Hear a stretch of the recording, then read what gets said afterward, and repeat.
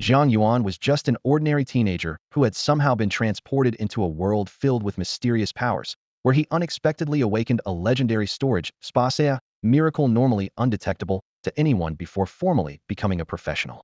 Unexpectedly, in the harsh, scorching Stonegate City, it was only May, not yet summer, yet the atmosphere was thick with anxiety and urgency. The air in Class 5 of the senior year at Stonegate Normal University's affiliated high school felt as if it had frozen in place. Inside the classroom, the noisy hum of the air conditioning barely muted the relentless cicadas outside. Bright red banners stretched across the walls with slogans like "Train hard for 100 days," "No regrets in youth," "Details decide success or failure," and "Sharpen willpower, make a final sprint." Each phrase hung around the blackboard, pressing down invisibly on every moment. The homeroom teacher, Xia Chong, stood at the podium, his gaze steady but betraying his tension. Suddenly raising his voice, he said, "The latest theory suggests that the final quality assessment might be linked to awakening a high-level combat profession, though this remains unproven." Sulan scored 9.5 points when she transitioned to Elementalist, slightly below the average line, proof that hard work pays off. A girl beside him spoke softly, her voice barely louder than a whisper drifting past hair strands. Jiang Yuan looked over at his deskmate, Lin Yutong. She blinked and gently tucked her hair behind her ear. Xiao Chong had now mentioned Sulan's story 3 times. After all, the ceremony was this afternoon, so nerves were understandable. Lin Yutong whispered, "If someone from our school could make the provincial team, it'd probably boost our ranking. But they'd have to be a high-level main combat profession." Jiang Yuan responded quietly, understanding the rarity of such high-tier combat classes, about as rare as pulling an SSR in a gacha game back in his original world. In this place, the composition of power, the awakening of professions, even the ravages of the Abyss disaster, all felt dreamlike yet undeniably real.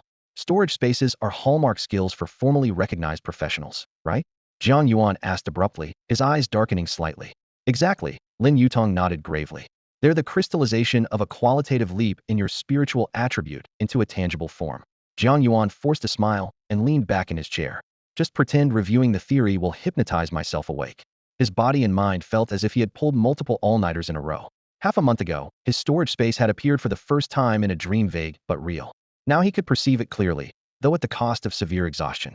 Inside the space floated a single drop of blood, shimmering with intertwined gold and red hues, its outline shifting until it solidified into a blood-red iris, vivid enough to make the space feel both dreamlike and tangible.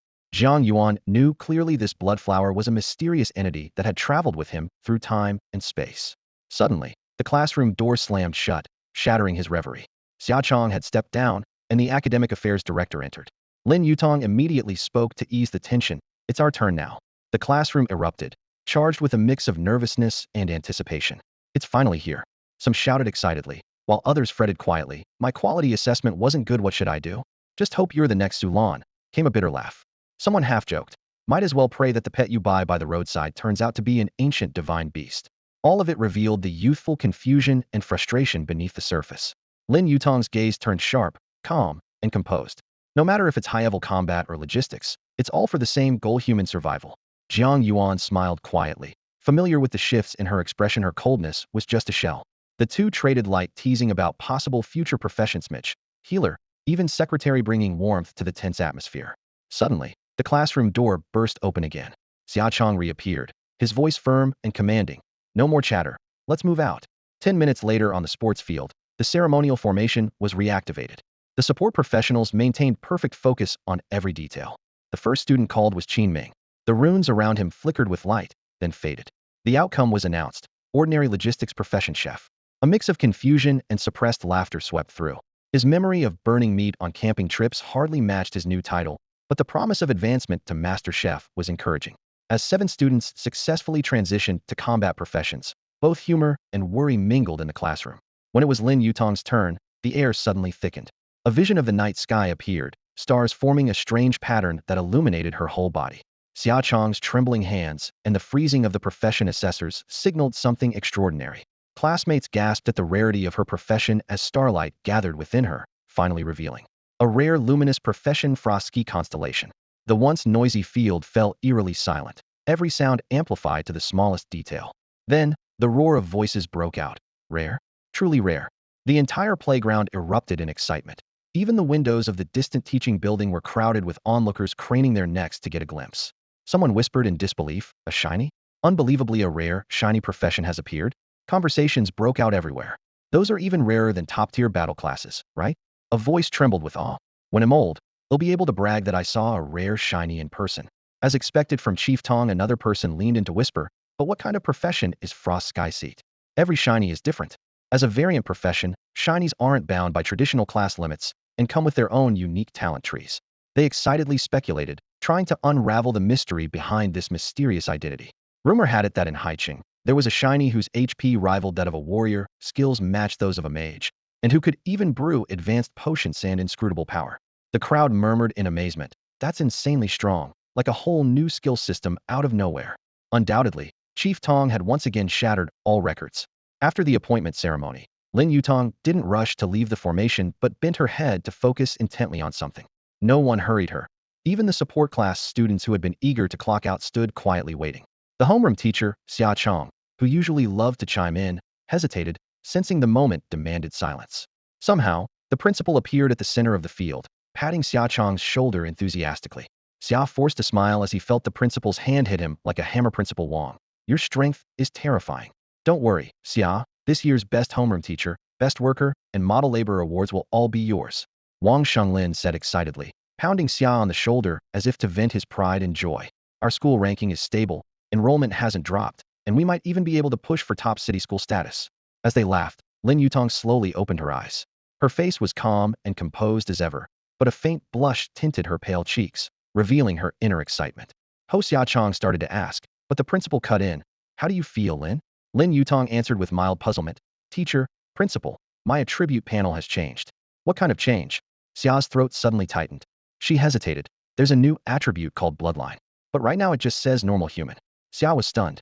As an ordinary high school teacher, he knew little about advanced hidden systems and looked to the principal for help. At that moment, the principal's eyes suddenly widened, almost knocking off his reading glasses. Bloodline? Really? You can see that now? The principal's voice suddenly rose. Lin Yutong nodded. Xia asked urgently, what exactly is it, principal? Wang explained briskly, from what I know, bloodline attributes usually don't unlock until level 60. They're tied to bloodline ascension, which greatly enhances your base attributes and grants special talent skills. Since you're seeing it at level 1, it means you can attempt bloodline ascension much earlier, and with long-term build-up, it might even double your attributes at the same level. The playground instantly buzzed with astonishment. Shiny professions were already naturally powerful, and now to have an extra attribute at level 1, it was utterly unprecedented. Chief Tong's profession has set a new school record, hasn't it? A rare smile broke across Lin Yutong's face. Barely able to contain her joy, she bowed respectfully to the principal and homeroom teacher, then swiftly returned to the group. Fellow students swarmed around her, showering their congratulations. Jiang Yuan. Meanwhile, Xia Chong continued calling out names from the list one by one. Principal Wang stood quietly nearby, his gaze fixed intently on the solemn inauguration ceremony. Jiang Yuan stepped out of the line, just brushing past Lin Yutong. In that brief moment, he felt a chill as a fingertip lightly traced a circle on the back of his hand. Lin Yutong, however, calmly brushed her hair behind her ear, showing no sign that anything had happened. Jiang Yuan smiled to himself, thinking this must be a young girl's way of managing her expression. He understood her message and quietly passed that good luck on to himself. Jiang Yuan stood firmly before the ceremony venue. Xiaochong looked at him encouragingly. Don't put too much pressure on yourself, Jiang Yuan. The warrior profession doesn't demand much mentally. You still have a chance. Jiang Yuan nodded and stepped into the ceremony. Is this Jiang Yuan? The principal murmured to himself, his expression complex. Top of the academic subjects, but only a 3 in the mental quality assessment? Xiaochong nodded affirmatively. Principal Wang took a deep breath, a hint of regret in his eyes. Such a shame. His gaze pierced through the ceremony's dazzling lights as he slowly shook his head. If only a rare profession could come out. Before he finished speaking, the lights of the ceremony suddenly shifted violently, turning into a vivid blood red, so bright, it was almost blinding. Principal Wang's breath hitched, becoming rapid and labored, his chest rising and falling as if it might burst. The bright sky gradually dimmed, as if day had abruptly plunged into night. Only the pillar of light from the inauguration blazed on, piercing straight through the heavens like a towering pillar, holding up the sky. Why has the sky gone dark? Whispered murmurs rippled through the crowd, quickly erupting into louder speculation. Could this be a special illusion? Can an illusion cover the entire sky? The whole scene was in an uproar. A student exclaimed in surprise, what kind of rare profession is this? I thought Jiang Yuan's final evaluation was quite ordinary. His luck is unbelievable. Another glanced upward. Wait, is it starting to rain?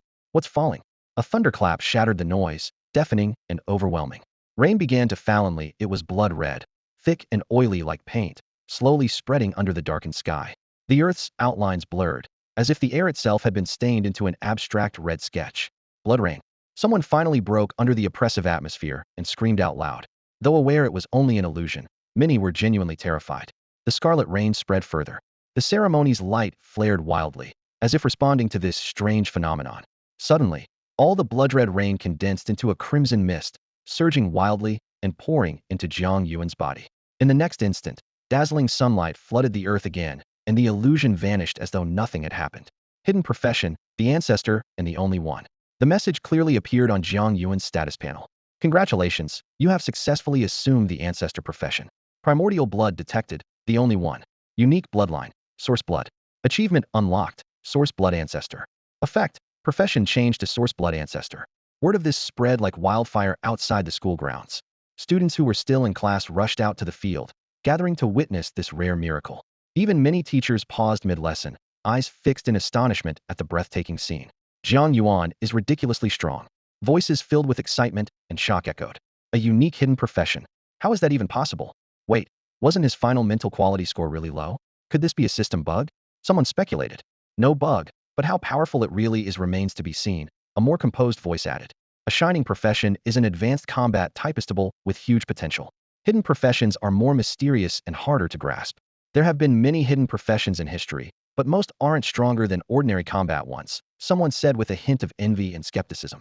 Not to mention Jiang Yuan isn't even sure if his profession class is combat-related. And that blood-red light effect, it's terrifying. Ancestor sounds like it might be similar to a clan leader profession. Maybe it involves developing a family? But he's not from a big family, so probably not much use. Jealousy and doubts mingled, but the uncertainty surrounding this unique hidden profession became the main focus. Meanwhile, the principal's reaction was even more intense. Xia Chong heard a snapping noise from afar and turned back to see Principal Wang gripping his reading glasses so tightly the frame was twisted like a pretzel. Hidden profession. He growled, face flushed red. A key student from the municipal or no, provincial key student. The school's status just skyrocketed. Awards and honors will be a breeze now. Outside, the noisy discussions had nothing to do with Jiang Yuan himself at this moment. He was completely absorbed in his ever-updating status panel, countless notifications flooding in like an unstoppable tide. Congratulations, you have assumed the ancestor profession. Primordial blood detected, the only one. Unique bloodline, source blood. Achievement unlocked, source blood ancestor. Effect, profession changed to source blood ancestor. Bloodline ascension. Jiang Yuan's heart jolted violently, a surge of astonishment rippling through his entire body.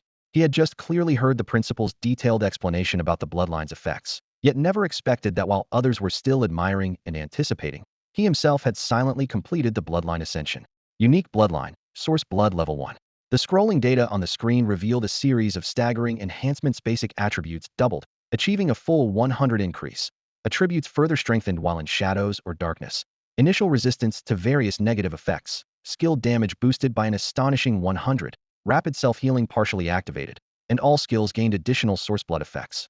Jiang Yuan's mind felt as if it were being torn apart, overwhelmed by a dizzying array of overwhelming advantages. He could hardly find a word more fitting than powerful to describe himself at this moment. Although he had accumulated over a decade of experience since transmigrating, the surge of emotion in his heart was impossible to suppress. The impact brought by this awakening was far beyond what he had imagined. What excited him even more was the flawless and perfect synergy between the source bloodline and the progenitor profession. Profession source blood progenitor. Description: the origin of bloodlines, ancestor of the clan. Wields the ability to bestow one's own bloodline upon others and cultivate offspring. The offspring's power growth, in turn, enhances the progenitor, creating a virtuous cycle. Skill list. Bloodline extraction, level 1. Blood embrace, level 1. Source blood corrosion, level 1. Blood manipulation, level 1. Bewitching mind, level 1. Mist form, level 1. Bloodline extraction draws energy from various bloodline sources to augment personal attributes and further optimize bloodline structure. Success rate depends on the bloodline gap.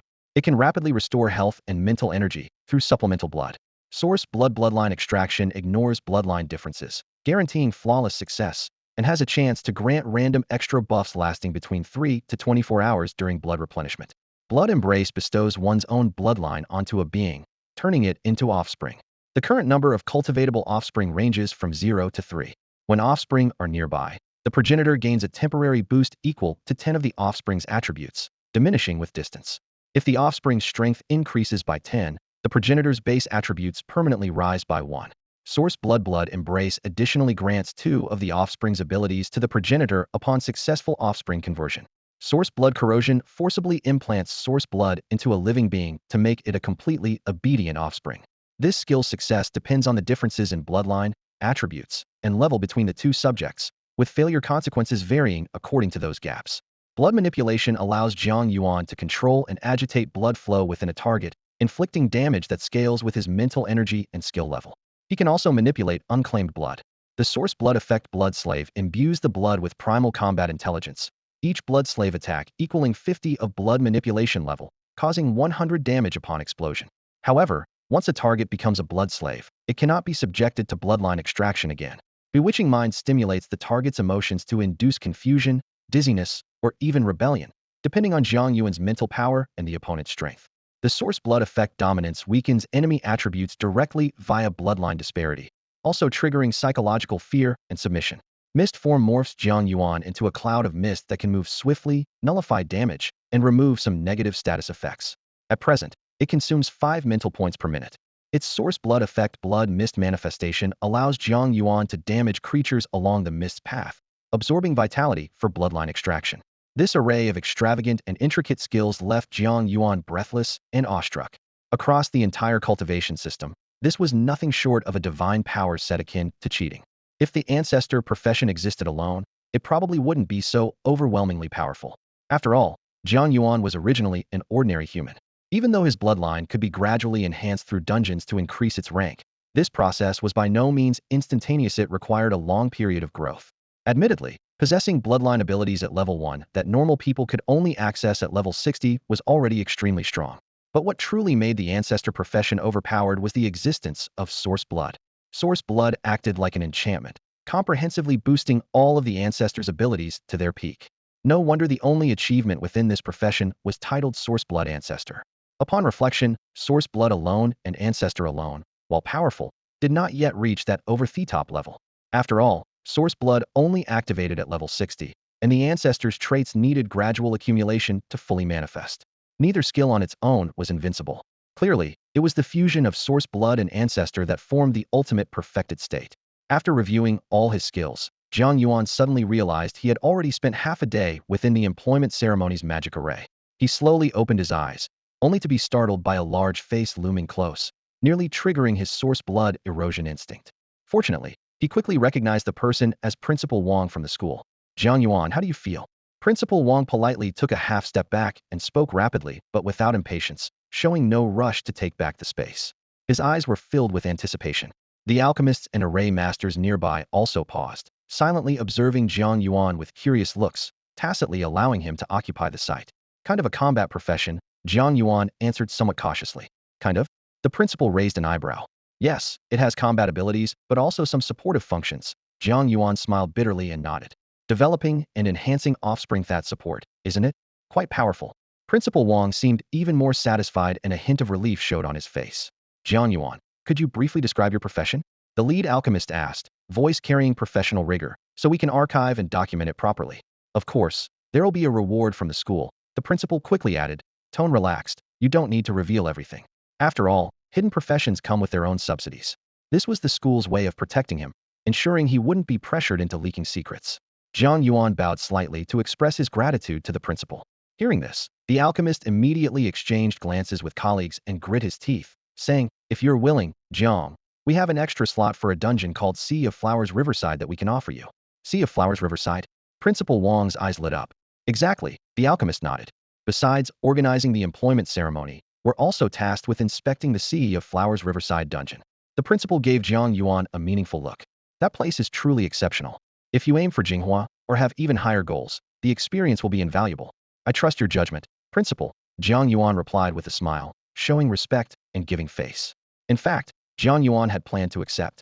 Such resources would be a huge boon for cultivating his Source Blood Ancestor profession. Unexpectedly, when he hesitated slightly, they presented additional conditions and temptations revealing the true weight and significance of holding a hidden profession. Amid everyone's anticipation, he paused thoughtfully before speaking slowly. "The roles of ancestor and clan leader do share some similarities. The clan leader focuses on expanding the family's influence and building its strength, while the ancestor grows stronger through the development of their bloodline descendants. Bloodline descendants? Principal Wang's expression immediately turned strange. Sensing Principal Wang's doubt, Jiang Yuan quickly added, descendants can directly enhance the ancestor's power, and likewise, the ancestor's bloodline also boosts the descendant's strength. Bloodline. The principal exclaimed, his voice suddenly rising. This profession can reveal bloodline abilities at level 1? Yes, Jiang Yuan replied calmly. Principal Wang swallowed hard, breathing rapidly, and gripped Xiaochang's arm tightly. Principal? Xiaochang asked warily. Nothing, just need a moment to calm down. Taking a deep breath, Principal Wang's excitement showed through. Xiao Xiano, old Xia, you are definitely the top candidate for this year's National Excellent Teacher nomination list. Elsewhere, the alchemist pondered for a moment before responding. So, based on your bloodline, you can enhance the abilities of your descendants, and their strength feeds back to you, right? But the number of descendants is limited? Exactly, Jiang Yuan nodded. It's a profession with enormous late-stage potential. The alchemist admitted, unfortunately, powerful bloodlines are hard to come by early on, so the advantages are not immediately apparent. Training bloodlines also consumes a lot of resources and might slow down leveling. The school will provide support. Principal Wang waved his hand confidently. Besides, if you get admitted to some top universities, you can apply for substantial scholarships. The alchemist remained skeptical, but without bloodline early on, how can you rank among the top in such fierce competition? Principal Wang hesitated, glancing at Jiang Yuan, and gritted his teeth. Don't worry, our school has a few outstanding alumni. Jiang Yuan shook his head calmly, speaking with some deliberate reserve. Actually, I already have a bloodline. I was randomly assigned one upon joining. I can't reveal much, but... What? The principal shouted, his voice shattering his usual 33-level volume limit, nearing level 50, drowning out even the summer cicadas on the sports field. This year's key city competition? Forget it. Not even comparable to top provincial schools. Ranked among the best 100 high schools nationwide, guaranteed. Jiang Yuan concealed parts of his character panel, showing only his basic attributes without revealing the detailed stats of his origin blood and various additional effects. Strength, 30, agility, 38, spirit, 40, vitality, 40. Even just these base numbers shocked everyone around him. The principal's voice suddenly rose 8 tones, barely containing his excitement. Teach. This is more than double the attributes of a regular level 1 profession, isn't it? More than double, by far. The lead alchemist stared at him in disbelief, eyes wide with amazement. At these numbers, he must at least have a silver-level bloodline. You said it could still improve further? The principal pressed. The alchemist nodded solemnly. Bloodlines are ranked black iron, bronze, silver, gold, and legendary. As for unique origin blood, its level is even higher, but it's difficult to measure precisely. That's the skill of an ancestral profession. Jiang Yuan nodded lightly, and then asked, though I can't say much, this should be enough proof that I have a bloodline, right? You do. It's obvious. Principal Wang eagerly interjected. No ordinary level 1 profession could have attributes like this. If they did, no one would care about bloodlines. The alchemist seemed about to ask more, but fell silent under the principal's sharp gaze, simply responding, thank you for your cooperation, Jiang. We will arrange your reward soon. Don't forget the dungeon quest, the principal gently reminded from the side. The alchemist nodded in confirmation, assuring it won't be overlooked.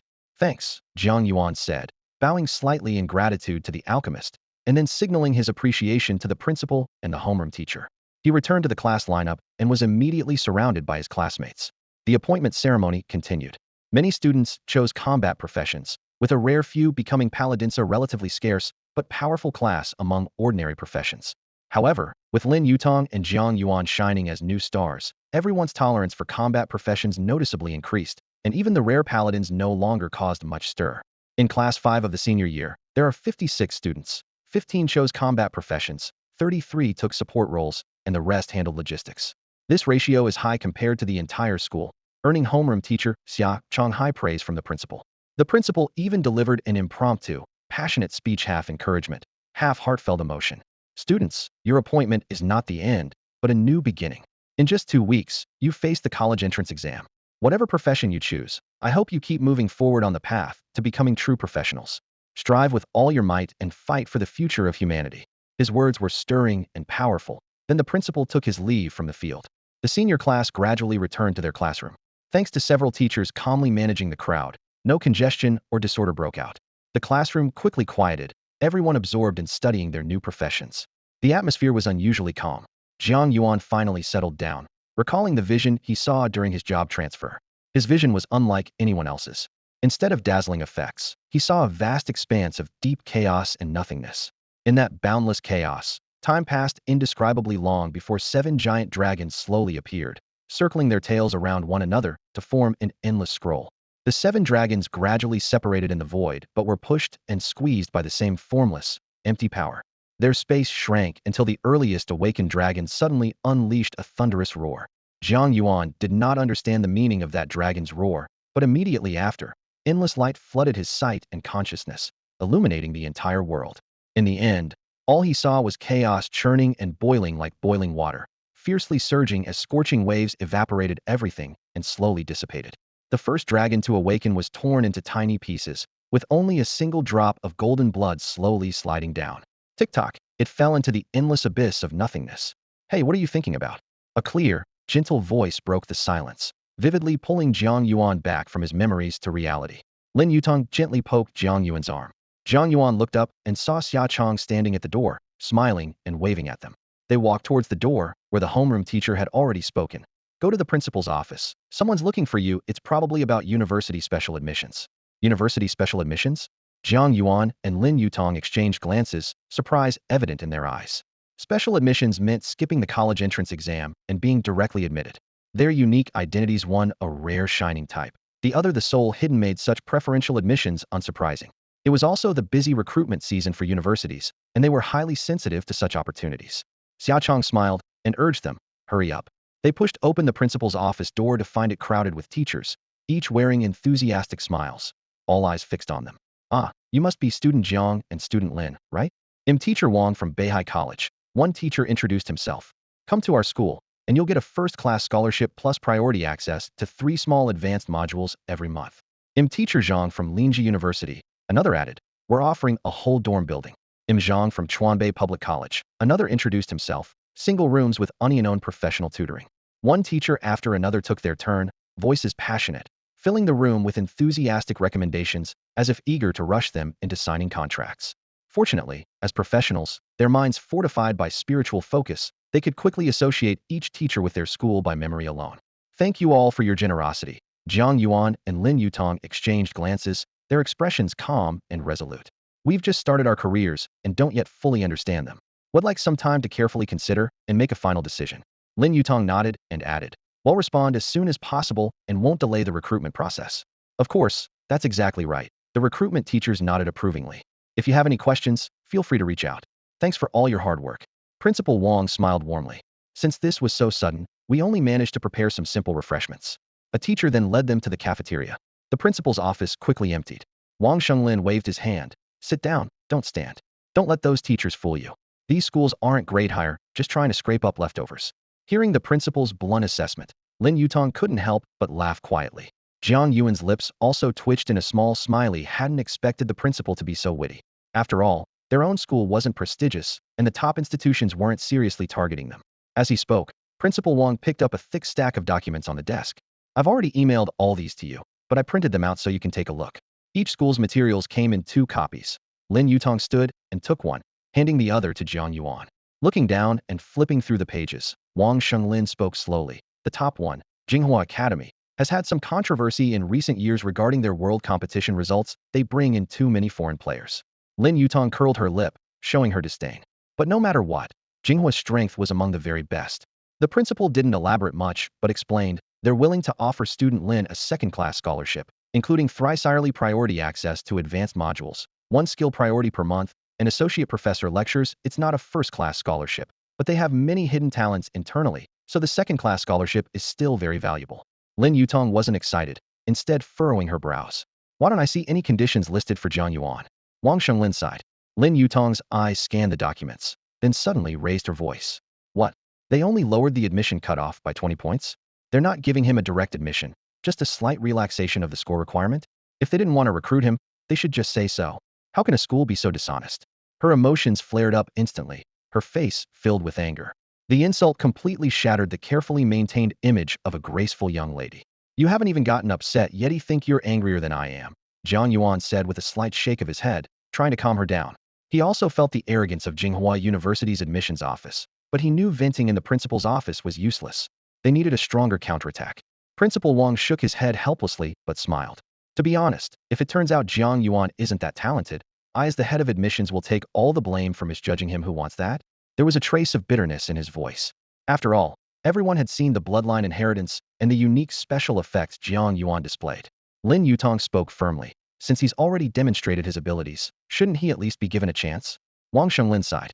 That's the arrogance of a top-tier university. Jinghua's admissions office made it clear they don't lack students. Lin Yutong was breathless, her chest rising and falling violently. Her eyes were full of helplessness and anger.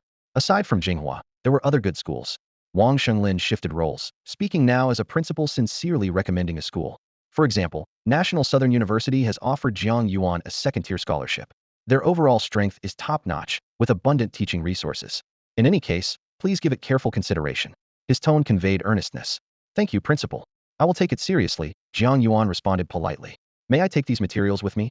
Of course, these were prepared especially for you. Wang Shenglin sighed again. Our school will do its best to support you. If you choose to take the entrance exam, we will help with resources as much as possible. Jiang Yuan nodded, standing up calmly. Please also convey to Jinghua University that we are not considering them. And tell them to reject us as well, Lin Yutong said without hesitation, her expression resolute. The principal looked at the two thoughtfully and nodded. Very well. After leaving the principal's office, it was almost time to leave. At the school gate, Jiang Yuan looked at Lin Yutong beside him and shook his head helplessly. You don't need to make a fuss with Jinghua University because of me. Lin Yutong snorted coldly. It's not a fuss at all. For them not to see your true talent, that kind of short-sighted school isn't worth going to. Without giving Jiang Yuan a chance to speak, she blinked, her tone full of determination. Besides, there are plenty of good schools. Losing Jinghua won't matter. Like the principal said, Southern University is quite good. I believe in you, Jiang Yuan. See you tomorrow. With that, she waved her hand and turned to the waiting car, opening the door and getting inside. After Lin Yutong walked away, Jiang Yuan remained calm despite Jinghua's snub. He wanted to prove himself through strength, like becoming the top scorer in the national entrance exam. Just one street away from home, around the corner, a figure suddenly blocked his path. Before Jiang Yuan could speak, the person took the initiative. Are you Jiang Yuan? I'm from the admissions office of National Jingbei University.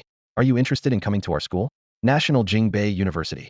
It was renowned as the orthodox Taishui institution, the ancestral university known throughout Donghua Kingdom. Jiang Yuan studied the young man who claimed to be from Jingbei University's admissions office, puzzled. How could Jingbei suddenly find him on the way home? She was a strikingly beautiful young woman with delicate, well-defined features and a subtle hint of mixed heritage that gave her an air of cool elegance. The corners of her mouth lifted in a faint smile, her clear eyes shimmering with quiet clarity. Her long eyelashes fluttered gently, as if ready to catch the tiniest flicker of light. Tall and slender, she was almost a head shorter than Jiang Yuan, standing close to 1.7 meters. Her long legs were elegantly shaped, unmistakably those of a model. Dressed in a tailored women's suit, her off-white shirt neatly tucked into her pants, she outlined a slender waist and graceful curves. Her overall presence was polished and poised, leaving a lasting impression at a glance. I'm Jiang Yuan. And you are? He asked, studying her with a mix of scrutiny and courtesy.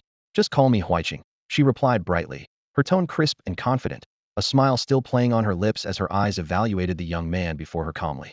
Teacher Huiqing, Jiang Yuan nodded carefully. You said you're from the admissions office at Jing University? That's right. Huiqing pulled out her ID and handed it to him. Actually, I'm the Jing University instructor for this year's National University Student Competition. Jiang Yuan took the ID, examining the photo and the Jing University badge it bore, protected by a mysterious charm.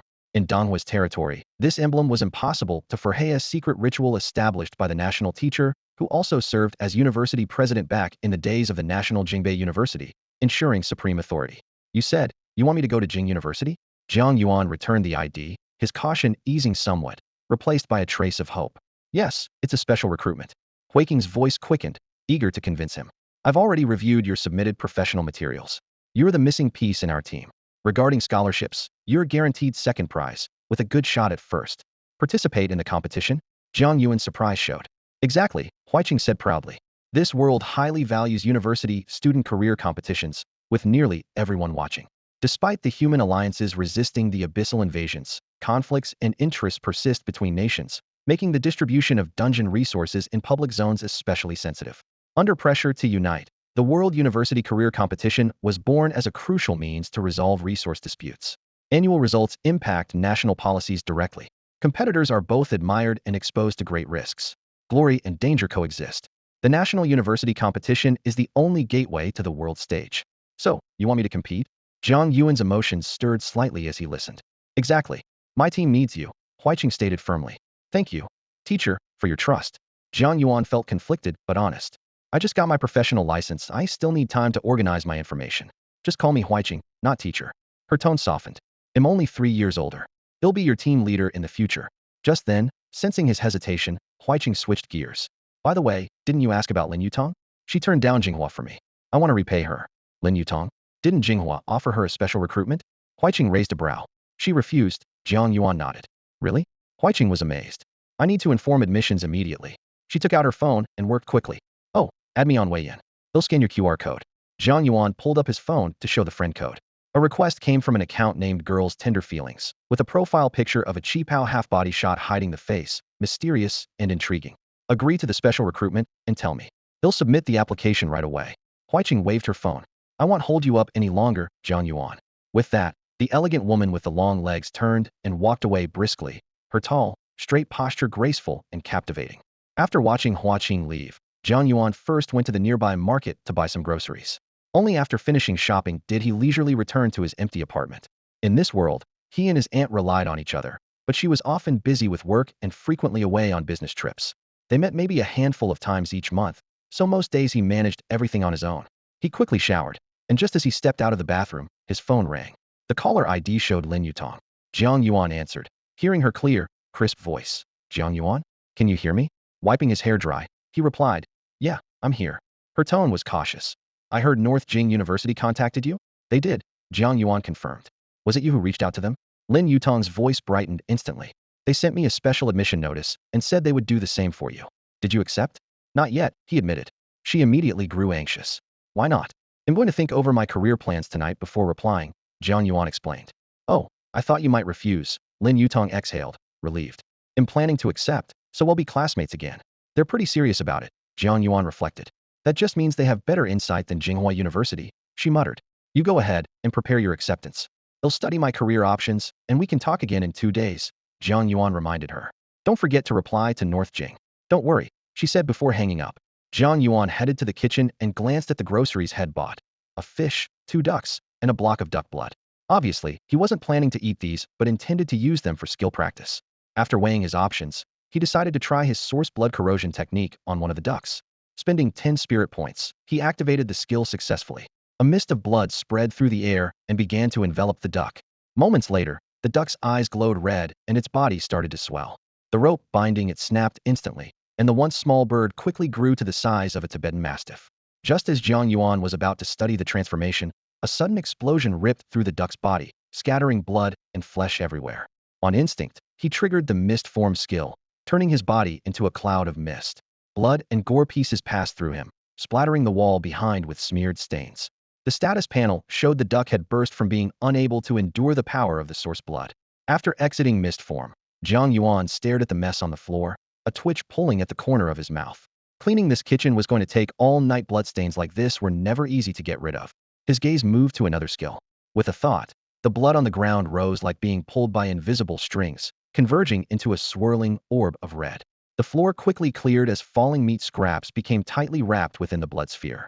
Easy to kill, hard to dispose, he mused. Anyone with experience knew blood manipulation was a killer skill for cleanup. An idea sparked in his mind as he began devising a more efficient method. The orb of blood wrapped around the shred meat and floated above the trash bin under his control. He activated bloodline extraction. The orb was instantly drained, leaving feathers and chunks of meat to fall into the bin. He understood duck blood couldn't be refined to extract the source blood, so this skill only served as a supplementary tool. Yet, it already made disposal much faster and more efficient. Mental recovery 2 points. Source blood extra buff restores an additional 1 point of mental energy per minute, lasting 12 hours. Jiang Yuan hadn't expected that the first time he used bloodline extraction, it would trigger the source blood effect. There was actually a chance to gain a random buff from the blood itself. He currently had 40 mental energy points. Releasing source blood corrosion consumed 10 points. Manipulating blood took 5 points. Transforming into mist used another 5, and bloodline extraction required 5 more. After using some duck blood to restore 2 mental points, he was left with 17. The duck blood was low quality and in limited supply, but if he were out in the wild or in a dungeon surrounded by abyssal threats and hordes of monsters, the power of bloodline extraction would shine through it, could turn Jiang Yuan into a perpetual motion machine. As long as enemies kept coming, he would never tire and might even grow stronger with each battle. That didn't even factor in potential forced transformations of his descendants during combat, bringing a tribute and skill boosts as well. Just imagining that scene made Jiang Yuan's heart race with excitement. If he weren't facing a beginner dungeon challenge tomorrow, he almost wanted to rush to the city outskirts slaughterhouse to buy dozens of pounds of fresh blood and stockpile it. He tried the source blood intimidation move again, scaring the last duck into frantic quacking. Suddenly, he remembered he hadn't checked back with Huaiqing. Picking up his phone, a new message popped up from girl Huaiqing. Opening it, he found a voice message. Lin Yutong had accepted the special admission offer from Jingbei University an hour ago. Jiang Yuan paused, then typed a reply. I plan to take the college entrance exam. After sending it, he reviewed his skills and felt certain that even rare secret professions couldn't match the power of the source blood progenitor. His goal of becoming the top scorer in the exam became even clearer. At that moment, his phone dinged with a new message from Wei Yan. Huaiqing responded almost instantly. Girl Huaiqing, Jiang Yuan, I believe in your professional potential, but the special admission lets you focus on leveling up and improve faster. Please don't act on impulse, think it over carefully. Her multiple exclamation marks showed her urgent concern. Jiang Yuan replied, I agree to the special admission, but I will also take the college entrance exam. Huaiqing breathed a sigh of relief. I see. You scared me for a moment. It's not uncommon for guaranteed admissions to still take the exam to prove themselves. Thanks for taking this seriously, Jiang. No trouble at all. She quickly responded. Welcome to National Jingbei University. After the beginner dungeon, we'll discuss your leveling plan. It's best to reach level 20 before the preliminaries start. Only 2 months left, tight schedule, and heavy tasks. Prepare yourself mentally. It's going to be really tough, seriously tough. Jiang Yuan sent back a simple okay, then tossed his phone aside. His gaze landed on the last surviving duck. Raising his kitchen knife slightly, he thought, what if I trigger another random buff? At 6 o'clock the next morning, Jiang Yuan woke up as usual. Years of self-discipline left him feeling refreshed and energized. On top of that, the extra boost from consuming a skill item last night had quietly restored his stamina overnight. The buff still had 4 hours remaining, enough time to tackle the newbie dungeon. Unfortunately, the second duck he ate didn't grant any additional effects. He rubbed his slightly full belly. Eating an entire duck alone last night had definitely left him a bit stuffed. The bus was already parked outside the school gate, its sides freshly painted with the bright characters Sherman High School. The paint was still wet, filling the air with a sharp scent. Jiang Yuan climbed aboard, but Lin Yutong wasn't sitting in the seat beside him. She kept her usual aloof expression, staring straight ahead. Didn't sleep well last night? Jiang Yuan asked instinctively as he sat next to her. Her lips twitched slightly as she answered softly, How would I know? Jiang Yuan grinned. She puffed out her cheeks and whispered, Jingda? Deal, he nodded. Lin Yutong's expression instantly brightened, her eyes softening like winter snow melting.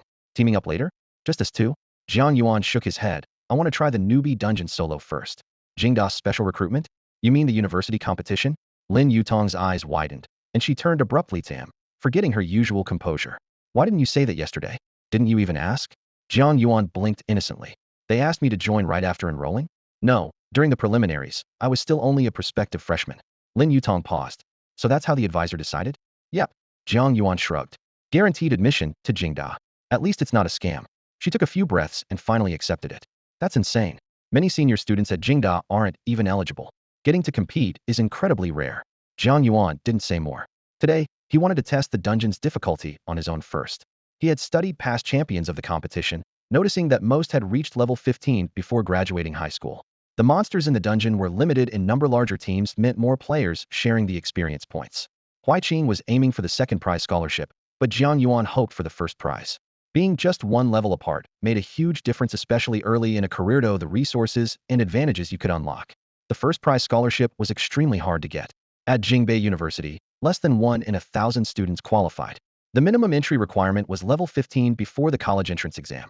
Jiang Yuan wanted to push his limits now and feel how far he was from the top competitors. The bus rolled up to the newbie dungeon entrance, already packed with crowds. Over a dozen high schools in Sherman City had sent nearly 30,000 students to the opening ceremony. About 3,000 would become combat professionals. Those 3,000 swarmed the entrance, pushing and shoving as more still arrived.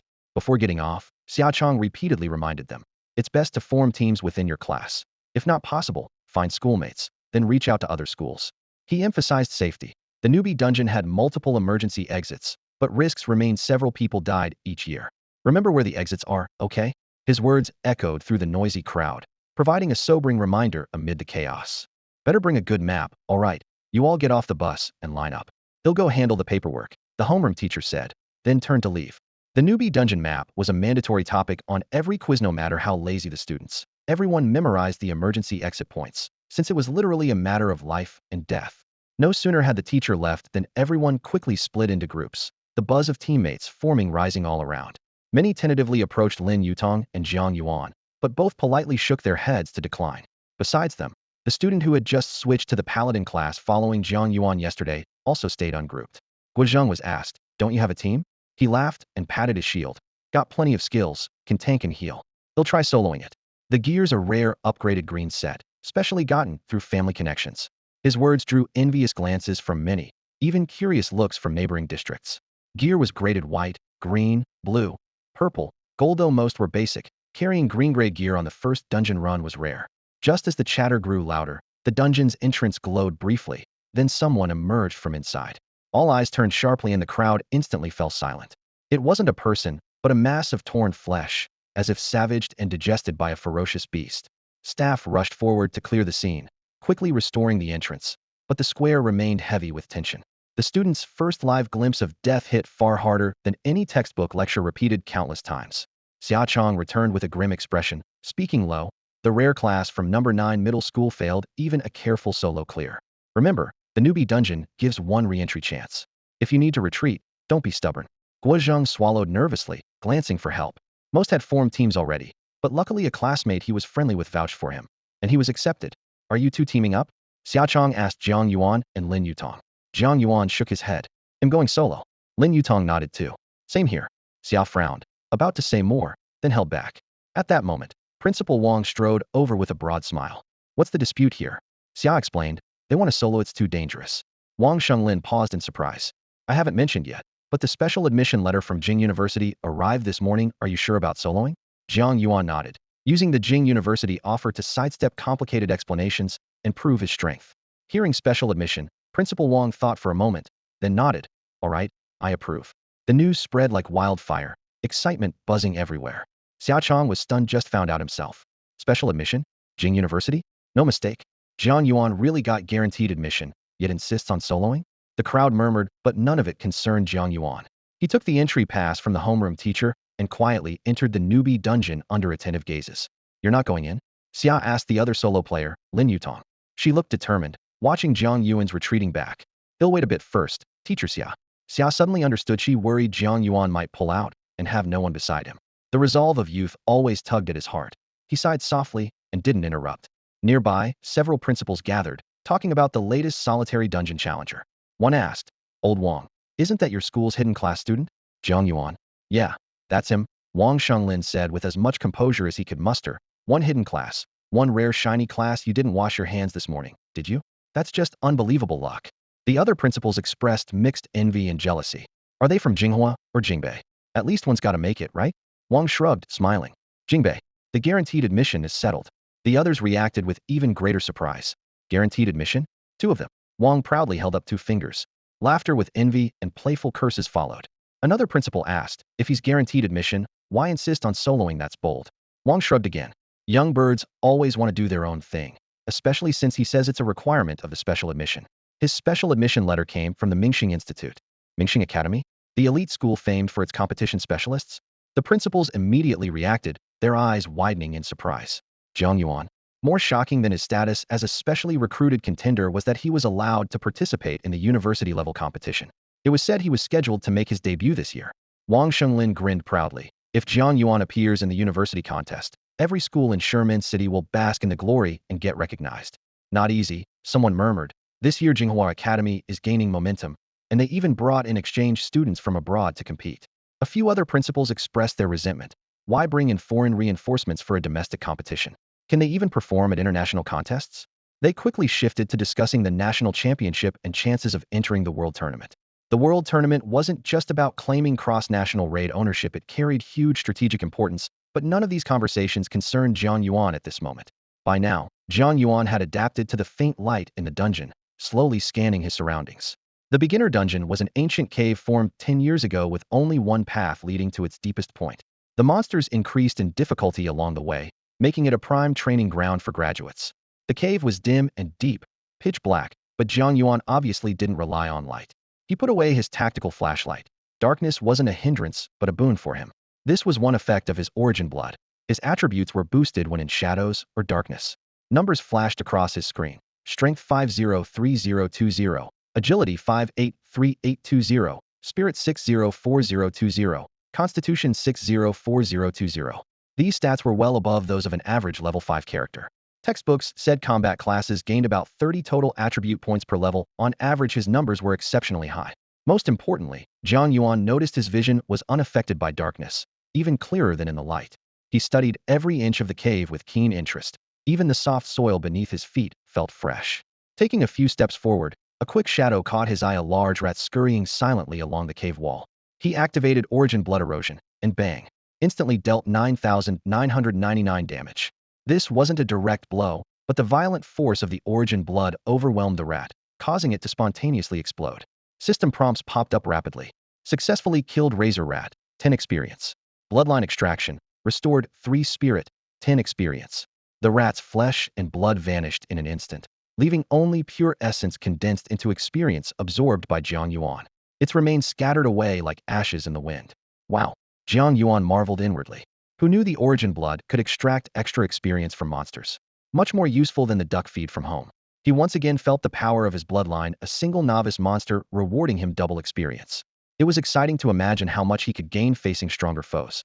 Without hesitation, he plunged deeper into the dungeon, alternating Origin Blood Erosion and Blood Manipulation spells in hand. 9,999, 787, 9,999, 796. Monsters unable to withstand the erosion exploded, while the sprayed blood whirled into razor blades under his control, slicing nearby enemies precisely. Continuous system messages appeared. Successfully killed Razor Rat level 1, 10 experience. Successfully killed Razor Rat, 10 experience. Whenever his spirit drained, Jiang Yuan focused to use bloodline extraction, healing, and restoring energy quickly. The combat flow was efficient and decisive, as if this dungeon had become his personal playground. The notifications, restore 3 spirit, 10 EXP, kept flashing repeatedly on the status panel, so Jiang Yuan simply muted them and focused solely on his experience points. In just 5 minutes, he had accumulated 20 of the experience needed. Far from feeling tired, the continuous extraction replenished his spirit steadily, making him even more energized and sharpening his gaze. Another 20 minutes passed. Jiang Yuan cleared out all nearby enemies, then fixed his eyes on the bloodstained spears floating before him. After many trials, this had become his most comfortable blood manipulation mode. Casually picking a spear, he activated extraction. In the blink of an eye, the experience bar soared to 100, and the system announced an upgrade. Name, Jiang Yuan. Class, Origin Blood Progenitor. Bloodline, Origin Blood. Level, 212.11. Strength, 604,020. Agility, 684,820. Spirit, 907,020. Constitution, 907,020. Skills, Blood Embrace LV.1, Origin Blood Corrosion LV.1, Bloodline Extraction LV.2, Blood Manipulation LV.2, Enchant Mind LV.2, Mist Transformation LV.2. Jiang Yuan quickly calculated in his mind. This upgrade granted him 10 points each to Strength and Agility, and 30 points each to Spirit and Constitution, a total of 80 attribute boosts. Thanks to the Origin Blood's doubling effect, a progenitor normally only gains 40 points per level. His stats had already far exceeded average, giving him a level of power that high-tier professionals only dream of. It was no wonder the class was so sought after. Blood Manipulation had advanced to level 2, extending its attack range by 20 meters. Although spirit consumption increased by 3 points, the skill damage rose by 10. With the Origin Blood's 100 skill damage boost layered on, this amounted to an overall 20 damage increase. Now 9 blood spears circled him, guided by his spirit targeting enemies with deadly precision as they zipped through the air. Occasionally, he'd follow up with Origin Blood Corrosion to maintain seamless, relentless attacks. Deep in the cave, monsters grew progressively stronger, but the outcome remained the same: instant kills. Their bloodlines became experience points that flowed effortlessly into Jiang Yuan's body. Successfully killed Fangtooth Rat, 3 EXP. Successfully killed Night Feast Bat LV.2, 8 EXP. Successfully killed Plague Centipede LV.3, 12 EXP. Successfully killed Ruthless Armored Lizard LV.4, 20 EXP. Bloodline Extraction, Ruthless Armored Lizard, Spirit restored 10, EXP 20. Random buff effect gained, Skill Spirit, cost 1. Random buff effect gained, attacks deal 1 true damage. The monsters never got a single counterattack. They were all wiped out instantly, as smoothly as traffic at midnight on an empty highway. Jiang Yuan's total attributes were roughly equivalent to a level 7 ordinary profession character. With skill damage multiplied by the origin blood bonus, it was comparable to a level 10 power. Level 3 and 4 dungeon monsters barely registered, quickly reduced to ashes, while parts of the blood spears instantly replenished his strength. What was even scarier was that he kept growing stronger. Each bloodline extraction could bring unexpected buffs. The attribute panel's buff list grew rapidly. Although each effect was small on its own, their cumulative benefit was quite significant. Within an hour, Jiang Yuan leveled up again. After extracting the bloodline of a high-level beast, experience maxed out, and he upgraded effortlessly, gaining the same 80 attribute points, 10 to strength and agility and 30 to spirit and constitution. Judging from the origin Blood Progenitor's stat distribution, the class heavily emphasized vitality and spirit, balancing damage resistance and magic, with skills that provided inherent sustainability overall, an incredibly balanced setup. Then blood manipulation reached level 3. Jiang Yuan muttered softly to himself. At level 3, a new function unlocked, a way to awaken the blood sentience and summon blood slaves. Blood slaves could not have their bloodline extracted.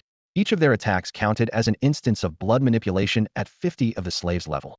When they self-destructed, it was treated as 100 blood manipulation skill level. The blood slaves lasted 10 minutes. Blood slaves?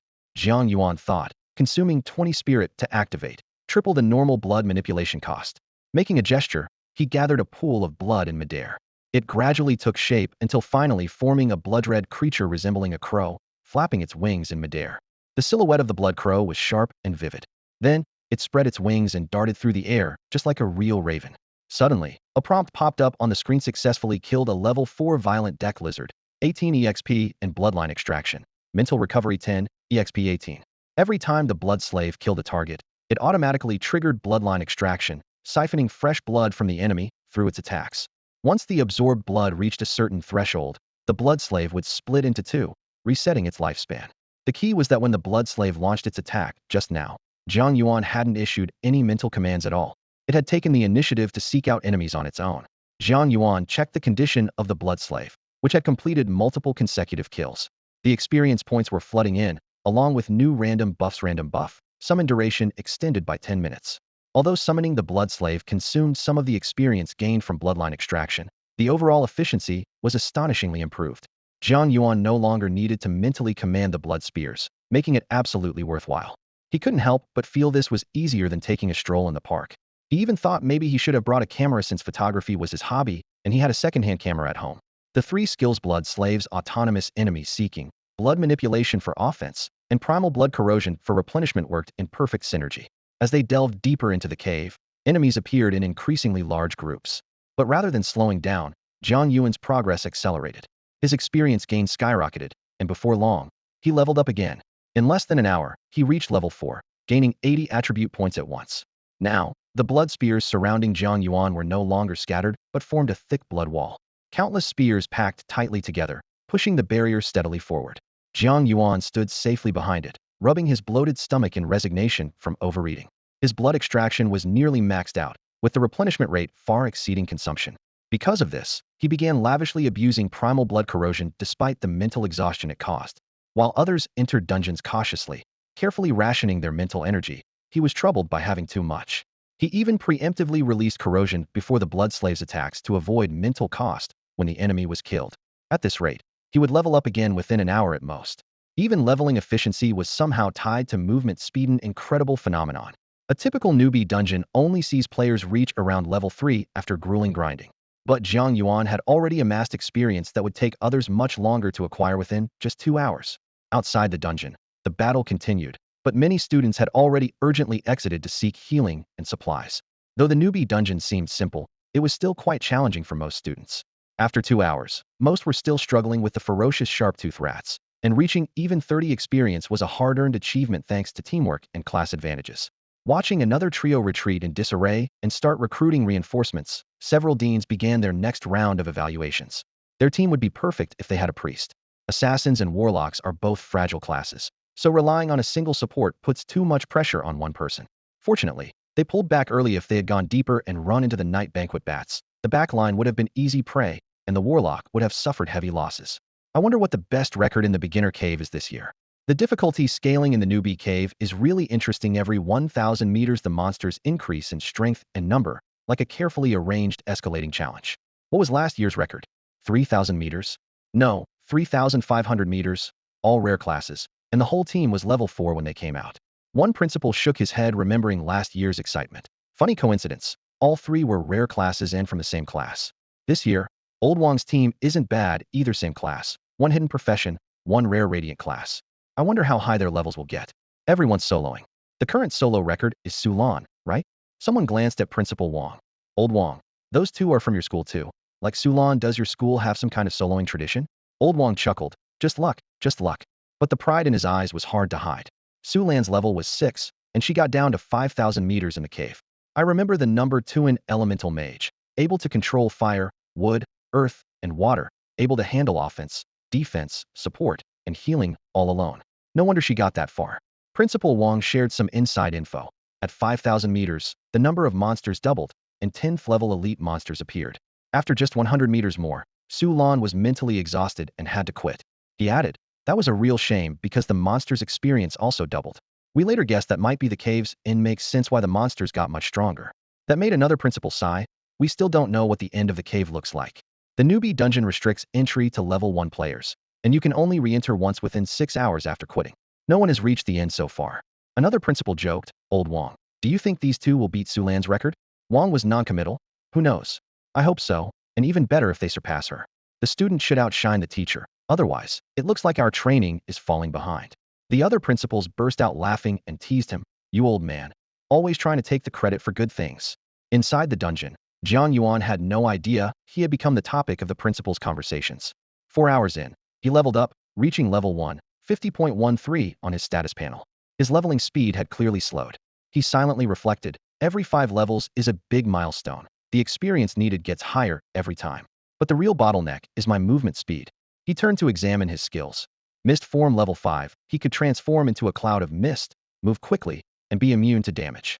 The damage reduction depends on skill level, his stats, and the attack's attributes. It can also clear some negative effects.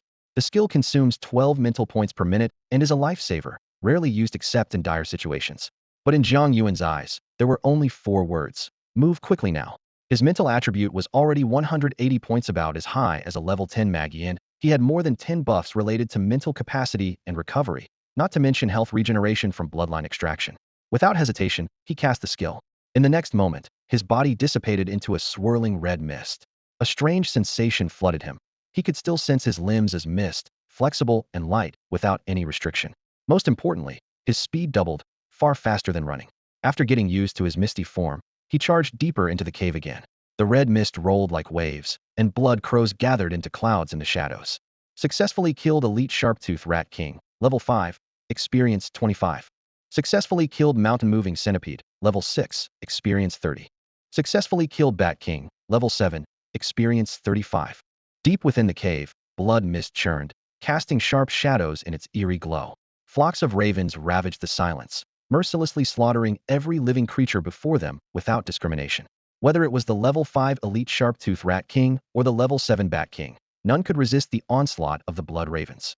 Instant kills.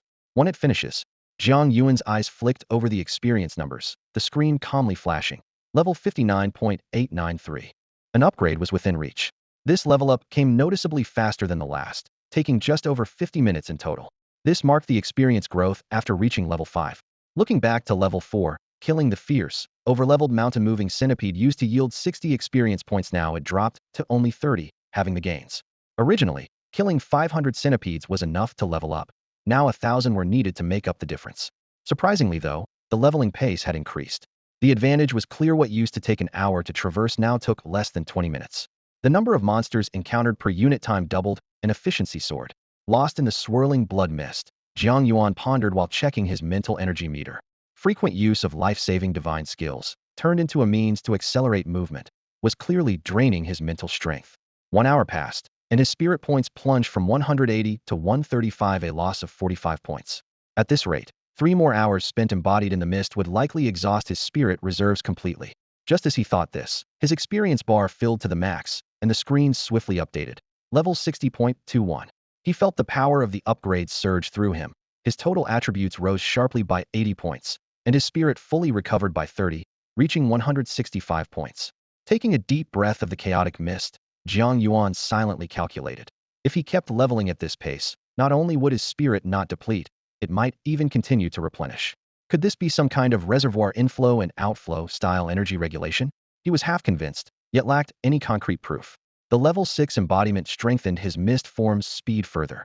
Though submerged in the gloomy cave, Jiang Yuan felt like a lightning flash, with the surroundings rapidly slipping behind him. The number of blood ravens remained constant, or rather, they multiplied.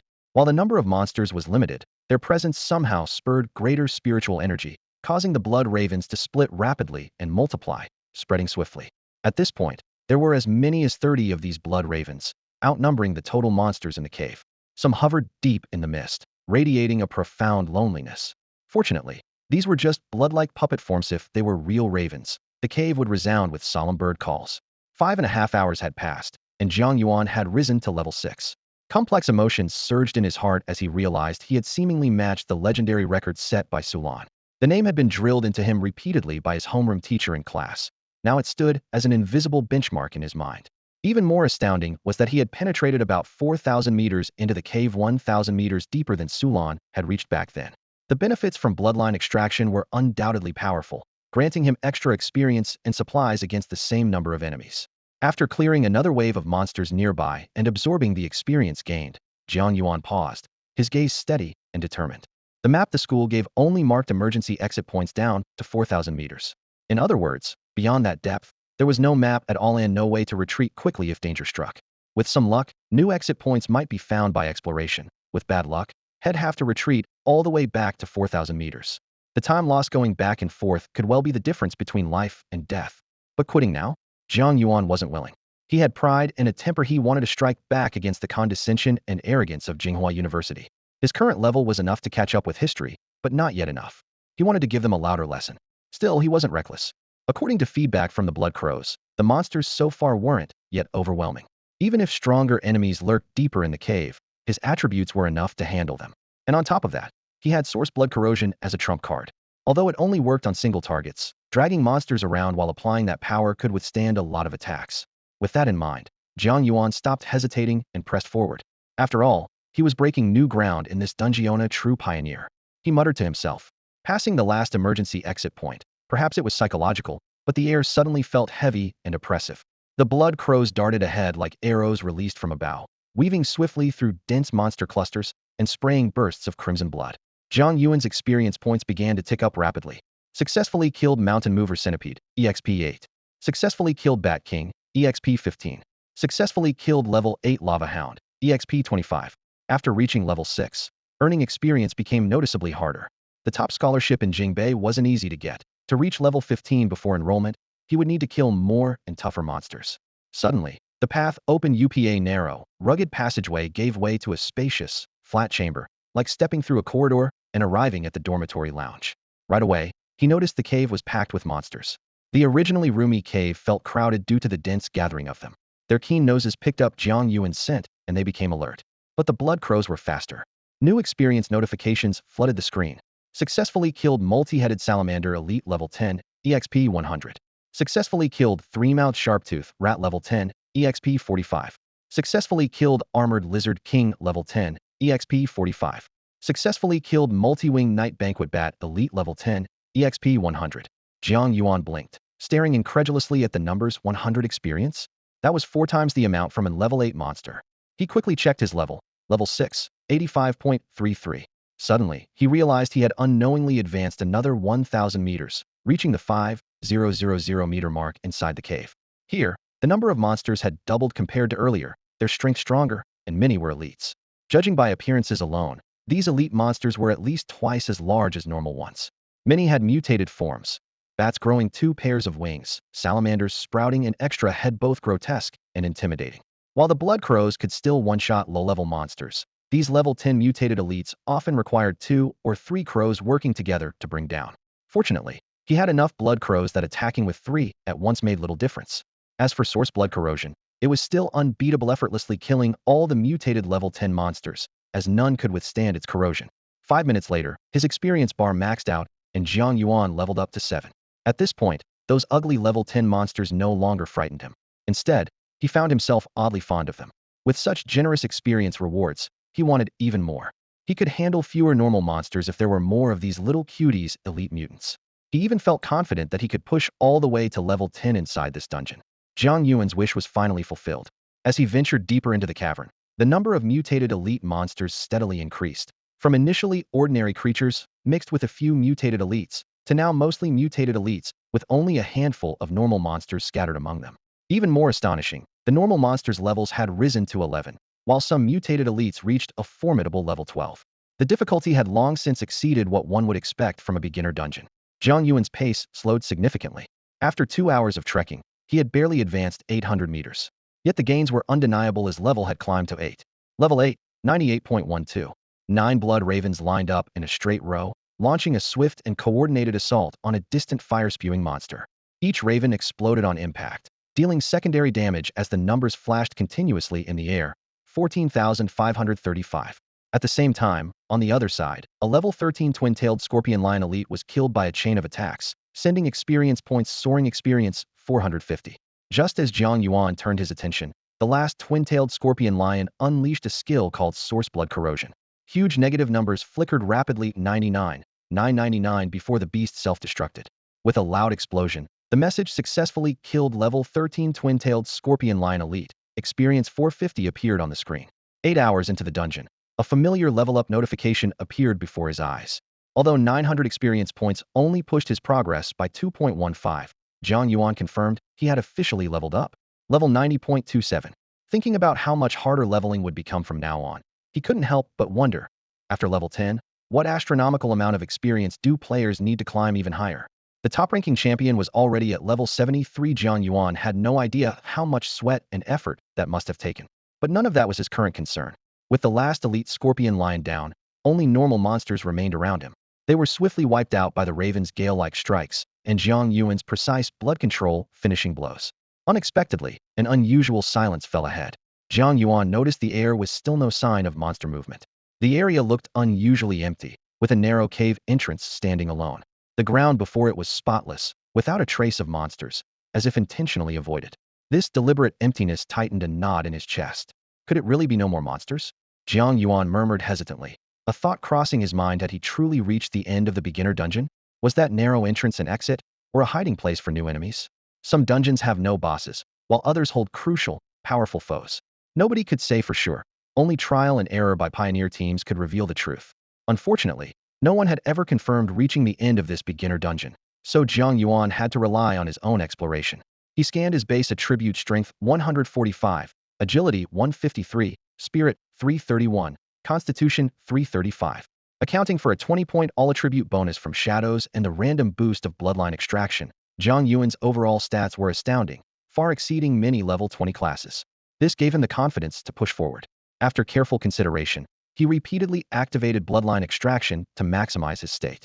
His gaze hardened as he fixed on the narrow cave entrance. It looked like a doorway without a door, as if waiting for someone to step inside. Transforming into a mist of blood, Jiang Yuan surged forward. Inside the cave, a vast karst chamber unfolded spacious, with walls marked by artificial chiseling. The ceiling soaring nearly 30 meters overhead, majestic in scale. At the center of the cavern stood a towering statue, solemnly watching every move of those who entered. The statue's head had been shattered, leaving only a broken torso standing alone in the darkness.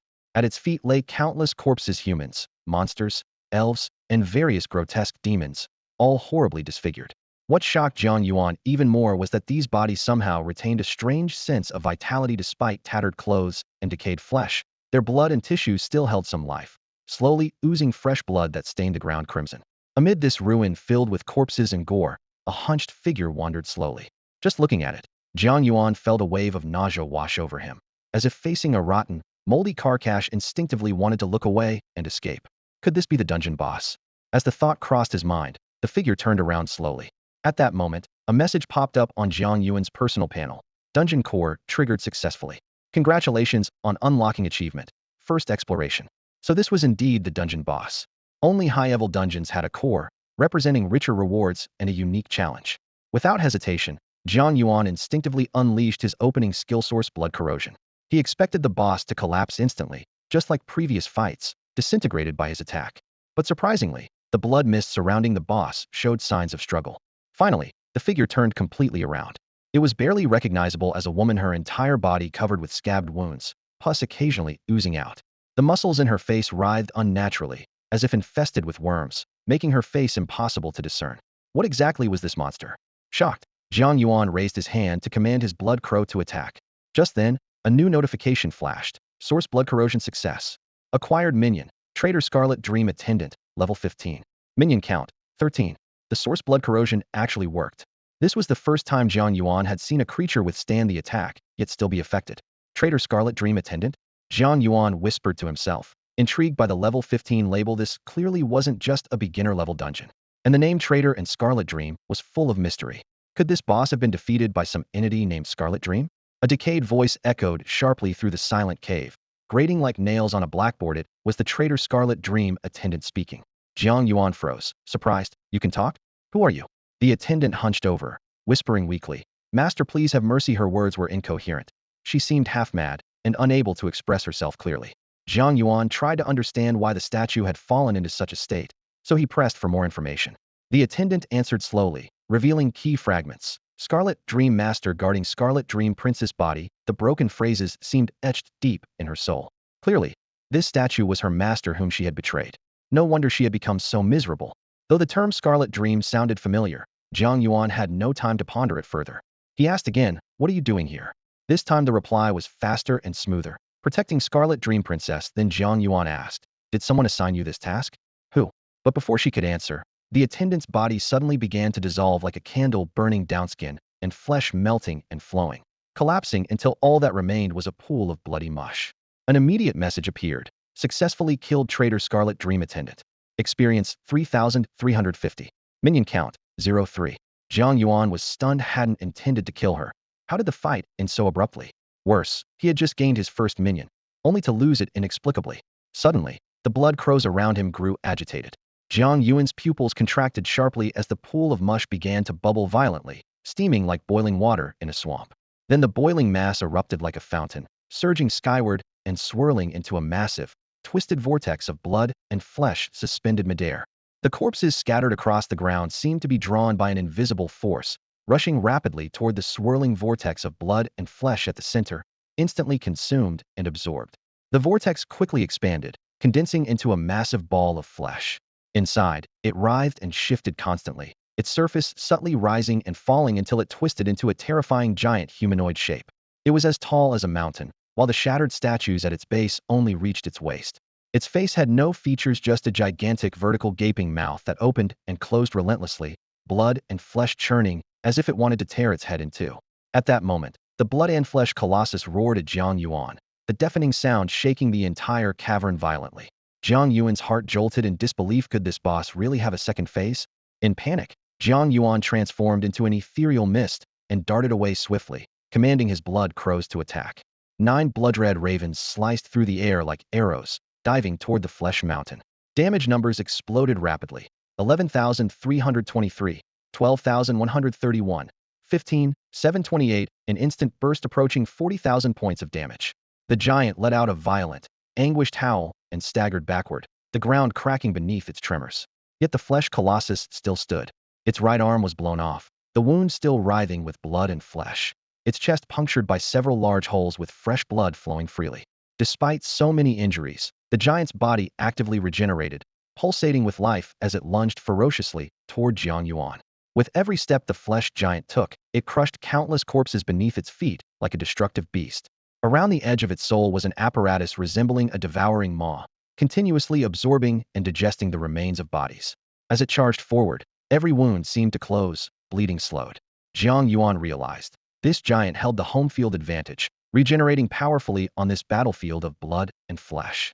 This was no mere durability, it was a terrifying healing machine.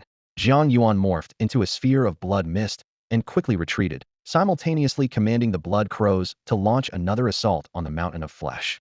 The colossus neither flinched nor dodged, but steadfastly endured all blows, replenishing its strength from the blood and flesh it devoured on the ground.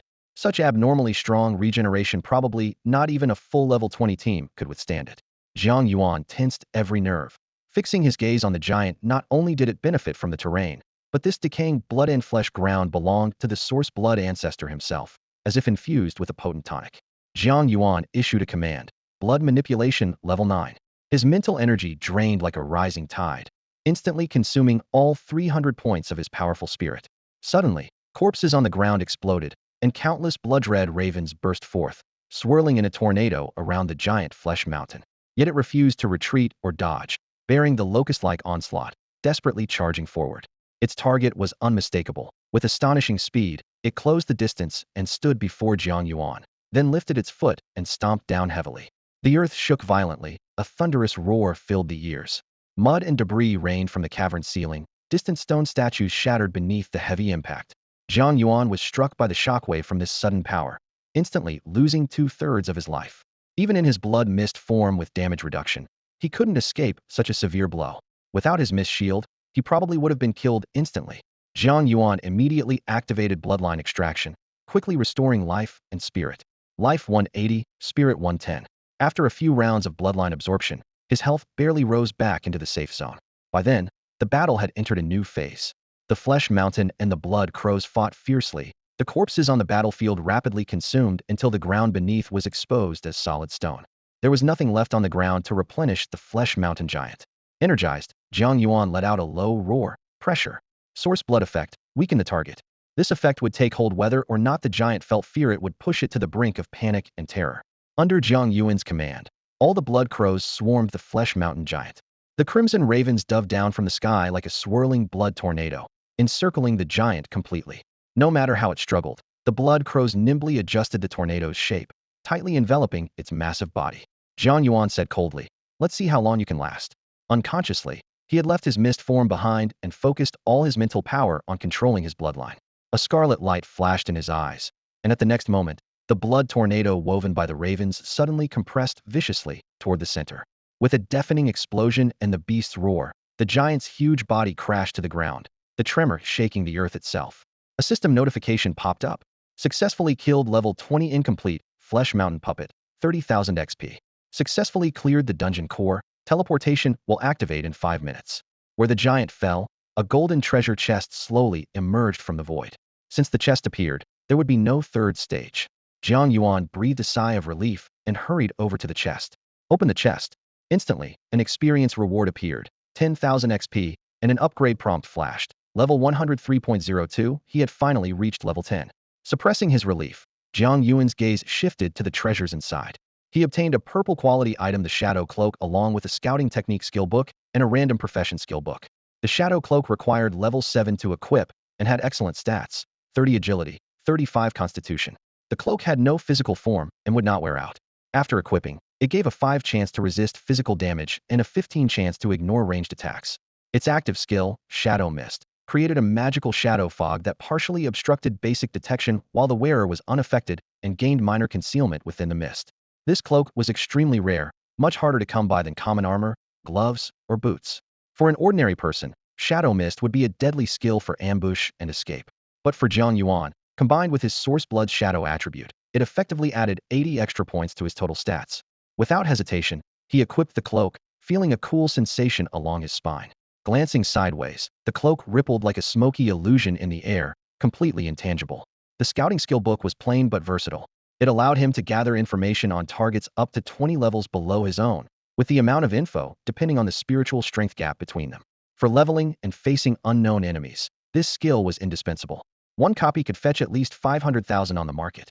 The Random Profession skill book was unpredictable. It could contain a powerful skill, or it did so. Jiang Yuan chose to first learn scouting, then carefully stored the profession book away.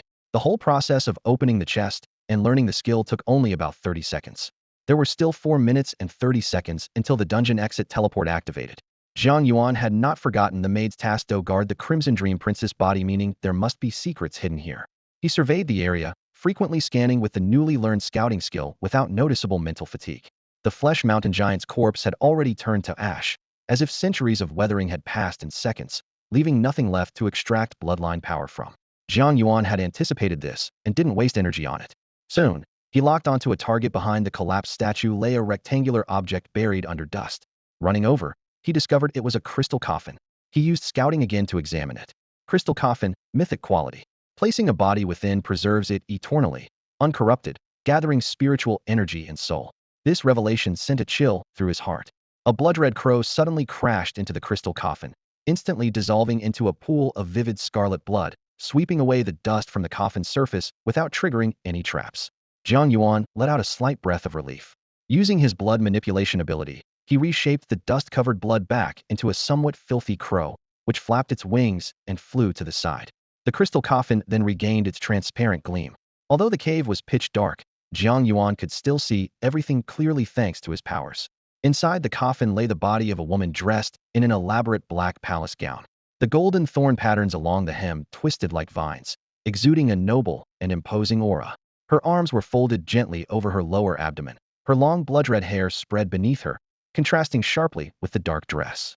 Her features were dignified and beautiful, with soft, elegant cheek lines, flawless skin, and lips as pink as cherry petals.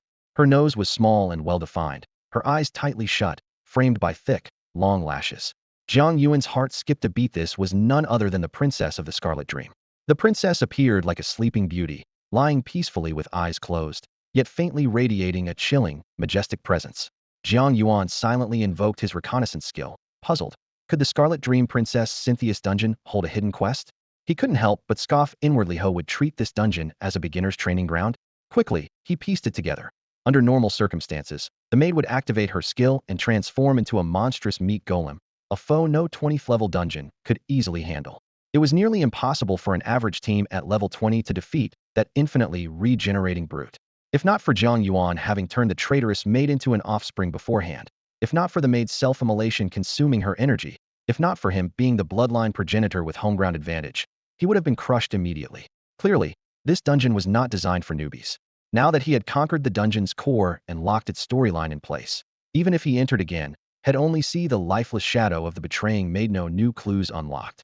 Perhaps only at higher levels could hidden plots be triggered. Missing that chance, Jiang Yuan sighed deeply. 30 seconds remained on the dungeon exit countdown. Suddenly, a daring idea flashed in his mind. Since he missed the hidden quest but was already here, why not take the risk? Blood Embrace Level 1 activated. The skill description said the optimal way to use Blood Embrace was through physical contact for blood exchange. But Jiang Yuan dared not push open the crystal coffin or engage closely with what looked like a corpse. He decided to gamble, and losing wouldn't cost him much. The screen prompted, Blood Embrace initiated. Target, Princess Cynthia of the Scarlet Dream. Then, everything fell silent. The cave's depths stretched empty and still, pierced only by Jiang Yuan's breathing echoing around. Seconds ticked by with nothing happening. Jiang Yuan furrowed his brows, unsure whether he had failed or succeeded. The exit countdown continued. 10, 9, 8. Suddenly, a long, drawn-out sigh broke the cave's silence, sounding distinctly sharp and unsettling. Jiang Yuan's face drained of color. Inside the crystal coffin, the sleeping beauty dressed in regal clothes trembled violently, then abruptly opened her eyes. Her deep crimson pupils were bottomless, locking with Jiang Yuan's gaze. His scalp tingled, and he froze on the spot. At the same time, a flood of information surged into his skill panel, overwhelming him like a tidal wave. Blood surge, failed, succeeded, failed, succeeded. The system prompt echoed intermittently through the air, then announced, extracting ability. Congratulations. You have obtained Crimson Dream Authority, sharing the power of Princess Cynthia over the Crimson Dreamscape. Sensing something, the beauty still slumbering stirred slightly, a faint smile slowly curling at the corner of her lips as she fixed a meaningful look at Jiang Yuan. She gently sat up, extending her slender, elegant fingers to push open the dust-covered crystal coffin lid. Suddenly, the cavern trembled violently. Rocks cracked and crumbled, and the entrance tunnel collapsed, instantly sealing off the path Jiang Yuan had come from. The surroundings began to blur and warp. The world seemed to spin, and the fabric of space appeared crumpled. As the countdown ended, the system forcibly ejected everyone from the dungeon. Outside the novice dungeon, crowds of students gathered noisily in fits and starts. Ever since the core had been triggered, all participating students were forcibly teleported out. Several principals furrowed their brows with anxiety, whispering urgently, "Who triggered the dungeon core? Any progress in the investigation?" At that moment, Wang Shenglin rushed into the crowd, out of breath, and asked sharply, "Which students haven't come out yet?" Others replied, "There are still 2 on my side, but judging by their classes, I'm afraid there are already." Another said, "I have 3, and it's probably the same." Someone else added, "I only have 1 left, but he couldn't have triggered the core." Wang Shenglin's brows tightened, his voice hoarse. "Old Wang, the most likely person is from your side. Jiang Yuan." Those words struck him like a thunderclap. Wang Shenglin wanted to delude himself, hoping Jiang Yuan remained in the dungeon for some special reason, but reality was harsh. Only Jiang Yuan had a hidden profession, and the mechanism was unclear. His presence nearly guaranteed the core was triggered. Someone patted Wang Shenglin's shoulder and sighed, "Old Wang, accept it. This is what they call the abyssal disaster. Anything can happen." His lips trembled, filled with unspeakable pain and reluctance. Maybe there's still a chance. Another principal shook his head with a bitter smile. Chance? The energy fluctuations inside the dungeon reached level 30, not just Jiang Yuan. Even if the teachers went in together, not all would make it out alive. When Su Lan didn't trigger the core, he was the first one. In the size there was comfort, but also regret. At least he mapped the interior for us, helping minimize the damage to come. For a novice dungeon to unleash a level 30 monster's energy, it can no longer be considered a novice dungeon. We won't forget Jiang Yuan's sacrifice. The principals nodded solemnly, the atmosphere heavy. Wang Shenglin's eyes grew dark as he sighed deeply and said gravely, "The teachers in Jingbei just called again asking about Jiang Yuan's situation." Lin Yutong approached, frowning sharply, her eyes gloomy. No news yet. When things turned abnormal, the principal immediately told her to contact Jingbei since Jiang Yuan was their prospective student. There's only one specially recruited teacher nearby in Jingbei, preparing to come. Wang Shenglin shook his head. Lin Yutong's voice dropped, pausing before she looked up. "Principal, are we sure Jiang Yuan triggered the core? This is the abyssal disaster." The principal sighed, steady and calm. "It's the mission of the practitioners to find the source of this disaster and put an end to it, so the same tragedy never happens again." Lin Yutong pursed her lips softly. "I should have been tougher, teamed up with him." At that moment, the dungeon entrance suddenly erupted with a blinding flash of light, spreading rapidly like an explosion before instantly collapsing back inward. Immediately after, the ground shook violently, as if the earth itself trembled in panic. The nearby principals' faces changed abruptly, and they whispered anxiously, "The dungeon is collapsing? Are the monsters inside breaking out?" A dungeon collapse is an extremely rare and dangerous event, usually linked to a core anomaly, and it often results in monsters being released. That kid Jiang Yuan must have failed. Everyone, attention. There's a boss inside with energy levels reaching 30. All students must evacuate immediately. Teachers above level 20, form standard combat squads without delay and finish this quickly. The principals shouted orders, while non-combat staff efficiently led students to withdraw in an orderly fashion. Time was critical, they had only 60 seconds to handle the sudden crisis. Despite the urgency, the students had been rigorously trained for combat situations, which kept chaos under control. A few students cried out in distress, but their peers quickly pulled them away, preventing further disorder. At the front lines, teachers and principals formed tight defensive ranks, gripping their weapons tightly, faces grim with determination. As the light faded, a blood-red aura began to seep from the edge of the dungeon entrance, gradually taking shape into a vague humanoid silhouette. The atmosphere instantly thickened with tension as everyone held their breath, staring intently at the looming threat. "Don't panic. Support from Jingbei is on the way. We just need to hold the line and protect the students' escape," Wang Shenglin said firmly, clenching his teeth to boost morale with a calm but resolute tone. Then, within the crimson outline, a familiar figure slowly emerged. It was Jiang Yuan. Whispers spread among the onlookers. Some muttered under their breath, "Is that the monster?" "No, that's our Jiang Yuan. Has the dungeon boss possessed his body?" Detection magic flickered, and the truth gradually became clear. "It's Jiang Yuan. It really is him." "Jiang Yuan?" Wang Shenglin was stunned, unable to hide his excitement. He broke through the defensive line and shouted, "How did you get out?" Jiang Yuan looked confused, blinking as if caught off guard by the question. "Why ask? I defeated the dungeon boss. Isn't that supposed to mean I come out? Is there some other rule I don't know about?" He replied, his voice tinged with unresolved puzzlement. "Defeating the boss means it's time to come out." The words sounded obvious, yet Wang Shinglin's expression froze instantly, his voice caught in his throat. The other principals nearby and the tense teachers wore looks of disbelief as well. For a moment, no one could argue with that statement, but that was a boss near level 30. Not a monster you'd expect in a novice dungeon. A student just inducted had actually cleared the boss? The news was unprecedented, utterly baffling. Suddenly, a shout broke the silence. "My God, how is he already level 10? The words hit the calm water like a bomb, stirring up waves instantly. Detect magic. It was real. Those with the skill immediately began scanning, confirming the truth. Their astonishment gave way to expletives as overwhelming emotions spilled out uncontrollably. "You level 10 already?" Wang Shenglin took a deep breath, almost stammering the question. "Yeah," Jiang Yuan nodded, fearless. "I even killed the dungeon boss."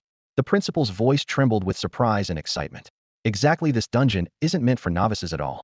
If it is, ID suggests new players should only reach the first 3,000 meters of the cave. Everyone's shock turned to mixed horror. The corners of their mouths twitched involuntarily. Only the first 3,000 meters? Did someone really think that those 3,000 meters were easy? Most students can barely even make it 1,000 meters inside. Wang Shenglin shook his head, a bitter smile on his lips, pointing behind Jiang Yuan. "No need to report anymore. Jiang Yuan, this place can no longer be considered a novice dungeon." Jiang Yuan turned and saw the dungeon entrance had vanished. The principal continued, the dungeon collapsed. It won't open again. At that moment, a flicker of doubt stirred in Jiang Yuan's mind. He recalled the cave that collapsed just before he left the dungeon, and the Crimson Dream Princess Xinxia, who had pushed aside the crystal coffin. Could the dungeon's closure be related to her? Wang Xinglin added. Also, the boss you faced wasn't a simple level 20 boss, its energy signature was close to level 30. By this point, the onlookers' gazes toward Jiang Yuan grew even more complicated. In less than 10 hours, he had surged from level 1 to level 10, cleared the dungeon, and slain a near level 30 wild boss. Any one of these feats alone would be record-breaking. By conventional standards, even students who reach level 10 in a week are considered elite, found only in 2 top schools. Yet Jiang Yuan achieved it in just 10 hours and took down an elite boss above level 20. Not even the level 30 teaching staff could guarantee such a feat. This kind of achievement was so extraordinary that even morale-boosting promos wouldn't dare fabricate it. Yet here it was in reality. The principals and teachers were speechless, their expressions complex and unnamable. This accomplishment inspired awe and left them caught off guard all at once. One principal remarked emotionally, not only unprecedented, but likely unparalleled ever again. Another added, the dungeon's collapse means no one will enter it again. It truly is the end of the line. Unless a novice dungeon with level 30 monsters appears. A third principal smiled wryly, half joking, such a promising talent, and he was snatched up by old Wang. The atmosphere was a mix of astonishment, reflection, and an indelible sense of shock. This scene was truly unlike anything anyone had ever witnessed. After confirming Jiang Yuan's situation multiple times, Wang Xinglin's lips curved into a smile, his face flushed with excitement and pride. Top 100 high school. Child's play. If they want to prove their quality, it's all on Jiang Yuan now. As a teacher at Jingbei University, Wang Xinglin's smile grew even brighter. He took 2 steps forward and casually put his hand on Jiang Yuan's shoulder. Come on, let's go thank them in person. They made the special trip just for us. The other principals curled their lips slightly, muttering in their minds. Thank what? It's just showing off. Once Wang Xinglin and Jiang Yuan left, the remaining principals huddled together, whispering. Jiang Yuan's hidden profession allowed him to solo a level 30 boss. At the early stages, future potential was limitless. But would he suddenly falter later on? Uncertain. Early accumulation was crucial. Quantity leads to quality. Did you notice that shadow behind him? Yeah, a cloak, intangible, at least blue grade, more likely purple. Definitely purple. Despite weathering countless storms, these principals couldn't help but be amazed that a student just out of the newbie dungeon had already acquired a rare purple cloak. Many advanced players had never obtained such high-quality gear. By the way, Jiang Yuan's joining Jingbei's competition team, right? Yes. Old Wang also mentioned that the terms given by Jinghua were insulting, which is why Jiang Yuan chose Jingbei. Speaking of which, the principals exchanged knowing smiles with subtle expressions. I really want to see how Jiang Yuan handles Jinghua's team at the national competition. Haha, just waiting for the show to begin. Despite the criticism, there was a hint of anticipation. Why isn't September here yet? Suddenly, one principal clapped their hands and smiled mysteriously. No need to wait that long. Jinghua's special recruitment lead is by the Huahai Riverbank. Seems Jiang Yuan got qualified too. Huahai Riverbank. After a rare dungeon appeared there, a temporary camp was quickly set up to gather experts for research. Besides the alchemist who helped Jiang Yuan transfer professions, Huaiqing from Jingbei University was also part of the expert team. At this moment, she sat alone in a makeshift cabin, typing furiously on her computer with a frown, drafting an apology letter to her direct supervisor. After securing a special recruitment slot and praising Jiang Yuan's potential and talent, he nearly slipped up. The newbie dungeon situation was even more troublesome. The worst part? Jinghua looked down on Jiang Yuan, and this failure could cost her half a year's salary. Huaiqing had no choice but to console herself that Jiang Yuan had just been unlucky to face such a tough boss. Nearly level 30 was impossible for a level 1 to tackle. Maybe it was her own bad luck too. At that moment, the light by her computer suddenly dimmed. Huaiqing looked up to see a shifty face reflected in the window. She frowned. Teacher Song, what do you want? Song Ming was Jinghua's special recruitment lead for the northern province. He smiled meaningfully. Nothing much, just came to comfort you. Teacher Huai. Heard Jiang Yuan's pretty troublesome. Dead yet? Huaiqing replied coldly. You can't jump to conclusions before results are in. Song Ming sounded indifferent. It's almost the same thing. Lucky I saw early on Jiang Yuan wasn't the right material. You mean because you redirected the third-place scholarship Jiang Yuan deserved to someone else? Huaiqing bluntly exposed him, her gaze growing increasingly disdainful. Song Ming showed no shame, only pride. James Lee has amazing talent and is a Dongguan native from America. Of course, he deserves preferential treatment. If he wins the competition, you'll understand my foresight. Teacher Huai, you're still too young. Huaiqing had nothing to say, turning back to her screen with no interest in responding. Oh right, Teacher Huai, free tonight? Song Ming continued. There are a few other promising candidates for special recruitment. am still undecided. How about dinner together? We can talk details, and maybe you can recruit them for Jingda as some compensation. Any other business, Song Ming? Huai Qing's eyes glinted sharply, her tone cutting. Song Ming smiled again. Don't rush, you can reply later. He turned to leave. At that moment, Huai Qing's phone rang, the caller ID showing the teacher sent to the newbie dungeon. Song Ming's smile faded as he slowed his steps, watching her with a knowing grin. Go ahead and answer, Teacher Huai. Don't mind me. Huai Qing's face darkened to an ashen shade as she pressed the speakerphone button with such force that her knuckles turned white. Song Ming, a scout known for his keen hearing, could pick up even the faintest sounds at this distance. Huai Qing knew this well. Rather than let him eavesdrop awkwardly, she deliberately switched on the loudspeaker to assert dominance in the moment. The moment the call connected, an ecstatic voice exploded through the office. Captain Huai, it's out. The man's voice cracked with excitement. Jiang Yuan just cleared the dungeon. Both Huai Qing and Song Ming froze instantly. Time seemed to stand still for a few seconds before Huai Qing's stiff expression gradually loosened. A faint smile tugged at the corners of her mouth as an unmistakable gleam sparked in her eyes. She sharply raised the volume. It's out? You mean he actually finished the dungeon? Song Ming's face flushed from pale to crimson. His fists clenched tightly, nails digging deep into his palms. He locked eyes on the phone resting on the desk, veins throbbing wildly on his forehead. No, no, no, that can't be. The voice on the line grew frantic. Not just escaped, but cleared it. Jiang Yuan cleared the dungeon. Impossible. Song Ming's roar shook the desktop, his face red and veins bulging. Before Huai Qing could respond, he shouted wildly. That dungeon's difficulty is level 30. The person on the other end, apparently unaware of Song's identity, continued excitedly. Yes, the level 30 boss, Jiang Yuan, really defeated it. He's already level 10 now. What? Huai Qing instinctively touched her ear, doubting she'd heard correctly. Bloodshot eyes and a pounding temple revealed Song Ming's mounting anxiety. Suddenly, he leaned forward and snatched the phone away, his hand trembling with veins standing out. What did you say? What level is he? Level 10. And he got new gear too. The caller paused abruptly. Who is this? Level and equipment were non-negotiable, official proof the system didn't lie. If Jiang Yuan had hit level 10, clearing the dungeon was an undeniable fact. Song Ming's color drained from red to ashen to lifeless gray. He slammed the phone down onto the table with a muffled thud. Oh, Teacher Song, no need to get so worked up. Huai Qing's smile blossomed like spring flowers, brighter with each word, her tone dripping with mockery. If you have more questions, feel free to ask. She deliberately paused, then turned back to the call. By the way, Lao Wu, did you say Jiang Yuan's level 10 now? Yes, level 10. Lao Wu, still oblivious to the tension, couldn't hide his excitement. Unprecedented level. Never before seen. Captain Huai, we've hit the jackpot. And a big thanks to Teacher Song for his dedication. He's gifted us this amazing surprise. Huai Qing's smile grew sharper, each word like a knife coated in honey. Thank you very much, Teacher Song. Song Ming's jaw tightened, teeth grinding audibly. Without a word, he spun on his heel and strode out of the office, his footsteps echoing down the corridor. Watching the infuriating figure disappear, Huai Qing's joy burst free. She slammed her hand down on the desk. Quick, Lao Wu, put Jiang Yuan on the phone. He's there with you, right? He's here. Just a moment. After a brief pause, a calm, youthful voice came through. This is Jiang Yuan. All right. Well done. You did great, Jiang Yuan. Huai Qing clapped her hands, palms reddening. How did you manage it? That boss is equivalent to a level 30 dungeon challenge. Just normal fighting and skill use, Jiang Yuan replied plainly, as if talking about breakfast rather than an epic feat. Huai Qing opened her mouth, but found no fitting response.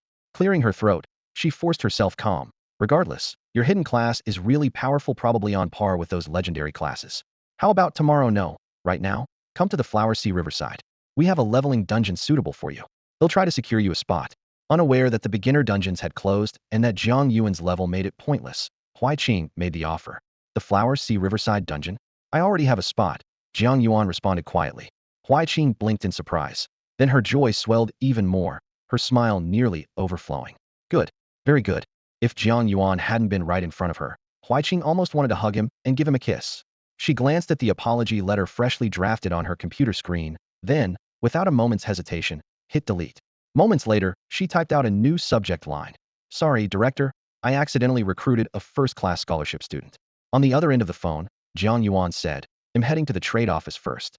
The principal said the subsidy has already been issued, so we'll go collect it. Huai Qing replied a bit flusteredly. All right, you handle that first. Afterward, come to the Flower Sea Riverside. The situation in the dungeon here is quite complicated. It'll probably take some time.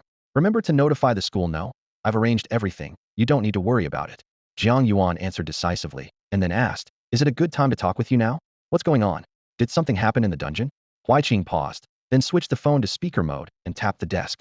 Instantly, a barrier sealed off the office, soundproofing it completely. Old Wu, keep watch for Jiang Yuan, she instructed. After receiving confirmation on the other end, she finally spoke. Go ahead. Nobody else can hear. Jiang Yuan's voice turned low. Do you know what the Crimson Dream is? Crimson Dream? Huaiqing furrowed her brows, her gaze sharp as a blade. You heard that term inside the dungeon?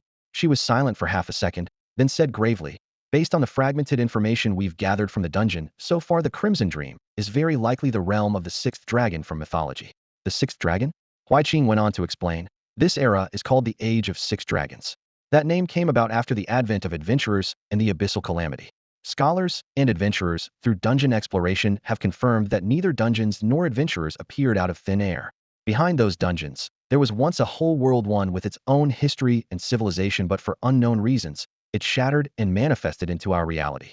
She paused, her tone serious. The Age of Six Dragons is the calendar of the old world. With only scattered clues, we've barely managed to piece together a creation myth.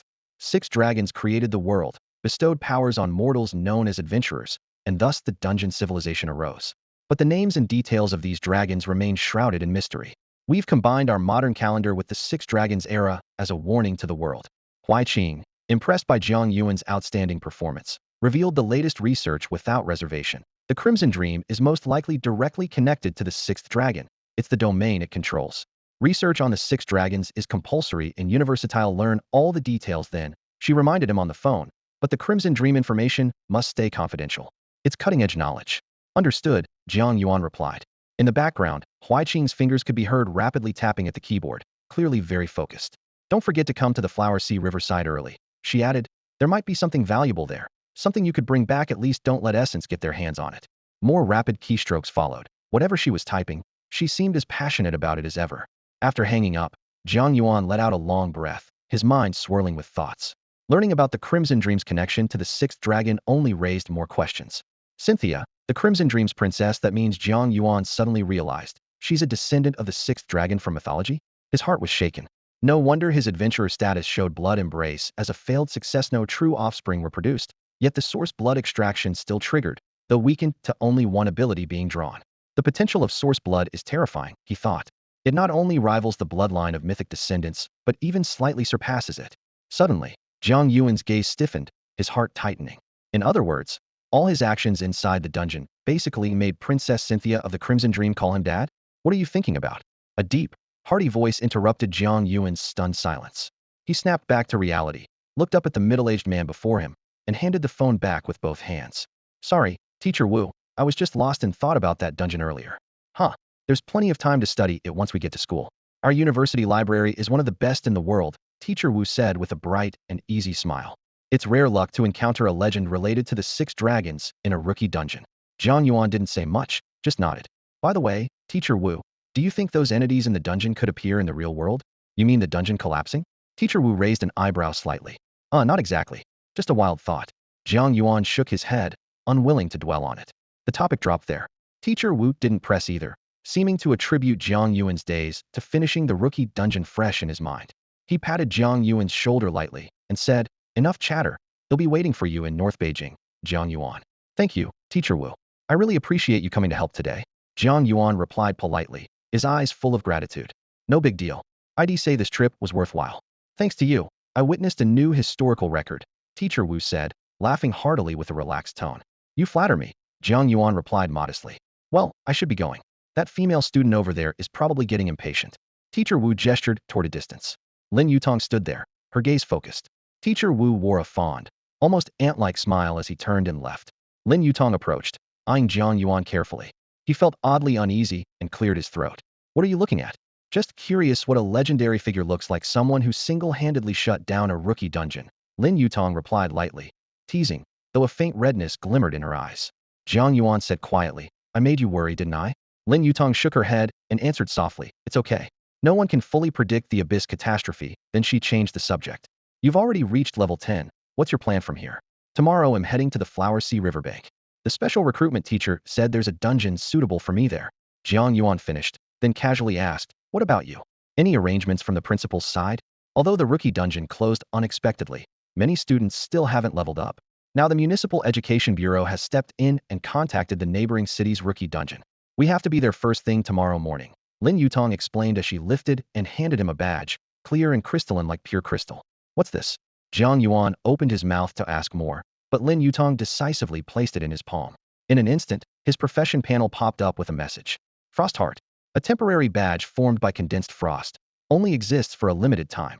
Activate it to create an ice ring around yourself, reducing agility by 15 points for all creatures within 10 meters. It also slows arrows and thrown objects. The ice ring lasts for 1 hour. Temporary magical artifact, countdown remaining. 2 days, 17 hours, 23 minutes, 15 seconds. Temporary magical artifact? Is this a skill? Jiang Yuan was stunned, fingers gently stroking the badge. How high is your level now? Let me scout you with reconnaissance, Lin Yutong suggested. After activating reconnaissance, only a simple line of info appeared. Moments later, the panel refreshed to show. Lin Yutong. Class, Frost Celestial. Level, 433.57. Bloodline, Ordinary Human. Skills, Frost Heart Manifestation, Ice Sword Chi, Ice Coffin, Blizzard, Cold Veil. Frost Heart Manifestation was exactly the temporary magical artifact Lin Yutong had gifted him. The Chill Shield effect was strong enough to block any reconnaissance spells up to 20 levels higher than his own. No wonder the reconnaissance had revealed so little information at first. Jiang Yuan suddenly realized that the attribute data displayed before him was actually voluntarily shared by Lin Yutong. Complete trust could reveal someone's attribute panel so openly. Lin Yutong casually lifted a strand of hair slipping down her face and tucked it behind her ear, flashing a casual smile. Did I scare you? If you hadn't stolen the spotlight, I might have actually had a chance to tie the historical record. That was definitely possible. But the dungeon closed early. Jiang Yuan coughed dryly, a hint of helplessness in his tone. All right, let's save this for now. You should have enough time left to enter the dungeon. Lin Yutong winked slyly. Consider it compensation for me missing the record, so in the future, I can honestly say you had a part in my legendary journey. Jiang Yuan chuckled and shook his head, taking the item she handed over. The two of them boarded the school bus to head back. Inside, all the classmates stared at him with awe. Word of his level 10 status had spread throughout the campus, and the event that caused the dungeon collapse became the favorite story among classmates, sure to be bragged about all the way through college. When the bus passed through West District, Jiang Yuan got off early and didn't return to the school base. That was an exception granted by the principal. West District bordered the Zhanghuang mountain range, where wild monsters roamed fiercely and professional facilities were densely established. Jiang Yuan's destination was the trading post there. As he stepped out, the towering city walls came into view. Built by a level 50 grand alchemist, the walls were infused with various mystical energies, steadfastly holding back monster assaults from the Zhanghuang mountains. The trading post was adjacent to the Public Security Bureau, maximizing transaction security. The trading post was jointly guaranteed by the Donghua government and 8 major neutral international guilds, including the Alchemists Society, the Craftsmen's Union, and Tomorrow Logistics, ensuring credibility. Shimmering golden rare items and high-level professional skill scrolls were often seen here, but they usually sold instantly at fixed prices. High-level skill scrolls allowed users to learn professional skills above level 50. They were advanced versions of the random skill scrolls Jiang Yuan had. Even ordinary random scrolls could sell for over 100,000 in currency, but due to limited supply, they were usually only used internally or traded among acquaintances. Without the Crimson Princess interference, Jiang Yuan had intended to use one right away. The main doors of the trading post were crafted from heavy bronze. Inside, the spacious hall featured ancient carved stone pillars, while modern, everlasting electric lamps hung from the ceiling, a perfect fusion of magic and technology. Wide electronic screens next to crystal balls continuously displayed buy and sell information, while the crystal balls served as personal terminals for verification and operation. Jiang Yuan found an available crystal ball and initiated identity verification. Identity verification in progress. Verification complete. Welcome, Citizen Jiang Yuan. Please set your trading nickname on first login.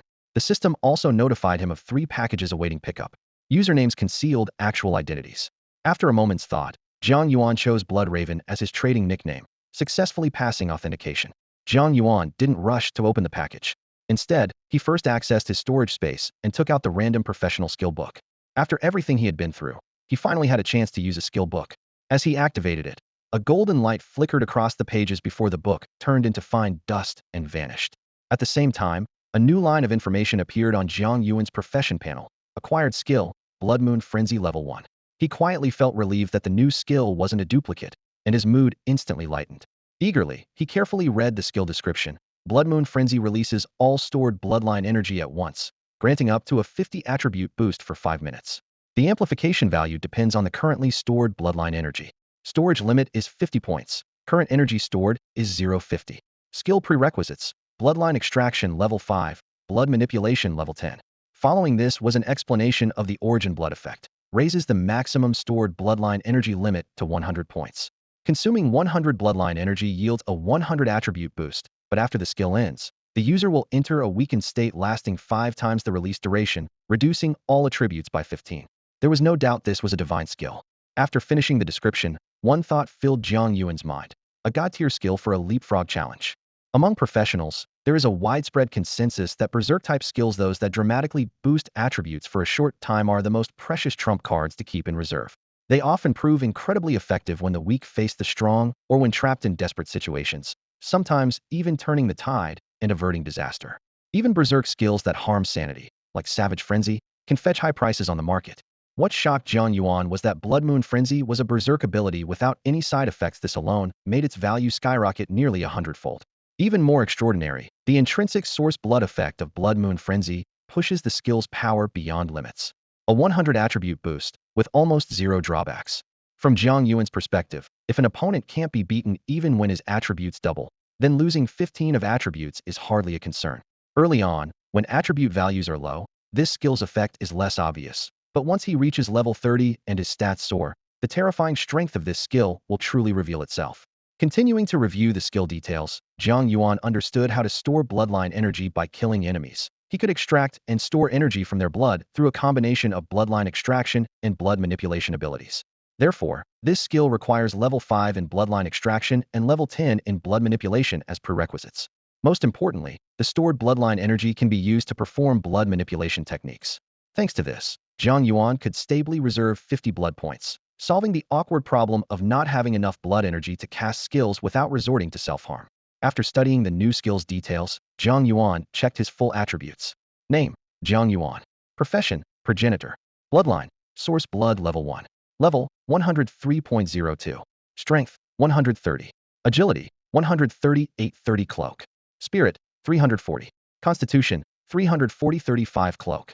Skills: Blood Embrace level 2, Source Blood Corrosion level 2, Bloodline Extraction level 10, Blood Manipulation level 10, Mind Seduction level 10, Mist Incarnation level 10, Blood Moon Frenzy level 1, Scarlet Dream Authority. Excluding Scarlet Dream Authority, which cannot be actively used and was temporarily set aside, Jiang Yuan's only evaluation of his stats was pleasing to the eye. Whether it was strength, agility, spirit, or constitution, each was something that delighted him.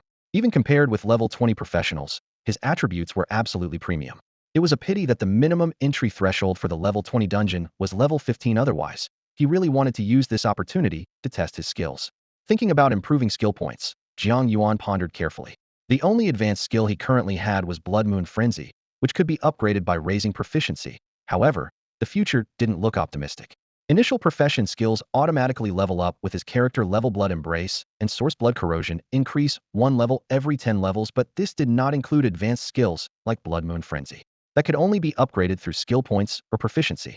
Unfortunately, items that provide skill points were very rare. Buying them required not only ample funds, but also a certain contribution rating. Jiang Yuan opened the trading room terminal. The interface displayed. Name: Jiang Yuan. Nickname: Blood Raven. Contribution rating: level 1. Contribution rating was the key to trade permissions in the exchange. The initial level 1 rating was the lowest, granted upon successful employment. To buy rarer items and valuable information, he had to raise his rating. But this was extremely difficult. Many people only managed to reach level 2 after years of hard work. Having clarified the situation regarding skills and attributes, Jiang Yuan finally turned his gaze to the 3 bundles piled beside him. The first government subsidy for his hidden profession included 100,000 yuan in cash, 3 bottles of basic healing potions, and a white quality glove. Finally, there was an official outstanding youth ID card, commonly called a talent card, which proved very useful for accessing certain places. Jiang Yuan carefully stowed away the cash and talent card, while he immediately put the healing potions and glove up for sale at the trading post. The healing potions were far less effective than bloodline extracts, and the glove's additional attributes were insignificant. It made more sense to convert them into cash for other expenses. Next came the school's subsidy, also 100,000 yuan, plus a pair of green quality boots. Joggers boots, green quality. The boots were level 3, granting 10 agility and 5 spirit, with a special effect reducing slow effects by 20. They also slightly increased movement speed over difficult terrain. Together, these boots added 15 points of attributes, enough to compensate for nearly half a level for a typical profession. Their market value would start at well over 100,000 yuan. Besides, the boots design perfectly matched Jiang Yuan's taste, so he didn't hesitate to put them on. The third subsidy was from the Alchemy Association, based on the detailed description he submitted about his hidden profession during his induction. Inside the package were 5 alchemical bombs and 2 bottles of antidote. These items held only moderate value inside the association, but on the open market, each could fetch between 30,000 to 50,000 yuan. Jiang Yuan decided to keep the bombs for emergency use and consigned all the antidotes for sale. Once listed, the healing potions and antidotes sold out immediately at a total price of 260,000 to 40,000 yuan. After the trading post took a 0.3 fee, more than 250,000 yuan was quickly credited to his account. The white gloves were still up for sale, so Jiang Yuan opened the task board. He picked out several missions near the Huahai riverside. One was an open-ended collection of Hixing grass, paying 100 yuan per batch, while the Tidal Merman Teeth quest offered 150 to 300 yuan, depending on quality clearly acceptable rewards. Huahai Riverside was not far from the city outskirts, so Jiang Yuan planned to complete a few tasks on his way, earning money and honing his skills at the same time. After confirming the suitable quests, he did not return home. His aunt was away on a business trip and hadn't called for a week, which had become normal. He used to worry, but was now used to it. With no one at home, he decided to leave the city and head to Huahai Riverside. Huahai River was just outside the North City Gate. When Jiang Yuan arrived, it was time for the guard shift change.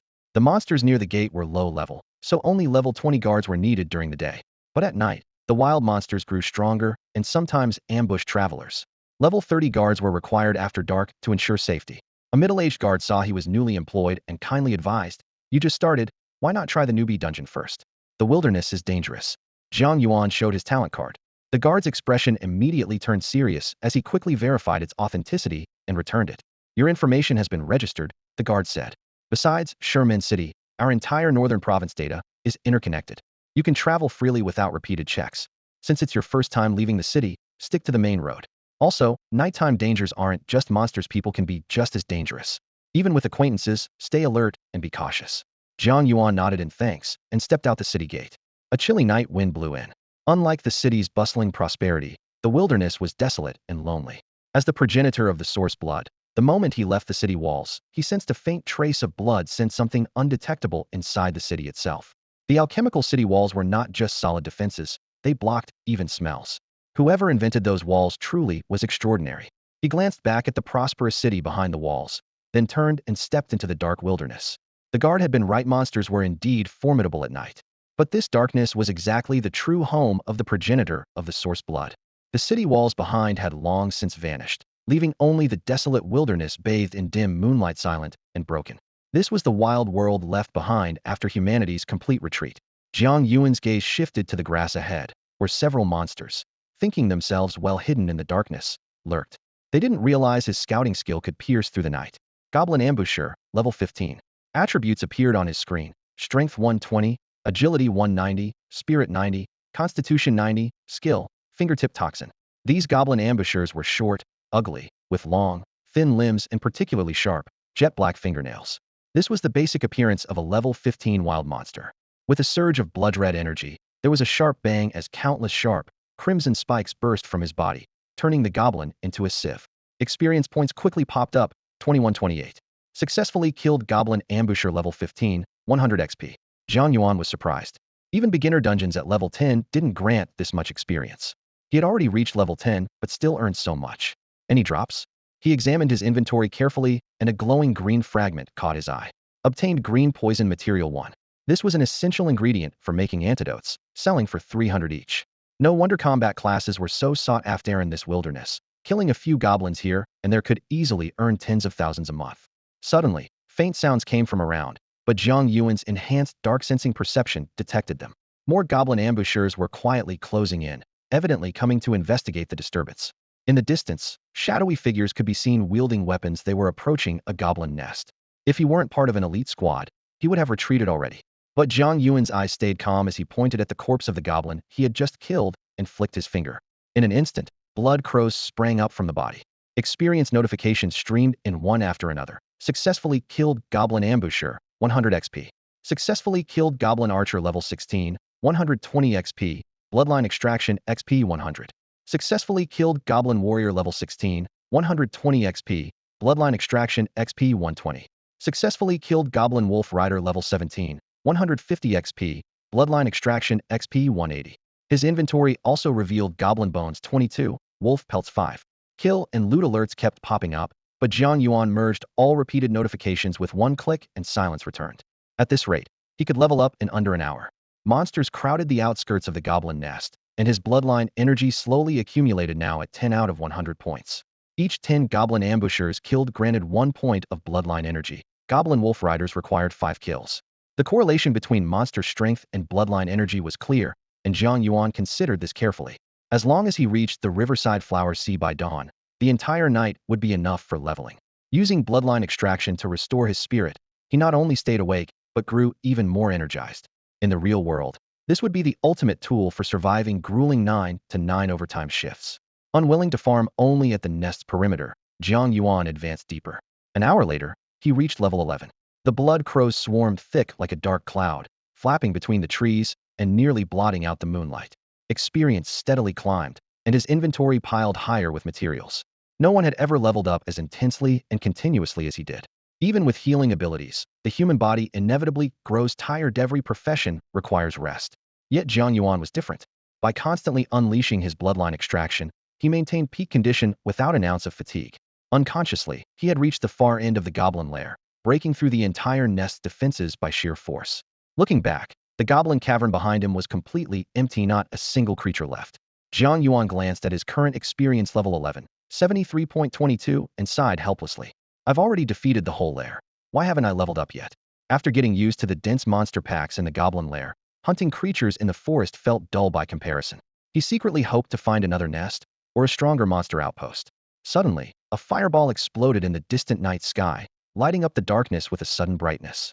In Jiang Yuan's dark vision, the fire glowed without casting shadows, as clear as daylight. The blood crows are under attack. The voice was urgent. Could it be a high-level wild monster with skills? Rather than fearing it, Jiang Yuan grew excited. He called the wandering blood crows back to his side and hurried toward the exploding fireball. In the distance came the faint clashing of weapons and monstrous roars. As he entered the clearing, he saw a robed man leaning against a sturdy old tree, wielding a heavy flail and desperately fighting off dozens of monsters. The robed man was in terrible shape, one leg clearly broken, barely supporting his weight. His robe was torn, revealing deep wounds dripping with blood. Jiang Yuan quickly cast a scouting spell, focusing on the monsters. Cold-blooded Murloc Hunter level 20 elite. Tide Charger level 22 elite. Tide Shaman level 25 elite. These vicious, low-intelligence fish-like creatures were arranged in a chaotic, twisted formation, relentlessly assaulting the robed man. It was clear the robed man's earlier fireball accidentally hit the blood crows, triggering this mess. Jiang Yuan had no intention of standing by. There was not only abundant experience, but also a chance to complete a quest. Don't harm them, he warned. The robed man blinked in surprise, looking toward Jiang Yuan's direction urgently. Don't come any closer. There's a trap here. Go back to town at once and call the guards for backup. I'm an investigator. This artifact I'm carrying must not be lost. Before he finished speaking, a sharp dart shot from the shadows toward his chest. With a mighty swing, the flail deflected the dart aside, which then exploded midair like fireworks, lighting up the surroundings. A flare, the robed man said anxiously. They're here. This is bad. I originally planned to have the monster kill you, so there'd be no trace left behind. The blonde warrior stepped out from the shadows of the trees, his armor gleaming coldly under the moonlight. He stood tall and imposing, every step radiating pressure. Since some unlucky fools wandered in, I guess we'll have to keep you all here. A branch trembled as an archer knelt on it, drawing her bowstring taut like a full moon, arrow aimed straight down. Smoke billowed, and a small figure flickered into view dressed head to toe in tight night gear, fingers clutching several darts that shimmered coldly. Attack! Don't let a single one escape. Quick and decisive. The mage took the final step forward, and the four of them instantly closed ranks, hemming in Jiang Yuan and the robed man in the center. They'll try to hold them off. You run. The robed man urged anxiously. Even if you only manage to send word back, that's enough. Between them swarmed the tidal fishmen, wild beasts on the inside, deadly enemies outside. It was a death trap. Detective magic activated. Richard Hart, warrior, level 27. Zhao Sheng, archer, level 23. Yamagawa Sakura, ninja, level 21. Wang Yin, earth mage, level 21. You think you can run now? Too late. Richard's lips curled into a cruel smirk. It's your stubborn resistance that doomed this unlucky bastard. Gale roar. Zhao Sheng's fingers released. The sharp arrow tore through the air, spinning crazily with wind blades, a level 20 archer's lethal technique combining physical and elemental damage. Quagmire. Wang Yin struck his staff to the ground. The earth beneath Jiang Yuan instantly softened, swallowing his legs into a mire. Their goal was clear: shut down any chance of escape by Jiang Yuan. Watch out. The robed man swung a chain hammer. Blessing. Midair, the chain morphed and twisted into a radiant shield, blocking the path of Gale Roar. A divine skill. He was a cleric. This was exactly what Richard and the others were waiting for. The moment the light shield formed, Richard charged forward, aiming straight for Jiang Yuan. It's over. The robed man screamed in desperation. The sword already pierced Jiang Yuan's clothes. But swish. The blade found only empty air. Jiang Yuan vanished, leaving behind only a swirling cloud of blood mist. Richard didn't stop his charge, crashing headlong into the crimson fog. Ah! A scream echoed from within the mist as it began to corrode his body. Blood mist forms source blood. Continuous damage to targets inside the blood mist. Wooden clone technique. Yamagawa Sakura formed hand seals. A wooden stake appeared inside the blood mist, and Richard was instantly teleported beside the ninja. Hurry, run. The robed man finally spotted hope. They'll keep them busy. But instead of retreating, the blood mist sped toward the monsters, reappearing by the robed man's side. Haha, panicking now? Zhao Sheng called out from his perch in the tree. His skills wearing off soon kill him. He drew back his bowstring again. Jiang Yuan turned to face him, lightly touching a finger forward. Blood control level 11. Within Zhao Sheng, blood suddenly surged wildly. Countless blood spikes burst from beneath his skin, turning him into a crimson porcupine. Terror filled his eyes as his throat emitted a wheezing gasp. How could? The last syllable died on his lips, replaced only by the gushing sound of blood pouring out. A blood crow dove down. 1770. 1890. Zhao Sheng has been killed. What? The mage was horrified to find Jiang Yuan staring intently at him. Instantly, he summoned his spiritual power and covertly cast Stone Skin. Stone Skin was a defensive earth magic skill favored by Mage Legend. Said it remained effective from level 1 all the way to level 60, even making it difficult for level 60 bosses of the same rank to break through. Just then, a blood crow suddenly shot out of nowhere, crashing fiercely into the mage's body. He staggered, his face paling. Even with Stone Skin cushioning the blow, the damage from the blood crow was immense. The mage's already fragile health dropped by a full third. What the hell is that thing? Richard's face darkened as he gripped his greatsword. Let's go, all of us. He calmly shifted his stance, eyes fierce. He would never back down easily, even against a single foe. Suddenly, the sky darkened abruptly, and their vision grew dim and narrow.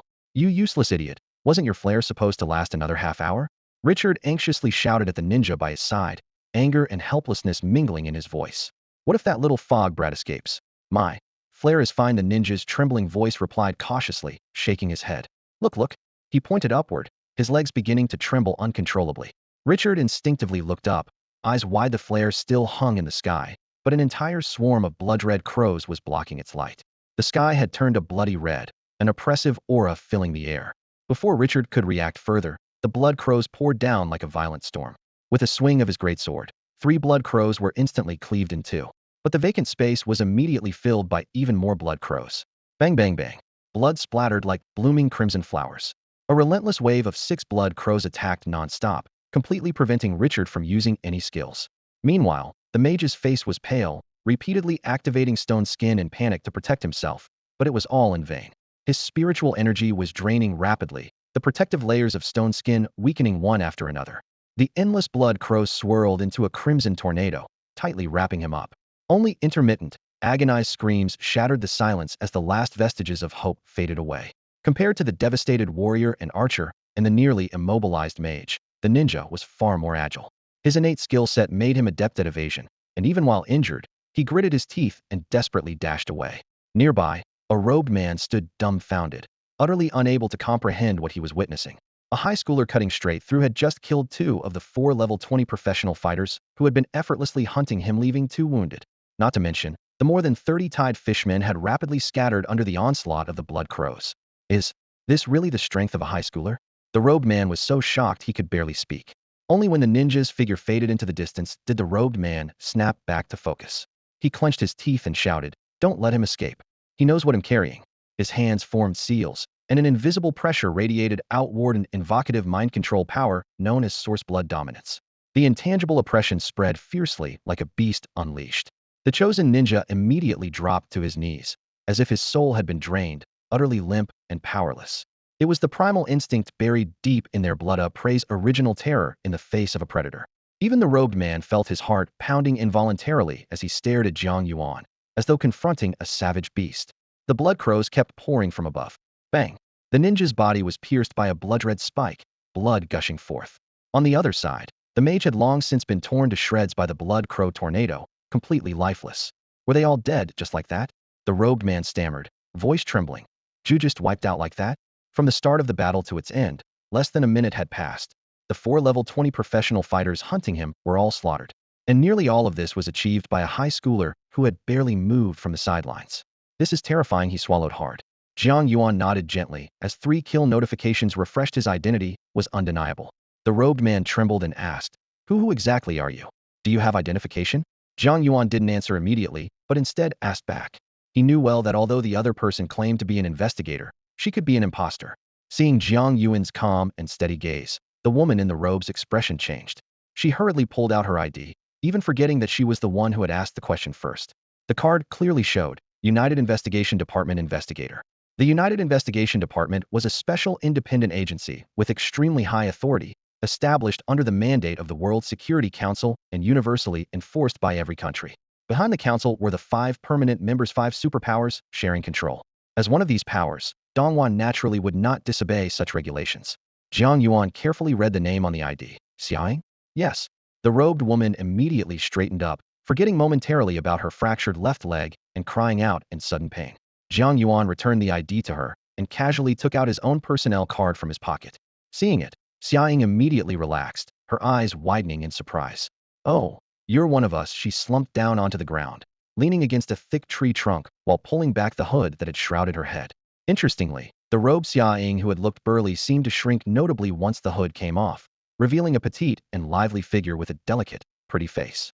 Though pain reddened her eyes and several scratches marred her skin, the clarity of her features couldn't be hidden. Her long black hair was tied neatly at the back in a simple ponytail. Do I look smaller?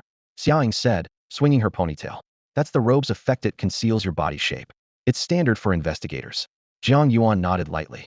Investigators have many complex missions. Hiding their identity is a must.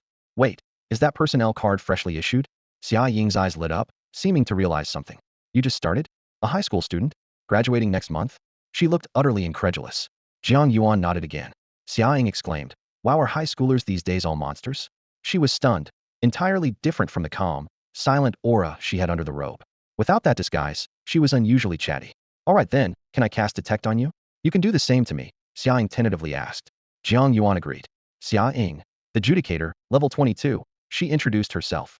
The Judicator was a rare advanced paladin class, both offensive and healing capabilities, and more powerful spells than a normal paladin.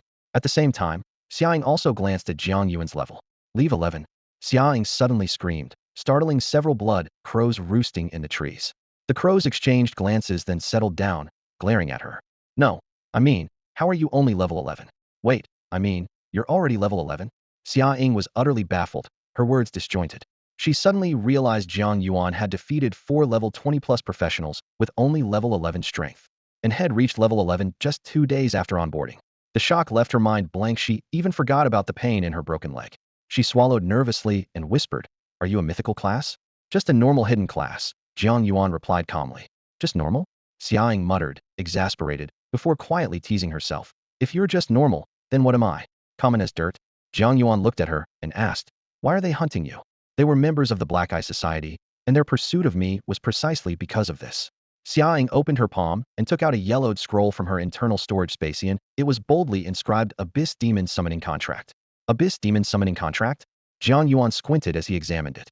The Abyss Demons are an intelligent species within the Abyssal Plague, Xiaoying briefly explained. This scroll can summon an Abyss Demon inside a dungeon, directly becoming the dungeon's boss. What's the point of that? Jiang Yuan asked, puzzled. Is it really worth all this trouble just to create a boss? Xiaoying said nothing further and simply handed him the scroll. Written on the scroll in blood-red ink were the words, Abyss Demon Summoning Contract signed, indestructible, and usable once inside a dungeon to summon the thought form of Demon General Lilith. At the bottom of the scroll was a blood-red seal, faintly showing Lilith's signature.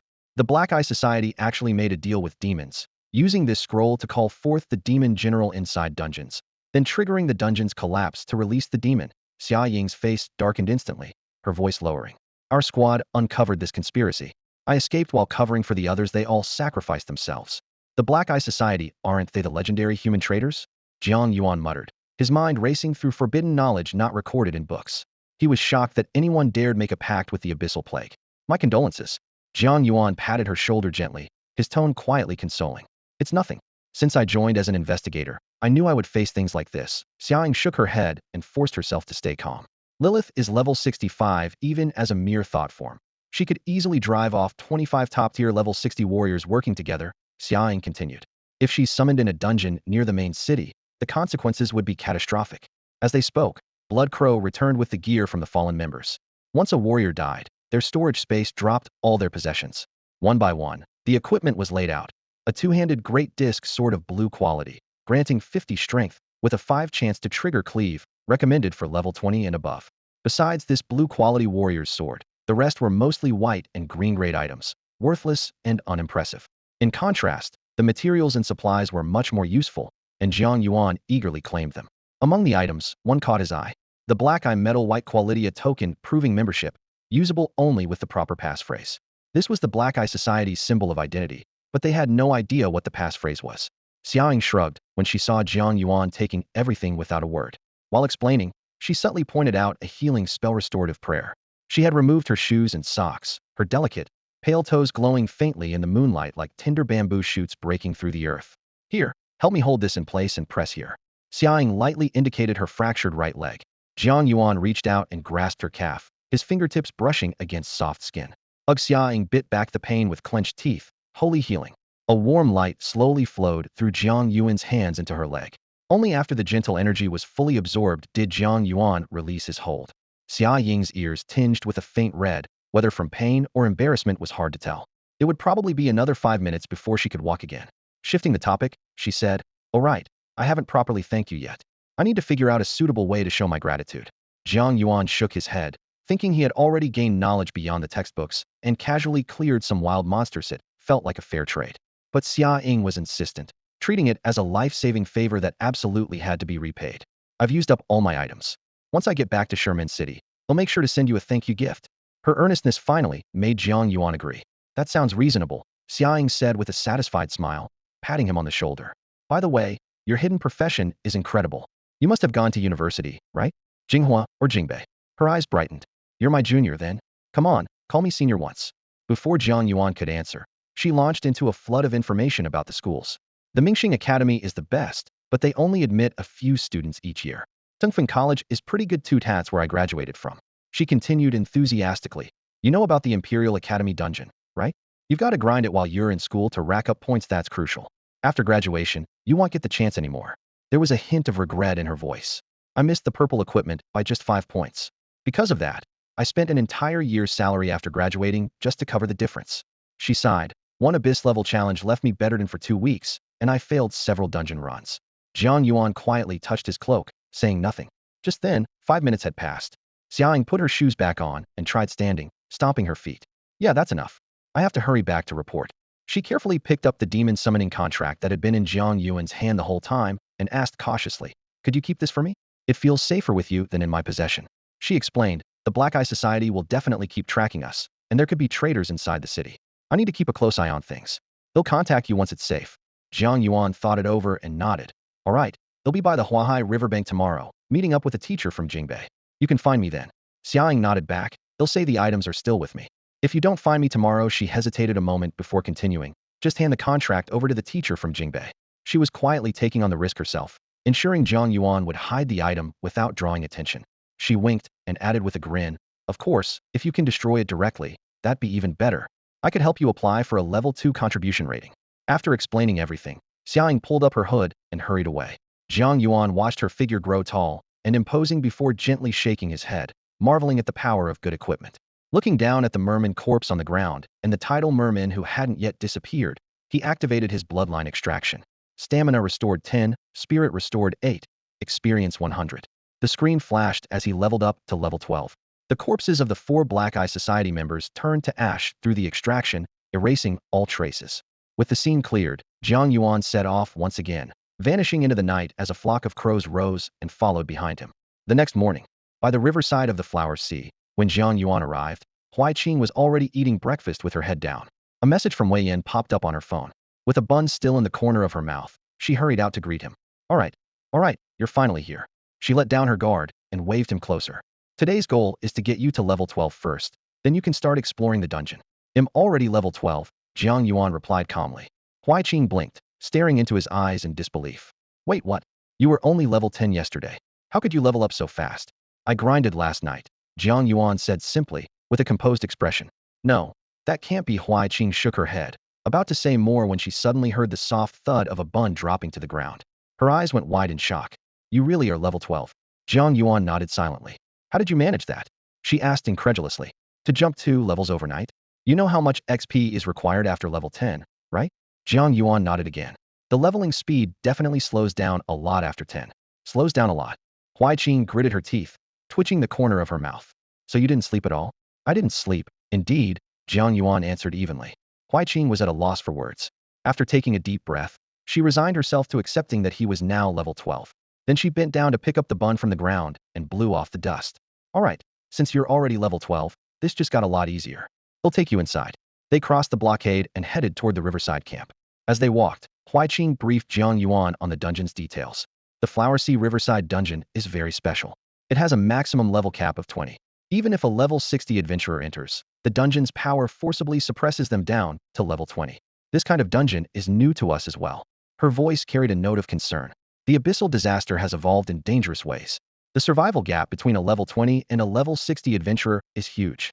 If dungeons like this become more common, we'll lose a lot of our top-tier veterans. That's why our expert group is focusing research here. But that wasn't something Jiang Yuan needed to worry about right now. His only goal was to level up. They had already cleared the normal difficulty, were still clearing nightmare, and there was no abyss difficulty for this dungeon yet. Huaiqing continued. Different difficulties unlock different areas, and this is our first encounter with this layout. The dungeon is an abandoned ancient temple. The normal difficulty only allows activity around the outer perimeter.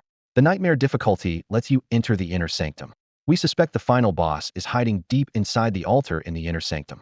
So far, nightmare difficulty can only advance to the edge of the inner sanctum, but resource consumption is high, so we have to retreat. By the way, dungeons usually have 4 difficulties: normal, hard, nightmare, and abyss. But not every dungeon has all 4. For example, the beginner dungeon only has normal. This dungeon only has normal and nightmare levels. As they spoke, they arrived at the office.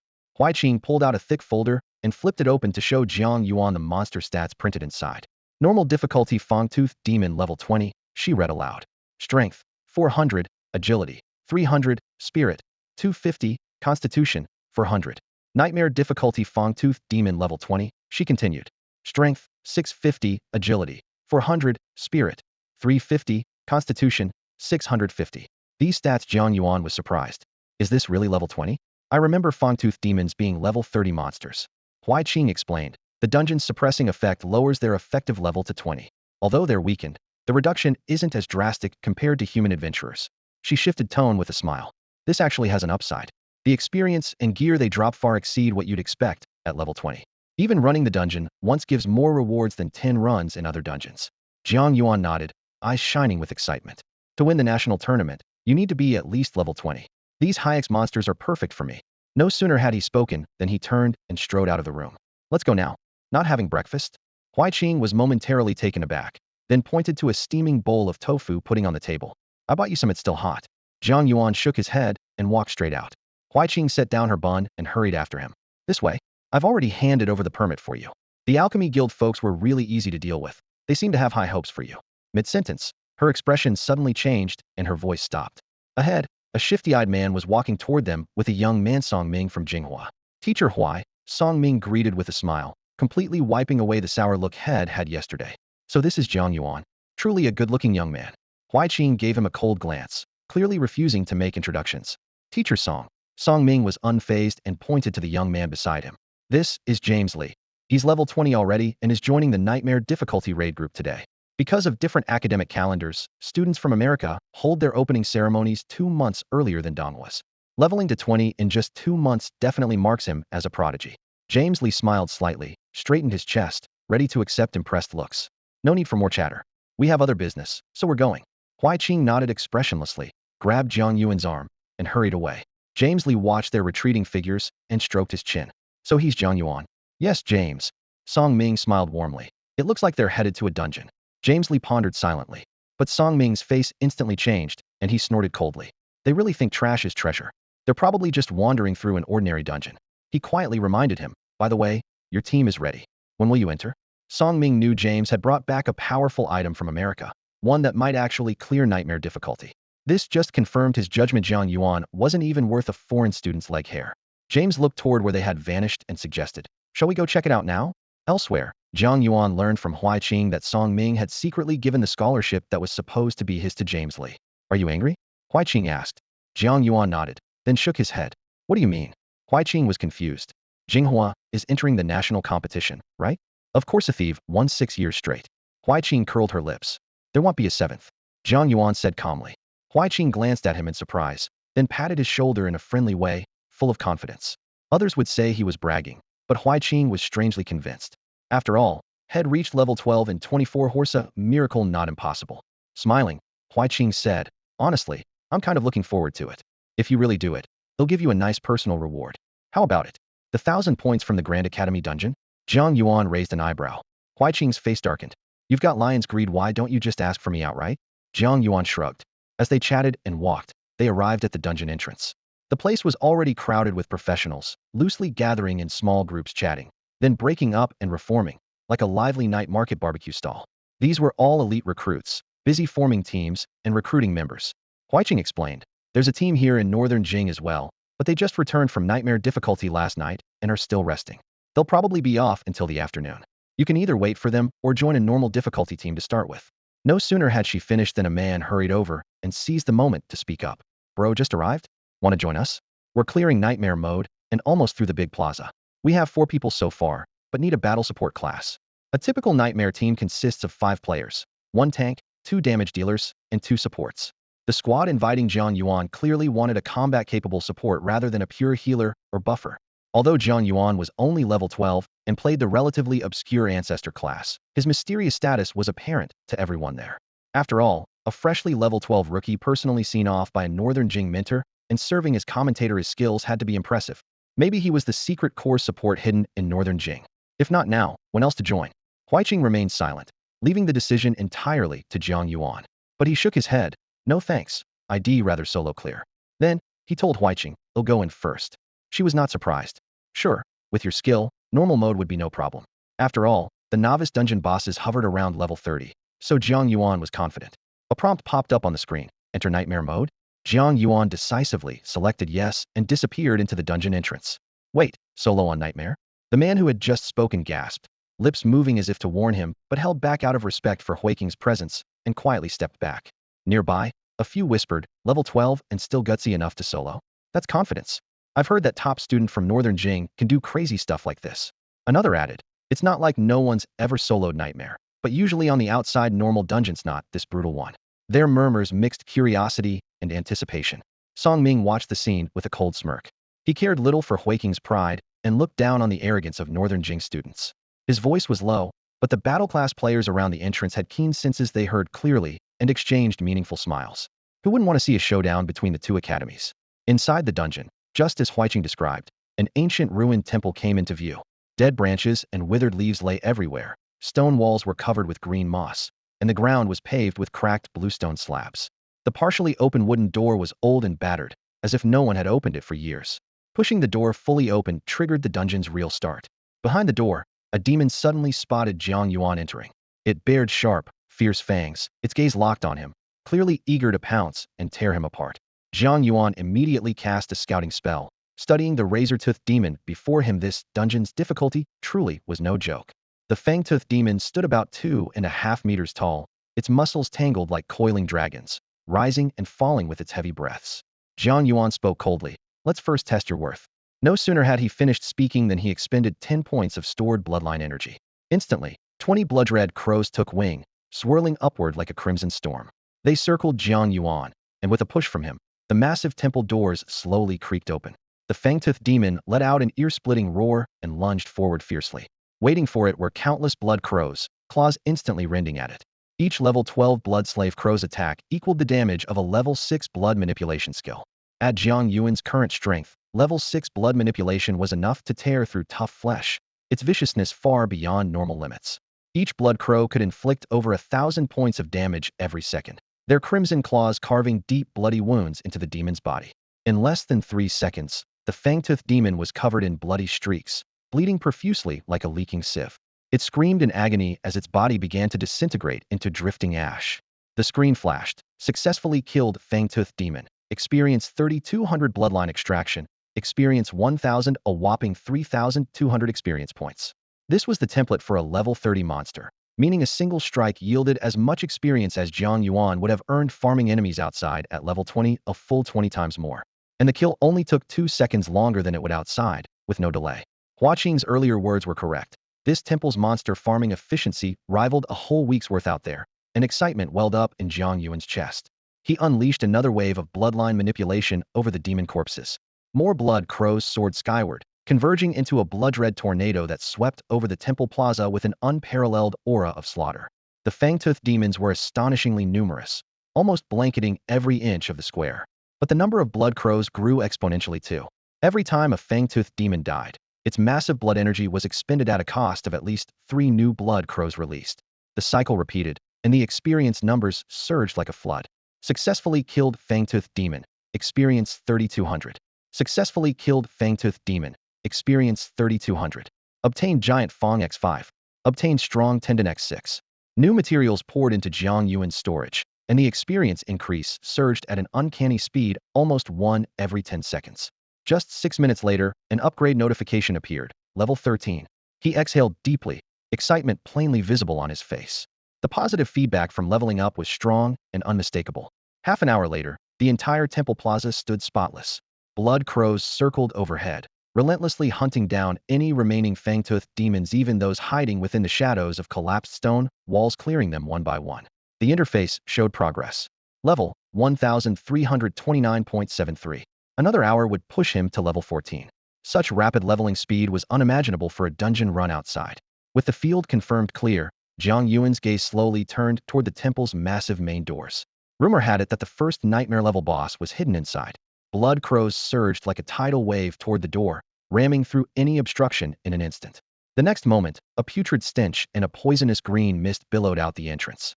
A colossal demon crawled forth, its writhing body grotesquely bloated and misshapen. Its lower half resembled a huge worm twisting, while its upper body was humanoid, but aside from its 2 arms, 4 enormous arms stretched from its back, each as long as the primary arms, measuring roughly 2 meters. The situation suddenly grew grave. The true nightmare had just begun. Deep wrinkles covered his face, his eyes narrow like needle tips, and his nose appeared as 2 slits stretched across his cheeks, occasionally exhaling a misty green toxic gas. His writhing lower body resembled a massive insect, nearly 10 meters long, slowly crawling and leaving a slimy, glistening trail on the ground. Jiang Yuan cast a reconnaissance spell, and information about the monster appeared on his screen. Demon Overseer, level 20 elite boss. Strength, 1,500. Agility, 800. Spirit, 1,500. Constitution, 2,000. Skills, Toxic Mist, Savage Charge, Slime Spray, Fire Resistance Ring. The stats were outrageously high. This was Jiang Yuan's first time using reconnaissance on a boss. Before, when facing the mountainous giant in the novice dungeon, he hadn't yet mastered this skill. Even so, that giant's stats paled in comparison to the Demon Overseer. By estimation, its base level was around 40. Apart from relatively low agility, its attributes were terrifying. It was easy to imagine how dreadful it would be without the dungeon's level restrictions. No wonder progress on Nightmare difficulty had stalled just outside the temple gates. Without a powerful team combining 5 rare classes, a level 20 squad stood no chance against this boss. Ordinary classes would struggle to break its defense at all. Still, the ongoing damage from Blood Crow combined with Yuan Blood Erosion would hopefully hold it off. Generally, completing a Nightmare-level dungeon required players above the dungeon's level. For example, to reliably clear a level 20 Nightmare dungeon, a level 25 team was usually needed. Level 20 was merely the entry point to professional classes. 5 levels of growth brought more attribute boosts than the previous 10 levels combined. Only with skill synergy could they face a level 20 boss. Unfortunately, this dungeon capped levels at 20, severely limiting the advantages of professional classes. As Jiang Yuan studied the stats closely, the Demon Overseer suddenly locked eyes on him and let out a roar. A fierce wind burst forth, shaking the air with a tiger-like bellow. The terrifying roar stirred a violent storm, and an intense sense of pressure rapidly descended. "I know pressure well enough," Jiang Yuan said calmly, stepping forward. In his mind, he silently invoked Mind Confusion, Yuan Blood, Overbearing Presence. The mighty energy derived from his bloodline instantly struck at the Demon Overseer's mental defenses. Fear check. Success. Duration. 3 seconds. The worm-like lower body abruptly contracted, exposing a vulnerable part. Seizing the moment, Jiang Yuan commanded Blood Crow to launch a fierce assault. A crimson whirlwind of blood feathers surged over the demon overseer like a tsunami. The sound of blood bursting rang out alongside countless damage numbers flashing wildly on Jiang Yuan's screen. The monster trembled violently. Use skill. Flames erupted from the demon overseer's body as a fiery ring radiated outward, instantly dispersing part of the Blood Crow tornado and creating a vacuum zone. The so-called fire resistance ring was ferocious. Dozens of blood crows were burned into puddles of blood and fell splattering. Jiang Yuan was stunned. No wonder bosses with skills could counter large-scale attacks like blood crows. This was his first time encountering such a reaction. Yet it proved futile. As Blood Crow's assault continued, the flock quickly multiplied, swelling to dozens and reforming into an impenetrable crimson cloud that once again bore down relentlessly on the boss. Jiang Yuan immediately activated Yuan Blood Erosion, preparing for a full-scale fight. Corrupted by primal blood, Jiang Yuan's pupils suddenly turned scarlet as blood mist surged from the void, instantly enveloping the demonic overseer. Infection check. Success. Normally, it would be nearly impossible to corrupt a monster 20 levels above oneself, but the dungeon's forced level suppression made the once unattainable now within reach. The crimson primal blood rapidly poured into the overseer's body, instantly nullifying all its skills and resistances. The next moment, boom. Blood splattered everywhere. The overseer's writhing lower half exploded, exposing rotting, decayed organs inside. Its intestines fell to the ground like broken strings. 22,369. The primal blood's power far exceeded what it could bear. The moment it touched the overseer, it detonated, preventing it from turning into a minion. It screamed in agony as hundreds of blood crows swarmed into its shattered wounds, tearing it apart from within. The overseer writhed violently on the ground, its massive body crashing repeatedly into the towering temple's outer walls, shaking the earth as if an earthquake had struck. Toxic gas spewed from its fragmented body, turning nearby blood crows a strange, sickly green. One by one, the corrupted crows exploded, triggering violent chain reactions that spread havoc inside the overseer's body. The overseer roared in escalating pain. Its enormous size became a liability, as the blood crows multiplied uncontrollably, leaving it nowhere to hide. Suddenly, the overseer propped up its upper body and unleashed a savage charge. It tore swiftly through the cloud of blood crows, rushing toward the temple's main gate. Even the crows embedded inside its body were forcibly ejected. Was this a desperate counterattack?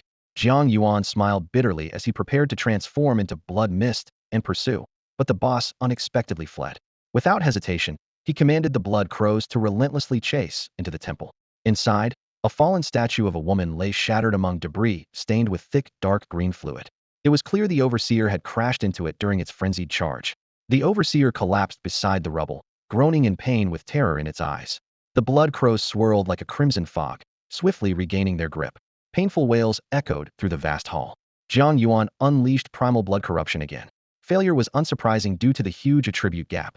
The blood crows intercepted and restrained the overseer's movement, giving Jiang Yuan a chance to continue the infection. Infection check. Success. This time, Jiang Yuan deliberately targeted the overseer's head. Boom. The upper body exploded. Even the red cloud formed by the blood crows was blasted open, leaving a massive gap. 35,732. With the combined attacks of the blood crows and the devastating damage from the primal blood corruption, the overseer was battered and broken.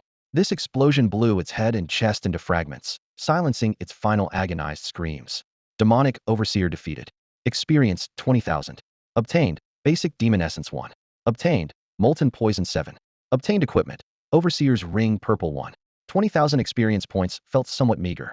After spending quite some time, the experience gained was only equivalent to defeating 7 Fangtooth demons in efficiency, frustratingly low.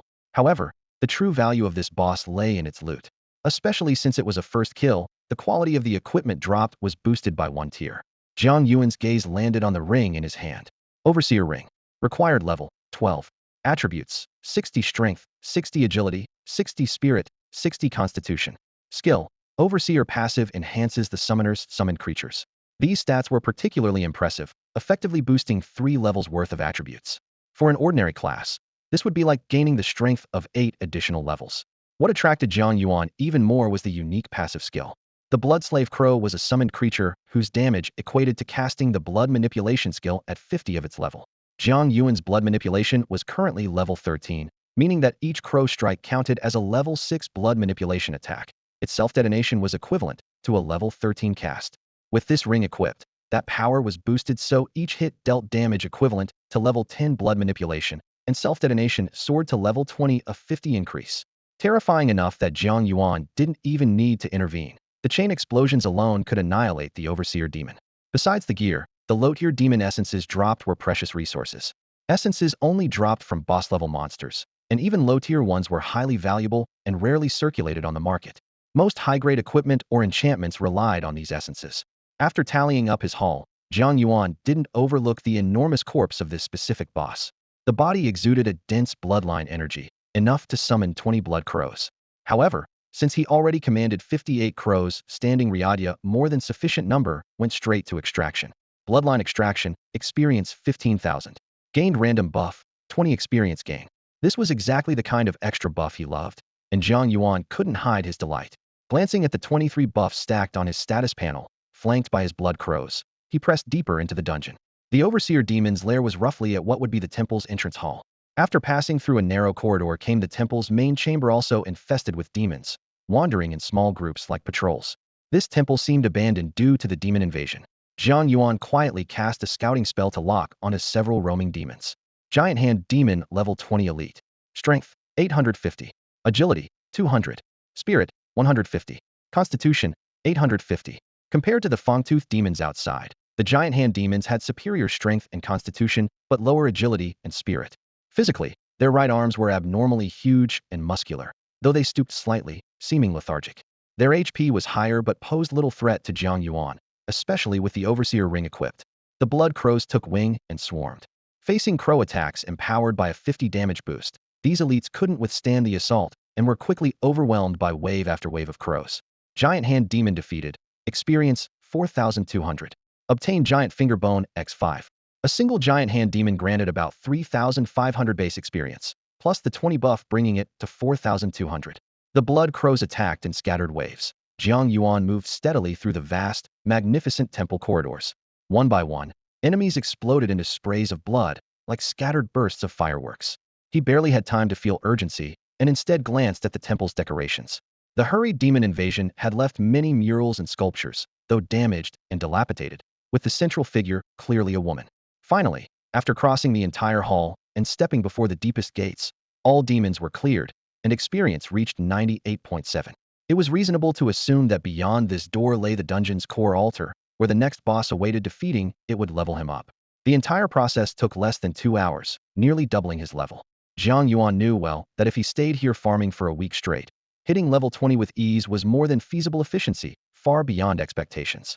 Surrounded by the revolving wings of his blood crows, he slowly pushed open the heavy doors. Ahead was a dazzling burst of sunlight. The area resembled a rear garden, with a giant demon sprawled at the foot of a central statue, eyes half closed, as if dozing.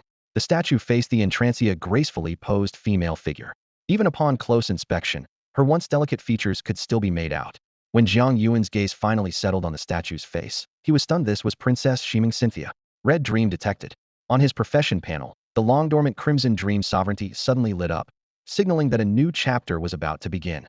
Crimson Dream authority granted the shared Crimson Dream Princess, Cynthia, dominion over the Crimson Dreamscape.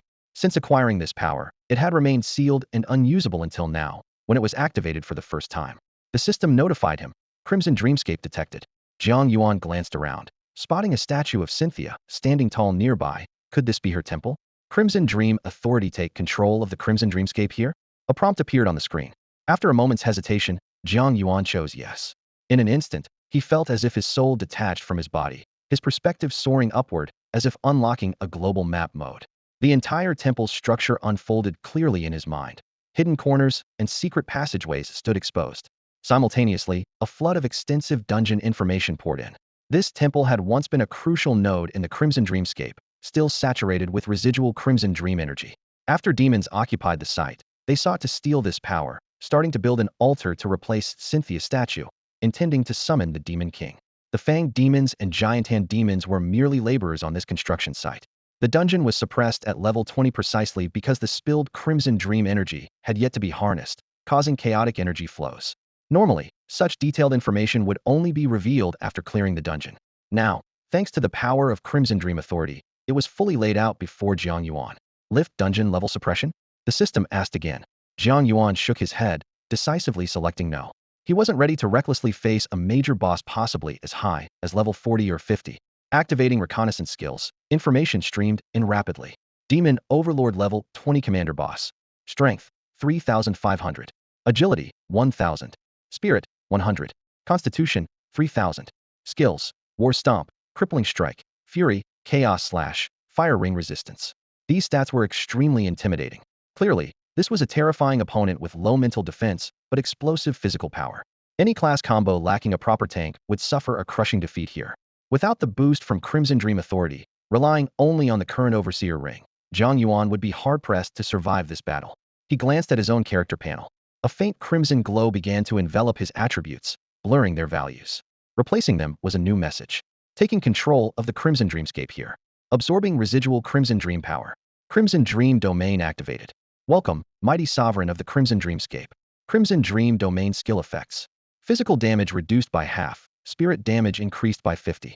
As temporary ruler of this Crimson Dreamscape, you possess absolute sovereignty. Normal damage from foes less than 10 levels above you has no effect. For enemies more than 10 levels above you, only 50 of normal damage applies. Each attack automatically adds extra spirit damage equal to 5 of the target's current health. A warning also popped up. Residual power of Crimson Dreamscape is limited, will be depleted 30 minutes after activation. Is this the power of the Crimson Dreamscape? Even its residue was so formidable. How powerful must the true master of the Crimson Dreamscape be? Yet the activation of the reconnaissance skill had roused the slumbering demon overlord. As a commander-level boss above elites, it possessed heightened perception and intelligence. The demon wielding the massive sword slowly opened its blood-red eyes and steadily rose to its feet. Standing nearly 5 meters tall, the demon overseer radiated an overwhelming presence. Its massive form even blocked the sunlight, casting a heavy shadow over the altar. Without launching an immediate attack, it curled its lips into a mocking sneer. Its blood-red maw opened wide not to roar, but to sneer with contempt. Suddenly, it stomped its hoof fiercely, activating its skill War Stomp. A powerful shockwave erupted from its enormous hoof, instantly cracking the ground in a web-like pattern that spread in all directions. Jiang Yuan did not dodge. He remained calm and focused, watching the terrifying tremor approach. Master of the Scarlet Dream, activate. A crimson crescent moon shimmered behind Jiang Yuan. As the crushing shockwave, like a mountain pressing down, neared him, it suddenly dissipated like a trace of gentle breeze, vanishing silently. Not even the hem of Jiang Yuan's robe fluttered, facing damage well below level 10 from the Master of the Scarlet Dream. The attack was nullified. No matter the base level, the Demon Overseer was only level 20 in this instance, while Jiang Yuan was level 13. The damage had been perfectly blocked. Surprise flickered in the Demon Overseer's eyes, mixed with disbelief. Angered, it charged at Jiang Yuan, swinging its massive sword down with overwhelming force. Chaos Slash. Dark tendrils writhed and entwined the blade, and a sharp sword wind roared forward. A surge of scarlet light surged to form a blade of energy that blocked the Demon Overseer's sword, preventing even the slightest advance.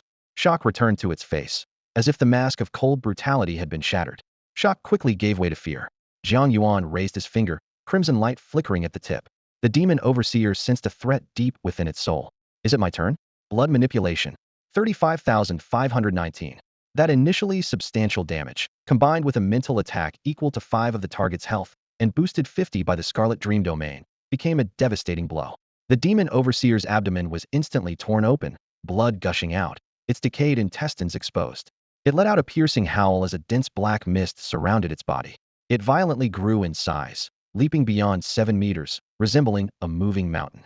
Skill Fury. Pain ignited its rage, power surging wildly but sanity lost. It flailed its giant sword without control, hacking and slashing at Jiang Yuan. Every strike was nullified, completely ineffective. Ignoring its own defense, it upturned the earth beneath, trampling the ground into mud. This was the moment Jiang Yuan had been waiting for. Blood ravens flapped their wings. The frenzied Demon Overseer failed to react or avoid their dive. 36 blood ravens swooped down simultaneously, a thick red mist instantly enveloping it from all sides. 29,628, 27,792, 26,532. Damage numbers flashed endlessly in the battle log, dazzling the eyes.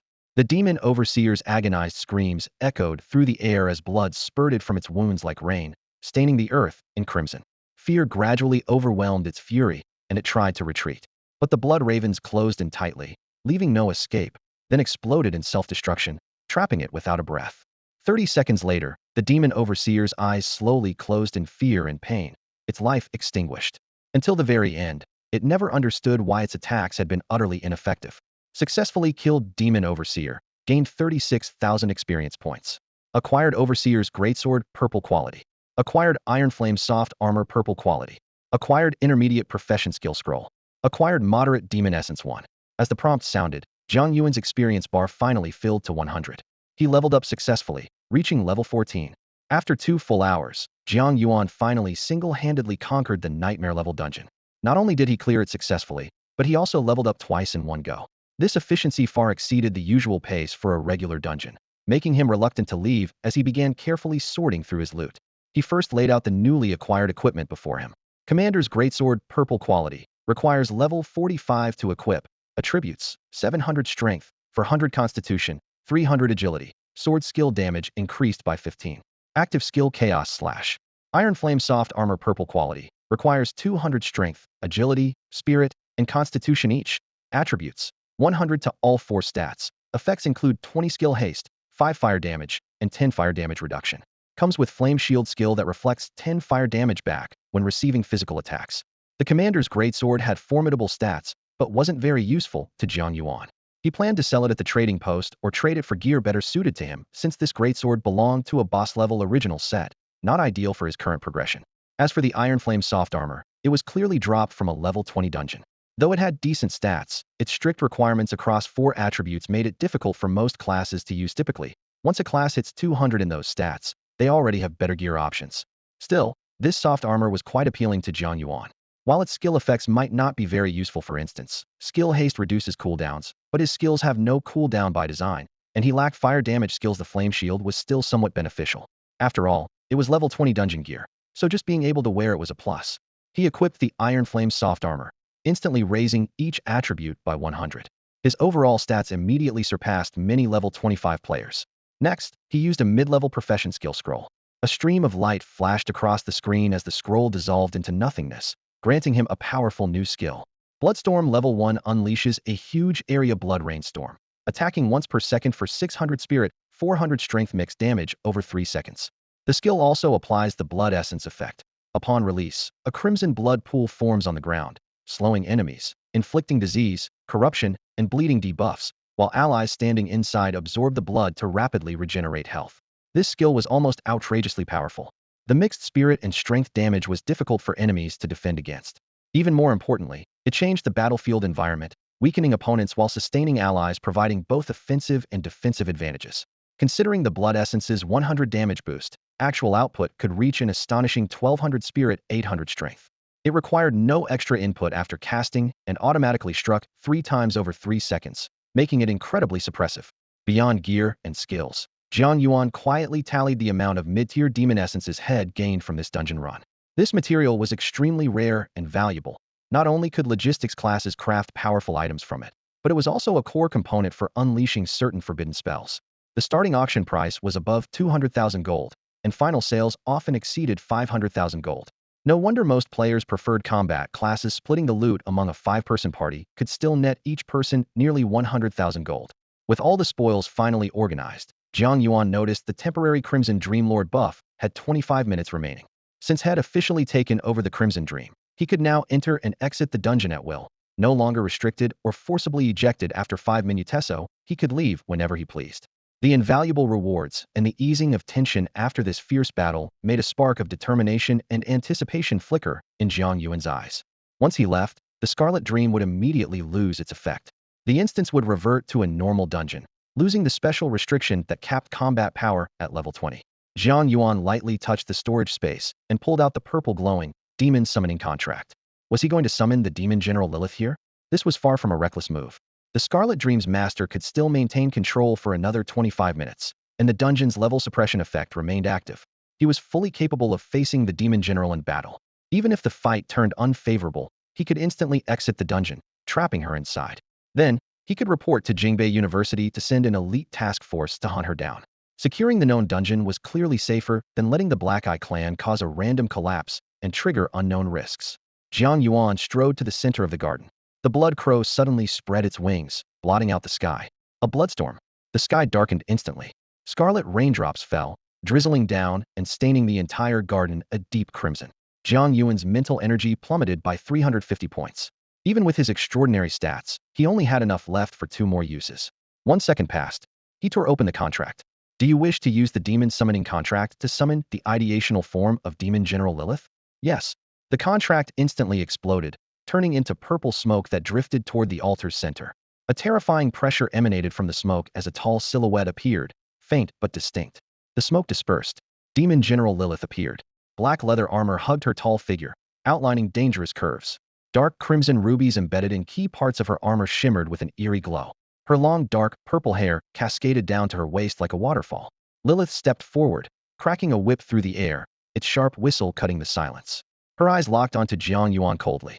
So you are with the Black Eye Clan? A scream tore through the air. Blood rain as sharp as blades dyed her purple hair red. 56,167. What are you doing? Lilith cried out, unleashing a bright purple shield around her. Jiang Yuan said nothing as the blood crow dove into attack. 32,532. Impossible. How can you harm me? Lilith suddenly realized. You're not with the Black Eye Clan. Is this a trap? Who are you, old man? Jiang Yuan remained silent, quietly activating his reconnaissance technique. Demon General Lilith Independent Ideational Form. Level 20. Strength 8. Agility 3,000. Spirit 3,000. Constitution 6. Only the level and part of her stats were visible. The power gap was huge, and her skill details were completely blurred. But just her level was enough. How dare you spy on me? Lilith glared fiercely, grinding her teeth as she snarled, Die, insect! With a sudden crack, the long whip in her hand lashed out violently. Countless sharp purple spikes shattered explosively from the whip's shadow, weaving through the air like lightning piercing the night, aimed straight at Jiang Yuan. Hundreds of jagged spikes crossed and overlapped so densely there was nowhere to escape. Yet, just as the spikes were about to pierce him, they abruptly transformed into flocks of paper-folded crows, drifting gently and scattering into the air. The power of the Crimson Dream Realm rendered any damage below level 10 utterly ineffective. Impossible. Lilith's arrogant and contemptuous expression instantly crumbled, replaced by overt panic and disbelief. As her mind faltered, a third wave of blood rain suddenly poured down accompanied by sharp, agonized screams. Lilith's sanity wavered, on the brink of collapse. The power of the Crimson Dream, who exactly are you? She asked nervously, staring at the demon commander like, composed Jiang Yuan, her eyes swirling with complex emotions. Then her fear quickly gave way to seductive charm, a sultry smile curling at her lips. No matter who you are, human, do you wish to join the great demon king's ranks? Abandon your fragile human body and be reborn as a demon. I can vouch for you with your strength. You might even have me as your servant someday. With that, Lilith deliberately twisted her body, showing off her curvaceous figure, her eyes full of temptation. Jiang Yuan hesitated, asking, Can humans really become demons? And enter the abyss? She nodded solemnly, locking her gaze on him, a flicker of pink-purple light shining in her eyes as she grinned wildly. Become my slave, lowly human. Bloodline enslavement. In the demon race, bloodline signifies ultimate status. Superior bloodlines can impose overwhelming oppression on inferior ones. Lilith's high-level demon blood surged out like an invisible flood, striking directly at Jiang Yuan. No, the source blood nullifies bloodline enslavement. Lilith's smile froze, instantly replaced by profound terror. A cold sneer curled at Jiang Yuan's lips. His source blood tier far surpassed the 6th Dragon Princess, Cynthia, and even outmatched ordinary demon commanders. A weak demon general was no match for him. Impossible. Impossible. Who are you really? She screamed wildly as she retreated rapidly, unleashing skill after skill chains of agony, fiery whip vibrations, corrosive touch, but all were ruthlessly nullified. High-level or low, physical or elemental, every attack was ineffective. Meanwhile, Jiang Yuan launched his own assault.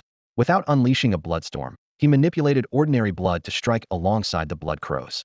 Empowered by the Crimson Dream Realm's dominion, each strike inflicted an additional 5 of the target's health as mental damage.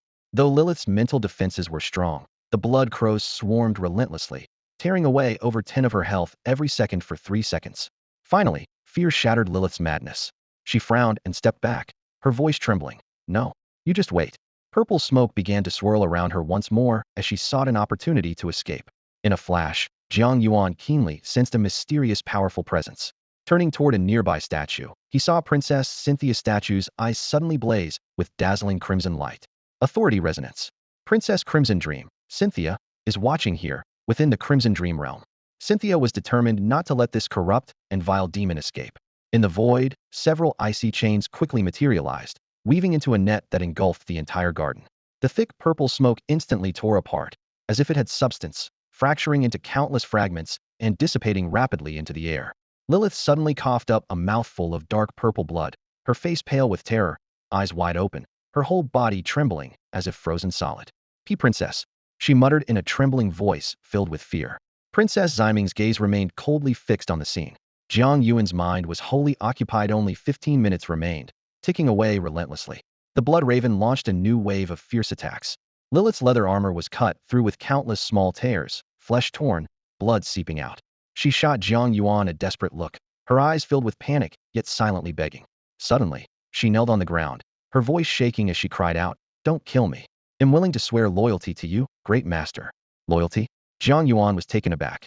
Even though Lilith had once been willing to sacrifice herself in an explosion, this sudden offer of loyalty raised many questions in his mind.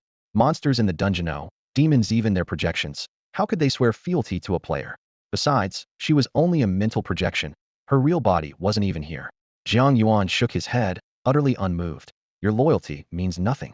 I am not an ordinary mental projection. I am an independent mental entity. After separating from the original body, I've become an independent individual, unaffected by the original. Lilith quickly explained with unwavering conviction. You can easily accept my loyalty, master. We can form a master-servant pact. Jiang Yuan's eyes shifted to the statue, standing silently nearby. Cynthia's cold attitude was clear. This decision was his alone to make. No need to form any pact. He refused decisively. Lilith's eyes suddenly brightened, as if filled with newfound hope, but she quickly suppressed her joy and said firmly, "Why wise, master? I will definitely." Jiang Yuan interrupted her sharply, "Don't resist." Before the words had fully left his mouth, his hands moved swiftly, unleashing two skills, Source Blood Corrosion Level 2 and Blood Embrace Level 2 simultaneously. He wasn't sure of the outcome, but he had to try. A thick mist of blood surged from the void, rapidly enveloping Lilith. Her expression shifted violently, terror striking as she struggled. Unbeknownst to her, Princess Ximing's crimson dream chains had already wrapped tightly around her limbs and body, imprisoning her completely, leaving her unable to move. "No, please no," Lilith screamed, her voice wrenching with pain. The blood mist seeped rapidly into her body, Jiang Yuan's heartbeat quickening in response. A system prompt sounded. Source Blood Corrosion Judgment in Progress Failure. Attribute Gap Too Great. Crimson Dream Authority intervenes. Judgment successful. Source Blood Corrosion Success. Blood Embrace Success. Obtained Retainer Lilith. Bloodline Count 14. Gained Ability from Descendant. Command Passive. Gained Skill from Descendant. Blood Drain Bind Level 1. A torrent of information flooded Jiang Yuan's profession panel, appearing in a stream of rapid notifications. Successfully blood embraced Demon General Lilith. Independent mental entity. Experience 80,000. Achievement unlocked. Demon Hunter. Achievement unlocked. Demon Tamer. Achievement unlocked. Lilith's Wrath Mark. Obtained 5 beginner skill books. Obtained 2 advanced demon essences. Princess Ximing Cynthia is pleased you've taught this demon a lesson. Crimson Dream Authority 1. Congratulations, your deeds are now spreading throughout the abyss. Legendary rating unlocked. Legendary rating 1. An overwhelming flood of information surged all at once, dazzling and almost impossible to fully grasp. Jiang Yuan glanced at Lilith beside him, once a formidable foe who had now become his blood offspring. She lay weak and sprawled on the ground, drained by the corrosive power of the source blood, desperately struggling to digest the surging energy within her veins. Seizing this moment, Jiang Yuan quickly began filtering through the complex and chaotic data before him. First, the source blood erosion had succeeded completely, granting Jiang Yuan absolute control over Lilith. Behind this, it seemed not only had Lilith herself ceased resisting, but there were subtle traces of intervention from the Crimson Dream Authority. Immediately following, the blood union was established, meaning that by the nature of the source blood, Jiang Yuan could now acquire 2 major abilities from this successful blood offspring. The first was a passive talent called Commander, which granted physical, elemental, and mental resistance to surrounding allies equal to 10 of Jiang Yuan's own stats. Though not flashy, this passive skill required no active upkeep and would certainly prove useful in high-difficulty team dungeons later on. The second was Bloodsucking Bind at level 1, a highly intimidating skill. It dealt 600 mental damage to all targets within normal range and applied a crippling debuff. The source blood effect added another layer, multiple blood-sucking touches that inflicted 600 physical damage based on strength to enemies standing on the scarlet blood ground, striking repeatedly while they remained there. This combination of damage was terrifying enough to make heroes uneasy, rivaling some mages' minor forbidden spells in raw power. Most frightening, however, was the crippling effect, lowering all target attributes by 25 for 5 minutes, though the duration shortened depending on the target's resistances. Even more shocking was that, thanks to the source blood bonus and an extra 100 damage increase, the damage coefficient of the entire blood-sucking touch skyrocketed to a terrifying level of 1200 mental plus 2400 strength damage, comparable to a legendary mage's ultimate forbidden spell. When combined with the Bloodstorm skill, which first creates a scarlet blood ground then bombards enemies with blood-sucking touches, it delivered a devastating onslaught. Jiang Yuan carefully considered these skill synergies and understood this was the distilled combat essence shaped by countless experienced fighters. Usually, experienced players over level 30 with rich equipment begin experimenting with such combos, but here he was at level 14 already connecting the dots, undeniably pioneering. Next, he reviewed 3 achievements he had obtained.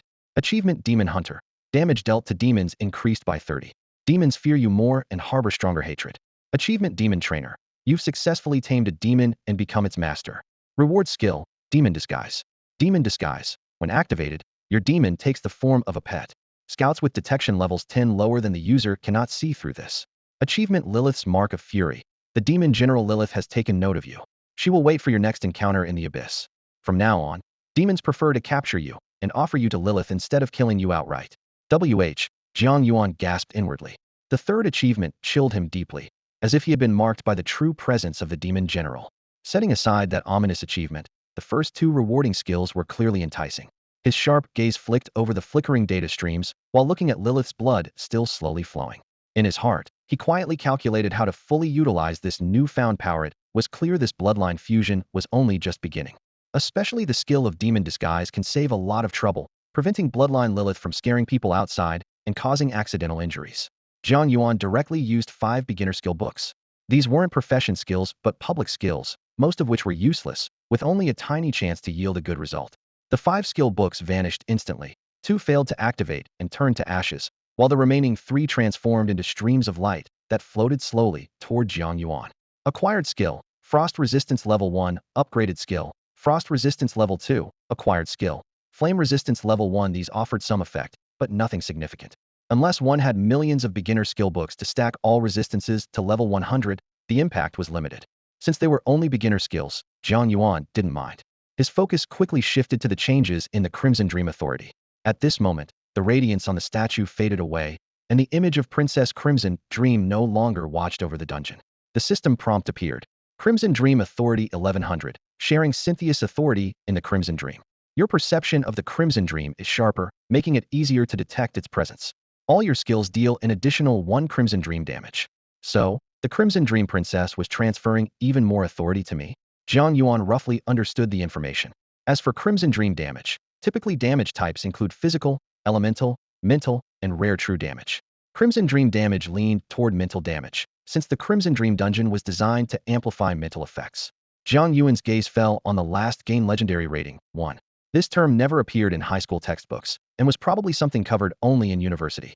The description sounded similar to fame, but it was a professional panel certification, definitely not something easily faked by boosting stats. He would investigate it further once he left the dungeon. So for now, Jiang Yuan set aside his questions about the legendary rating, because he faintly sensed Lilith had already awakened. Lilith sat up from the ground, her seductive face suddenly filled with panic. Wait, what did you do to me? Why can't I contact my main body? Contact your main body. Jiang Yuan's brow furrowed, exactly as he expected. You were lying before? Yes, Lilith confessed, then suddenly widened her eyes and clamped her hand over her mouth. What was your original plan? Jiang Yuan said calmly as he lowered his arms. Tell me. As the progenitor demon, she had absolute control over descendants corrupted by source blood. She pretended to submit to him, intending to secretly seize his power, then betray him by returning to the abyss, killing that bitch, and reclaiming what she considered rightfully hers. Lilith's expression instantly collapsed, her eyes like copper bells, mouth involuntarily revealing the truth, staggering and shifting as if losing her mind. The position you occupy? You wanted to replace your original body. Jiang Yuan finally understood. So your contract was fake too? When I signed the contract, I left hidden clauses, a way to undo it in the future. She neared madness, but still revealed everything without omission. Demons truly were devious and ruthless. No matter what I did to you. Lilith's eyes flared with desperate rage. You must honor the contract. Jiang Yuan remained calm. I will spare you, but you must fulfill the contract. Lilith screamed defiantly, impossible. I am a great demon general, scornful of mere human ants. Suddenly, Jiang Yuan threw the warden's greatsword. its tip aimed straight at his own chest. Lilith froze in shock, clutching the blade with both hands as the tip pressed against her abdomen. Though her face twisted in fury, her arms lost all control, unable to move an inch. Jiang Yuan said slowly, "You can also choose to abandon the contract." Lilith's eyes struggled, instantly torn by agonizing inner conflict. To fulfill the contract meant submission to Jiang Yuan. To abandon it was a path of death. Life or death. The tip of the sword had already pierced the skin, and blood slowly seeped out. In this life and death moment, Lilith lowered her once proud head, her eyes filled with a mixture of respect and barely concealed resentment. Master, her voice trembled, as if pleading with fate itself. Jiang Yuan nodded calmly, and an invisible force flowed from his palm, immediately restoring control over her arms. She tried to drop the great sword, but the moment the blade touched her fingertips, she halted abruptly and instead gripped the sword tightly with both hands, holding it reverently. "Master, your sword. I was foolish just now. Please forgive me, great master. Aren't you the human once seen as nothing more than an insignificant ant?" Jiang Yuan's gaze was steady and calm. He didn't take the sword from her, but observed every detail of Lilith's changed demeanor. Lilith smiled ingratiatingly, her expression full of flattery and submission. "Never. You are far from a humble ant. Your power is immense. You severed the bond between me and my original self."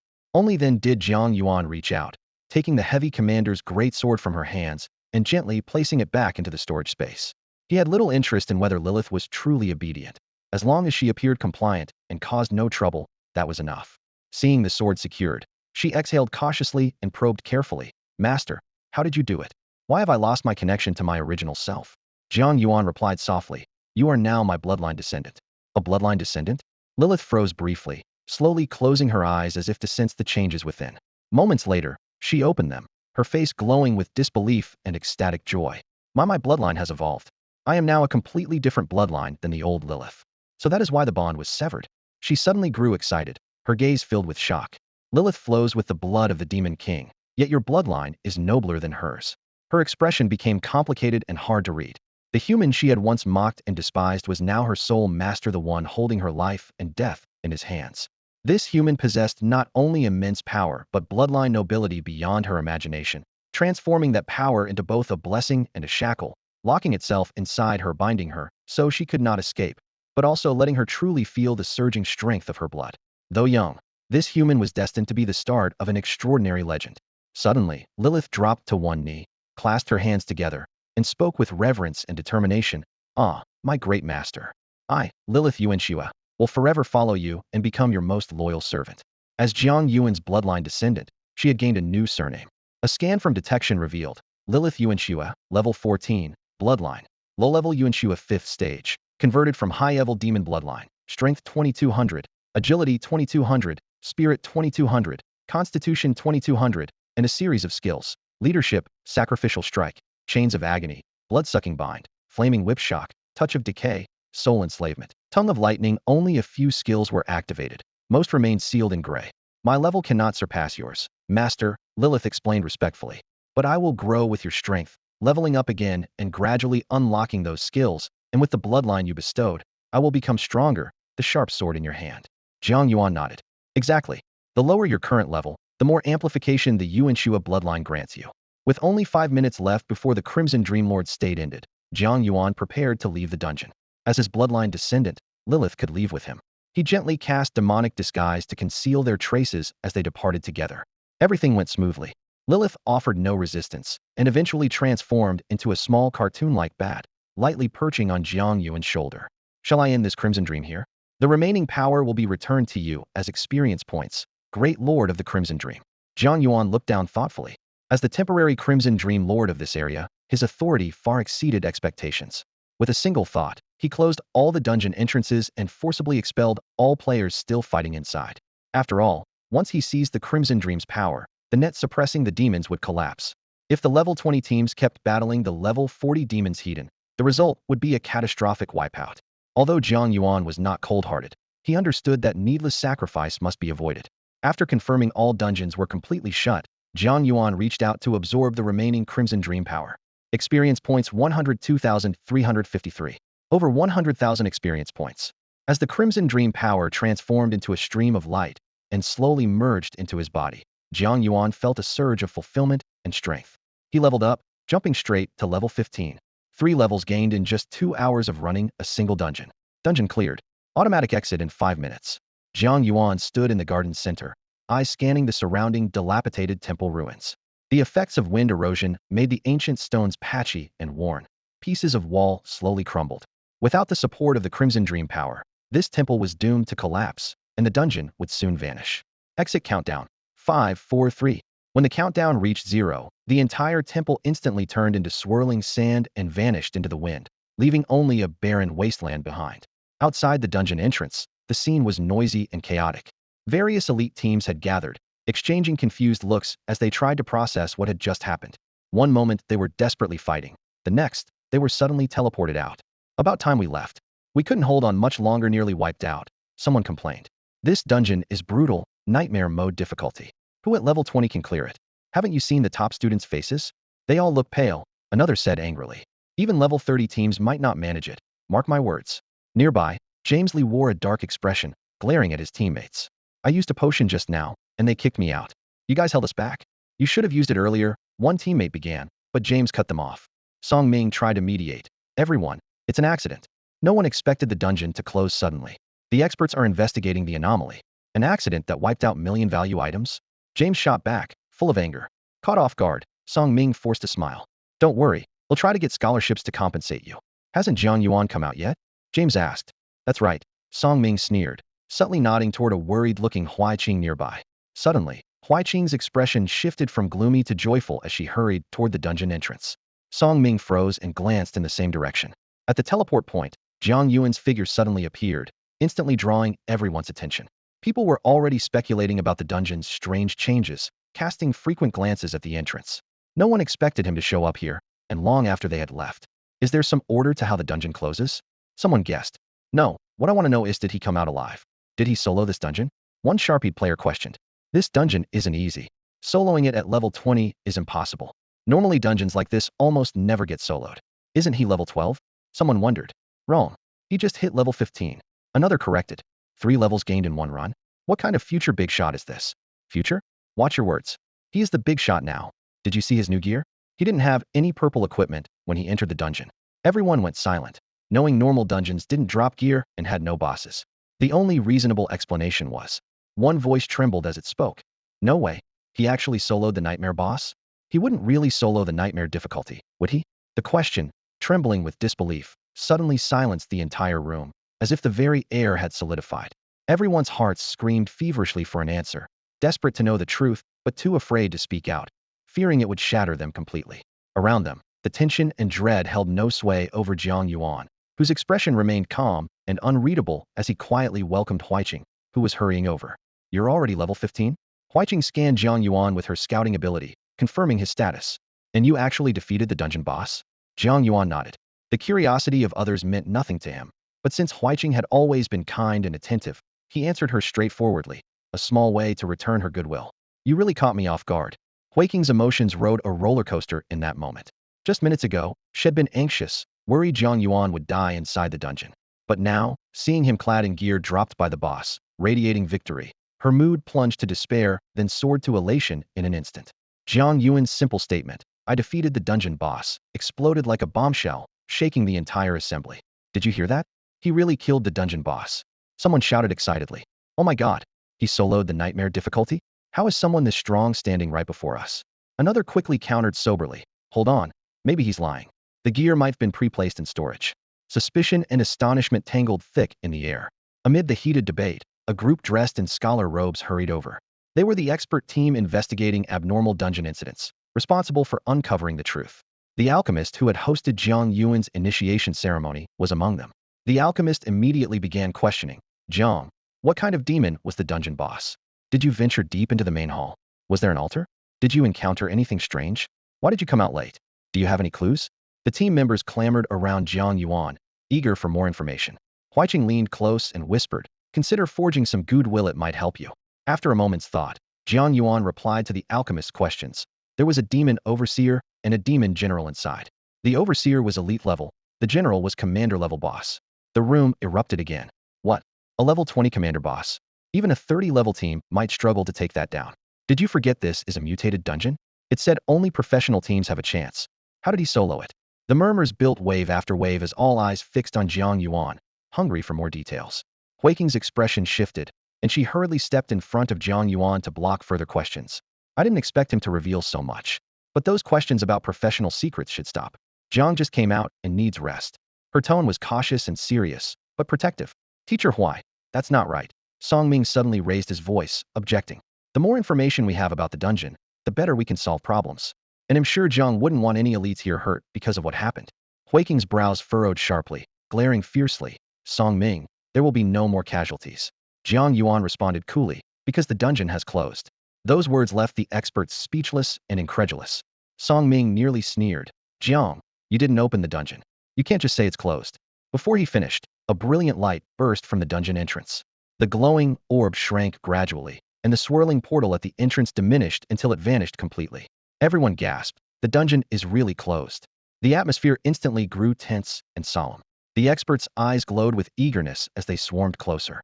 Jiang, exactly what did you find inside the dungeon? How did you manage that? Jiang, are you considering dropping by the Alchemist Guild?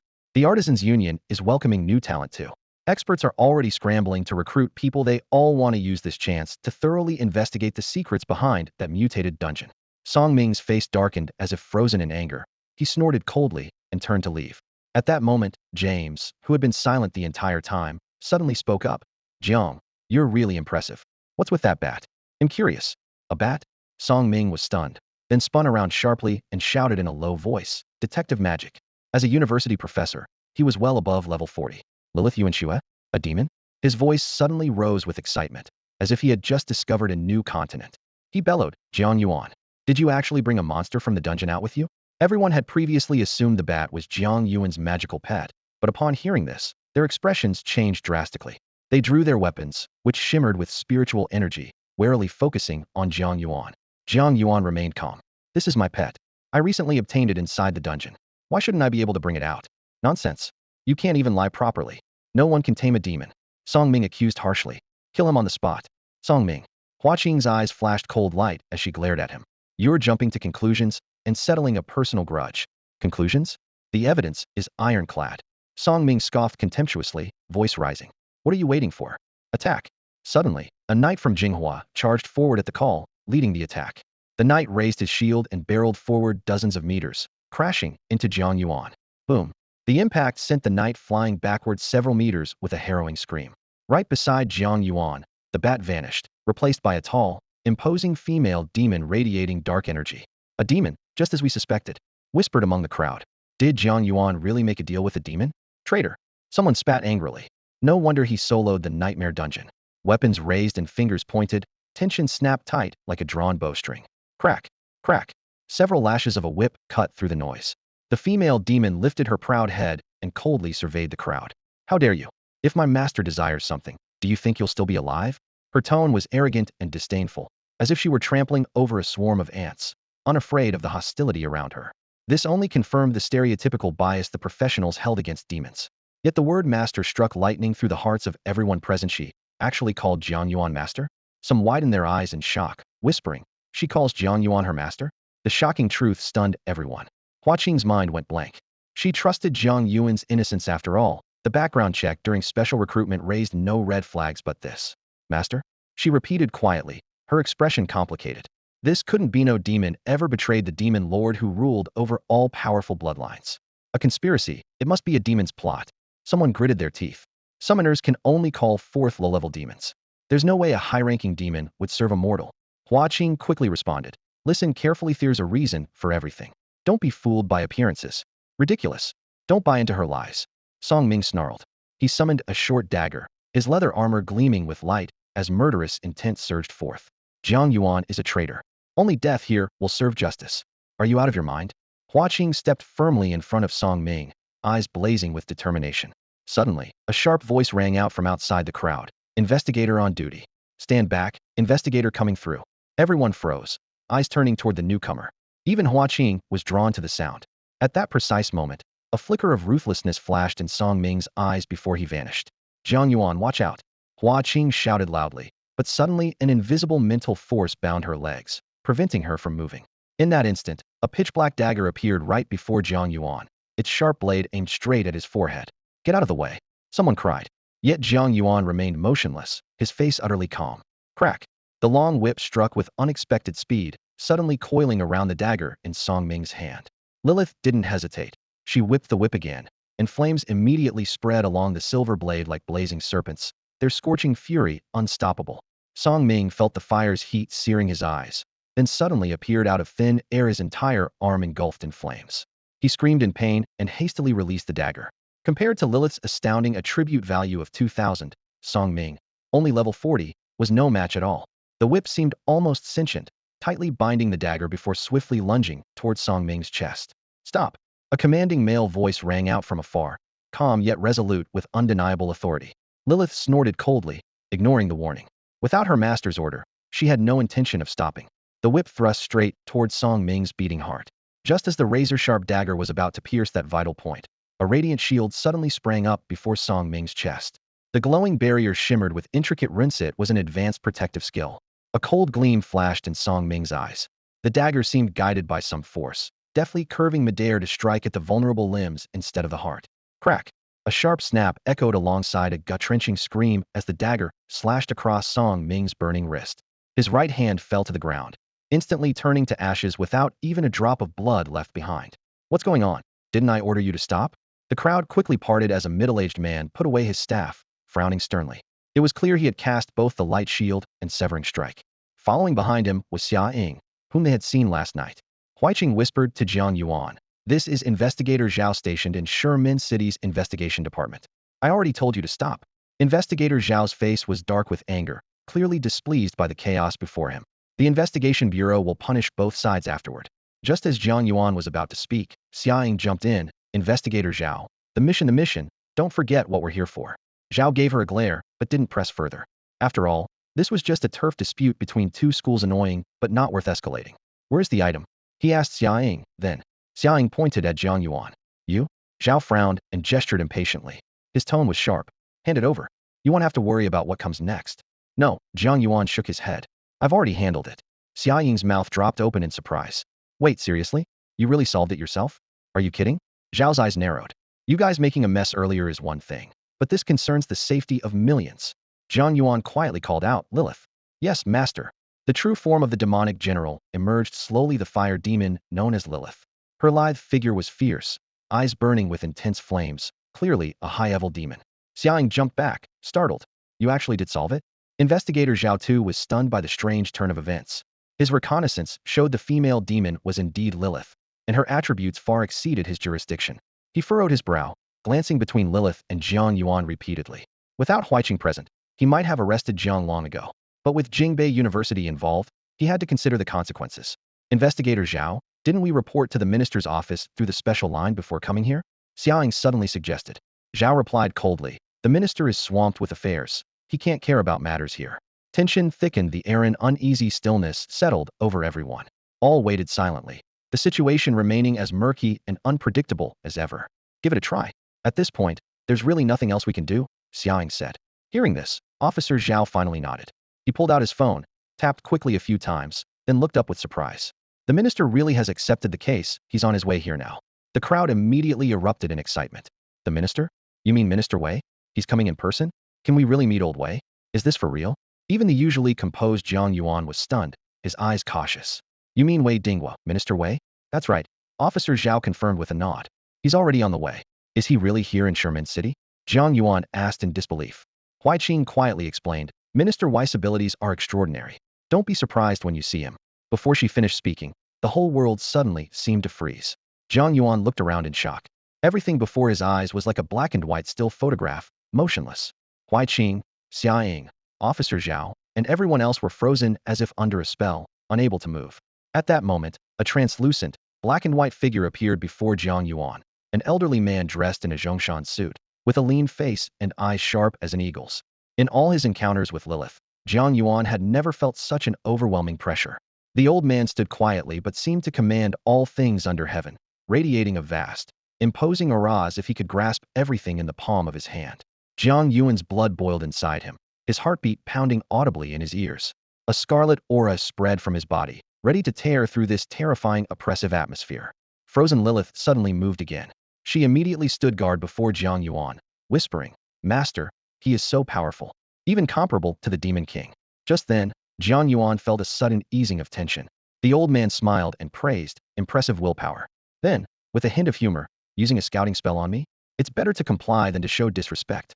Without hesitation, Jiang Yuan courteously activated the skill. The scouting spell tried to probe, but the screen displayed a firm refusal. Scouting spell cannot penetrate the target, has partially restricted detection. His identification information appeared. Wei Dinghua, Mind Magician, level 70, soul title, all boundaries forbidden. Hidden profession, Mind Magician. Legend has it that the strongest mind magicians can instantly project their minds anywhere in the world and communicate freely at any time. At this moment, Jiang Yuan confirmed this was no myth, but a genuine, formidable power. No wonder Wei Dinghua had earned the legendary All Boundaries Forbidden title. The old man smiled and inquired, identity confirmed? His tone was stern but unexpectedly gentle. Jiang Yuan respectfully saluted, I have met Minister Wei before. 30 years ago, Wei Dinghua single-handedly quelled a massive collapse in the Canghuang Mountain instance, saving millions in Shimen City including Jiang Yuan's parents. This respect came from his heart. Wei Dinghua waved his hand lightly, saying softly, no need for formalities. Just chat. I've heard about you, your hidden profession. The ancestor, did you really make Lilith your descendant? There was no hiding it from Minister Wei, so Jiang Yuan confessed honestly, it was chance. Using the instance's convenience, I couldn't resist trying. With a grand gesture, Wei Dinghua praised, very good, very good. Such courage in just trying. A true heroic youth. Having a level like Lilith by your side, your future is limitless. He looked at Jiang Yuan warmly, clearly impressed. After a moment of thought, he pointed at Lilith. A subtle glow flickered across her form. Lilith gains 30 resistance to scouting spells. No scouting skill below level 60 can detect her information. The screen displayed a clear scrolling message.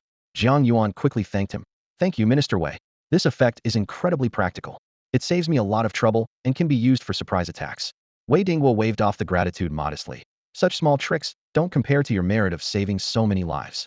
If the Black Eye Society's plan had succeeded and the demon General Lilith had descended upon Shimen City, countless would have died. You have already saved millions. Turning to the main point, Wei Dinghua said, I've come personally for 2 reasons. First, to meet the person who solved the Lilith problem and reward you. Second, to invite you to join the investigator team. Investigator? Me? Jiang Yuan was stunned.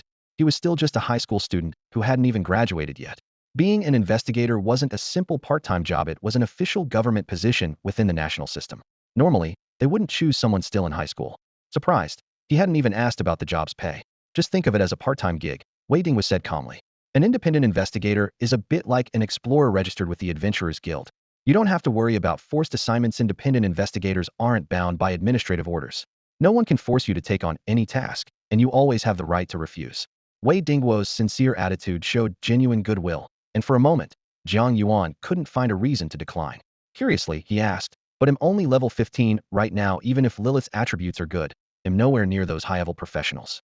What kind of work can I actually do as an investigator at this level? Wei Dinghua smiled.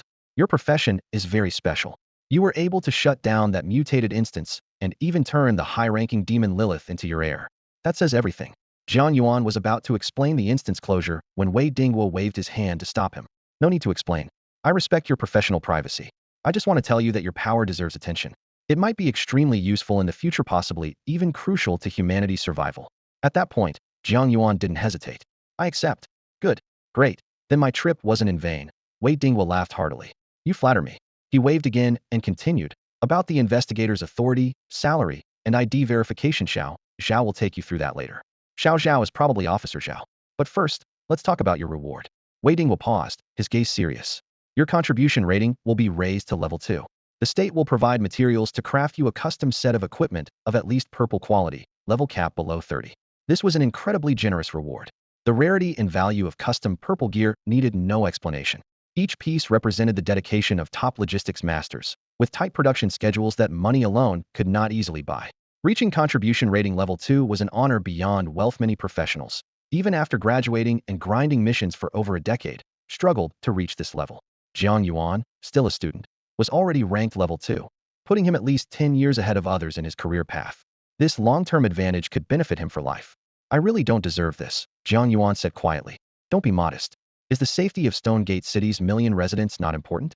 Wei Dinghua shook his head with a smile, his eyes full of recognition. Changing the subject, he said, Xiao Qing told me you're planning to compete in this year's national tournament? It was clear Wei Dinghua had been asking around for news. Jiang Yuan nodded, yes. I want to give it a try. Are you aiming for the level 20 division? The national tournament has 3 tiers, level 20, 30, and 40. Huaiqing told you to reach level 20 before the competition starts, right? Yes, Jiang Yuan replied firmly. After that, you're heading to the Tsanghuang mountain range? Wei Dingwa said as he reached into the void. A stream of light condensed out of thin air, solidifying and gently landing in front of Jiang Yuan. Jiang Yuan reached out and took it. Return to city token. Remaining uses, 33. Effect, can establish a beacon. After using the token, you will instantly return to the beacon's location. Each beacon takes 30 minutes to establish, and only one beacon can exist at a time. This is incredibly valuable. Jiang Yuan's pupils suddenly contracted, his fingers trembling slightly as he clenched the token tightly. The cold metallic texture pressed against his skin, and the mysterious patterns on the token's surface became clearly visible beneath his fingertips. This is useless to me, Wei Dingwa said with a faint smile curling at the corner of his mouth, a hint of admiration in his gaze. Consider it a personal reward from me. It should save you quite a bit of time. Thank you, sir. Jiang Yuan bowed deeply, his voice full of sincerity. If you really want to thank me, perform well at the national tournament. Wei Dingwo's voice grew serious, his eyes sharp as a hawk's. Then bring us a good result at the World Championships. He turned to leave, the broad hem of his uniform swaying gently with his movement. All right, I won't waste time with formalities. I'm off now. The rest will be handled by Xiao Zhao. Please take care, sir. Wei Dingwa glanced back, a flicker of expectation shining in his eyes. Good luck.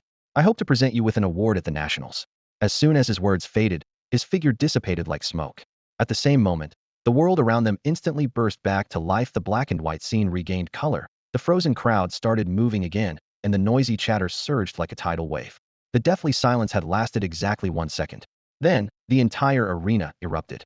Oh my god, I think I just saw Wei Lao in person. A young man's face flushed red with excitement as he waved his hands animatedly. Wei Lao even smiled at me. Another's voice trembled. I saw him too, patted my shoulder and encouraged me. Everyone was loudly bragging about their brief encounter with Wei Dingwa, the excitement rippling through the crowd. Jiang Yuan stood quietly, his heart pounding wildly. Out of over 100 people present, Wei Dingwa somehow managed to communicate individually with each through mental projection. His power was beyond imagination. Jiang Yuan, right? Officer Zhao approached quickly, beaming, and slapped Jiang Yuan on the shoulder with enthusiasm. The minister already said it. From now on, we're on the same team. The sudden shift in attitude caught Jiang Yuan off guard. He'll be sure to learn from you, Officer Zhao. No problem. From now on, Xiao Xia will be your liaison. Zhao gestured broadly. Xiao Xia, add Jiang Yuan to our local investigation group chat. Got it. Xia Ying immediately pulled out her phone, fingers flying over the screen, her smile impossible to hide. Thanks to you. The minister personally sent me a reward. That comes from your hard work. In stark contrast to their joy, Song Ming's face was dark as thunder. Wei Dingwa didn't say a word to him, not even a glance. He stood there, fists clenched so tightly they creaked. While Xia Ying was focusing on her phone, Officer Zhao turned to Song Ming with a professional tone. Teacher Song, we've received reports accusing you of academic dishonesty and abuse of power. Come with me for an investigation. Song Ming's face darkened further. And also about the incident just now where you injured someone, Zhao continued. Please explain that as well. It was him. Song Ming could no longer hold back. Raising his severed right arm, fresh blood dripped down. He chopped off my right hand. Unfazed, Zhao nodded calmly. Indeed, wild pets are difficult to tame. If they injure someone, the owner is responsible. He turned to Jiang Yuan, expression serious. Do you admit this, Jiang Yuan? Xia Ying winked subtly at Jiang Yuan, a sly smirk playing on her lips. Jiang Yuan immediately understood. He nodded solemnly. Yes, Officer Zhao. I accept the punishment. Good. Zhao said gravely. You are fined 100,000 yuan and must purchase a skill manual for controlling pets from the investigation department. 100,000 just to buy a control skill book? Is that supposed to be a punishment? What kind of punishment is that? Song Ming's eyes nearly popped out from shock, his chest heaving violently. The next moment, a mouthful of fresh blood erupted, his body swayed twice, his vision darkened, and he collapsed straight to the ground. Officer Zhao and Xia Ying left, taking Song Ming with them to conduct a thorough investigation into his abuse of authority. As the dungeon instance closed, the elite players who had come to conquer it gradually withdrew as well. But nearly everyone stopped by to greet Jiang Yuan before they left, politely saying, Boss, hope we get a chance to run a dungeon together next time. Jiang Yuan smiled and nodded in response. The alchemist Zhang Qian also came to bid farewell, joking that once Jiang Yuan arrived at Jingbei University, he should visit the Alchemist Guild headquarters. This time, Jiang Yuan finally remembered his name and promised, sure, Master Zhang, he'll definitely come by when I'm in Jingbei. The two even exchanged some light-hearted messages as friends. After sending off these experts and scholars, Jiang Yuan finally felt a sense of relief. Looks like graduation is still some time away, but at least the job is settled first. Huiqing handed him a can of iced cola, opening one for herself as well. With a sharp hiss, bubbles fizzed out from the can's opening. She downed it in one gulp, completely unbothered by appearances, her slender waist fully revealed in the process. Tossing the empty can into the trash, she slapped the table and exclaimed, "That was awesome." Song Ming's expression was even better than if I had slapped him twice.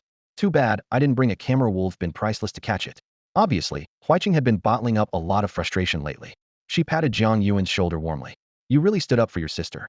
Teacher Hui, Jiang Yuan started to say. "Just call me Hui Jie or Qing Jie. Either works," she said, pressing a little more firmly on his shoulder. "All right then, Huiqing Jie," Jiang Yuan replied with an amused but helpless smile. Whatever, Huiqing Jie is fine too," she sighed. Clearing his throat, Jiang Yuan turned back to the matter at hand. Song Ming brought this on himself. Trouble was inevitable either this time or the next. Huiqing shook her head with a smile. "Yeah, but without your intervention this time, who knows how long Head have gotten away with it. At least now some of that anger is out of my chest. Next, it depends on how Jinghua handles it. There's probably going to be some kind of compensation," Jiang Yuan said. Jiang Yuan wasn't too concerned about Jinghua's compensation. He cared more about something else. "By the way, Huiqing Jie, have you earned any legendary points yet?" Huiqing gasped and widened her eyes. "Well, you really aren't afraid to ask. Do you think I deserve it?" Jiang Yuan could only nod sheepishly. "Don't tell me you don't even know what legendary points mean." Huiqing twitched at the corner of her mouth and began to explain. "Legendary points simply measure your fame within the Abyss disaster." "Fame in the Abyss disaster?" Jiang Yuan frowned slightly, clearly confused as he had guessed. "What good is that? Does the Abyss disaster have celebrity fans too?" Huiqing gave an example. "Let me put it this way. Wei Dinghua, Minister Wei, his legendary points exceed 20. If his original body enters a low-level dungeon, monsters will politely ask him to come out without a fight and hand over all the rewards. In higher-level dungeons, all the bosses might revolt, ignoring their original territory and mechanics. If he enters a massive Abyss disaster like the Blood Battle, the effects are even more incredible. Even the Abyss disaster itself can be shaken." Huiqing spoke passionately, her cheeks flushed. Low-level monsters drop their gear and run at just the sight of him. Commanders and even king-level monsters personally step up to fight him heated. Jiang Yuan listened with admiration. If the Abyss disaster itself could tremble, how powerful that must be. But he also believed that in the not-a-distant future, he would reach that level as well. "By the way, where did you first hear the term legendary points?" Jiang Yuan asked. Huiqing furrowed her brows slightly, suddenly sensing something off. This was a topic never touched upon in any university course. Her voice lowered as she spoke, but her eyes grew wider, as if struggling to process what she'd just heard. She swallowed softly, her voice trembling. "It can't really be what I think, can it?" Jiang Yuan exhaled slowly. "I gained 1 point of legendary status." A sharp scream nearly pierced Jiang Yuan's eardrums. Lilith the bat, who had been secretly sipping her soda, was startled, flapping her wings wildly as the can slipped from her hand onto the floor. Shocked, Huiqing lunged forward, grabbing Jiang Yuan's shoulders tightly. "What did you say? Can you speak louder? Say it again." But Jiang Yuan remained calm. "Relax, Sister Huiqing." They were standing so close he could clearly see his own reflection in her eyes, her long trembling lashes fixed unwaveringly on him. Huiqing lost control. "What kind of calm is that? You're only level 15, and you already have legendary status." She shook her head in disbelief. "Shouldn't you be the one most excited? Why are you so composed?" "It's only 1 point, still far from Minister Wei," Jiang Yuan replied steadily. "There will be more to come." Understanding the deeper meaning behind his words, Huiqing's heart jolted. She released her grip and looked him over again. Only a few days had passed since they first met, but Jiang Yuan seemed to have changed less in appearance, more in a newfound aura of steady reliability that inspired trust. She exhaled deeply. "No wonder Minister Wei personally received you. I really have a good eye to see your potential right away." "Sounds more like you're complimenting yourself." Jiang Yuan couldn't help but chuckle quietly. Huiqing asked again. "The current dungeon's closed. Where are you heading next?" "The Canghuang Mountains," Jiang Yuan answered decisively. "That's what I expected, only that Canghuang Mountains have dungeons suitable for levels 15 to 20. Huiqing nodded, concern creeping into her voice. "After level 15, leveling up needs much more experience. To aim for top rank in the exam, you'll be very busy. Don't expect much rest." Jiang Yuan pulled out a commander's greatsword from his storage bag. "Can you help me swap for better gear?" Huiqing glanced at the purple equipment. "If you want to trade purple gear, it takes a long time in the exchange market." "Fine, you focus on leveling up. He'll handle it," she said, taking the sword and examining it carefully. "No wonder it's purple tier. He'll write a receipt for you." "No need." Jiang Yuan waved her off. She didn't insist, and her gaze grew softer. After parting ways, Jiang Yuan didn't head straight to the Canghuang Mountains, but first visited the investigation department outpost in Stonegate City. By paying a hefty fine of 100,000 coins, actually a special favor arranged by Officer Zhao obtained a control-type skill book, Totem Trap. This allowed the user to create invisible totems with mental power, which explode to disrupt nearby enemies, causing effects like stun, panic, action interruption, or silence. Xiaoying helped him with the formalities and handed over the skill book. Public control skills are rare and simple in effect. You could trade this for pet skillton if you want. Lilith the bat growled in dissatisfaction, baring her sharp teeth. This skill suits me perfectly, Jiang Yuan said firmly, taking it and immediately choosing to learn it. As he learned it, an extra effect of his origin blood triggered. Totem Trap Origin Blood effect causes targets in the area to enter a bloodthirsty frenzy. Bloodthirsty frenzy means the creature is desperate to drink blood, indiscriminately attacking all life around. The duration depends on mental power difference. This skill not only controlled the area, but could make enemies kill each other. Jiang Yuan was increasingly pleased, repeating, "This is really good." Xiaoying shrugged and pulled a black glass orb from storage, handing it over. "By the way, this is for you." "What is this?" Jiang Yuan asked as he took the orb. Inside it, a black mist swirled, faintly revealing a single eye within. "It's the gaze of evil intent," Xiaoying explained. "Use it when entering a dungeon to cause mutation monster numbers double and levels increase by 10. It's a one-time item, only usable in dungeons below level 15. Holding the black orb, Jiang Yuan silently considered the unexpected new challenge it represented. The gaze of evil intent. Jiang Yuan repeated the name of the item, feeling the glass sphere in his hand warm slightly. "I searched the entire warehouse and figured this one suits you best," Xiaoying said, hands clasped behind her back, her tone light. It was an illegal item seized during a past mission. Some cult was planning to cause trouble inside a dungeon using this to trap people. She paused, a sly glint flashing in her eyes. "A regular team actually, even an elite squad of rare classes probably wouldn't dare use it. But I thought it would be perfect for you. With your strength, you don't have to worry about the danger. Instead, you'll gain more rewards." Indeed, that was true. Right now, Jiang Yuan wished all dungeon monsters granted experience points many times above his level, just like the Flower Sea riverbank. "All right then, I'll take it." "Thanks," Jiang Yuan said, storing the glass sphere. The moment it vanished, his storage space rippled faintly. "No need to thank me, remember. This is your reward." Xiaoying waved him off, then spread her palms and put on a pitiful expression. "Well, technically this isn't even the official reward, just some interest. I used up all my good gear during the escape. Now I really don't have anything worthwhile as a thank you." "No need to go to such trouble," Jiang Yuan shook his head. But Xiaoying insisted. She was an independent senior who disliked owing others favors. Jiang Yuan said no more and quietly stored away the independent investigator badge he had just obtained. "Oh, didn't I add you to the group chat earlier? You should at least say hi," Xiaoying teased before he left. "Don't want to end up not recognizing your own people." Jiang Yuan agreed. After parting ways with Xiaoying, he headed straight home. Night had fallen, turning the mountain paths of the Canghuang range into a labyrinth. Daytime was better for asking directions. At his current level, missing one night of training wasn't a big deal. Besides, he hadn't been home in 2 days since starting the newbie dungeon in the caves. Leveling felt great, but continuous fighting left him sticky with mixed sweat and dried blood hardened on his skin. Time for a bath. Pushing open the door, everything in the house was as before. His aunt's room was still empty. He wondered if she'd be back before the college entrance exam. Jiang Yuan gently placed Lilith on the living room sofa. The little bat immediately curled into a ball. Warm water washed away his exhaustion. 2 days' grime flowed down the drain. After the bath, he turned on the air conditioner, filling the room with cool air. Relaxing on the sofa, his muscles finally loosened. He pulled up his status panel. Since emerging from the Flower Sea riverbank dungeon, a string of events hadn't given him time to check in detail. Name: Jiang Yuan. Class: Origin Blood Progenitor. Bloodline: Origin Blood. Level: 15.0.03. Strength: 340. Agility: 388. Spirit: 655. Constitution: 685.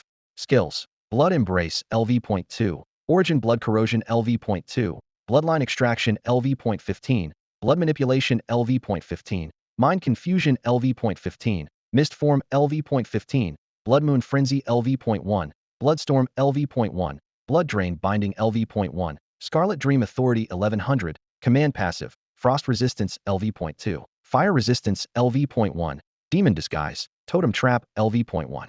Equipment: Shadow Cloak, Jogger Boots, Overseer's Ring, Iron Flame Soft Armor. Blood Scion 14, Lilith, Origin Blood. An absolutely impressive setup. His 4 basic attributes completely overshadow others. His level, Spirit, and Constitution both surpassed 600. Not to mention level 15, even level 25 professionals didn't have stats like his. Even with the big attribute boosts from level 20 on, regular classes couldn't compare. "I wonder how much my attributes will improve once I hit level 20, he mused, lounging on the sofa. Unfortunately, leveling up beyond 15 had become significantly harder. The experience needed to level up was even greater than the total required for the first 10 levels combined. No wonder the entrance exam scores for the top academies were usually set around levels 15 or 16. Progressing beyond that was incredibly difficult. Lost in thought, Jiang Yuan picked up his phone and sent a cat sticker bubbling in the chat group named A Loving Family. The group was actually the chat for investigators in Sherman City, but the warm name made him wonder who had come up with it. Still can't pull a shiny card after 100 tries. Hey everyone, welcome. Came a message from Xia Ying's weigh-in account. The new big shot you've all been waiting for has arrived. Wow, 30 years later, welcome to the new big shot. Only eats noodles? Welcome new big shot. Xia Ying's cat, could this be that super impressive new big shot Xia Ying mentioned? Familiar face. Too bad I'm still on assignment. Gotta check out the real deal when I'm back. Still in contact with Wanhua Palace, Qin. Xia Ying's cat, it's freezing over there. Even after I revealed myself, they refused to cooperate against the Blackeyed Society. Still can't pull a shiny card. I'm thinking of applying for a task. Might be going to support you. Xia Ying's cat, that'd be great. Sisterhood is powerful. Jiang Yuan listened for a while. Besides Xia Ying and Qin exchanging some useful intel, most others were just repeating messages, teasing, or posting recruitment info. He had expected investigators to be solemn and serious, but the lively atmosphere surprised him. He chuckled quietly and put down his phone. At dawn the next day, Jiang Yuan set out. Compared to before, he now had experience and carried toiletries and fresh clothes. His first stop was the trading post, where he handed over the mission to collect fishman teeth, instantly earning 13,000 yuan. He adjusted some items on consignment and then headed for the West Gate. Beyond the West Gate lay the Conghuang Mountains. Jiang Yuan planned to level up there until the entrance exams. After about 10 kilometers outside the gate, he reached the mountain border. Years ago, legendary boss wanderers appeared after a dungeon collapse here, but Wei Dinghua had single-handedly defended the city against them. Now, 3 dungeons existed, level 10, 15, and 20. Jiang Yuan's target was the level 20 Wargen camp. Arriving at the dungeon entrance, the scene was bustling. All sorts of adventurers called out with megaphones or held banners recruiting teammates. Just as he approached, someone called out, "Brother, need a team? We've got all kinds whatever you want." Jiang Yuan revealed his logistics class actuary and promised perfect team coordination and easy clears for a fee of 2,000 yuan. Who would have thought team formation was an entire business chain? Shaking his head, he ignored the noise and headed straight to the dungeon door. A difficulty selection popped up. Nightmare. His plan was to clear this dungeon first, then check out the level 15 one. Maybe try using the evil gaze skill. Stepping into the dungeon, he quickly vanished from sight. Wow, that guy's so cool and aloof, people outside remarked. He just went in alone? No team? Isn't that asking to get wrecked solo? Never seen anything like it. Let's see how long he lasts. Amidst the noise outside, Jiang Yuan was already sweeping through monsters. Team kill, Wargen Archer level 20. Experience 500. Team kill, Wargen Ranger level 23. Experience 800. He frowned and quickly signaled Lilith, who was rampaging through enemies, to stop. Master? Lilith obediently turned back. Wait a moment, Jiang Yuan said, tapping his fingers. Using blood manipulation, he precisely killed 2 Wargen. Successful kill, Wargen Archer. Experience 1000. Successful kill, Wargen Warlock level 25. Experience 1500. Though the experience was slightly less than that in the Flower Sea Riverside dungeon, it still surpassed what Lilith earned. Since Lilith was counted as a teammate inside the dungeon, it wasn't wise for her to attack recklessly. Jiang Yuan then combined blood manipulation and raven control, but monsters were sparse up ahead, causing his brow to furrow. Accustomed to the fast-paced farming in Flower Sea Riverside, he found the efficiency here slow. The Wargen camp spread narrowly along a mountainside trail, a popular dungeon with all details publicly known. Recalling the map, he suddenly thought of a bold strategy. Lilith, can you lure monsters all the way to the dungeons and without killing them? Gather the scattered Wargen there. It reminded him of classic old-school tactics. First group the scattered enemies, then clear them all at once with area attacks. The strategy was straightforward. First lure the monsters out, then gather them together, and finally wipe them out with an area attack. It sounded simple, but before the mage's forbidden spells became popular, hardly any team dared to be so reckless except for Jiang Yuan. At this moment, inside the dungeon known as the Knoll Camp, a comical scene was unfolding. A high-ranking demon, concealing her presence, was running ahead, trailed closely by a pack of Knoll bandits emitting guttural cries.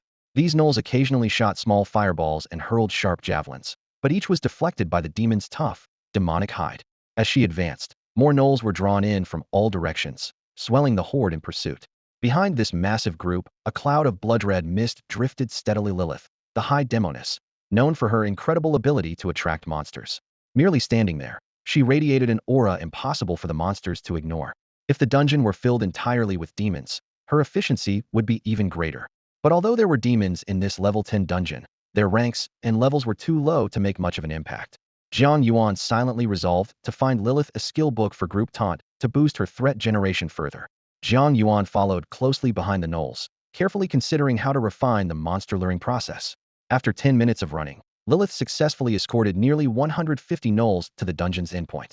Jiang Yuan shifted back into human form, gritting his teeth as he shouted, "Master, hold on." Then he unleashed his skill Bloodstorm. The screen flooded with kill success notifications as Bloodstorm nearly swept clean through all the gnolls, leaving only a few elite fighters near the Gnoll Chieftain still standing firm. Gnoll Chieftain level 25 elite boss. The status appeared. Strength, 1500, Agility, 1000, Spirit, 500, Constitution, 1200, Skills, Protective Aura, Thunderstrike. A pale blue glow rose around the chieftain. Enveloping nearby Gnoll's that was the protective aura. Although another round of Bloodstorm might break it, Jiang Yuan wanted to try a combo move first. Bloodsucking Bind. With a sharp crack, the blood-stained ground erupted as a dozen scarlet tentacles whipped toward the gnolls nearby like flails, none able to withstand the fierce assault. In an instant, all the gnolls collapsed. Only the Gnoll Chieftain, wielding a massive flail, smashed the incoming tentacles, but it was futile. The remaining tentacles transformed into spears, all piercing forward simultaneously. With a deafening roar, the Gnoll Chieftain's chest was pierced by 10 tentacles. 53,723. His body wobbled violently, nearly falling, then collapsed with a heavy thud, life extinguished. The screen exploded with messages. Successfully killed Gnoll Chieftain, 11,000 XP. Obtained Gnoll Flail blue quality. Obtained Wild Wolf Leatherpants blue quality. But Jiang Yuan wasn't distracted by these drops. His focus was on the battle log. The burst damage output stunned him. Nearly 200,000 theoretical damage dealt to the Gnoll Chieftain within just 3 seconds, even though 80,000 was absorbed by the boss defense skills. At that moment, Jiang Yuan deeply felt that his combat potential far exceeded his expectations. The remaining 100,000 damage poured down like a torrent, instantly emptying the level 25 elite boss health bar. The massive body crashed to the ground with a thunderous roar, without even a chance to struggle. The true power of the skill combo revealed itself in that moment. Jiang Yuan finally understood why high-level players pursue skill synergy and craft personalized combat systems rather than mindlessly stacking skills. It's the coordination between them that matters. The experience bar jumped, stopping at level 15 with 31.09. He still needed to grind at least 2 more times to level up. The efficiency was far lower than the Blooming Sea River dungeon, but this was normal experience for a regular dungeon. The Blooming Sea River was just an exception. Going from extravagance to frugality is tough, Jiang Yuan muttered, shaking his head. The Nightmare dungeon cooldown was 12 hours, so he should be able to level up by tomorrow morning. He casually switched to the blue wolfskin pants, 20 strength, 15 constitution, average stats, but better than nothing. 5 minutes later, at the dungeon entrance.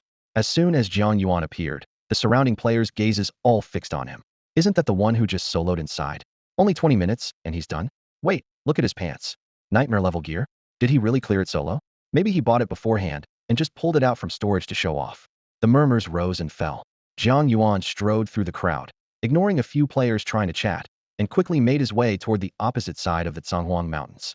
Level 15 dungeon, Gnoll Vanguard camp. The experience wasn't as high as a level 20 dungeon, but there was no experience penalty from level suppression. Every bit counts. More players gathered outside the dungeon, and Jiang Yuan even recognized some familiar faces, probably graduates from last year's academy. Not every student could rush to level 15 before the college entrance exam to get into a top school. A year later, many were still stuck at level 15. Jiang Yuan stepped into the teleportation point. Nightmare difficulty, confirmed. 10 minutes later, he appeared again. His experience bar showed level 15 at 40.72, only a 10 increase equivalent to a third of what he'd get in a level 20 dungeon. He found a tree stump to sit on and fell into thought. The monster spawn rate was so fast he actually had nothing else to do. He couldn't risk venturing deeper into the Zhanghuang Mountains to hunt wild monsters even with a town return token. It was too dangerous. Rumor had it that the depths still hid the remains of the old dungeon boss that Wei Dinghua had driven out long ago. Those advanced boss carcasses had mutated into new monsters, ferocious and deadly. His phone vibrated. A message from Lin Yutong. "What are you up to? Got time to call me back?" Jiang Yuan dialed immediately. The call connected in an instant. "Hello? Hello, can you hear me?" Lin Yutong's cheerful voice came through. "I can hear you. What's up?" Jiang Yuan asked. "Is it urgent?"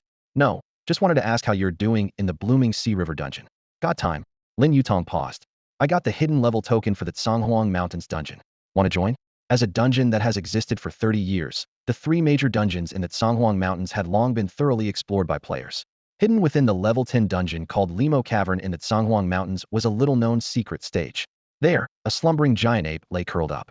Defeating it would not only grant highly useful early game equipment, but also a buff lasting 6 months, a one-time shield against any skill damage from level 20 or below. However, because the dungeon was relatively low level, hardly anyone had bothered to search seriously for the rare and scarce items needed to trigger the hidden stage. Although those items had little value otherwise, their extreme rarity made them deeply tempting. Surprised? The girl's tone carried a hint of pride. Are you coming? Lin Yutong asked. Jiang Yuan was momentarily stunned, then stood up and headed straight for the entrance to the level 10 dungeon. He didn't care much about the gear, but the buff interested him more. When exactly?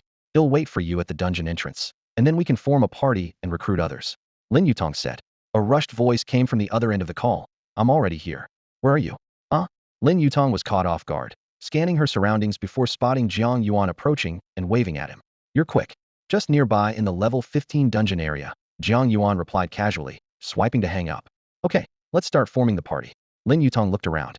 At this moment, a group of high school seniors had gathered at the entrance of the level 10 dungeon, drawn by the chance to level up.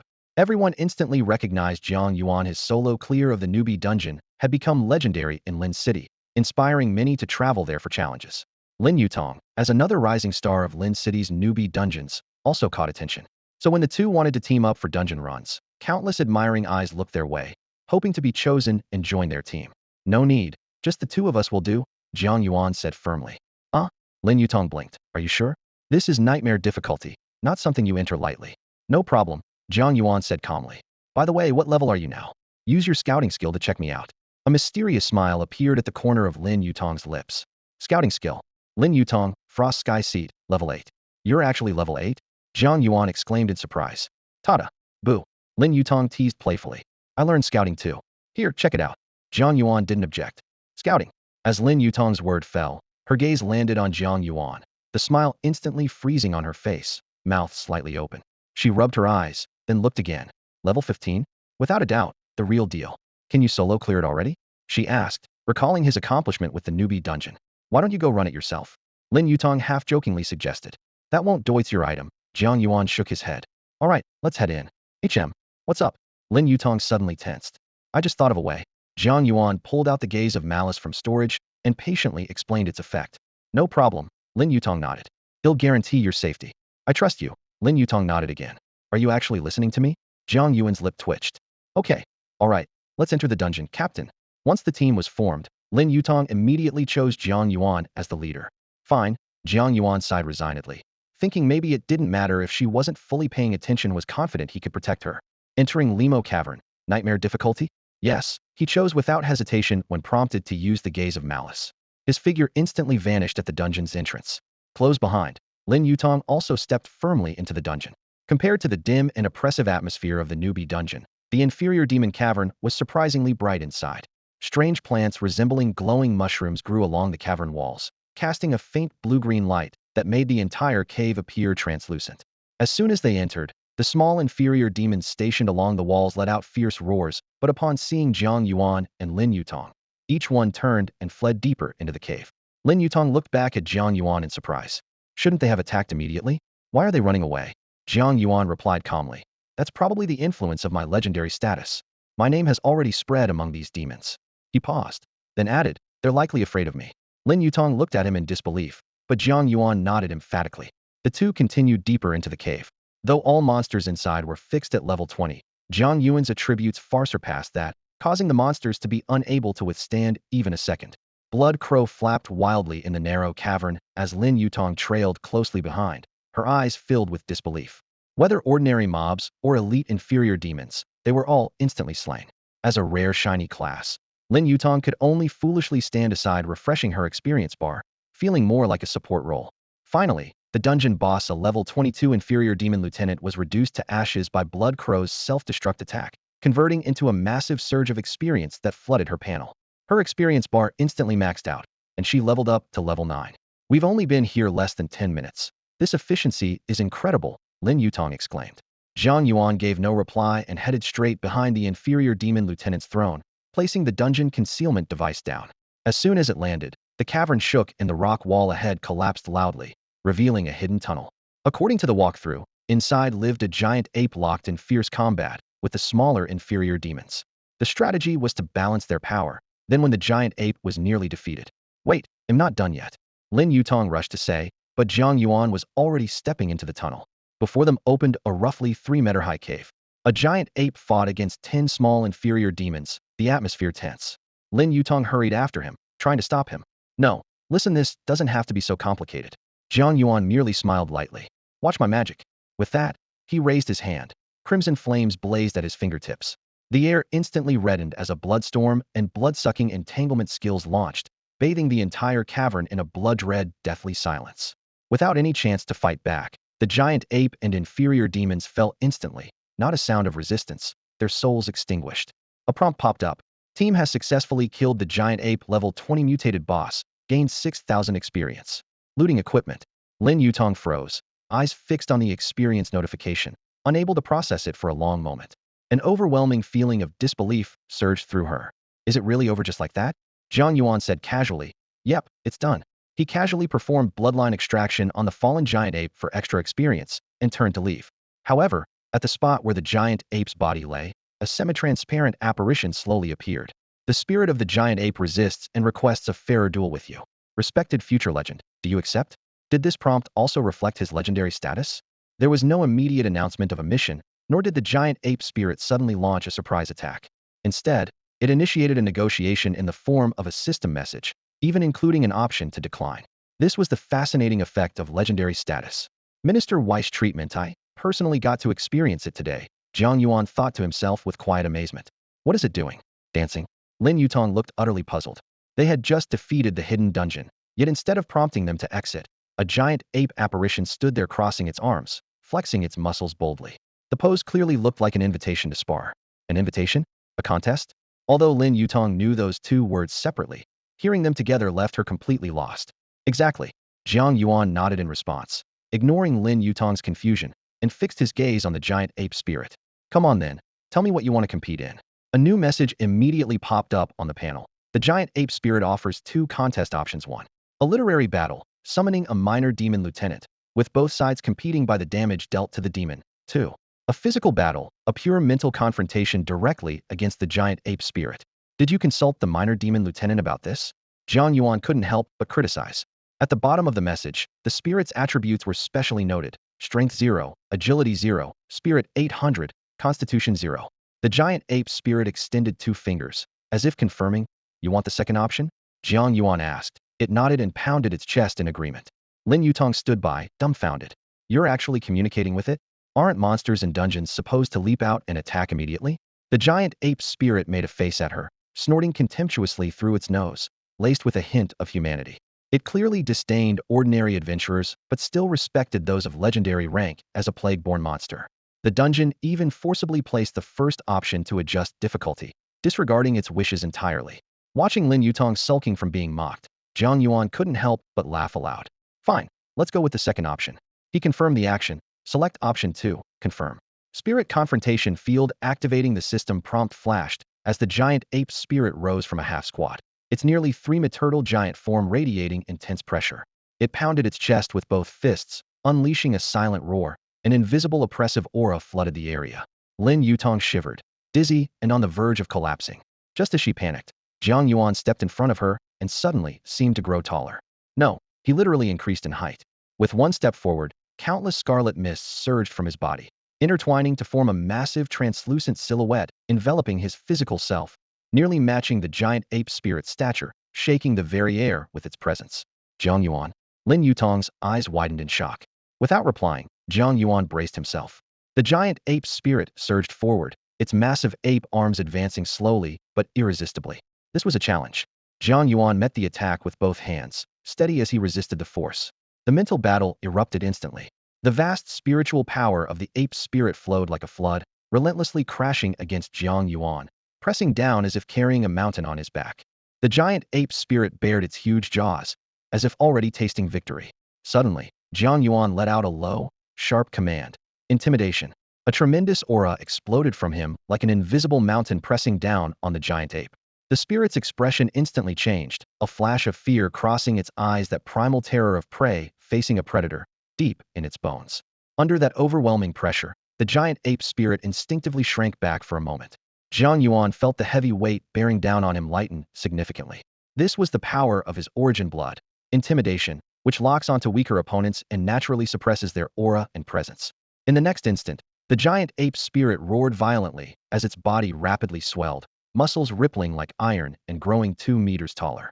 It looked far more majestic than before, towering over Jiang Yuan, now dwarfed in comparison. Its height soared from 3 meters to an imposing giant.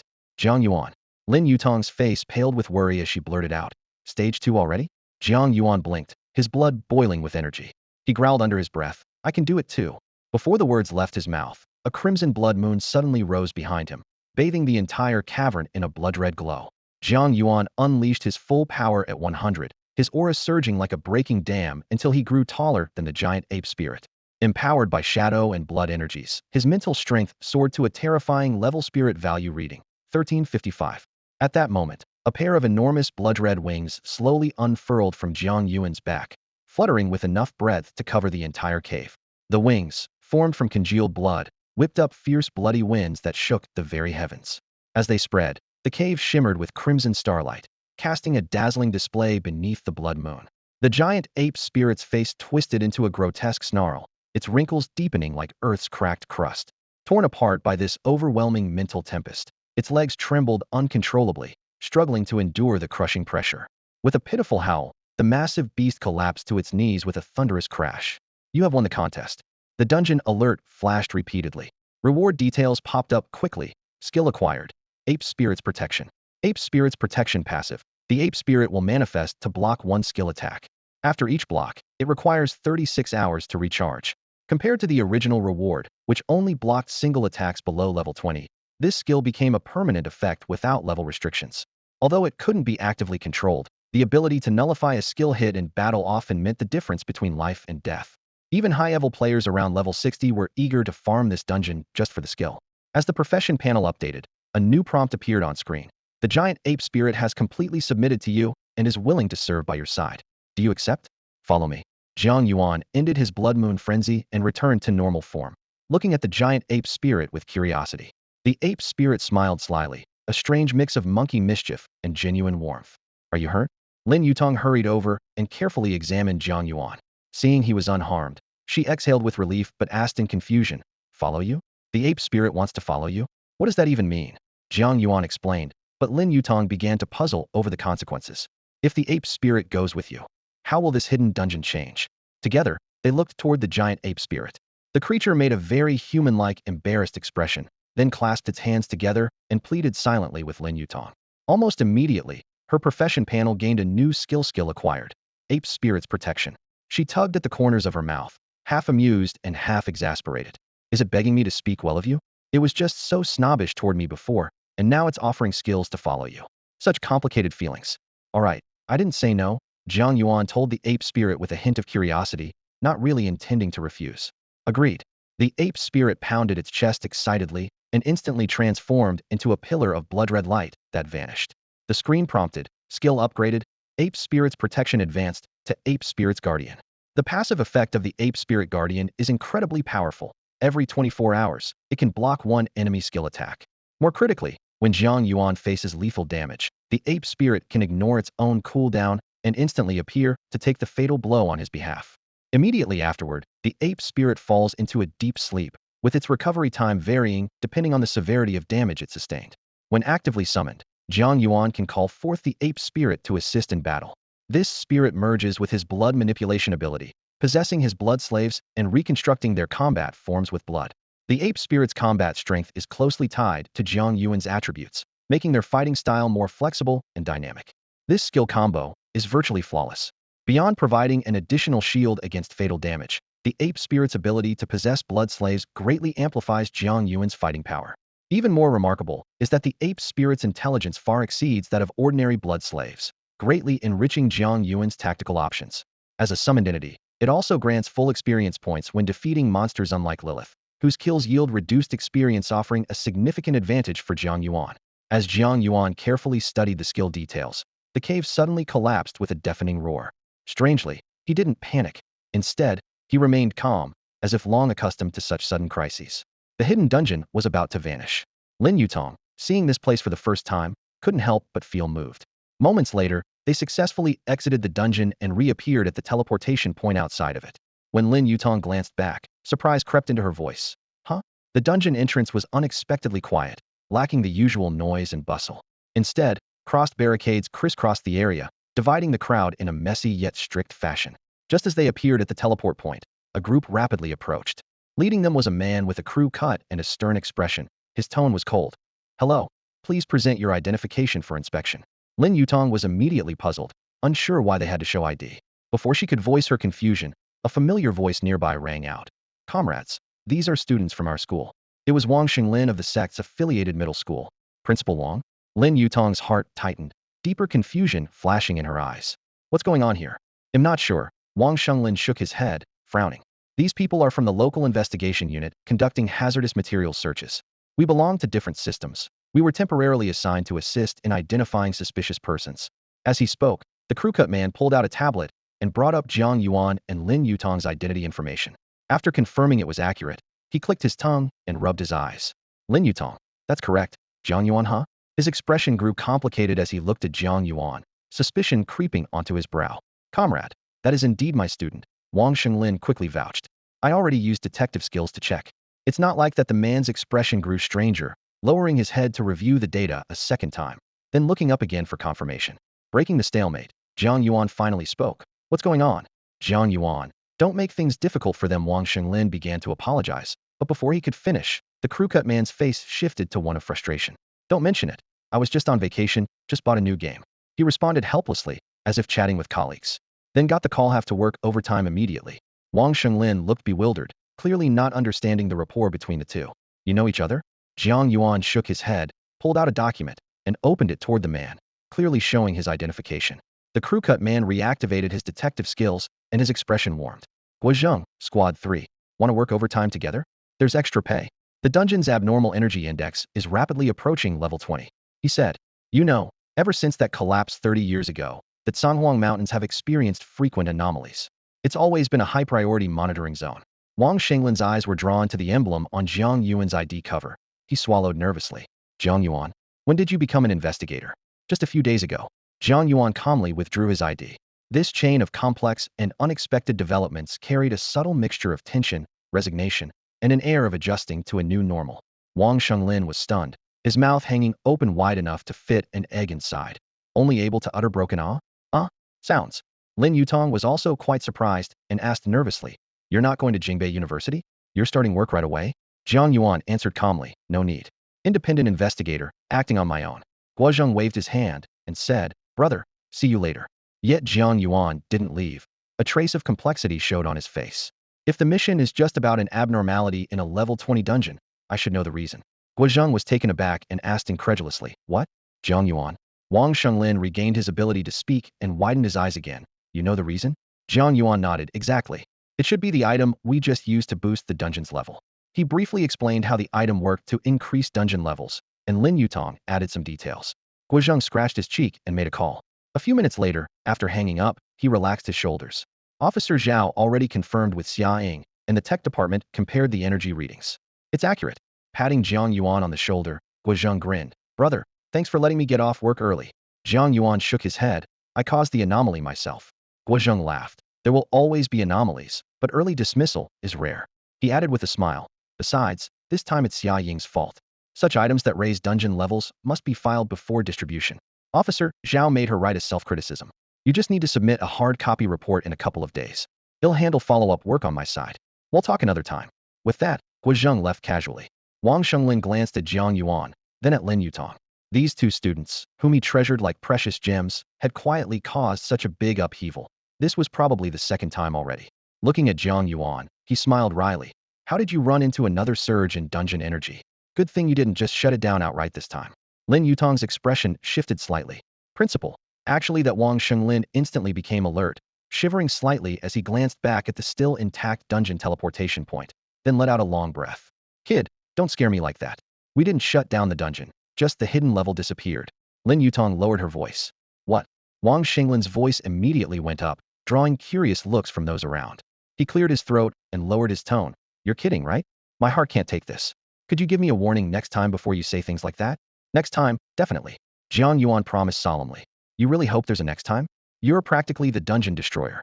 Wang Xinglin sighed, shaking his head with a wry smile. Changing dungeons in the Canghuang Mountains isn't a small matter. Remember to submit a report to the Adventurers Guild. After a few instructions, Wang Xinglin hurried off. There were other students to calm down. Since Jiang Yuan's dungeons were on cooldown, he planned to return to the city to deal with some business. Lin Yutong went back to leveling in the lower-level dungeon, blinking her eyes. I can't fall too far behind you. After saying goodbye to Lin Yutong, about an hour later Jiang Yuan arrived at the west gate of the city. Unexpectedly, having cleared dungeons so quickly left him a bit restless. He first went to the trading post and put up the leftover items from the 3 dungeons for consignment. Lin Yutong kept the ones she needed and entrusted the rest to him for handling. Exiting the trading post, directly opposite was the Adventurers Guild office hall. Jiang Yuan casually picked an empty window and tapped on the glass.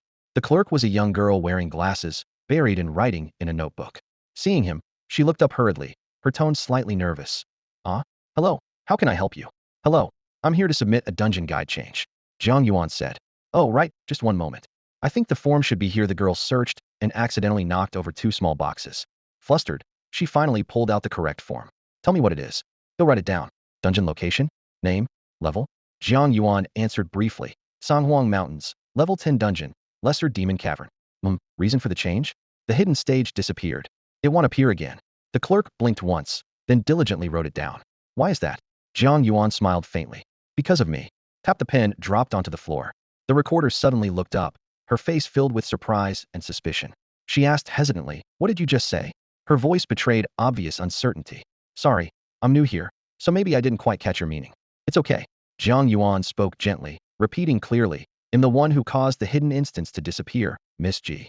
Ji Chumei lifted her brows, her name badge clearly visible. She froze, stammering almost. You caused the hidden instance to disappear? Her words trembled with disbelief, as if she was struggling to form the sentence and confirm such an incredible claim. Yes. Jiang Yuan nodded. I need to report this first. She hurried to explain. Normally, reporting instance changes comes with a reward, but your case is unusual. First you lose the hidden instance. Then you voluntarily report it yourself. She could hardly believe that on her very first day as a permanent employee, she was encountering such a dramatic event. After making a few internal calls, Ji Chumei exhaled deeply and recalled that a similar situation had happened a few days earlier, prompting 2 days of meetings among the high-ups before new rules were issued. It's fine. You can still collect the reward. Sorry, I'm not very familiar with the procedures yet. She quickly apologized. Jiang Yuan nodded and handed her a talent card. Ji Chumei was stunned. She had never seen such a rare ID card before. Her expression turned extremely cautious as she carefully placed the card onto the reader, worried about damaging it. Information quickly appeared on the screen. Jiang Yuan, you've previously filed 2 reports? Was it because? Ji Chumei's voice caught, as if seeing some monster. Her eyes flicked back and forth between the screen and Jiang Yuan, hesitating for a long moment before squeezing out. It caused the instance to close? Jiang Yuan explained. Oh, that was the school filing on my behalf.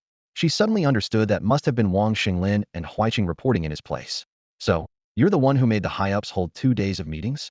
Ji Chumei's mouth slightly dropped open, shocked into silence. Realizing she was still in work mode, she quickly apologized. Sorry, I was just too surprised. I'll register your settlement right away. Also, the rewards for your previous 2 instance changes are already credited to your Explorer account. Explorer account? I haven't registered yet. Jiang Yuan frowned slightly.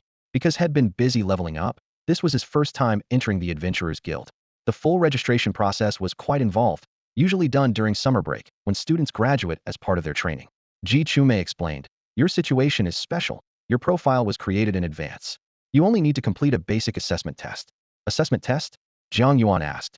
Yes, it's the adventurer rating. Levels range from F to S, which directly affect your treatment within the guild. She continued, high school seniors typically achieve E level during break, earning respect and privileges upon entering university. A D level is even better and means focus cultivation. The rating test measures your ability to adapt and survive in dangerous situations, not your profession itself. Ji Chumei added, ordinary professions with a B level rating often surpass initial level D adventurers. As the saying goes, great wealth requires risk and skill. Jiang Yuan nodded and asked, how do they test that? They'll go with you. Ji Chumei led him down a narrow corridor to the rear yard of the guild. There, a high-tech alloy door stood alone in the empty courtyard. This is the entrance to the assessment instance, she said, pointing at the door. It can recreate an instance almost perfectly. The monsters and environment feel very real. Perfect simulation? Jiang Yuan raised an eyebrow, a flicker of surprise in his eyes. Ji Chume wore a proud expression and explained, exactly. This module is based on a certain national treasure, usually used for assessments outside the main high-stakes exam instance. But the gameplay is completely different from that exam. He paused briefly before adding, your task is to delve deeper into the instance until you feel your goal is achieved. Then you can choose to exit on your own. Jiang Yuan pondered for a moment, then suddenly realized, so this is testing self-awareness and restraint against greed? Ji Chume nodded, precisely. You'll be entering a level 20 instance. After passing each stage, you get to pick one buff from 3 options. This process tests an adventurer's ability to judge the situation and adapt accordingly. Jiang Yuan seemed to understand and couldn't help but joke. Isn't this basically a roguelike game? Ji Chume smiled in response. You could look at it that way. Then, he connected online to request access. The instance gate slowly opened with a stern voice warning. The entire assessment will be recorded. No pets allowed for combat assistance. Damage received inside will not carry over to reality. Please keep any one-time automatic use items to prevent loss. Jiang Yuan nodded and instructed Lilith to stay outside, then turned and stepped into the instance. As soon as his figure disappeared through the entrance, 3 figures appeared: Agent Li, Agent Liu, and Agent Lin, heads of the Northern Province Adventurers Guild. Ji Chume quickly saluted. Jiang Yuan has entered. Agent Liu laughed and said, don't worry, focus on your business. We're just browsing around since he made the council hold meetings for 2 days. Agent Lin joined in. Right, the council is paying serious attention. Agent Li snorted coldly. I want to see what this kid's capable of to make the council intervene like this. Destroy a few instances and call it a reward? Agent Lin smoothed things over. Don't be so harsh. At least he solved the abyssal disaster problem. Agent Liu agreed. Solving the abyssal disaster definitely deserves recognition. That's how the council should handle it. If he can destroy the level 50 abyssal disaster instance, I'd gladly pour him a cup of tea and salute him. Agent Li got even more agitated. But what good does destroying a level 10 instance do? It just leaves other youngsters nowhere to level up. Ji Chume quietly opened an observation screen in the corner, his face darkening as he wished he had an invisibility skill to escape this quarrel. Jiang Yuan's in. Agent Liu interrupted, pointing at the screen. His initial 3 growth buffs have appeared randomly: Sword of Calamity, Scale Mail, Skeleton Helmet. Let's see what he picks. Agent Lin said, no rush. Give him time to think. If he's smart, he should pick Scale Mail. Agent Li snorted, as if he needs to think. The view shifted back to the instance. Jiang Yuan didn't hesitate and selected the Sword of Calamity. Agent Liu joked, did he just click randomly? Agent Lin defended, well, it's his first time inside after all. Agent Li sneered, told you, no brains. After choosing the initial buff, Jiang Yuan didn't immediately proceed to the first stage but stopped instead. Agent Li snorted, now he regrets it? Too late. Inside the instance, Jiang Yuan was oblivious to the outside disputes. Choosing buffs at random wasn't a problem for him after all. No matter what, a level 20 difficulty had to be faced. The reason he paused was that a notification suddenly popped up on his profession panel. Scarlet Dream Dominion triggered by power resonance. Scarlet Dream Dominion perceives the influence of the Star Tribunal's power. Intervene via Dominion? Jiang Yuan's gaze froze, his heartbeat quickened slightly, and the progression of the instance abruptly shifted. Star Fate Tribunal? Jiang Yuan frowned slightly, quickly running through the possible implications in his mind. Since the authority of Fei Ming comes from the 6th dragon, the power that could rival or resonate with it would likely come from one of the other 5 dragons. In other words, the so-called national treasure probably contains the power of one of those 5 dragons. Jiang Yuan thought to himself, this really lives up to its name as a national treasure. After all, the power of the creation god of the dungeon world is not something any ordinary artifact can compare to. After a moment's reflection, he wondered, which dragon's domain does this Star Fate Tribunal actually belong to? Gathering his thoughts, Jiang Yuan stepped through the first door. The environment changed abruptly, surrounded by cold, harsh light. The air filled with a killing aura. Instantly, 7 monsters came into view, one standing in the center much larger than the others, muscles bulging and exuding an imposing presence that suppressed all else. Jiang Yuan quickly scanned their attributes. Virtual Monster Leader, level 20. Strength, 400. Agility, 400. Spirit, 400. Constitution, 400. Pathetically weak. Although this was a single-player dungeon with difficulty deliberately lowered, those stats were ridiculously low. Jiang Yuan couldn't help but take a sharp breath, a strange twinge of sympathy stirring in him. It had been a long time since he'd seen such feeble enemies, oddly tugging at his heart. Without hesitation, he activated his first skill, Blood Manipulation. In an instant, the monster leader fell to the ground, killed in one hit. No experience gained. Out of habit, he instinctively followed up with Bloodline Extraction. He chuckled dryly inside. Virtual dungeons offer no experience. but maybe this skill could still extract something worth a try. Before he finished speaking, a stream of blue text popped up on his info panel, freezing him stiff. Bloodline extraction. Collected 0.0001 star fate, tomes residual power, currently 0.001100. Jiang Yuan's heart raced. What was going on? He glanced around. Nothing seemed unusual, and no one appeared to block his action. Probably fine, the residual power was likely some useless leftover from minor spells. He comforted himself, hoping not to accidentally destroy the national treasure and end up as a junk collector. He pressed on, alternating between blood manipulation and bloodline extraction. In a flash, the remaining 6 virtual monsters fell one by one, yielding a total of 0.0003 residual star fate tome power. By ratio, the big leader's residual accounted for 1 in 10,000, while the smaller ones yielded about 5 in a million each. Just as Jiang Yuan prepared to move forward, a Choose One buff suddenly appeared midair as a glowing barrier, completely blocking his path. With no better options, he randomly selected one. The barrier vanished, and the next massive door slowly opened. Without hesitation, Jiang Yuan charged inside, his eyes gleaming with deadly intent. Next up, he planned to unleash a full slaughter rampage. Outside the dungeon, 3 officials and Ji Chuyi watched the scene inside with puzzled expressions. Inside the ranked dungeon, Jiang Yuan was like an unstoppable storm, smashing through everything in his path. These challenges were nothing but playthings to him, utterly unable to slow his advance. Is this an expedition? There's not an ounce of strategy. Official Li frowned deeply, burning with frustration.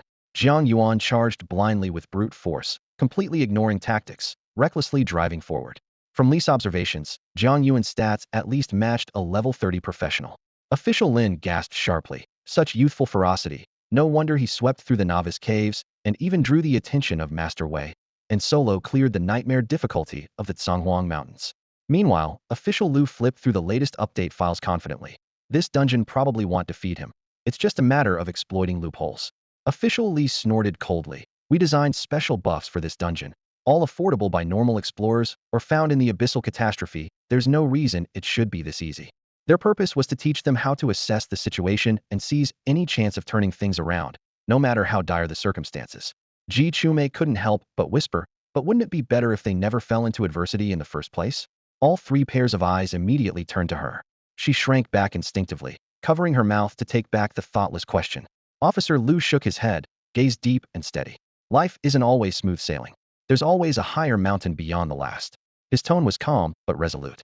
That's why we must teach them to observe their environment and judge the times. As he spoke, a flash of white light appeared and vanished, revealing a middle-aged man with sword-like eyebrows and a commanding presence standing before them. Chairman. The 3 officers instantly saluted with respect and formality. It was Ji Shumai's first time seeing the Adventure Guild's Grandmaster Ren Fengyang, known as Dawn of War. Ren Fengyang gave a slight nod, his gaze gentle. I heard that the Child Master Wei values has been rated by the guild. I came to take a look myself. The 3 officers exchanged glances, surprised that even the Grandmaster had been personally drawn in. They hurriedly reported the details of what had just happened with full accuracy. Officer Li could barely contain his outrage, pointing at the screen, lamenting passionately. Chairman, you've seen for yourself, he's just choosing randomly. Maybe his attributes let him steamroll now, but what will he do when facing higher-level abyssal disasters? Ren Fengyang said nothing in response. Don't rush. He should be close to the final stage, right? Almost there, Officer Lu answered. At most 2 more gates. After that, he must face the final challenge. Judging by Jiang Yuan's performance, he'll definitely pick the final stage. Officer Li snorted coldly, frustrated with Jiang Yuan's lack of judgment. He doesn't know when to retreat or advance. No self-awareness at all. He raised his hand, swiftly outlining the rules. For a level 20 dungeon, the condition for an A rating requires quitting before the final gate. An S rating means entering the final stage, but leaving before the boss swings the first blow. Nobody manages that, not at level 20, nor level 30. Officer Lin shook his head, voice steady. Though you get only 1 attack, that strike's power surpasses level 50. Officer Lu smiled thinly, trying to ease the tension. That actually sets him up for AB rank, just the right blow to temper his pride and steady him. I happen to have some free time recently. I could teach him a bit, old Lu said with a grin. Lu, you're always busy. Let me take him, Officer Lin retorted, unwilling to be outdone. What are you 2 saying? Officer Li suddenly bellowed. Isn't it obvious I should be his mentor? I have a teaching certificate. The 3 officers instantly erupted into a noisy argument over who would coach Jiang Yuan. Ji Chume stared, wide-eyed, watching them shout loudly over a single student. Quietly, she reminded them. He's about to enter the final stage. The room fell utterly silent. They immediately stifled their quarrel. Ren Fengyang nodded slightly and looked at the screen. Inside the dungeon, Jiang Yuan was still savoring the last bloodline extraction. The total power flowing from the Star Destiny Codex had climbed to 0.0098. That meant if he could complete the dungeon 100 times, he could gain roughly 1 full point of strength from the Codex. Unfortunately, the run was almost over. He gently pushed open the door and stepped into the next scene. The surroundings suddenly shifted. Before him stood a towering knight statue, 5 meters tall, gripping a heavy greatsword with the blade just above Jiang Yuan's head. The massive sword swung down almost instantly, cutting through the air with fierce wind pressure, smashing fiercely toward him. Roar! A spectral giant ape suddenly appeared in front of Jiang Yuan, blocking the strike. Ape Spirit Guardian. The ape spirit swung its massive fist, striking the incoming greatsword with tremendous force. Boom! Sparks flew as the greatsword was forcefully deflected. Outside the dungeon, everyone stared at each other speechless. The brief silence was deafening. Everyone present was stunned. Even Ren Fengyang had never anticipated this scene. Who would have thought that the sword strike guaranteed to open a door equivalent to a level 50 warrior's desperate final move could be blocked outright by a mere level 15 student? This defied all logic. It was as if fate itself had been rewritten. How? How had he managed to do it? Officer Liu swallowed nervously, his expression complicated. Officer Li remained silent, eyes fixed intently on the dungeon exit. Officer Lin cleared his throat lightly, trying to offer a rational explanation. Maybe it's some kind of damage immunity skill? He pointed at the giant ape image on the screen. Such damage immunity must be incredibly rare to withstand an attack like that. Ji Chumei murmured softly. Most immunity skills come with strict limitations. For a level 15 to endure a level 50 attack unless it's a single-use item, this skill's rarity must be unimaginable. Officer Liu looked slightly embarrassed. Though Ji Shumai's words weren't directed at him, they reminded him of the earlier saying that there's always a higher mountain. Just as he hesitated to speak, Ren Fengyang spoke slowly, his tone confident. You have to admit, some people don't just adapt to the environment, they change it. His gaze locked onto Jiang Yuan's retreating figure on the screen. His voice was steady and measured. He himself is the environment. The 3 officers shuddered. Ren Fengyang's words were rare praise, not something one hears often. He was the legendary Dawn of War from the bloody frontline who stayed behind alone, fighting off a horde of abyssal disaster troops through the night until dawn, surviving against all odds. No one had ever heard him give such high praise before. Officer Li nervously covered his face, clearly embarrassed. Ren had observed the whole situation and had also overheard Li's earlier criticism of Jiang Yuan. Ren continued, looking at Jiang Yuan's strength. I'm pretty sure he's never truly faced adversity unless a 60 or 70 level abyssal disaster far beyond his level showed up and happened to cross his path. Officer Liu shook his head wryly. The level 20 activity zone is deep within the country. There's no way a level 60 abyssal disaster would show up there. Officer Lin sighed. That's true. Compared to these buffs, he basically doesn't need to waste time figuring out how to resist adversity. Officer Li said nothing. Their carefully designed buffs were originally intended to give ordinary adventurers a fighting chance to turn the tide. But with Jiang Yuan's strength, he was dealing with challenges far beyond what such buffs could address. As the 3 officers reflected, Ji Chumei whispered, then how do we rate him? He's about to come out soon. For a moment, no one had an answer. By normal logic, simply surviving a surprise giant sword attack would merit an S rating, but this time, he had outright blocked it. This carried a whole different weight. How should it be rated? All eyes turned to Ren Fengyang. Officer Liu cautiously asked, Chairman? Ren Fengyang pondered briefly, then looked up, eyes firm. He declared resolutely, give him an SS rating. SS. The 3 officers were stunned. Officer Lin hesitated. We've never even used that rank before. How do we handle it? Officer Li was the first to speak, his voice firm with conviction. Why not? His abilities have proven it. No matter what, the rating should match the performance. Hearing this, Officer Leho had previously harbored doubts about Jiang Yuan was the first to endorse the decision, showing his recognition of this extraordinary strength. Deputy Li spoke slowly. Since your potential far surpasses S level is well deserved. As soon as he finished, Ji Chu's eyes widened in surprise, stunned by how quickly Deputy Li's expression had changed so fast it left him breathless. This assessment undoubtedly intimidated the young people present and served as a wake-up call. Don't use Ji Chu's performance as an excuse to slack off on studying expedition knowledge. Deputy Li added. Deputy Liu nodded in agreement. You will enjoy all the privileges of its rank, plus I'm giving you an extra reward. Ren Fengyang's words sealed the final verdict. At that moment, Jiang Yuan appeared at the dungeon entrance, instantly drawing everyone's attention. He scanned the crowd cautiously, tense, only relaxing his gaze when he spotted Lilith gracefully flying about. Who are you all? Jiang Yuan asked with a slight frown, his tone guarded. Ji Chu quickly stepped forward to introduce them. These 3 are deputies from the northern province, and this is Chairman Ren Fengyang. Upon hearing Chairman Ren, Jiang Yuan's eyes fixed on Ren Fengyang. His heart jolting. This was the legendary War Dawn, a figure whose status rivaled Wei Dingguo's. He had never imagined seeing the man in person. Compared to Wei Dinghua, Ren Fengjiang's physique was even more imposing, muscles like iron pillars, impossible to ignore. He spoke directly. You must be Jiang Yuan. Wei Lao often speaks highly of you. His voice was steady, and his expression serious. Your performance just now in the dungeon did not disappoint. It truly marks you as a young hero. Jiang Yuan humbly replied, not at all. I still have much to learn. The raided dungeon made me deeply aware of my shortcomings. I actually want to challenge it a few more times. The deputies exchanged subtle looks, though they sensed Jiang Yuan's humility. Such praise from a strong figure lifted their spirits.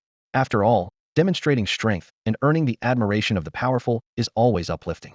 What they didn't know was that when Jiang Yuan said he wanted to try the dungeon again, he meant it, fully intending to enter multiple times to collect the overflow energy from the Starfate Codex. Jiang, your assessment results are in. Deputy Lu cleared his throat. S rank. Jiang Yuan froze, looking at Ji Chu in confusion. I thought S level was the highest. Your performance was simply outstanding. Chairman Ren specially broke the rules to set up this new rank for you. Deputy Lin explained. It includes all S rank privileges plus additional rewards. Anything you want, just say it, don't hold back. Ren Fengyang set the tone with a smile. This is your reward. As long as we can arrange it, just ask. Though his tone was grand, Jiang Yuan was not about to make extravagant demands. After a moment's thought, he asked, can I go back to that dungeon a few more times? Even the higher level ones. The deputies were stunned, having assumed he was being modest. Deputy Li casually asked, are you serious? Honestly, the knowledge in that dungeon isn't that useful to you. His words changed the mood abruptly, leaving others with mixed expressions. Deputy Li could be unpredictable. I really want to go again, Jiang Yuan said without hesitation. Is it too much trouble? He added. Ren Fengyang paused briefly, then waved a hand. You all, temporarily block your ears, he said. An invisible ripple spread between the two men, and those nearby found they couldn't sense their conversation, as if trapped in a silent zone. Ren Fengyang smiled and explained, this is the silent zone, outsiders can't hear what we say. Then his tone sharpened as he met Jiang Yuan's gaze. If I'm right, you have other plans for the dungeon. A special mission? Weapon upgrades? Talent enhancement? Or the path to a miracle? Ren Fengyang quickly rattled off a series of words, many of which appeared only in textbooks or not even there at all. His eyes were sharp and piercing, yet Jiang Yuan showed no sign of surprise. If he couldn't see that Ren had deeper motives, it would be hard to believe he could have risen to the position of chairman. After all, this was a skill in itself. Haha, I've seen your profile. You have a clear plan for yourself and don't waste your time easily. Ren Fengyang smiled, accepting the compliment, his tone growing warmer. No need to mention your profession. How many more times do you need to enter? Jiang Yuan hesitated, a bit embarrassed. At least 100 times, I guess. Ren Fengyang paused, then shook his head with a wry smile. You're really determined, all right, I approve. He hesitated briefly before asking, by the way, will opening the dungeon this often affect that national treasure? Jiang Yuan asked nervously. Will frequent use of the dungeon for skill training damage it? Ren Fengyang laughed heartily. Why worry about that? You're already brave enough inside the dungeon. Don't worry, I can't say much about it. But this thing can support millions of candidates at once. Its power is beyond what you can easily imagine. To be honest, we don't fully understand all its functions ourselves. If you truly benefit from it, we'll be happy, and no one will hold you accountable. Ren Fengyang admired Jiang Yuan even more for not being blinded by greed, remembering the country's interests and consequences, knowing when to be bold and when to exercise restraint, balancing advance and retreat. So he continued, what's the skill called that protected you from that monkey wraith? Yuanling Guardian, Jiang Yuan answered plainly. Of course, it's Yuanling, Ren Fengyang nodded. He'll give you a token. When you reach level 20, you can teleport to the place with the cat spirit dungeon. If I'm right, it will trigger a special quest, and it might even lead to the Path of Miracles. The Path of Miracles is often a long chain of trials stacked one after another. Successfully completing them can unlock a unique miracle talent. Each talent holds godlike power, capable of instantly elevating an ordinary profession to the ranks of top masters. So you mean the Ape Spirit Guardian might trigger the Path of Miracles? Jiang Yuan's eyes widened in disbelief. Exactly.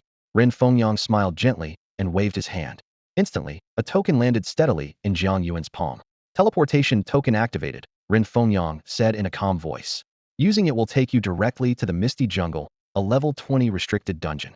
Jiang Yuan quickly pocketed the teleportation token and said sincerely, thank you. You're the first S rank I've officially recognized. This token is nothing compared to that. Ren Fengyang patted his shoulder encouragingly. Keep up the good work. I look forward to seeing you at the front lines of the blood battle soon. I won't keep you waiting, Jiang Yuan said with determination in his eyes. Ren Fengyang paused, then broke into a hearty, heartfelt laugh. Good, very good. This is how we should be. Amid his laughter, he turned and walked away, leaving 3 officers to continue processing Jiang Yuan's S rank certification. Officer Lu spoke first. First, you gain all privileges of Shrank, including priority task selection. Advanced missions will open for you, and you can access all guild dungeon data free of charge. Shrank can take out an interest-free loan of 30 million. For S rank, we upgrade it to 50 million. How does that sound? Jiang Yuan nodded without objection. In addition, you have unlimited use of all guild facilities, such as virtual battle rooms and combat optimization analytics. All branches nationwide are accessible. Finally, you get an exclusive liaison to assist with any internal guild matters. Make it her, Jiang Yuan said casually, pointing to Ji Chumei. Ji Chumei froze for a moment. Blinking in surprise, she hadn't expected such good fortune right after becoming a full member. Clenching her fists, she patted her chest excitedly. I won't let you down. Officer Lin took over. Regarding your second rating test dungeon entry, the president specially reminded us before leaving. Since there are still normal adventurer rating missions nationwide, dungeon resources need coordinating. If you want to grind efficiently, the hours between 10 p.m. and 5 a.m. have abundant resources and can fully support you. But since you have the college entrance examination coming, it's suggested you focus on studying first, then grind after the exam. Jiang Yuan pondered and asked, after the college exam, the adventurer rating demand will peak, right? Will there still be enough dungeon resources to support me then? Lin nodded. That's the peak time, so you might wait a while for dungeons, but the upside is it won't affect your college exam. No need. I choose to grind at night, Jiang Yuan decided firmly. Delaying only invites change. He was already level 15. With his current stats, aiming for the district's top scorer was almost risk-free. But with the Star Fate Codex matching the authority of Fengwei, who could predict if the rating test would change in a few days or if the treasures might be needed elsewhere? This opportunity was fleeting, especially with the college exam approaching. Ji Chumei cautioned, missing a rank in the rating might mean you don't get into top universities. I've already been recommended to Jingbei University, Jiang Yuan replied calmly. The air stilled for a moment. Ji Chumei fell silent, saying no more. Don't you want to compete for the top scorer in the province? Officer Lu urged, his tone coaxing. You're currently the only S rank, you could be the guild's pride. To Jiang Yuan, the provincial top scorer was just an empty title. The real treasure was the Star Fate Codex. He knew clearly which mattered more, but he couldn't say that out loud. Calmly, he replied, I won't give up on the provincial top scorer, but here, I want to achieve results quickly. Then it's going to be hard for you. Officer Lin looked at him with deep concern. You'll probably get less than 4 hours of rest each day. Bring it on. Jiang Yuan smiled, resolute. Seeing his decisiveness, Ji Chumei immediately switched into her exclusive liaison mode. Since you're S rank, we can provide a private car to save your time. Also, the guild strategist will design the optimal plan for you. The three officers exchanged looks and decided without hesitation. No one else has applied for a rating right now. You should start immediately, every minute counts. This time, I want to try the level 30 dungeon, Jiang Yuan said. No objections. Ji Chumei applied for permission and opened the teleport gate for him. Jiang Yuan stepped in and vanished in a flash of light. No sooner had he disappeared than the three officers exchanged glances. Do you think he can last? Hard to say. He's so young, fleeting impulses rarely become lasting dedication. Looking at the strategist's timetable, I don't even want to try it myself. Half an hour later, Jiang Yuan reappeared. As expected, the Star Fate Codex's power release inside the level 30 dungeon was greater. The high-level virtual monsters consumed more resources, but he gained 0.013 units of content this time. Maybe the level 40 dungeon would be even more efficient? After the officers left, Jiang Yuan looked at Ji Chumei. This time, I want to try the level 40 dungeon. Aren't you going to rest? Ji Chumei's eyes showed concern. We'll try first. If it's no good, they'll quit, Jiang Yuan replied. Time flew by. 3 hours later, Jiang Yuan reappeared again. He brought back 0.025 units, double before, but far less efficient than the level 30 dungeon. His brow was furrowed. He was clearly dissatisfied with the results. Ji Chumei was stunned. This is the level 40 dungeon. A level 15 adventurer soloed it. Even though the virtual dungeon's difficulty was capped and designed for solo runs, it shouldn't be so easy at level 15. This far exceeded her expectations, something even a novel wouldn't dare write. What was stranger was that Jiang Yuan still wasn't satisfied. She swallowed nervously and cautiously reminded him. According to AI's plan, you should move on to the Canghuang Mountain Range dungeon. Jiang Yuan glanced at the time. Is it time already? Because of the previously submitted Canghuang Mountain Range dungeon records, the strategist had made detailed arrangements. A car was waiting at the gate. Ji Chumei handed him a package. These are some freshly bought meals. Not sure about your tastes, so I got a variety. Thanks. Jiang Yuan took the bag and disappeared. Ji Chumei murmured quietly to herself. No, I should be the one thanking you. You gave me work. The next 5 days, Jiang Yuan operated like a tightly wound spring, running nonstop. Even after leveling up to 16, he didn't give himself a moment to celebrate. 2 rounds each day of both large and small dungeons in the Canghuang Mountain Range. and in between rushing back to the guild to continue grinding raiding dungeons. Daytime free moments were spent mixing raiding dungeon runs in the guild. By day 3, the Starfate Codex's power spillover in the level 30 dungeon was no longer enough to support further progress, forcing him to switch to the less efficient level 40 dungeon. Fortunately, his level 16 stats and skills cut dungeon completion time down by half an hour. Finally, at 3:27 a.m. on the 6th day, Jiang Yuan emerged from the dungeon. The ever-vigilant Chume stood up reflexively. Food is ready. You should rest first. They'll start the next dungeon soon. The car for your college entrance exam is ready, plus a backup to ensure safety. No need. Jiang Yuan interrupted her. Chume was caught off guard. You're not going to use the car? I don't need to grind anymore. Thanks for all your help. Jiang Yuan nodded in gratitude. He checked his skill details. Starfate Codex 1100, exercising authority over the Starfate Court. Your perception of the Starfate Court is more acute, making its presence easier to detect, and all attributes receive an additional 10 Starfate element bonus. The Starfate Codex truly ranked on the same level as the Crimson Dream Sovereignty skill. Even the descriptions were strikingly similar except it lacked the phrase about sharing with so-and-so. But what exactly did that 10 boost to Starfate attributes mean? Jiang Yuan glanced curiously at his attributes panel, a flicker of surprise in his eyes. Level, 1656.35. Strength, 370.37. Agility, 418.41. Spirit, 705.70. Constitution, 735.73. Each attribute value had an extra string of numbers shimmering like starlight, exactly 10 of the base attribute. Could this be the so-called Star Fate attribute increase? Jiang Yuan thought to himself. A 10 boost wasn't insignificant, but not extraordinary either unless. With a shift in his focus, the blood-red waning moon suddenly rose behind him, unleashing the blood moon frenzy. His attribute panel immediately underwent a dramatic transformation. Strength, 720.72. Agility, 816.81. Spirit, 1390.139. Constitution, 1470.147. Now this was a truly noble, independent multiplier. Jiang Yuan suddenly understood the terrifying power of Star Fate attributes and couldn't help but blurt out a technical term from the game. Normally, stacking buffs was additive. One skill might grant 20 increase, another 30, totaling 50. But Star Fate attribute boosts were multiplicative. For example, if a skill granted 100 attribute increase, and the Star Fate Codex added another 100, the total increase became 400, and that was just the start.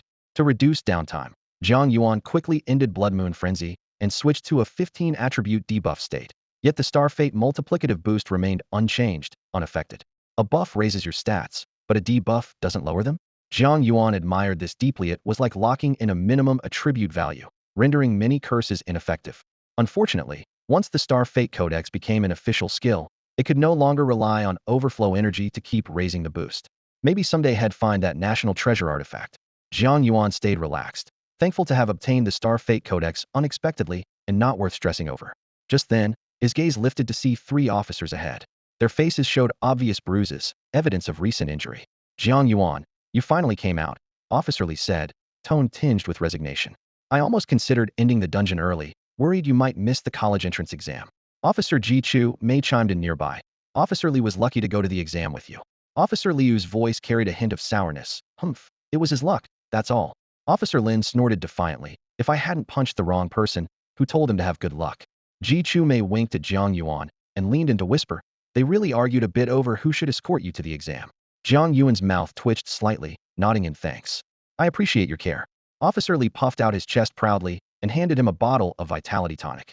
Make up your sleep, this alone is worth at least 50,000 currency. Jiang Yuan accepted it smoothly and stored it away in his space pocket. Before leaving, he decided to head west to farm a few normal monsters to replenish the blood energy spent on Blood Moon Frenzy. Even at level 16, confident of acing the exam, he wouldn't let his guard down.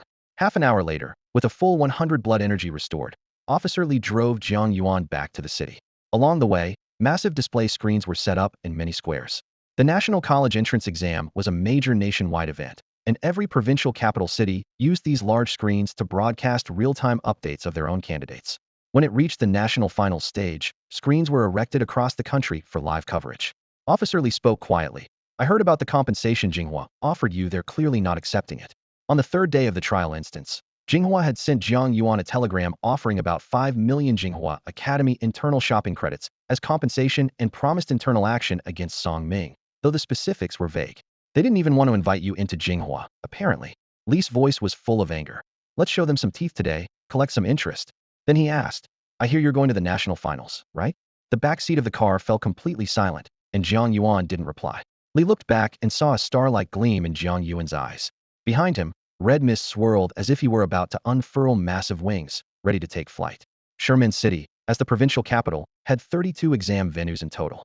Students from other regions were teleported to these locations to take their tests, while local combat professions were all gathered at Shirchui Square in the city's east. When Jiang Yuan arrived, there were 50 minutes left before the exam started, and nearly 1,000 people had already gathered. Spatial mages had transformed the area, making it spacious enough to hold tens of thousands without crowding. As Officer Li was introducing the situation, Wang Shenglin arrived just then and hurried forward excitedly. Jiang Yuan, you're finally here. We couldn't reach you these past few days, so I didn't get a chance to tell you some reminders. What's your current level? Before he could finish, he sensed something unusual, quickly cast a detection spell, then fell silent, a slight smile playing on his lips. Curious, Jiang Yuan asked, reminders about what? Wang shook his head with a grin. Nothing, nothing. Patting Jiang Yuan on the shoulder, he pointed not far away. Lin Yutong's over there. You two should stand at the front of the line later. Lin Yutong was holding a sign reading Sherman Normal University Attached High School, guiding the way like a tour leader. Seeing Jiang Yuan, she asked quietly, been busy lately? Jiang Yuan replied, not so much now. Are you here for the high-level combat exam too? Since you're here, how could I not come to accompany you? Lin tilted her head and put on a mock puzzled look. Jiang Yuan smiled. At that moment, his phone vibrated. The screen flashed a message. Zhang Qinxi, keep it up. Zhang Qinxi was his aunt, and even though she had been out of touch for some time, she remembered to send encouragement, which was unexpected. Just as he put his phone away, the sky suddenly darkened. Everyone looked up to see a giant vortex slowly forming overhead above the square, turning around, and around that was the entrance to the exam. The principals all began explaining the competition rules together. After waiting for about 20 minutes, most candidates had assembled. A clear voice came from the vortex. Silence. The college entrance exam officially begins. Latecomers will be marked absent. The exam is divided into combat, logistics, and support professions. This is the combat venue. The exam consists of 3 rounds. After round 2, you may choose your difficulty. Points will be awarded based on performance each round. Skills will be reset upon entering the instance. Only permitted to use your own equipment. No potions, buffs, or carrying buffs from others allowed. Violation will result in immediate disqualification. Anti-cheating detection spells will activate soon. 3, 2, 1. No sooner had the voice fallen than a translucent halo spread out from the vortex, slowly covering the entire test site. Several candidates instantly emitted a golden glow and before they could speak, were forcibly teleported out, disqualified. The warning was clear. The proctoring spell was cast by an associate professor from Jinghua Academy. Suddenly, a huge phantom ape appeared from the vortex and threw a punch at the halo. With a sharp crack, the halo shattered and the sound from the vortex abruptly stopped. The exam venue fell deadly silent. A deathly silence fell over the entire hall. Insane. Everyone's mind screamed this was madness. In the 230-year history of the Donghua Republic, countless attempts at cheating on the college entrance exam had been uncovered, but openly defying anti-cheating spells was unprecedented. This was the very first time in history. Principal Wang's face turned pale, his lips bluish, his whole body trembling. Several senior professionals immediately closed in, surrounding Jiang Yuan with tense and serious expressions. Yet Jiang Yuan pulled out his identification card from his pocket. The onlookers glanced at it, and immediately looked enlightened before vanishing without a trace. Officer Li, standing beside Principal Wang, gave a slight smile and calmly said, I anticipated this situation and reported it to the inspection team in advance. Principal Wang's face softened somewhat, but he was still puzzled. Then why didn't you notify the exam room earlier? Li stroked his neatly trimmed goatee with a meaningful look. I investigated. This associate professor is Song Ming's cousin. He's protecting Song Ming's exam. This might be related. Principal Wang nodded and exchanged a knowing glance with Li, an unspoken understanding passing between them. Meanwhile, outside the exam hall and several nearby plazas, crowds gathered, fixated on the large screens. Some exclaimed, that kid's unbelievably bold, openly challenging the exam rules. He's probably going to get jailed. Others wondered, why did all the invigilators leave? Could it be he really didn't cheat? Some scoffed. It's just that Jinghua associate professor was so terrible, he got outdone by a test taker. Amidst the ceaseless buzz of voices, the exam hall remained solemnly quiet. The candidates wore complicated expressions, emotions unspoken but deeply felt. A steady voice emerged from the vortex. That was an unexpected situation, but Chairman Ren Feiyong has guaranteed and confirmed no cheating occurred. The candidates tensed. The name Dawn of War engraved in their textbooks symbolized a promise of reliability and trust. The voice spoke again from the vortex. We will now resume the anti-cheating inspection. A magical circular ring rapidly expanded from above. enveloping the entire hall. This time, the movement was swift and precise, with none of the previous sluggishness or ostentation. After quickly scanning every candidate, the voice declared, "The exam officially begins." In an instant, all the candidates transformed into streaks of light, disappearing as they were teleported into separate, isolated copy worlds, completely cut off from each other. As the initial dizziness faded, Jiang Yuan opened his eyes to find himself in a spacious dance studio. The mirrored walls reflected soft light, and the wooden floor was impeccably clean. At the same time, his professional panel popped up with a notification. Star Fate Codex detects the Star Fate Court domain. No controller detected. Take control? Jiang Yuan's mouth twitched. So Ji Chui was right, this college entrance copy space shared the same system as the adventure copies. Elsewhere in the copy space, several middle-aged examiners stood silently with imposing presence and upright posture. All were recruited from top universities and fierce battlefronts, each above level 60, experts in various professions and skills, and the ultimate authority on judging difficult questions. They were responsible for deciding on candidates who were rare, extraordinarily gifted, or unusually leveled. "What's going on with this James Lee?" one staff member murmured.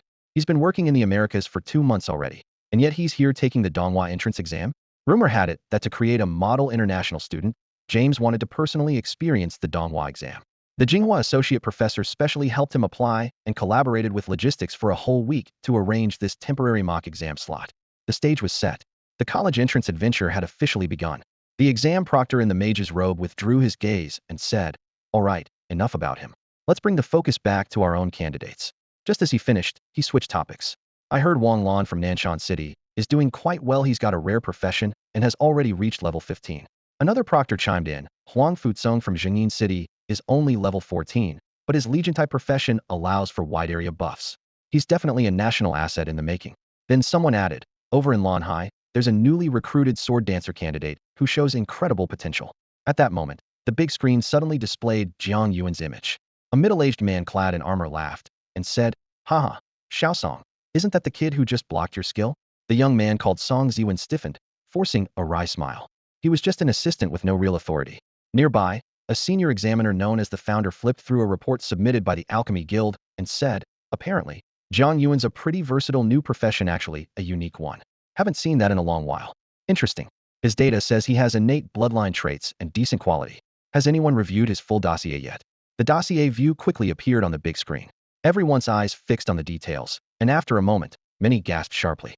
"What? Could the recorder have been dreaming to write this? This is unbelievable." Someone muttered, doubting their own eyes. "It says he solo cleared nightmare dungeons, causing 2 regular dungeons and a hidden one to be permanently closed? And he's an independent investigator with an SS rating?" The examiners exchanged stunned looks, unable to hide their shock. A student had only just started a couple weeks ago had a dossier that shone so brightly. Either his background was unimaginably deep, or his strength was outrageously formidable. The examiners knew well that to have an SS rating as an independent investigator, there had to be endorsement from top authorities like Wei Dinghua or Rin Fengyang. Someone muttered under their breath, "My God, this guy's basically a certified future powerhouse. As long as he doesn't recklessly rush, he'll be a core force on tomorrow's battlefield." Faced with such a strong candidate, the examiners fell into discussion. Should we test him as a rare profession? After all, soloing nightmare dungeons, a rare shining profession, sounds about right. They exchanged glances and silently signaled Song Ziwen to prepare. Keeping a calm facade despite being just a runner, Song Ziwen still controlled the monster template choices. He picked the Stone Shield Guard, the one with the highest defense and toughest durability. In almost an instant, he manipulated the screen, and the Stone Shield Guard appeared steadily in front of Jiang Yuan, shield raised. Jiang Yuan glanced at the shield and quietly thought, "Defense sure is high." Due to the exam rules, monsters had resistance against scouting skills, so he decided not to cheat using his Star Fate Codex. After all, at his current level and stats, relying on cheating during entrance exams would limit his future achievements. This time, he wanted to rely purely on his strength, with no room for luck. The countdown sounded. 5, 4, 3. The binding light circle sealing the stone shield guard slowly faded. On Jiang Yuan's shoulder, Lilith's blood essence transformed into a bat and swiftly darted forward. At the same time, Jiang Yuan unleashed the skill Bloodstorm. A volley of blood arrows suddenly rained down, striking the stone shield guard with fierce power, shattering it into rubble and dust. The bat spun confusedly in midair. "Huh? That fragile?" Jiang Yuan blinked, extinguishing the red glow on his fingertips. He had expected some special effect behind the exam monster. To respect the exam rules, he had even prepared a follow-up combo Bloodbind. But surprisingly, the opponent was so fragile. Meanwhile, In the examiner's chamber, several chief examiners were shocked. What kind of move was that? Bloodstorm was like a meteor strike.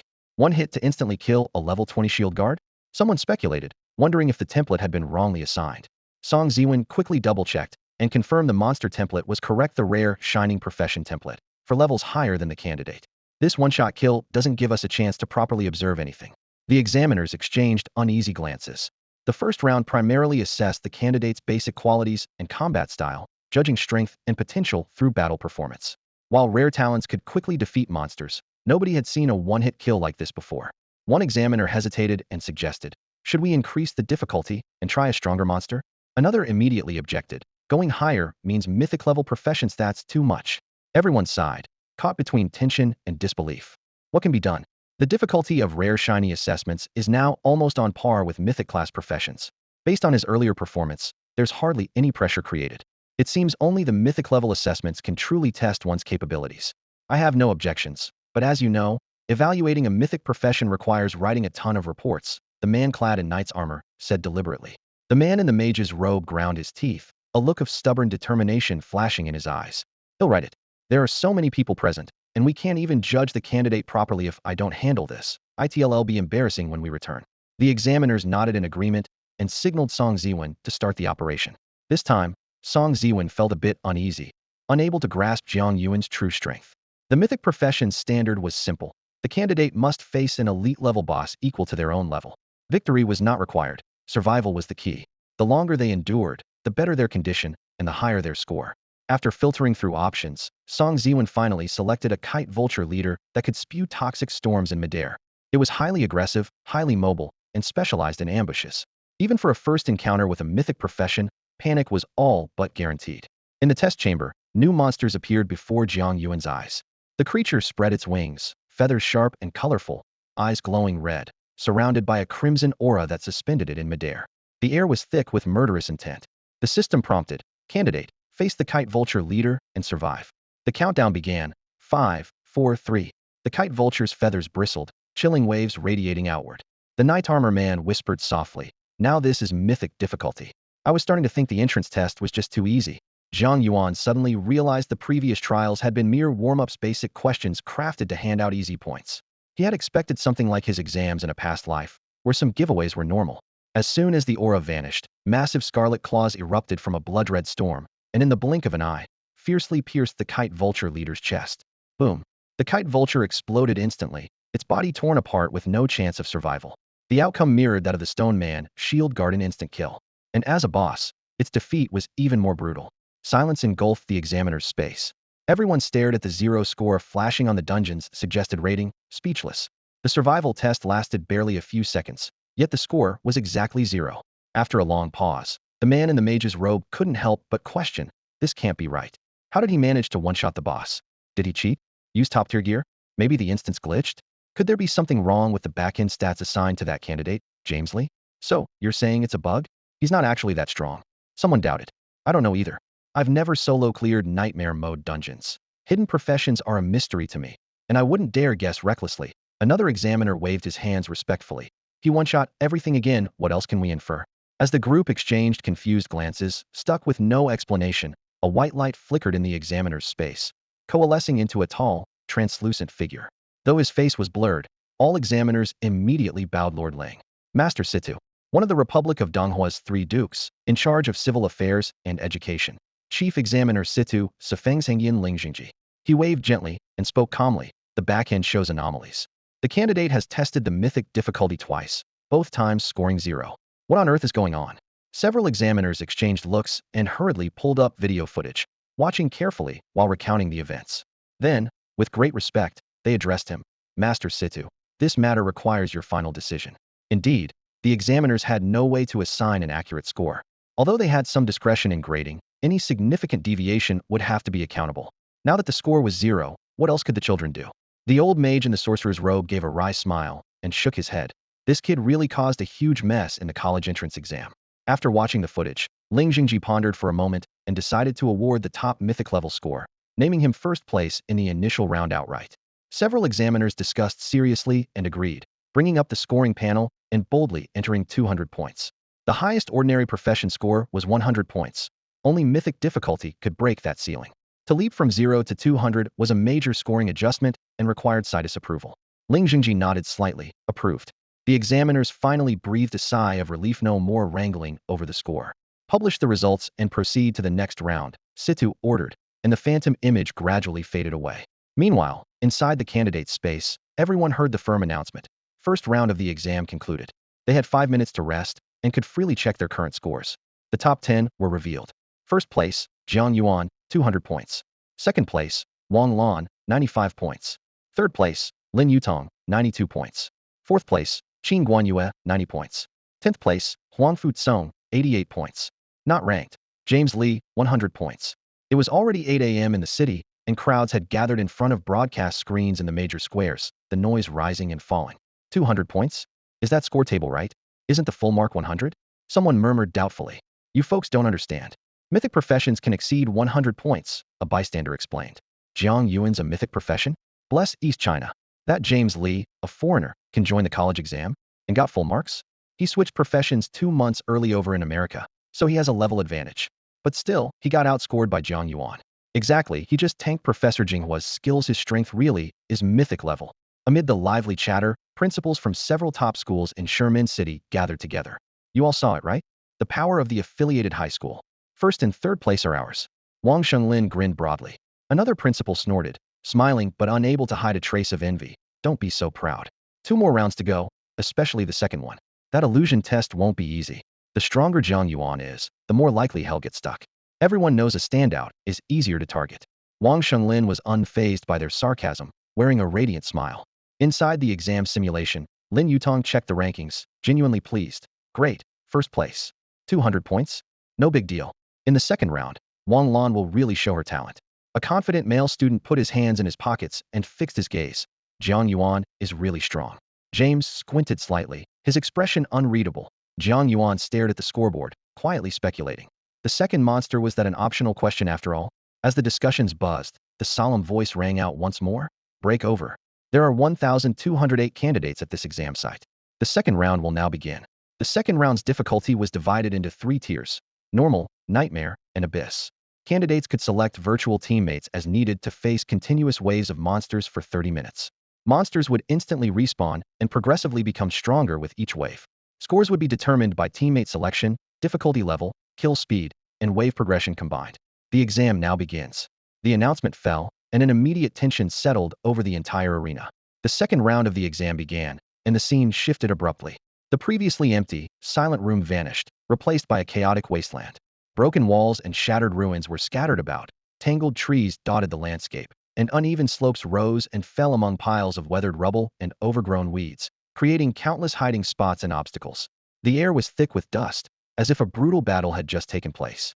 Suddenly, a translucent light screen appeared before Jiang Yuan's eyes, displaying information cards for virtual teammates, alongside a clear tally of score increases and decreases. The virtual teammates varied in level and attributes. The powerful ones boasted strong skills and exceptional stats, but each reduced score gains by 15. Choosing an all-strong team resulted in an additional 10 deduction. For example, in a 5-person squad, selecting 4 top-tier teammates meant an effective 70 drop in scoring efficiency. More surprising was that some seemingly insignificant teammates actually increased score gains. Jiang Yuan suddenly noticed that a level 1 teammate with just 20 points in all attributes and no skills could boost the score by 25.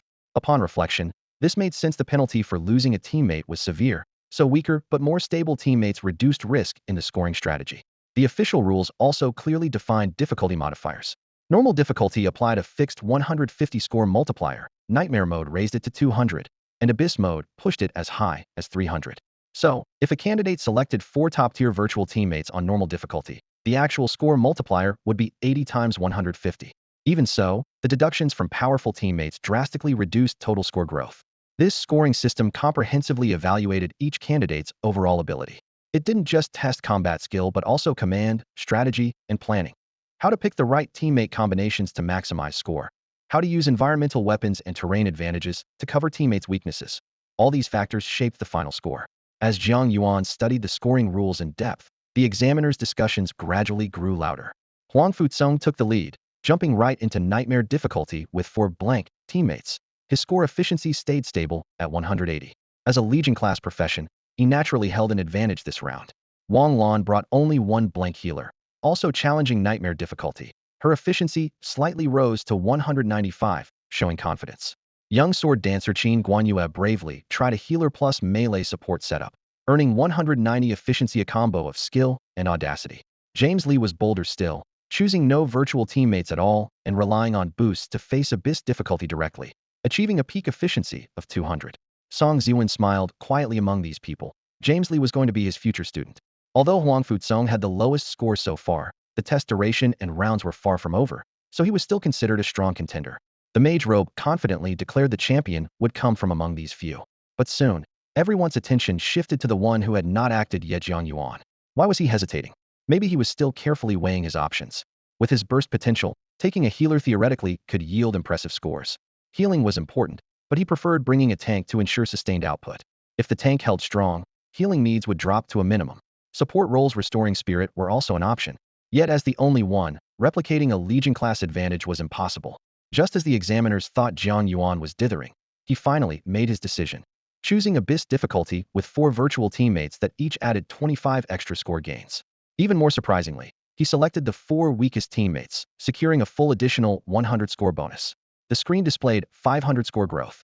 The examiners gasped in shock, questioning whether the data was a mistake. Someone shouted aloud, their face pale with astonishment, momentarily ignoring the exam hall's strict rules. Everyone wondered what exactly was Jiang Yuan's plan. Had he lost his mind? I've been an examiner for 10 years and have only ever seen someone attempt Abyss difficulty once. That candidate had a rare Legion profession but only lasted 10 rounds, and their score was even lower than that of a regular class. Can Jiang Yuan hold out for 10 rounds? 10 rounds? And he's bringing along 4 teammates labeled the weakest of all. Honestly, if he manages to survive 5 rounds without wiping, I'd call that impressive. But even lasting 5 rounds won't do much good. Every time a teammate falls, points get deducted, and in the end, his score might hit 0. Young people's arrogance always pushes them to take risks. After soloing nightmare-level dungeons a few times, they get overconfident. Maybe a little hardship here will teach him a lesson. Sometimes you have to take a small loss to avoid bigger mistakes down the road. While the examiners were murmuring among themselves, Jiang Yuan's test officially began. He waved his hand and gathered his 4 teammates in a shadowy cave, while he alone stood at the entrance, guarding it. Solo gatekeeping? Not a bad tactic, but overly confident. Just as Jiang Yuan settled, a monster appeared about 20 meters away. Lilith, go! He commanded decisively, sending out Lilith and casting a scouting spell simultaneously. A screen corner displayed, Virtual Savage Murloc minion level 15, with stats, Strength 200, Agility 150, Spirit 150, Constitution 200. Abyss difficulty? Jiang Yuan felt a wave of helplessness. Even he thought this was weaker than Nightmare difficulty in the Canghuang Mountains, let alone the monsters outside the North City Gate. They were only marginally stronger. Compared to creatures in the Flower Sea Riverside dungeon, these were in a completely different league. Oh well, this is still a test environment. They wouldn't let players wipe for real. Besides, monster numbers and stats would ramp up gradually. Lilith easily killed the monster, earning 50 points. Jiang Yuan quickly performed blood manipulation to summon a blood raven. The monster's low health only allowed 1 raven, which disappointed him. He shook his head silently. At the instant the monster died, 2 virtual Savage Murloc guards level 15 elite appeared. Jiang Yuan didn't even need Lilith this time. His blood raven flitted between them and instantly killed both, pushing his score up to 120. More blood ravens spread their wings and soared, quite a spectacular sight. Feeling a bit drowsy, he recalled the sleep aid Mr. Lee had handed him earlier and tapped his cheeks to stay alert. These virtual monsters' blood could fuel blood manipulation skills, but frustratingly, it couldn't be extracted to replenish spirit. This really bothered him. The exam control room fell silent at once. Someone actually yawned, and it was only the 3rd round. But he was a candidate who could solo nightmare dungeons, after all. The real test came in round 5. This was a turning point. Monster numbers maxed out at 30 per wave, and their classes became fully diversified. The examiners sharpened their focus on Jiang Yuan's feed. Countless virtual monsters flooded the screen, nearly covering the whole view and threatening to overwhelm him. They formed a tight formation, including tanks, archers, mages, and voodoo monsters all charging at him together. The next instant, a blood rain poured down, blanketing the field. Instantly, all monsters scattered and dissolved into nothingness. But the blood rain didn't stop. As soon as the next wave spawned, the blood rain crashed down again, wave after wave, without pause. The examiners were stunned into silence for several seconds before bursting into a cacophony of noise. Was that a continuous skill? How had nobody noticed it before? Was it purposely denying other classes a chance to pass? On the battlefield, Jiang Yuan remained calm and in control. The blood rain acted like an impenetrable barrier, cutting down wave after wave of enemies, leaving the examiners exchanging looks of disbelief. Such massive damage, and it's all coming from a self-sustaining skill with no guidance? The examiners' nerves instantly shattered, their long-suppressed excitement erupting into a chorus of curses. One examiner gasped for breath, hastily patting his colleague's shoulder in an attempt to calm him. Don't panic. Don't panic. It's only the 10th round. This monster has a one-time revival. Even the rare Legion professions couldn't. Before he could finish, crimson tentacles surged like a tide from the Bloodlands, lashing out mercilessly in all directions. The shockwave made the ground tremble. The examiner's reassurance abruptly cut off as the atmosphere turned deadly serious. I can't take this anymore. I'm done watching. One examiner suddenly burst out, losing control of his emotions. I'm resigning. The competition continued at a breakneck pace. No matter the round, every monster was wiped out within a second, immediately followed by the next wave rapidly spawning. The speed left the judges completely unable to properly evaluate the contestants. Another examiner was barely holding on, watching him fight. I feel like coming here was pointless. I can't give any meaningful assessment. They almost wished they could just tell Jiang Yuan to give up this exam with his talent. It made no sense for him to settle on waiting for luck to get into college. Charging straight into the bloody front lines to make a name for himself was the only honorable path. At the sidelines, a mage-robed examiner stayed relatively composed, offering only a wry smile as he shook his head. Well, let's just watch the other players instead. Meanwhile, on the broadcast screens across the major squares, Jiang Yuan's score skyrocketed from 50 to 1,000, then 5,000. First place, Jiang Yuan, 9,788 points. Time remaining, 23 minutes 27 seconds. Second place, Huangfu Song, 1,625 points. Time remaining, 20 minutes 57 seconds.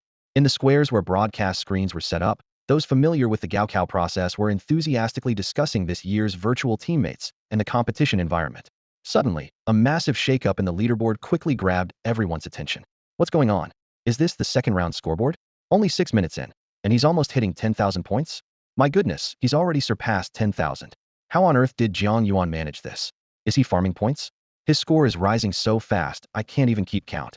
Everyone's eyes widened in disbelief, nearly convinced that there must be a bug in the scoring system for the second round. Second place, Huangfu Song, a classic Legion-type class, hadn't even broken 2,000 points yet. Jiang Yuan's individual score was more than 5 times that. The third on the board, James Lee, barely had 1,600 points. Put simply, this was a total massacre, an overwhelming lead. How was Jiang Yuan pulling this off? Even taking an exaggerated guess that his scoring efficiency was at 300, he'd need to clear mobs every half second. Would you believe he can kill a wave of monsters every 0.5 seconds, or that the scoring system is malfunctioning? I'd been tricked by an illusion, unable to tell reality from fantasy. Which master cast this illusion barrier? I seriously can't tell. But it can't be a system bug. 3 top officials from the Gaokao are personally overseeing the exam. Situ is the chief examiner, and supervisors are everywhere on site, not a single one missing. At the same time, the school principals gathered together were even more stunned.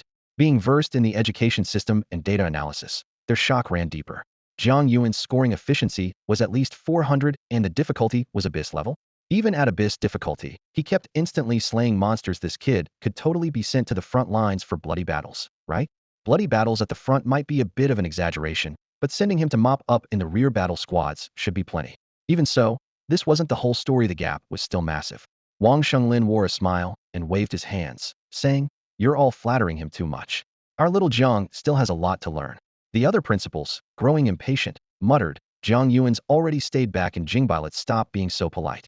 Wang Shenglin chuckled wryly and shot back, "You lot, your words are always so stubborn." Meanwhile, inside the examiner's chamber, the atmosphere was much calmer.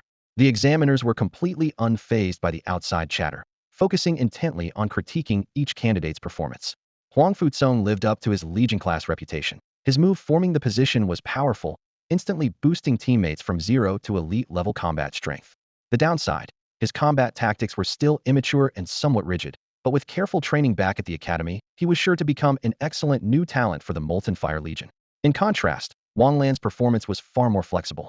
Though initially awkward with his moves, he adapted cleverly to the terrain and grew more mature in battle, a type who thrived the more he fought, almost making people mistake him for a berserker class, likely able to boost his attributes temporarily in combat, showing great potential. Shuang Tianzhua, the flashy class, impressed with a special skill that seemed to build an ice fortress from flat ground. James Lee also performed well, Despite a 20-level attribute advantage, his battle technique was solid, clearly tempered by numerous high-difficulty dungeon runs. It was obvious he was holding something back, not going all out. After commenting on the top few, the examiners suddenly fell silent in tacit agreement, the mood turning serious. The examiner in the mage's robe sighed and reminded, "Isn't it time we took a look at Jiang Yuan? I really don't want to watch this. You guys go ahead. I need to prepare myself mentally first." Suddenly, someone shouted, "Look!" He didn't instantly one-shot the enemies this time. On the screen, a legion of 30 monsters appeared all at once. Blood rained down as the virtual creatures were battered and wounded everywhere, but they still stood firm, no total wipeout in sight. Then, in an instant, countless crimson tendrils burst from the ground, ruthlessly piercing through the bodies of the monsters. 2 skills? He actually triggered 2 skills at the same time. An examiner excitedly said, "Come on, even he can't keep one-shotting them non-stop. How many rounds is this already?" Someone asked. The answer was 79. The mood shifted abruptly. The enthusiastic examiner suddenly froze, lips trembling. "How many?" "Now it's round 80, a knight's armor solemnly announced. The entire hall fell silent. Someone confirmed, 80 rounds? Isn't that basically the equivalent of a real level 25 Abyss difficulty dungeon? Exactly. When does this test end? I don't even want to watch anymore. Facing a level 25 Abyss dungeon, what's the difference between killing instantly or just a fraction of a second slower? Does half a second longer really mean it's not an instant kill? Anyone who said no risked having their head twisted off by the examiners present. Finally, under the numbed gaze of the examiners, the long and grueling 30 minutes came to an end. Everyone let out a collective sigh of relief. The second round of the exam was officially over, and the top 10 scores were announced. First place, Jiang Yuan, 39,620 points. Second, Huang Futsong, 9,793 points. Third, Wang Lan, 9,552 points. A total of 966 candidates passed and qualified for the second round of additional testing. The examiners began reading the extra test rules. Candidates wishing to participate, please pay attention. While the rules were read aloud, Huang Futsong kept his eyes locked on the top scorer, Jiang Yuan combat profession. How did he rack up so many points? Could it be that at low levels he could summon formations? At higher ranks, his class could summon heroic spirits to possess and fight alongside his legion. He was confident that with such abilities, scoring 20 or 30,000 points would be easy, but Jiang Yuan was only in his teens in level. How had he done it? Meanwhile, in another exam room, Wang Lan, hands in pockets, wore a somber expression. "Well then, such an opponent truly is my destiny. Decades from now, someone will call us the twin stars of this year's exam." He laughed aloud, his voice reverberating through the dungeon space. In another battlefield center, chaos reigned. James Lee's eyes flickered as he stared at Jiang Yuan's name atop the leaderboard. Muttering, "Jiang Yuan," he then spoke to the space around him, "I'm withdrawing from the additional test. I'm quitting the exam." The focus of attention, Jiang Yuan carefully listened to the rules of the extra test. He sensed a subtle relief beneath the solemn tone. The additional trial involved facing real demons rather than virtual monsters. Though only 1,000 candidates per site could pass, the country would need 100,000 demons on standby, a massive logistical undertaking. This challenge involved a nightmare demon skilled in illusions and detecting fear. The authorities were strict on privacy, requiring candidates to personally kill the nightmare demon to prevent exploitation. Ordinary examiners only saw filtered visuals, while just 3 senior officials could view the true images. Jiang Yuan understood the purpose. This was a test of courage, something crucial beyond skills. The brief 5-minute break ended and the solemn voice announced, 532 participants are entering the additional test. The trial officially begins. A swirling vortex appeared before Jiang Yuan, and from it floated an eerie creaturino body, just a huge eye surrounded by 7 or 8 writhing tentacles. Its dark green pupil glowed faintly as it stared unwaveringly at Jiang Yuan. 3 prompts popped up on his professional panel almost simultaneously. Source: blood. Detecting hostile mental intrusion. Activating resistance. Scarlet: dream sovereignty. Encountering psychic attack. Sovereignty reflects. Astro Codex. Astro Court monitoring mental probes against the Codex bearer. Codex counterattacks. Boom. The nightmare demon exploded instantly in a blaze of scarlet blood mist, crimson light, and dazzling starbursts like fireworks blooming spectacularly in the dark. Inside the examiner's chamber, excitement hung thick in the air. At first, all the examiners held their breath in eager anticipation, the long-awaited moment almost bursting forth. Finally, it was time to test Jiang Yuan's fear response. That's right, exactly. They had been waiting a full 5 minutes. Could you imagine how I survived those 5 minutes? Although the visual filters obscured the exact scene, even catching a fleeting glimpse of Jiang Yuan's frightened expression would have made the wait worthwhile. Eyes glued to the screen, the examiners enlarged the exam space's view as if trying to counterbalance the suppression from previous rounds. Some even picked up their teacups, ready to savor tea while enjoying the forthcoming spectacle. But on the screen, they saw nothing but an explosion of the nightmare beast. The ape spirit guardian that had only just appeared as a ghostly outline never stood a chance, obliterated instantly by the beast's blast, its face frozen in confusion as it was shattered and vanished into the void. Silence. The entire examiner panel fell into a deathly quiet stillness. Did you really see what just happened? Someone asked, their trembling finger pointing at the lingering embers on screen. Hands gripping teacups, shaking slightly. The group's emotions oscillated between hope and dread. The nightmare beast actually exploded? Why? What on earth is going on? Even the examiners, faced with the unknown, could not claim full understanding. Their gazes simultaneously shifted to the robed mage among them, silently seeking his interpretation. The mage pondered briefly before replying. It seems Jiang Yuan activated some kind of skill to resist mental intrusion.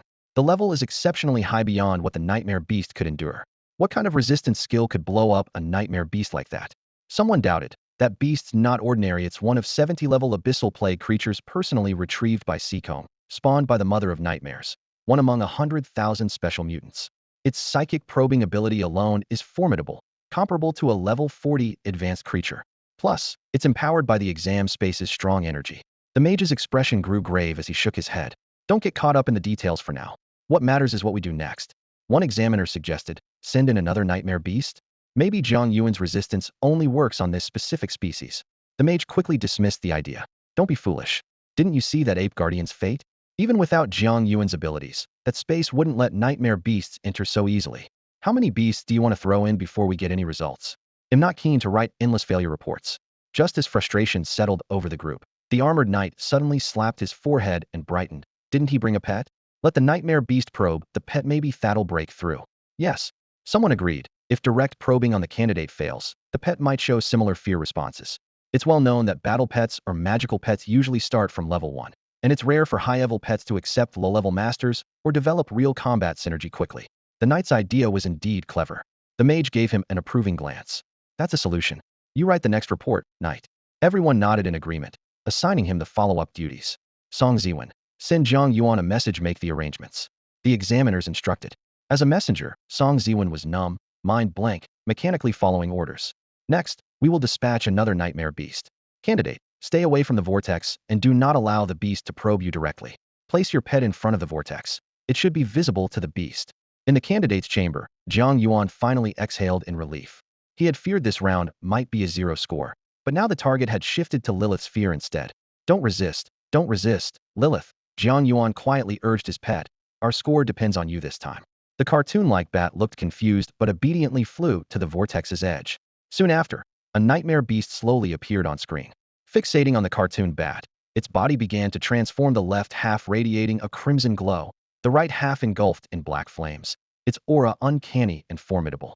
Among the examiners, an electric buzz of excitement broke out. It's showing up. Although they could only see the scene through the visual filter, their extensive experience still allowed them to extract a wealth of information. The nightmare beast was clearly hesitating and struggling. Remarkably, the pet's fear had two sources. One was rapidly taking choppy black shadow with blurred contours, like the embodiment of a demon. The examiners quickly brought up the index panel to assist their analysis. The power index of the nightmare beast's illusion pulsed wildly. 90, very strong. Then climbing 100. 123, 366. This isn't right. Why does it keep skyrocketing? 799. Stop it now. That number had already breached the visual filter's limit. The examiner's expressions changed drastically as they issued an emergency protocol order to immediately kill the nightmare beast. There was a faint sound, like glass shattering, and the space suddenly trembled. On Jiang Yuan's end, the screen instantly showed black flames twisting fiercely, revealing a dark, oppressive demonic silhouette becoming clearer. The phantom was not fully condensed but already possessed S-level mental contamination power, shattering the barrier of the visual filter. What is that? One examiner's voice shook. He was puzzled why such a mere illusion contained such terrifying power. The figure looked more like a high-ranking demon. Suddenly, bloodshot eyes appeared in another examiner's gaze. Dressed in pure white priest robes, he stood motionless as if the hem of his robe moved without wind. He looked as if he had seen the king of demons. The king of Demonsa, true godlike being, just his image alone could trigger disaster, let alone an entity manifested by the nightmare beast. This pet had actually seen the king of demons? Just as the examiners panicked, a streak of crimson light suddenly flashed. The illusion of the king of demons shattered like a spiderweb, replaced by the crimson glow appearing in the nightmare beast's place. The examiners were stunned. Was this the other source of the pet's fear? How could just a streak of light evoke such intense terror, even surpassing the king of demons? Before anyone could make sense of it, something strange happened. The light seemed to come alive, growing more agile. Instantly, the examiners' faces changed drastically. Though it was only a beam, it held a gaze, piercing through the exam space's barrier and locking onto them directly. Boom. The entire examiner space violently shook. At the same time, inside the exam space, Jiang Yuan's lips twitched slightly as his profession panel flashed new information. Crimson Dream Sovereignty Resonance. Who would have thought that Lilith's casual thought would actually attract the real Cynthia? Beside him, a cartoon bat flapped its wings tightly in a protective stance, trembling in the corner. The crimson light flickered briefly, leaving a simple encouragement: keep going. Then the voice faded and the glow disappeared. The cartoon bat cautiously opened its wings, revealing terrified eyes as it looked around. Though the crimson light had appeared for less than 2 seconds, that brief moment engraved a heavy shock and trouble in the examiners' hearts lasting over 2 centuries. A deathly silence hung for a long time before the examiner wearing the grand mage robe finally recovered. He quickly reviewed the recent logs, his face full of astonishment. All data had been forcibly erased. The priest-robed examiner exhaled deeply, saying with relief, "Thankfully, at least no information about the king of demons was left." Him starting to forget what he even looks like. At that moment, the knight's armor suddenly shouted, "What was that just now? Did you hear it?" That light was actually cheering on the examinee. Normally examiners could only see the visuals, so how could they have truly heard a voice? That voice was heavily distorted, as if deliberately making it difficult for them to understand, but still conveying intent.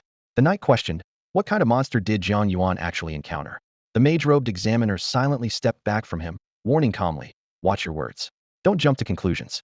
Hearing this, others' expressions abruptly shifted from shock to caution, and they all moved away from the knight, adopting a defensive stance. "Don't let me get blood on me." A faint voice sounded. A monster that could drag the high-level exam into this mess was certainly not one to be casually judged. Could it really be a god from a neutral raid appearing in person? Tension and shock intertwined throughout the space. The examiners carried heavy, complicated emotions. The situation was on the verge of exploding. All the examiners were above level 60, and they knew deep down that true gods did exist within the dungeon world, not the legendary 6 dragons who created the world, but more tangible, manifest deities who personally appeared in dungeons, assigned quests, handed out rewards, and sometimes even served as the final boss. The mage robe had once participated firsthand in a raid against such a deity and still shuddered at the memory when recalling it. Our elite 25-man raid team, all level 65, went to hunt down a god-level demon called Earthfire Chaos. The mage robe spoke in a hushed tone. The result? Only 9 came back alive. It was brutal. The surrounding examiners immediately grew solemn. A god's bloodline was called Divine Blood, carrying terrifying power. Even the lowest grade Divine Blood could boost someone well over level 20 with immense strength and grant various immunities and extra effects. The mage robe shook his head, unable to resist making a quip. "Sounds a lot like Jiang Yuan, doesn't it?" The knight armor snapped back angrily. "How is that even close?" Everyone immediately turned to stare at him in shock. The knight armor looked confused. "What? Why are you all looking at me like that?" The mage robe laughed dryly. "Your imagination runs wild. Jiang Yuan's on that same level. Even at champion rank, Divine Blood only reaches demigod grade at most." Suddenly, someone cut in. "If Jiang Yuan really had Divine Blood, I'd gladly become his sworn father right now." Before the words finished, the knight armor retorted, "Where's your shame?" But the examiner who spoke didn't care, confidently arguing, "You don't get it. Wisdom comes with age. Jiang Yuan's original legendary class can even share bloodlines. If he wanted to give it to me, what's wrong with calling him sworn father?" This broke the tension, and the knight armor paused, as if seeing some truth. The mage robe quickly ended the topic, clapping his hands. "All right, be serious. Let's focus on what to do next." The others' expressions darkened immediately. As seasoned professionals, the brief laughter before was just a way to confirm mental stability and boost morale. Now, talking about scoring again gave them all headaches. The examiners exchanged looks, and the room fell so silent you could hear a pin drop. After a long pause, the priest robe, having changed out of a burnt robe, looked away with sadness in his eyes and quietly said, "How can we even grade this dungeon? And who thought it was okay to put a nightmare demon inside? If anyone says yes to that, they'll duel them on the spot." Others shook their heads soberly. No one dared agree. After all, a group of veterans over level 60 were terrified by a 16-year-old kid. It rattled their confidence. The knight armor blurted out, "This is way too scary." Despite their complex expressions, no one argued. They were genuinely frightened. Moments later, the scores were announced. As expected, a failing grade, F. The mage robe forced a bitter smile. "What do we do now?" "The second round scores are weighted by levels. Against 20, D gets no bonus, and F deducts 15. Why not just give an F outright? Song Ziwen cautiously suggested. The room immediately stared at him like he was crazy. Song Ziwen quickly shut up, offering a sheepish smile. Hey, that little Song, what about that James Lee? Seems he wants to be your student? A ranger with a bow asked casually. Why didn't he take this test round? Any secrets? Song Ziwen hurriedly denied it. No, the kid just wanted to try, probably figured he was ready. The ranger didn't press further, just nodded in understanding. He was here to keep Song Ziwen in line anyway. Silence fell over the room once more as the examiners exchanged complicated glances, their expressions filled with helplessness and confusion over the situation before them. The small maneuvers Song Ziwen made earlier had long been recorded by the examiners, but since none of them violated the rules, they silently allowed them to pass unchallenged. That did not mean they considered Song Ziwen a fool, especially now, with Jiang Yuan just beginning to reveal his strength and astonishing potential, which only impressed them more with each passing moment. At that moment, a dazzling white light suddenly flashed in the examiner's chamber, and a semi-transparent human figure reappeared. It was Master Situ. Instantly, the examiners stood and saluted. Although Saida's face was still blurry, his tone was grave. What exactly happened just now? Several examiners recounted the events one by one. Demon King? Scarlet Radiance? A god? Situ murmured the key terms thoughtfully. A god managing to invade the college entrance exam simulation. Should we suspend the test immediately? Someone requested guidance. The examiner in the mage's robe spoke calmly. Jiang Yuan clearly shares a special connection with that entity. The simulation is embedded with divine artifact locks. No ordinary god could breach it. Then should we suspend Jiang Yuan's test and question that being's identity? The knight-armored examiner suggested. The priest's robe shook his head in opposition. That would be unwise. Gods are capricious. Reckless probing might provoke their wrath.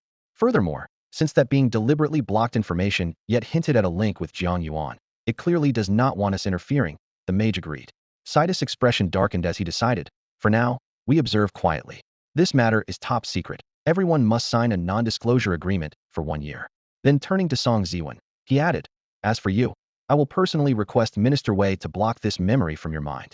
Though the examiners held high rank and often served in the military, the risk of a leak was extremely low, but Song Ziwen's status remained that of a student, so stricter control was necessary. Despite his inner frustration, Song Ziwen silently complied. Situ sighed slightly before continuing. As for Jiang Yuan's exam, within a mere 40 minutes, he has appeared at this test site twice. According to our initial protocol, we apply a stringent grading. Give him an S rank. The mage quickly retrieved the data to check. Situ pondered. No, he deserves an SS rank with a 30 boost to his points. The examiners were stunned. SS rank. Unprecedented. Though some wanted to object, they could only silently accept Saida's verdict. The mage calmly said, isn't it perfect? If Jiang Yuan is connected to a god, he might be our breakthrough to unlock deeper secrets. No nation had ever established a close relationship with a god from the simulation world. Even amicable deities kept their distance. Jiang Yuan was genuinely a unique exception.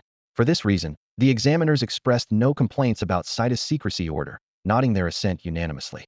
The mage opened the interface to update scores, with Situ personally approving the change. Immediately, the next round of the exam officially began. Reassuringly, Saida's apparition did not dissipate, but remained within the examiner's chamber, seemingly present in person to continue monitoring. The examiners exchanged glances, energized and exhilarated. Jiang Yuan's previous performance had truly shaken them. They feared what chaos he might unleash next round and wondered how their hearts could withstand it. Saida's personal oversight brought them great peace of mind. Move quickly. We've already delayed other testing venues, the knight in armor urged Song Ziwen. Meanwhile, the candidates zone nervously announced the new rules after the second round of retesting. 374 candidates had passed successfully. 15 advanced to the third round.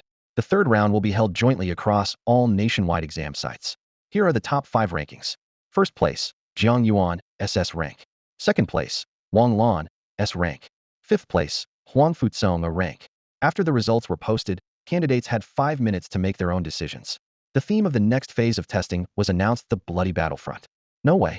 Wang Lan was stunned. So shocked, he didn't even bother with his usual habit of putting his hands in his pockets. Instead, he grabbed his hair tightly, clearly restless. Didn't he say he was in S-level? Among all past candidates, only a handful ever reached that rank. So how was this guy so flashy? And there was an even higher S-level? Why had no one ever told him about that? He paused for a moment, then suddenly snapped his fingers in realization. Got it. I just didn't know S-level existed, so I only showed S-level strength. His eyes rekindled with renewed confidence as he slipped his hands into his pockets again, his posture calm. No worries. In the blood battle frontline, they'll strike again and close that gap. Meanwhile, outside the trial, The giant screen in the square just released the rankings for the extra test. What kind of new level is that? Whispered the crowd. Even those who followed the college entrance exam closely hadn't heard of this title. Did a bug happen? The screen went black for a few seconds just now, like when my TV loses signal, someone said doubtfully. Another guessed, probably a broadcast glitch. The college exam can't have bugs, but what exactly was S level? Someone immediately searched on their phone and found this level was unprecedented, with no similar records anywhere. At the principal's gathering, Wang Xinglin could no longer hold back his smile. Brothers, dinner's on me tonight. Get lost. I'm not eating your lousy food. A few principals nearby scoffed while shaking their heads. How impressive was Jiang Yuan's performance to create a whole new grading tier? Someone remarked, I'm already looking forward to his third round. The conversation grew lively, with several principals nodding in agreement. After all, the blood battle frontline was the real test it would show the true skill. Unfortunately, only score changes were displayed for the first 2 rounds, with no full broadcasts. The third round would show real-time scores, but not the actual process.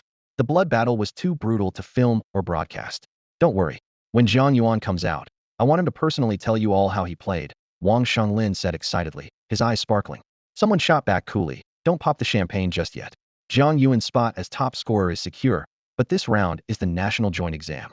There's no time limit in the third round. You can fight for days straight if you want. Maybe there are experts from other provinces who can surpass him. His tone was confident. Just watch, the blood battle frontline is only getting started. The blood battle frontline was the largest-scale regional calamity where thousands fought daily, almost like a meat grinder. But this college exam version was just a hyper-realistic simulation. No matter how crazy, no one would actually throw a bunch of high schoolers into a real battlefield like that. Rest time ended, and a sudden flash of blinding light passed before Jiang Yuan's eyes.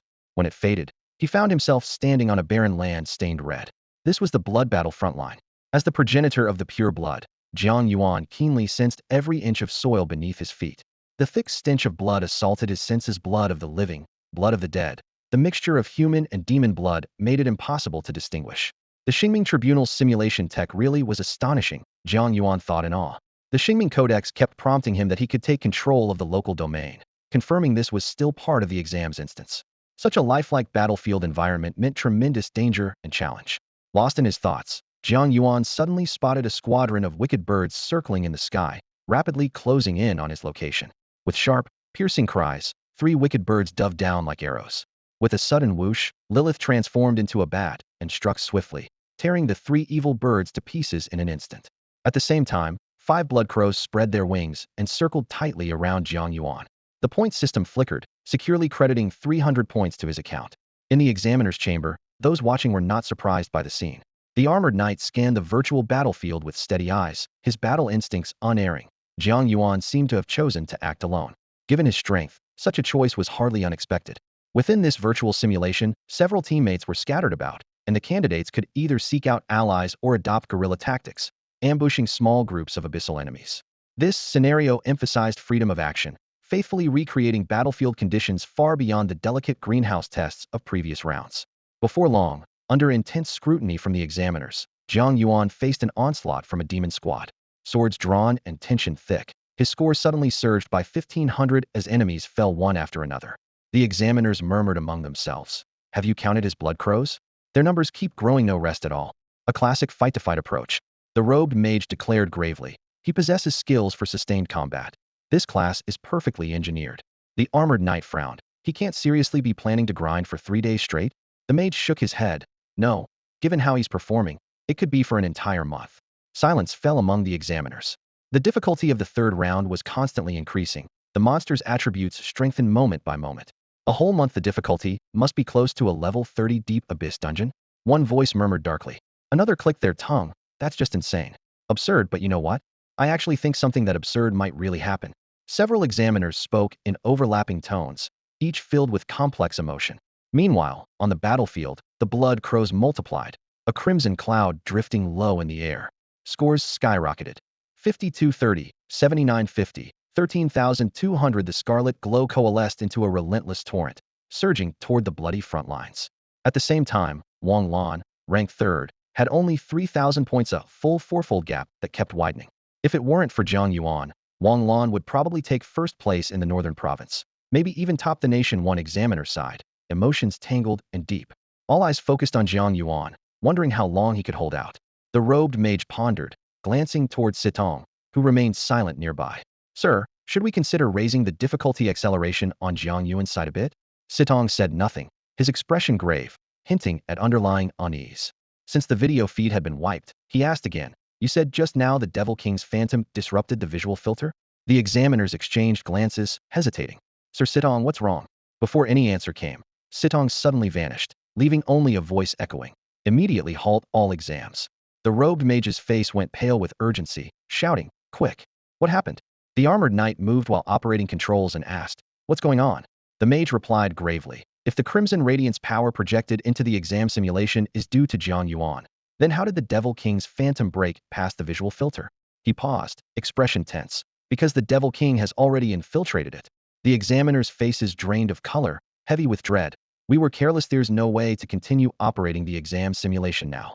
At that moment, a hoarse, grating sound suddenly rang out, like nails scratching a blackboard, chilling to the bone.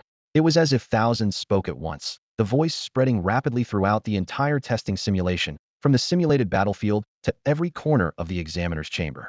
"Ling Jingji, you are still one step too late." The voice was sinister and eerie, carrying the command of a sovereign. "I have already entered the eastern capital, on essential strategic stronghold at the heart of the imperial city."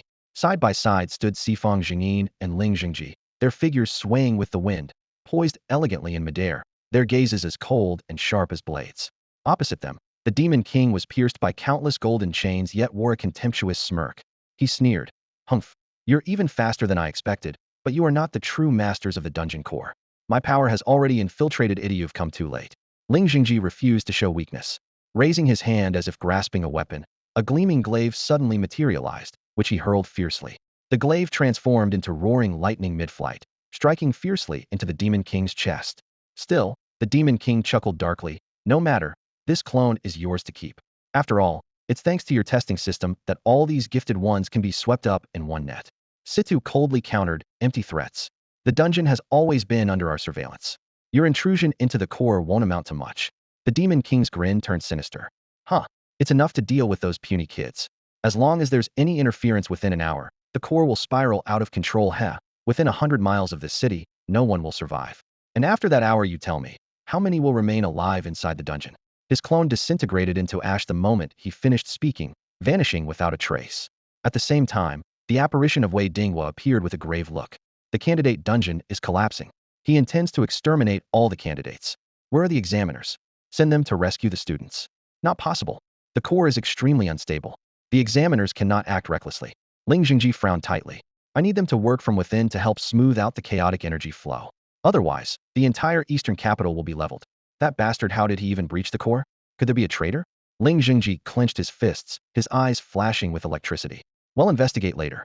Saida's voice was deep. "For now, I need you all to assist immediately and stabilize the dungeon core." "What about the candidates?" someone asked anxiously. "Find a way to notify them." Ling Jingji scanned the room. Tension was thick in the air. Inside the dungeon, the blood ravens that had just cleared all monsters within a 500-meter radius suddenly froze. Jiang Yuan readied to move forward, but his profession panel flashed repeated alerts. "Successfully killed demon pollutant level 20. Experience 1,500.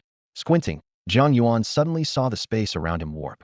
In the next moment, the scene shifted, revealing unfamiliar land. The noise of crowds surrounded him, while the summoned virtual blood ravens vanished. "Jiang Yuan." A familiar, clear voice broke through his thoughts. Lin Yutong hurried toward him. "You made it here too?"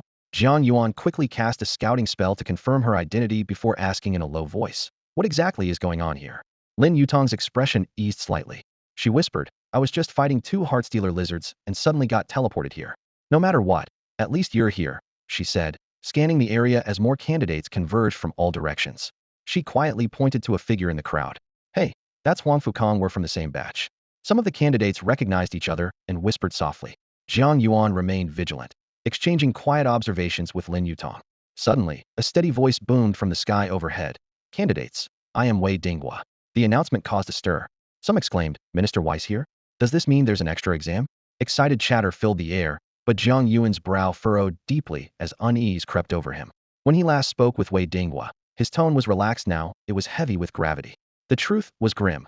A high-level demon had forcibly invaded the college entrance exam dungeon, corrupting the exam core. The situation was on the knife's edge of disaster. "We need an hour to stabilize the core energy and prevent it from exploding and destroying the entire eastern capital. During this time, you will inevitably face attacks from demons. I hope you stay united, protect yourselves, and safeguard your comrades. Having advanced to the third round of the exams, I believe each of you possesses extraordinary strength and courage. You are the future of Donghua and the hope of humanity. When enemies meet on a narrow path, only the brave prevail. No sooner had Wei Dinghua finished speaking than the examination hall erupted with deafening shouts. The candidates roared in unison, "Fight! Fight! Fight!" But the next moment, a fierce roar drowned out their cries. The ground trembled violently, as if gripped by an earthquake. A fierce whirlwind swept through, bringing a pungent sulfur stench mixed with a thick metallic scent of blood. In the distance, a massive horde of demons steadily advanced, forming a wall of impenetrable blackness that pressed down with overwhelming force. So many demons. All level 20. Someone exclaimed in disbelief. There were at least 100 in number. Each demon boasted 1800 power, 800 agility, 800 spirit, and an incredible 1000 constitution. Their stats were off the charts, surpassing ordinary monsters by far. The once battle-ready candidates suddenly showed signs of panic. Most were barely 18 and, despite 2 weeks of dungeon trials, had never faced foes this brutal. Their rallied courage deflated like a burst balloon in the face of the roaring demon horde. Then, a booming laugh shattered the chaos. Haha, don't worry.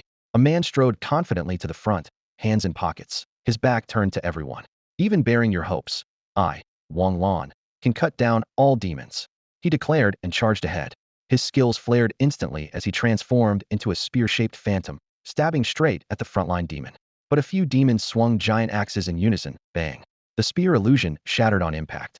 Wang Lan spat blood and was sent flying backwards. Help me, he shouted. Several demons pursued with savage grins. The candidates at the edge were slow to react. Some began retreating. A few, including Huang Futsong, stood frozen, unsure how to aid, their faces etched with anxiety. Protect him, Jiang Yuan commanded, refusing to back down. Before others could respond, Lin Yutong and Jiang Yuan worked seamlessly together, whispering, "Ice coffin." In an instant, a compact wall of icy barriers erupted around Wang Lan, encasing him tightly. Simultaneously, the Bloodstorm technique activated. Crimson droplets rained down like razor-sharp blades from the void. The demons taunted, "Haha, human brat, ready for a bath?"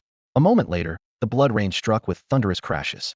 Each drop hammered down like a meteorite, shaking the earth violently. Terrifying numbers flashed rapidly on the screen. 47995, 57,352, 52,138. Every critical hit delivered massive damage. The demons closest to the icy coffin took the brunt, bombarded relentlessly by 3 rounds of the Bloodstorm, coupled with various debuffs. They were trapped, dissolving into pools of blood. Successfully killed demon-infected creature, 1500 experience. Successfully killed demon-infected creature, 1500 experience. System alerts popped up nonstop. Suddenly, an empty clearing formed around the ice fortress. The fallen demon corpses were completely corroded and dissolved by the scarlet ground. What skill is this? It's insanely powerful. The candidates gasped. Even the demons hesitated, their steps faltering as if afraid to make a move. At that moment, a bat-shaped Lilith whispered into Jiang Yuan's ear, "Master, the deeply hidden high-level demons have yet to appear." Jiang Yuan nodded slightly, his expression calm. Then while force them out. He raised his hand and pointed. The scarlet ground rippled as countless black blood ravens took flight, soaring toward the demons' hiding places in unison. Incredible. Huang Futsong's face was filled with shock. As a Legion specialist, he keenly sensed the terrifying power of the Blood Raven swarm. With his current group amplification ability, he realized it was utterly ineffective against the Blood Ravens. There was no way to exert any influence. Don't just stand there stunned. Sword dancer Qing Guanyue has already started swinging her slender sword. She's arranged cast her hurry and buff her, Qing Guanyue said firmly, her gaze locked on the approaching demon horde. Her last words were clearly directed at Jiang Yuan. Without hesitation, Huang Futsong clasped his hands as a shimmering military banner formed in the air, its intricate patterns flickering. Where we stand is Donghua. Invisible ripples quickly spread, enveloping the remaining 15 candidates in a white radiant shield, like a protective barrier. Only Jiang Yuan was unaffected by the amplification. His power was unmatched. Huang Futsong showed a hint of apology, but had no way to help. The other candidates remained silent, while Qing Guanyue gripped her slender sword tightly, eyes narrowing at the increasingly close demon army, her expression grave. Lin Yutong's long hair gradually turned blue-white. With each slash of her blade, countless icy shards instantly formed and swirled behind her as a protective aura. The others swallowed hard but clenched their weapons firmly, a determined fire igniting in their eyes, ready for a last stand. The demon legion roared in, their pressure overwhelming. Their bodies grew larger, glowing with a crimson light, a sign they were about to charge, and that their formation was now at its densest. At this moment, Jiang Yuan spoke. Can you amplify Wanglan's speed? Without asking why, Huang Futsong quickly activated his skill for a legion soldier. Obeying the stronger in a life-or-death moment was more important than questioning. Got it. Tell him to run back. Jiang Yuan ordered. What? Huang Futsong blinked in surprise. Then his pupils constricted sharply, deeply shaken by what he was witnessing. Blood rain poured down again, but this time over a wider area. Crimson tendrils erupted like sharp claws from the blood, wildly slapping the surroundings. The demon legion collapsed one by one like dominoes, toppling in a continuous cascade. The scarlet ravens flew up en masse from the fallen demons' corpses, darting through the chaotic battlefield like sharp arrows, finishing off the downed enemies. The candidates were dumbfounded, staring blankly as many went completely numb, barely able to believe what they were seeing. In just a matter of seconds, not a single demon remained alive on the battlefield. The sky was filled only with what seemed like an endless swarm of blood ravens, their wings beating to create a crimson storm. Qin Guanyue turned back, her pupils trembling as recognition dawned across the group. Shouts of disbelief rose up. So powerful! So powerful! We're saved! Some wept with joy, crying out, "Brother, today you're my sworn father." One boy went nearly crazy with excitement. Amid the chaos and noise, only Wang Lan, boosted by amplified speed, sprinted wildly, dodging the shockwaves stirred by the crimson tendrils, shouting loudly, "I admit you're worthy to be my destined rival. Tell me your name." No one answered his call. Suddenly, black flames rose from the demon corpses, intertwining and gathering in the air to form a humanoid shadow. Who exactly are you? The demon spread its wings, hovering in the air, looking down coldly at Jiang Yuan. Reconnaissance failed. Lilith whispered nervously to Jiang Yuan, her voice trembling. Master, he Matisse the Demon King. Jiang Yuan raised an eyebrow slightly and replied calmly, "Oh? The king." The Demon King shot a cold glance at the bat, then suddenly realized with contempt dripping from his tone, "Ha, a traitorous waste." A jet black light flashed sharply, striking the bat, who was thrown back violently. Struggling to hold its disguise, it faltered, and then suddenly shuddered, transforming back into Lilith's original form. "No matter who you are, how dare you desecrate Maid's bloodline?" The Demon King's eyes turned toward Jiang Yuan, his voice cold and commanding. "Kneel now, submit to me, and I will spare your life. As for the rest of you," he raised his hand, and his voice sharpened brutally, "I will only kill half of you. Understand? You must slaughter each other, kill those beside you." But Jiang Yuan ignored the threat, remaining silent. At that moment, the blood crow spread its wings and soared fiercely like a storm, abruptly cutting off the Demon King's words. The Demon King's voice turned icy. "I already know your answer." Before he finished, another streak of black light flashed. Roar! The phantom ape spirit appeared instantly, swallowing the deadly black attack whole. The ape spirit sustained fatal injuries, requiring 1 month for recovery. This message appeared in the void, surprising the Demon King. No longer holding back, he raised his hand again, clenching it as immense power surged from deep within the earth, shaking mountains and causing the soil around them to be gripped tightly by an invisible giant hand, squeezing frantically at Jiang Yuan. Huang Futsong, Lin Yutong, and others quickly unleashed their skills but couldn't stop the invisible grip from closing in. The scene was tense, suffocatingly so. Yet, not a single person succumbed. Even those candidates who had cried out in pain before refused to kneel in defeat. Despite despair, no one gave up. The Demon King sneered with disdain. "You humans are truly boring and arrogant, so eager to play heroes without knowing your limits." Suddenly, his hand clenched fully. Dust swirled, and the ground trembled violently as an underground earth dragon flipped, and a small mountain rapidly surged up, trapping everyone tightly in the piled mud. Still, the Demon King's expression shifted from arrogance to confusion. He realized his hand was stuck, unable to continue squeezing. As the dust settled, the soil mound that should have closed was held back by a dense crimson mist spreading quickly to both sides. Then with a thunderous crack, the mountain peak exploded. Jiang Yuan burst through the earth, crimson blood mist swirling behind him to form a massive pair of fiery red wings. In his left hand, he held a thick, heavy tome. Its cover shone with starlight, dazzling as if the night sky had solidified into one object. "Welcome back, bearer of the Star Fate Codex." A system prompt flashed. "Star Fate Court domain taken over. Star Fate Court. Normal damage reduced by 80, health increased by 50. Unclaimed Star Codex core detected. Establishing link complete. Codex amplification activated. Star Fate Codex fully unlocked." The bearer now rules as the ultimate arbiter of the Star Fate Court domain. Gains 50 boost to Star Fate attributes and complete insight into all life within receiving maximum attribute amplification. This is the Star Codex? The Demon King gasped in shock, his pupils contracting violently, voice trembling. "Impossible. The bearer vanished long gone away. Who exactly are you? Jiang Yuan's expression was calm as he cut off the questioning. I did not come here to be a hero. The blood-red giant wings unfurled slowly as he leapt, aligning his height with the Demon King's. His right hand clenched into a fist. Crimson light swirled and condensed there, growing denser until it formed a sharp, ruby-red spear. Jiang Yuan's eyes were resolute, his voice low and decisive. Jiang Yuan, I have come to kill you. I've come to kill you. Jiang Yuan's voice was calm and steady, as if stating an undeniable fact. Arrogant fool. The Demon King roared in fury, his eyes blazing red like fire. Since you can wield the Star Codex, I cannot allow you to leave alive. His demonic wings suddenly unfurled, blotting out the sky as if to swallow all sunlight. Behind him, a black sun slowly rose, devouring every last ray of light nearby. The entire battlefield plunged into utter darkness, like a brief but total solar eclipse. No light could penetrate it. Star Codex in sight. Demon King mental projection, level 30 divine boss. The system panel flashed terrifying stat strength 15,000, agility 15,000, spirit 15,000, constitution 15,000. The skill list was packed. Demon body, rapid recovery, dark illumination, hellfire, soul reaping, fear judgment, malicious radiance. Every ability exuded overwhelming power, far beyond what a level 30 should possess. This was a golden existence beyond mortal limits. Jiang Yuan's expression remained impassive as he calmly ignored the Demon King's threats. Then come, he said.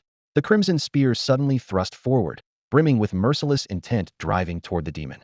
Die, insect! The Demon King bellowed, rage nearly setting the sky ablaze. At the same time, his oppressive aura exploded outward. Star Codex Insight dark illumination. A thick, choking darkness spread fast like viscous mist, churning into rolling black flames engulfing the entire battleground. It felt as though they had entered the depths of hell, where nothing existed but endless shadow. Yet, a searing crimson light suddenly flashed, slicing through the blackness, piercing the abyss in an instant. Then a piercing roar filled the air as countless crimson spears emerged from the void, screaming wildly toward the Demon King. One after another, the spear blades plunged deeply into the massive demon's body as if injected by some force. Eventually, his huge form was covered layer upon layer with dense spear blades. 135,782. Crimson Dream damage 1,357. An ear-splitting roar tore through space as black, molten blood burst from the Demon King's body, thick and sticky like demonic ichor dripping down. Other candidates who had retreated to safer distance witnessed this breathtaking scene with awe. Shock. Utter shock. Disbelief. He was actually standing toe-to-toe with the Demon King? Terrifying. What kind of mythical profession was he? Even if only a fraction of the Demon King's power was present, his attributes were still above 10,000. How on earth had Jiang Yuan achieved this? No matter what, his existence was the reason everyone avoided disaster.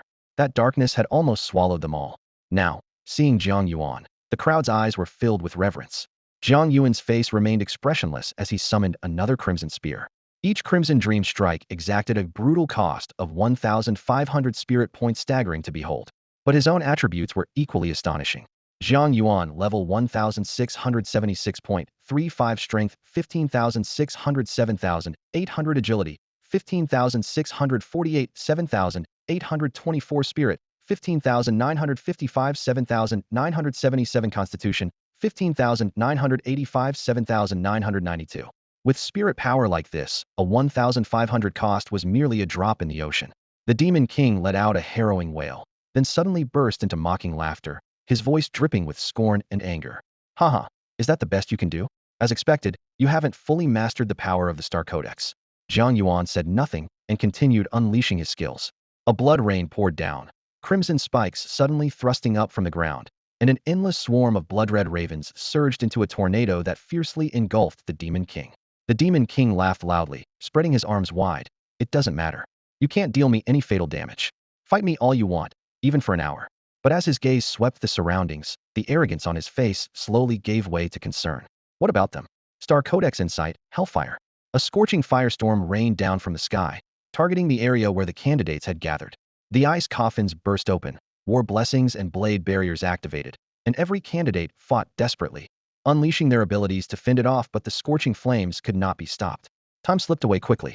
In just one more second, this blazing fire would consume every living being, devouring all the candidates present. Yet, in the next moment, the flames suddenly vanished, as if the very air had frozen. What? The Demon King's eyes widened in shock, his face filled with disbelief. What have you done? Jiang Yuan remained silent, but then hurled a scarlet spear. 225,769. The damage number doubled instantly as it struck the Demon King.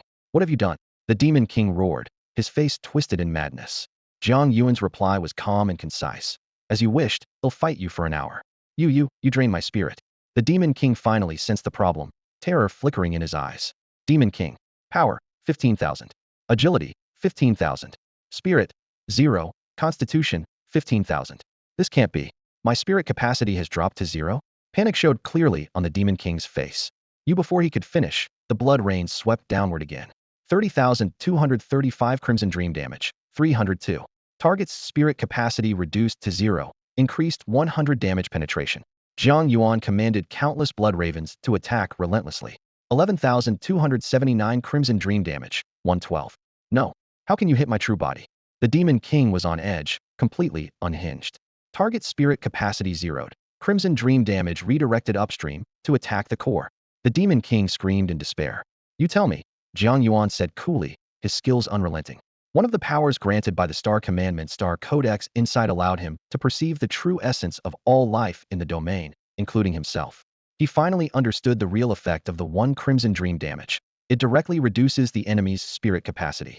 When farming dungeons, killing opponents in seconds, he had never realized the damage's true power before. Jiang Yuan raised the Crimson Dream Spear again. 210,218. The damage deeply etched itself into the Demon King's agony. Although unable to scan the Demon King's true data, theoretically, his core spirit had just been drained another 2,102 points. No. Stop. Stop it. The Demon King panicked. What have you done? What exactly have you done? He screamed madly, transforming into a black lightning bolt, fleeing rapidly in the opposite direction from Jiang Yuan. Well, no need to guess, it really did drain his core spirit. A faint smile appeared at Jiang Yuan's lips as his blood wings fluttered softly. Don't run. We agreed I would fight for an hour. He pursued swiftly, blood ravens as the vanguard, blood rain trailing behind like a storm surge. Wasn't this your demand? His tone was calm. I gave you my answer. Why run away? The Crimson Spear flew again, accompanied by the Demon King's agonized screams, damage numbers flashing in midair. The candidates watched in stunned silence, too shocked to speak. One whispered, Are we already dead? Is this just a hallucination before we die? Another shook their head. I doubt that. How could a hallucination show him suppressing the Demon King? Surely, everyone wouldn't share the same illusion. I don't think it's a hallucination, someone said firmly. An illusion couldn't create the image of the Demon King fleeing in terror. You really killed him. That's the only explanation. The candidates fell silent instantly. The only sounds left in the space were the Demon King's roars and the desperate pounding of his retreat. Insane. Absolutely insane. This level of madness is beyond comprehension. One candidate said, He'll never forget this scene for as long as I live. Others nodded in silence, deeply feeling the weight of that shock.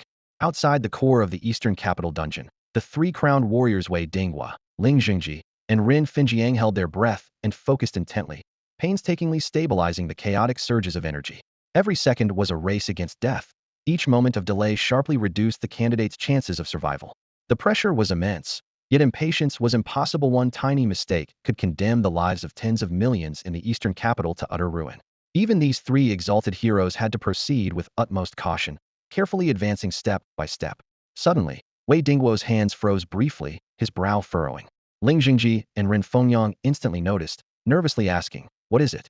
Wei Dinghuo shook his head to reassure them, but his eyes showed a trace of surprise. The corrosive power left behind by the Demon King is rapidly diminishing. We've lost a great deal. Could it be he really succeeded? Not certain yet. Weiss' gaze flickered, conflicted. Stranger still, the disorder within the Star Codex is slowly becoming orderly. Is the Codex actually adjusting itself? He smiled wryly. Its secrets run deeper than we imagined.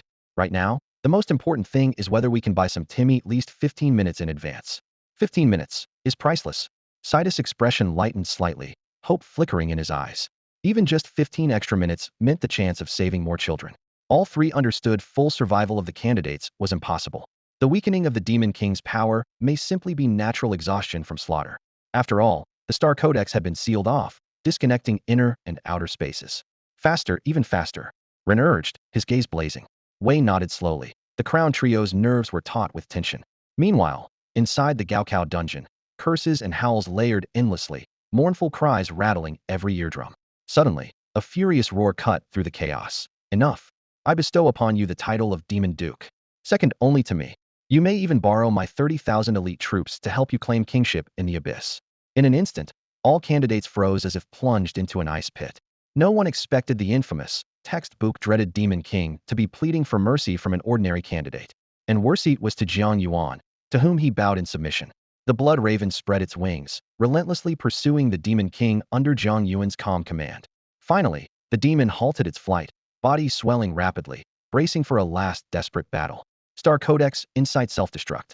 A spark appeared in Jiang Yuan's eyes, the critical mark that stripped the Demon King of his skill release ability. I will not forget you, Jiang Yuan. The Demon King's gaze locked fiercely, murderous intent thick. Look forward to our next encounter.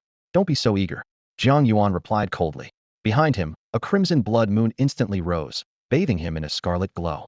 Blood moon frenzy full blood energy release. At this moment, Jiang Yuan's attribute stats soared to unprecedented heights level 1676, strength 46,800, agility nearly 47,000, spirit 28,565, constitution 47,955. The blood mist, crimson flames, and starlight on his stats intertwined and flickered, as if awakening a new power. The crimson spear was thrown again, only to vanish instantly midair. In the next moment, a lance blade fell vertically from infinite void like a thunderbolt, piercing the Demon King's body and pinning him to the ground.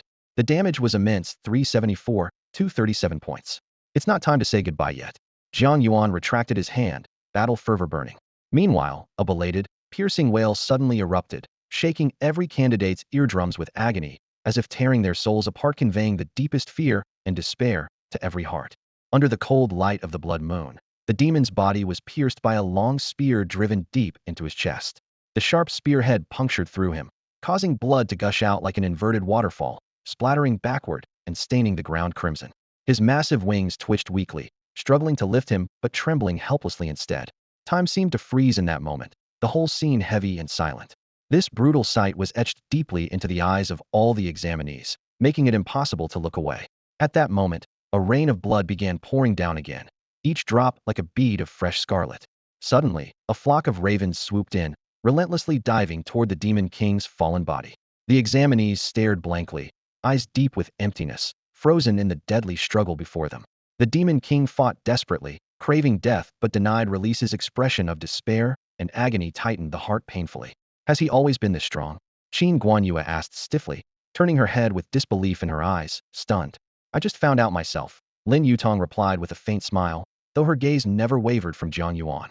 Wang Lan, no longer intervening, anxiously bit her nails, her face dazed. Suddenly, the voice of Situ Lingzheng echoed through the exam instance. All examinees, we have successfully resolved the energy disturbance and regained control of the exam instance. All isolation barriers will now be lifted, and Yu's words were cut short by a furious roar. Lingzheng, you worthless fool. The Demon King howled with fierce anger, shaking the instant space. It took you 40 minutes to fix a simple energy disturbance. You're unfit to be Situ. The Demon King's voice rang out from Dongdu directly into the core of the instance, reverberating in everyone's minds. The usually composed Citus face showed disbelief as he turned to Ren Fengyang. What is going on? Ren frowned, and the three hurried to regain control of the instance but couldn't examine the details closely. When they glanced again, they froze. All the examinees had survived, their faces filled with incredulity. How is this possible? The Demon King was pinned down? Ren exclaimed. This has to be Jiang Yuan. Jiang Yuan? Even an astral projection of him shouldn't be capable of that. Ren's brows knitted tightly in confusion. This is bad. We gave the Demon King an opening. Wei Dingwo's face darkened sharply as he shouted, warn Jiang Yuan. Beware of the demon's counterattack. Meanwhile, as the instance core sealed again, connectivity inside and outside was restored. Jiang Yuan clearly saw the Demon King's projection's spiritual limit gradually recovering amidst swirling black flames, the demon body consumed by scorching dark fire. Star Codex Insight, Astral Projection Self-Ignition. This was a powerful intervention from the demon's true form in the abyss, blocking all external interruption attempts. The Demon King breathed heavily, struggling to lift his neck, his fierce gaze fixed piercingly on Jiang Yuan, as if trying to carve his face into memory. Wait for me, Jiang Yuan, I will never forget you. The Demon King roared, his remaining presence still threatening. With 10 seconds left until the blood moon frenzy ended, Jiang Yuan calmly extended his palm, forming a fist. Instantly, colors shifted dramatically. The world reduced to 3 hues: crimson blood mist, scarlet flowing light, and dazzling starlight. These 3 merged and intertwined within Jiang Yuan's palm, forming the ultimate spear. I always keep my word. I am here to kill you. His voice was low yet resolute. Gripping the spear firmly, He hurled it forcefully. The spear sliced through the void between the stars, piercing all obstacles. 1000000. Scarlet Dream damage 10,000. Amidst the deafening explosion, the Demon King's astral projection emitted one last agonized scream before vanishing into nothingness.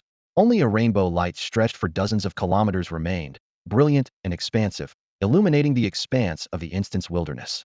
A dazzling flurry of system messages flooded the screen. Successfully killed Demon King Matisse astral projection. Gained 300,000 experience. Achievement upgraded. Demon Hunter Demon Lord Slayer. Achievement unlocked. Mark of the Demon King. Congratulations, your heroic deeds will be remembered in the abyss. Known to all Demon King's followers. Legendary status 2. Bearer of the Codex. Starfate Court Mastery deepened. Starfate Codex 2100. Starfate Codex Insight successful. Skill gained. Demon Body.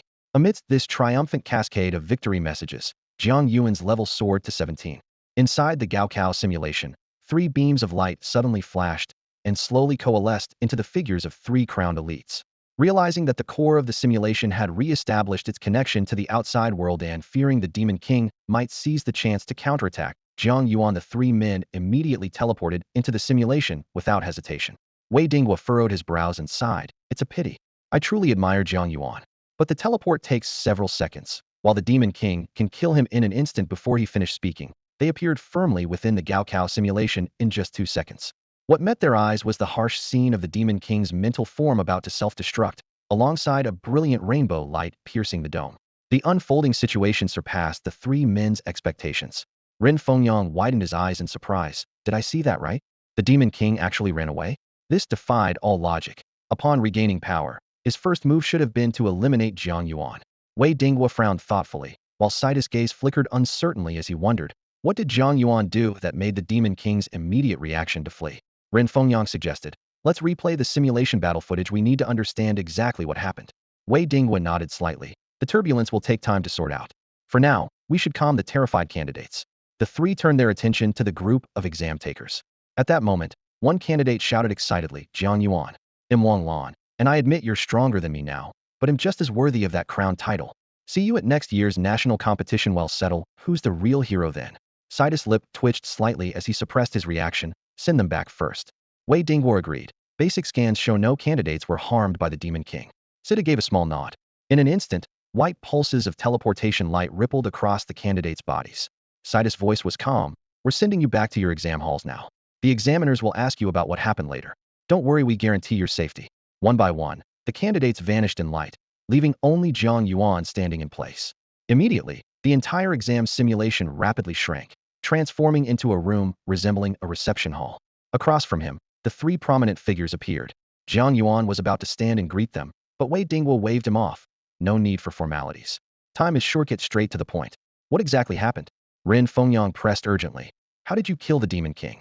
Sidus' eyes flickered as he fixed his gaze on Jiang Yuan's empty left hand, whispering, the thing you held then, was it that tome with the stardust cover? As the chief examiner, he had a keen sensitivity to the power of the Star Codex, and all the candidates had witnessed the event, making the effect impossible to conceal. Jiang Yuan nodded calmly. Yes, that was my skill.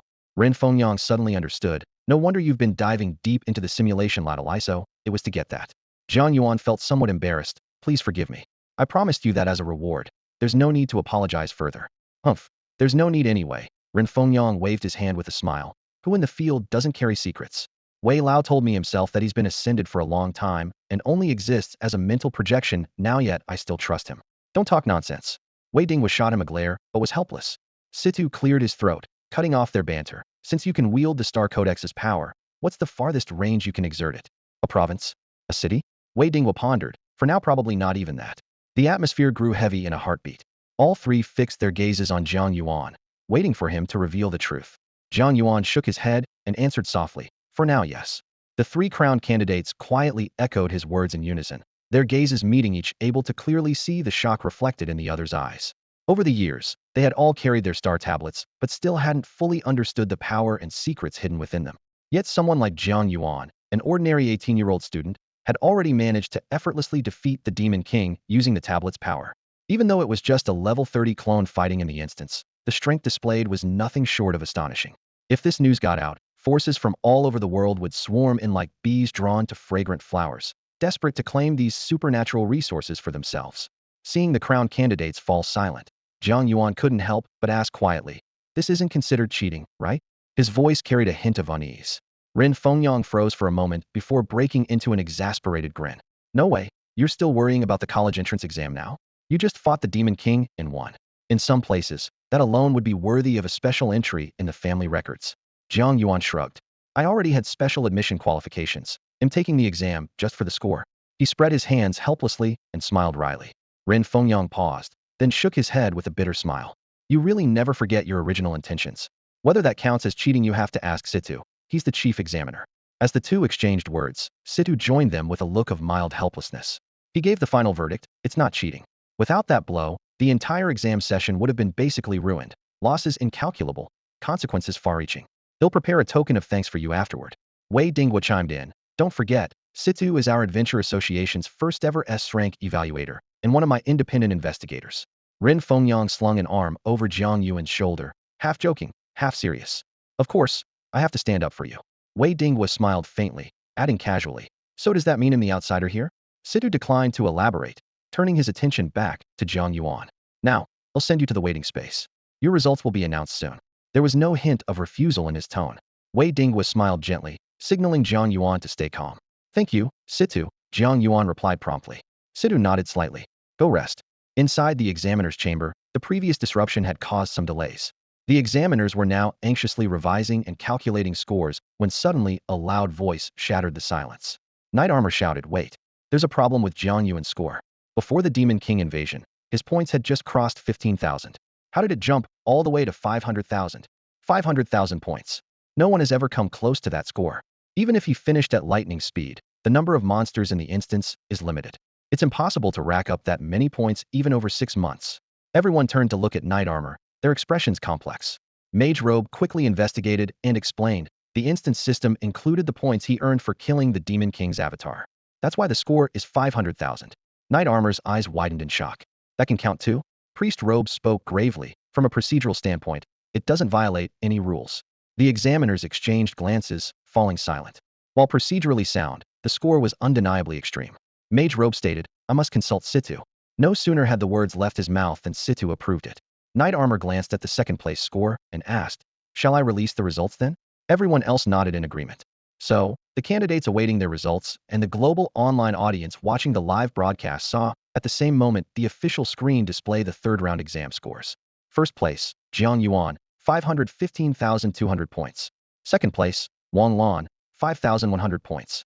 Fourth place, Lin Yutong, for 1,920 points. Seventh place, Huang Futsong, for 1,150 points. The scene was nothing short of breathtaking. The moment the scores were released, an uproar erupted immediately. In previous years, the highest scores barely reached 50 or 60,000. But this year, a monster with 500,000 points suddenly appeared. This score smashed the historical record by an entire tenfold. Inside an exam hall in Nanshan City, the noise surged relentlessly, almost shaking the roof. Who exactly is this Jiang Yuan? He must be cheating, right? It has to be fake. How else could he beat Wang Lan by such a huge margin? Wang Lando, you think he cheated? A principal glanced at the student who just stepped out of the test and whispered, "We could report him. Then you'd be number one nationwide." As Wang Lan's principal, he couldn't believe his star pupil had lost so decisively. But Wang Lan stood with his hands in his pockets, calm and composed. "No cheating. This round, I really did lose." The principal was stunned into silence. He had known Wang Lan for years and never heard him admit defeat before, never imagined it would happen now. "He really deserves the 500,000 points," Wang Lan said with quiet confidence. "But it doesn't matter. University is just the beginning.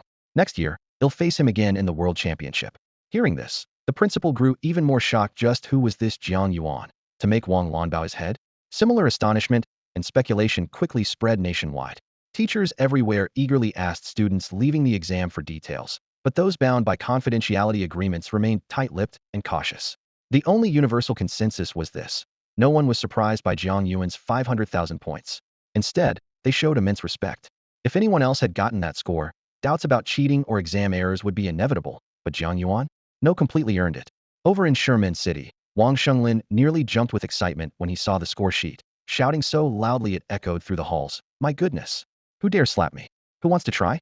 Other principals hurried over, asking to strike him, hoping to help through some physical proof. Wang Shenglin waved them off and began wildly swinging his limbs. 500,000 points. What on earth has our little Jiang done? The surrounding principals were a mix of envy and jealousy, cursing under their breath, but no one questioned the score's legitimacy. After all, at the bottom of the score sheet were three bold signatures: Ling Jingji, Wei Dinghua, and Rin Finjiang, names that carried tremendous weight. Anyone who saw them felt their heart tighten and accepted this score as absolutely ironclad.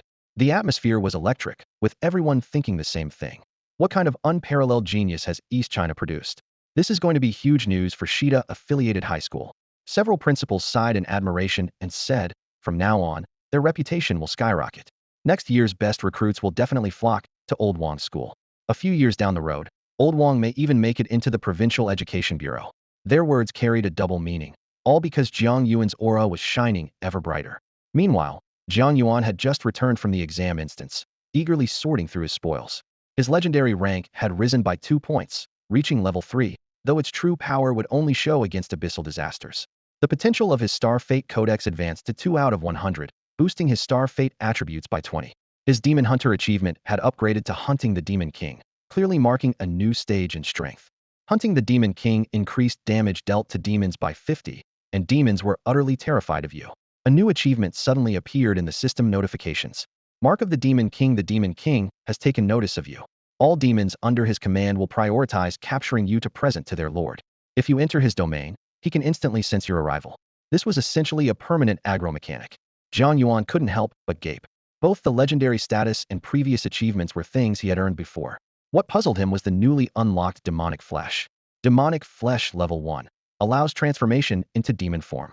The specific type depends on your bloodline. This was the effect of the Astro Insight. Within the Star Court, all living beings could be analyzed and their secrets revealed by its master. Demonic Flesh was a special skill gained from deciphering the Demon King's essence. But now wasn't the time to experiment. Jiang Yuan needed to find an isolated spot, otherwise, being mistaken for a demon would certainly cause chaos. He quietly exhaled in relief. Jiang Yuan. A familiar girl's voice suddenly came from beside him. Jiang Yuan turned his head to see Lin Yutong standing at the entrance of the dungeon, obviously waiting for quite a while. When he snapped back to reality, she spoke. Are you okay? She looked him over carefully, her eyes bright like a light in the darkness. I'm fine, Jiang Yuan replied.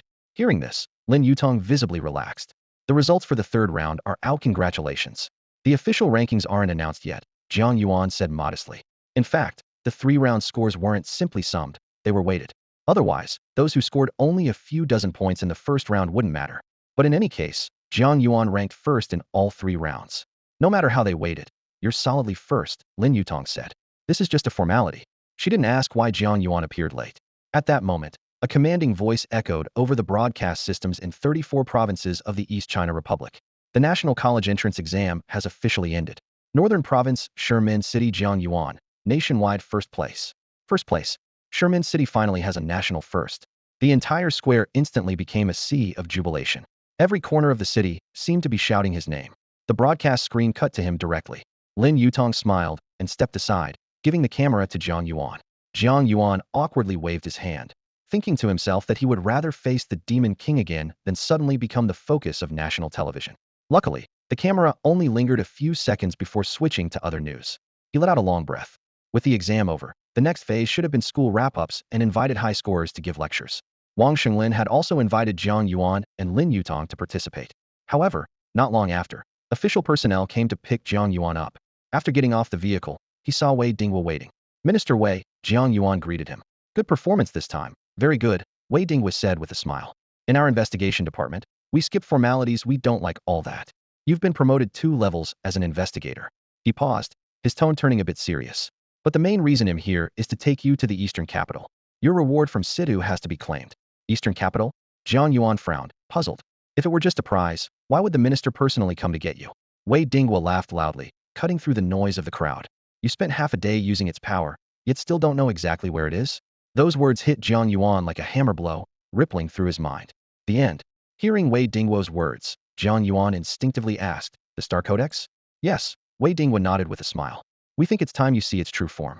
Just to be clear, you definitely can't have it, at least not yet, he said firmly. You can't protect it, and it's too dangerous. This was no surprise to Jiang Yuan. After all, no one would hand over a national treasure to a Suntobe college student. Seeing Jiang Yuan's calm reaction, neither disappointed nor angry, made Wei Dinghua even more satisfied with him. Don't worry. I promise. Once you reach level 50, the Star Codex will belong to you, Wei Dinghua added. Though the promise sounded like a distant goal, it was sincere enough to stir something in Jiang Yuan's heart. What intrigued him even more was another question. What about the college entrance exam simulation?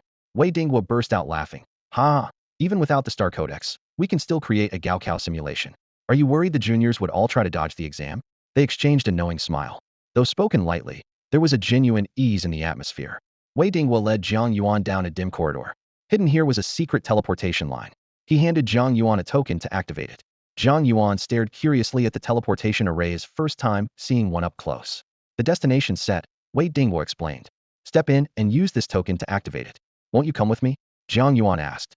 Wei Dingwa smiled. I've been waiting for you there all along. Then his figure shimmered and faded, revealing only a mental projection. The teleportation array activated, white streams of light swirling rapidly as space distorted around them. Stonegate City was far from the eastern capital. Even teleportation took time. Donghua was vast, with thousands of teleportation arrays across the country, pulses of travelers rushing through nearly every second. During the teleportation, Jiang Yuan felt squeezed tight, like being pushed through a narrow tunnel, the pressure pressing against his body uncomfortably. Fragmented images and vague figures flashed before his eyes in shifting kaleidoscopic colors, leaving him somewhat dazed, as if inside a dazzling kaleidoscope. Finally, his feet landed again on solid ground, and he exhaled deeply. How was your first long-distance teleportation? Wei Dingwa asked with a smile, appearing right in front of him. Jiang Yuan grimaced, very crowded like a rush-hour bus. Then he added, the illusions were bizarre and colorful, kind of like an abstract oil painting. Wei Dingwa raised an eyebrow. You could actually see those images during teleportation? Jiang Yuan blinked. Isn't that normal? Wei Dingwa shook his head with a smile. Being able to see that is rare. It shows you have a special talent. His eyes held genuine appreciation. His evaluation of Jiang Yuan's potential just rose. They passed through the corridor until suddenly 12 ornate Huabiao pillars appeared, each nearly 20 meters tall, exquisitely crafted, radiating the unique rhythmic beauty of Donghua civilization. The 12 pillars stood staggered like a constellation surrounding a small tower at the center. Just seeing them, Jiang Yuan felt a wave of danger rolling over him, like standing on the edge of a cliff peering down. This is where the Star Codex resides, Wei Dingwa said. Situ was already waiting for them inside the tower. Come in. As Jiang Yuan stepped into the space embraced by the pillars, an invisible wave rippled through him, causing a slight shudder and quickening heartbeat. Suddenly, the Starfate Codex icon lit up on his professional panel. Wei Dingwa and Situ watched intently, their expressions confirming what they expected. Sure enough, you can sense its presence. Inside the tower, Jiang Yuan saw a brilliant starry sky rising up before him, mysterious and breathtakingly beautiful.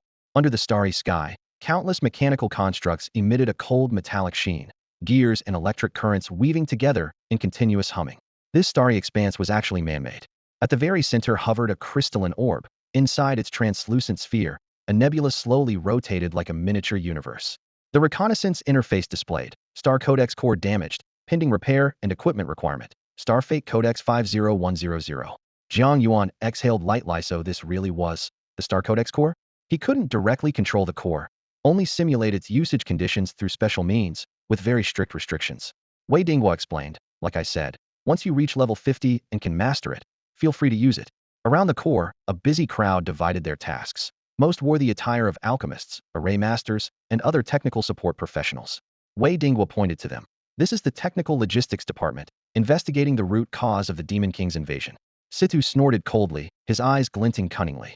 Curious, Jiang Yuan asked, can I know what they found? Wei Dingwa shook his head wryly. You were there yourself. Without you controlling this side, the losses would be worse. Jean Musi Lido's that name sound familiar? Jiang Yuan's heart jolted. The American exchange student? He was a member of the Black Eye Society.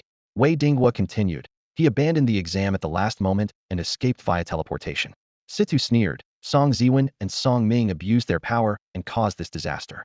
Jiang Yuan inquired. What about their superiors, the deans? Situ laughed coldly. Though they weren't explicitly punished, in the eyes of the three dukes, their fates won't be good. The Song brothers will probably spend their lives behind bars, and those superiors won't end well either. Wei Dingwa smiled. Jinghua will eventually compensate you. Then Wei Dingwa spoke of another project from the logistics department. They have another mission, one done for you. Jiang Yuan pointed at himself in confusion. For me? Situ nodded firmly. Yes. We want to extract part of the power from the Star Codex core and forge it into your exclusive equipmentus. Thanks for how you turned the tide. Jiang Yuan's heart stirred. Although his level wasn't high enough to directly use the Star Codex core now, exclusive equipment forged from the same source was undoubtedly the best choice. Unfortunately, the technical aspects were still unclear. Situ sighed. You'll have to wait a while longer. Jiang Yuan asked, "Can I have a look?" Wei Dingwa nodded. "That's actually why we brought you here." He moved towards the crowd busy around the Star Codex core. Alchemical instruments cluttered the ground, intricate and nearly impassable. Jiang Yuan politely asked, "Excuse me, can I get through?" An alchemist, not even turning his head, snapped, "Who is it?" Just as he was about to scold, spotting Situ and Minister Wei behind, he changed tone and cleared his throat. "Hey, little brother, what do you want? Want to see the Star Codex core?" He pointed to a nearby burnt-out machine. "We've been at it for 5 hours straight. Usually it's rock solid, but today it's wildly unstable. Anyone who approaches gets pushed back." Jiang Yuan pressed. "So the biggest issue now is that no one can get near it?"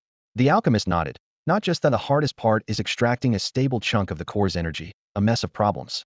His gaze swept over Jiang Yuan. "What's your profession? Energy cycling? Array formation? Matter transformation?" Jiang Yuan shook his head. "Combat." The alchemist immediately lost interest, waving him off. "Well then, look for yourself. Be careful, I have work to do." As a combat class, even Minister Wei found this thing hard to handle. The Star Codex core still relied heavily on the technical logistics team. Jiang Yuan stepped forward 2 paces, entering the artificial starry dome. Suddenly, the surface of the Star Codex core burst into dazzling starlight, quickly flooding the entire man-made sky. "What's happening?" Everyone's eyes narrowed, expressions shifting sharply. Ripples shimmered across the surface of the Star Codex core. Then a slightly smaller Star Codex core slowly peeled away and drifted gently toward Jiang Yuan. The alchemist who had just introduced Jiang Yuan was still in shock, his face pale with disbelief. He stared fixedly at the star core in front of him, slightly smaller than normal, slowly drifting toward Jiang Yuan. "No way. Hey, don't provoke it. Don't blow it up," he shouted anxiously. But it was too late. Jiang Yuan gently closed his palm and grasped the star core firmly. Acquired, Star Core Fragment. Star Core Fragment. Quality, flawless perfection. Usage, can be used as a high-grade forging material or directly embedded into equipment. Effects vary depending on equipment type. Note, this material imposes usage restrictions. Activation requires the Star Fate Codex skill. The alchemist blinked, staring incredulously at the star core that hadn't exploded. Instead of spiking, its energy level gradually stabilized. What kind of background does this guy have? The assembled alchemists, array masters, and master craftsmen gawked at the small fragment in Jiang Yuan's hand, dumbfounded. Wei Dingwa hurried over with concern. "Are you all right?" "I'm fine." Jiang Yuan shook his head, an odd expression flickering across his face. Then he handed the fragment to Wei Dingwa. "But I got this." He hesitated before asking, "Is the star core okay?" "No problem." Situ reached out to inspect it, confirming, "It's no different from before. The energy reading has returned to normal. It's almost like it was waiting for you." Wei Dingwa sighed softly. Hearing this, the alchemists from the tech department exchanged complicated looks. They had been overworked and frustrated trying to manage the star core's erratic fluctuations, only to find out the cause was this young man. Inside, they felt a strange mix of relief and exasperation. "So what exactly is this?" Someone from the tech team asked curiously. Jiang Yuan looked at Wei Dingwa. "Don't worry, these are all trusted colleagues, otherwise they wouldn't be here," Wei Dingwa assured with a nod. Situ agreed quietly. Jiang Yuan then explained, "This thing can be used as forging material or embedded into equipment." "So what's your plan?" Wei Dingwa asked. Jiang Yuan thought for a moment. "Forge it into equipment. To embed it, the gear needs to be at least purple quality, have socket slots, and possess attributes suitable for the profession. Blindly embedding it isn't as good as forging the equipment itself." Situ pressed, "What kind of equipment will you forge?" "A spell book," Jiang Yuan said earnestly. In his mind, he recalled the Starlight Codex that appeared in the exam realm when the Star Fate Codex was fully activated. Although just a skill manifestation, it left a deep impression. Aside from a spellbook, he couldn't think of anything more fitting for the Star Core. "Definitely fitting," Situ nodded thoughtfully, as if recalling the vision. "A spellbook?" Wei Dingwa was momentarily surprised, then considered, "I have a suggestion." Before he could finish, Situ caught the hint and gently clapped his hands. In the blink of an eye, the three found themselves in a secluded loft at the tower's peak. Soundproof barriers surrounded them, sealing out all noise. Wei Dingwa confirmed, "There's a new dungeon that specifically drops materials for crafting exclusive mage weapons." "Exclusive weapons?" Jiang Yuan raised an eyebrow. "Exactly.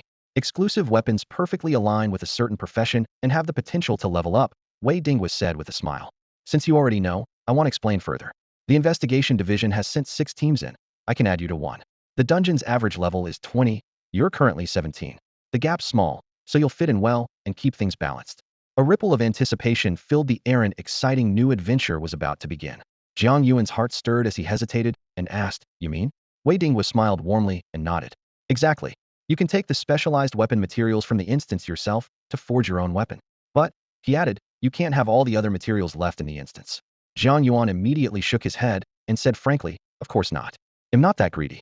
The specialized weapon materials are already plenty. Situ made the final decision. It's settled then. You'll take the specialized weapon materials, and he'll provide the rest of the forging materials as a reward. Wei Dingwa quickly clarified. Right? This is actually a personal reward from Situ. It's not the official nationwide first place honor. Situ didn't object. He knew the official reward for first place was mainly 10 basic skill scrolls, plus an extra 5,000 enrollment points.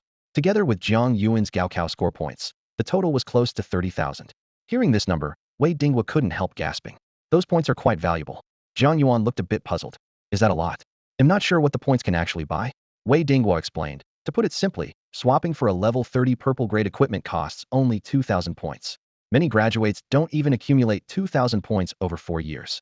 Even if you price a purple grade piece at 1,000,000, these 2,000 points are basically like getting it for next to nothing.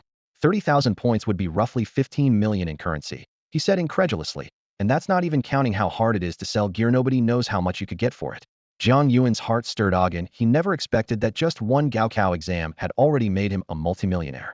Seeing this, Wei Dingwa changed the subject. All right, the instance for specialized weapon materials is time sensitive. Let's head back to Sherman City now and get you into a team.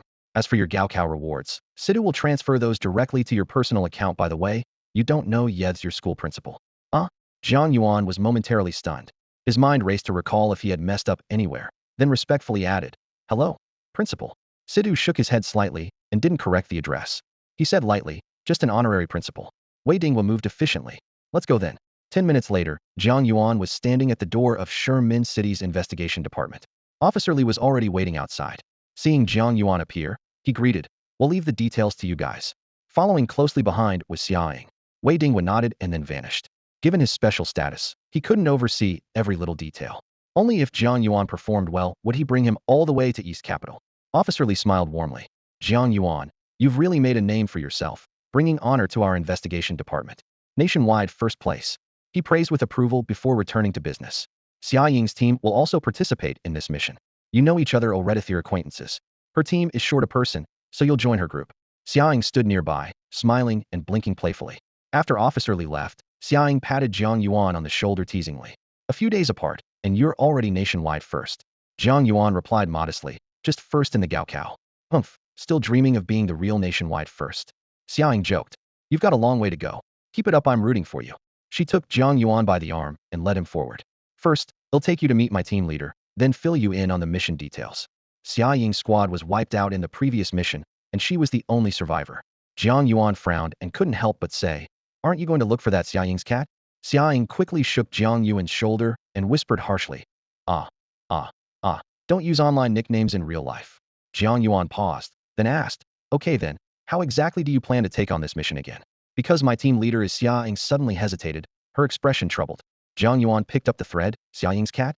Xiaoying helplessly covered her face, nodded, and said in a muffled voice, "Qingqing's mission failed.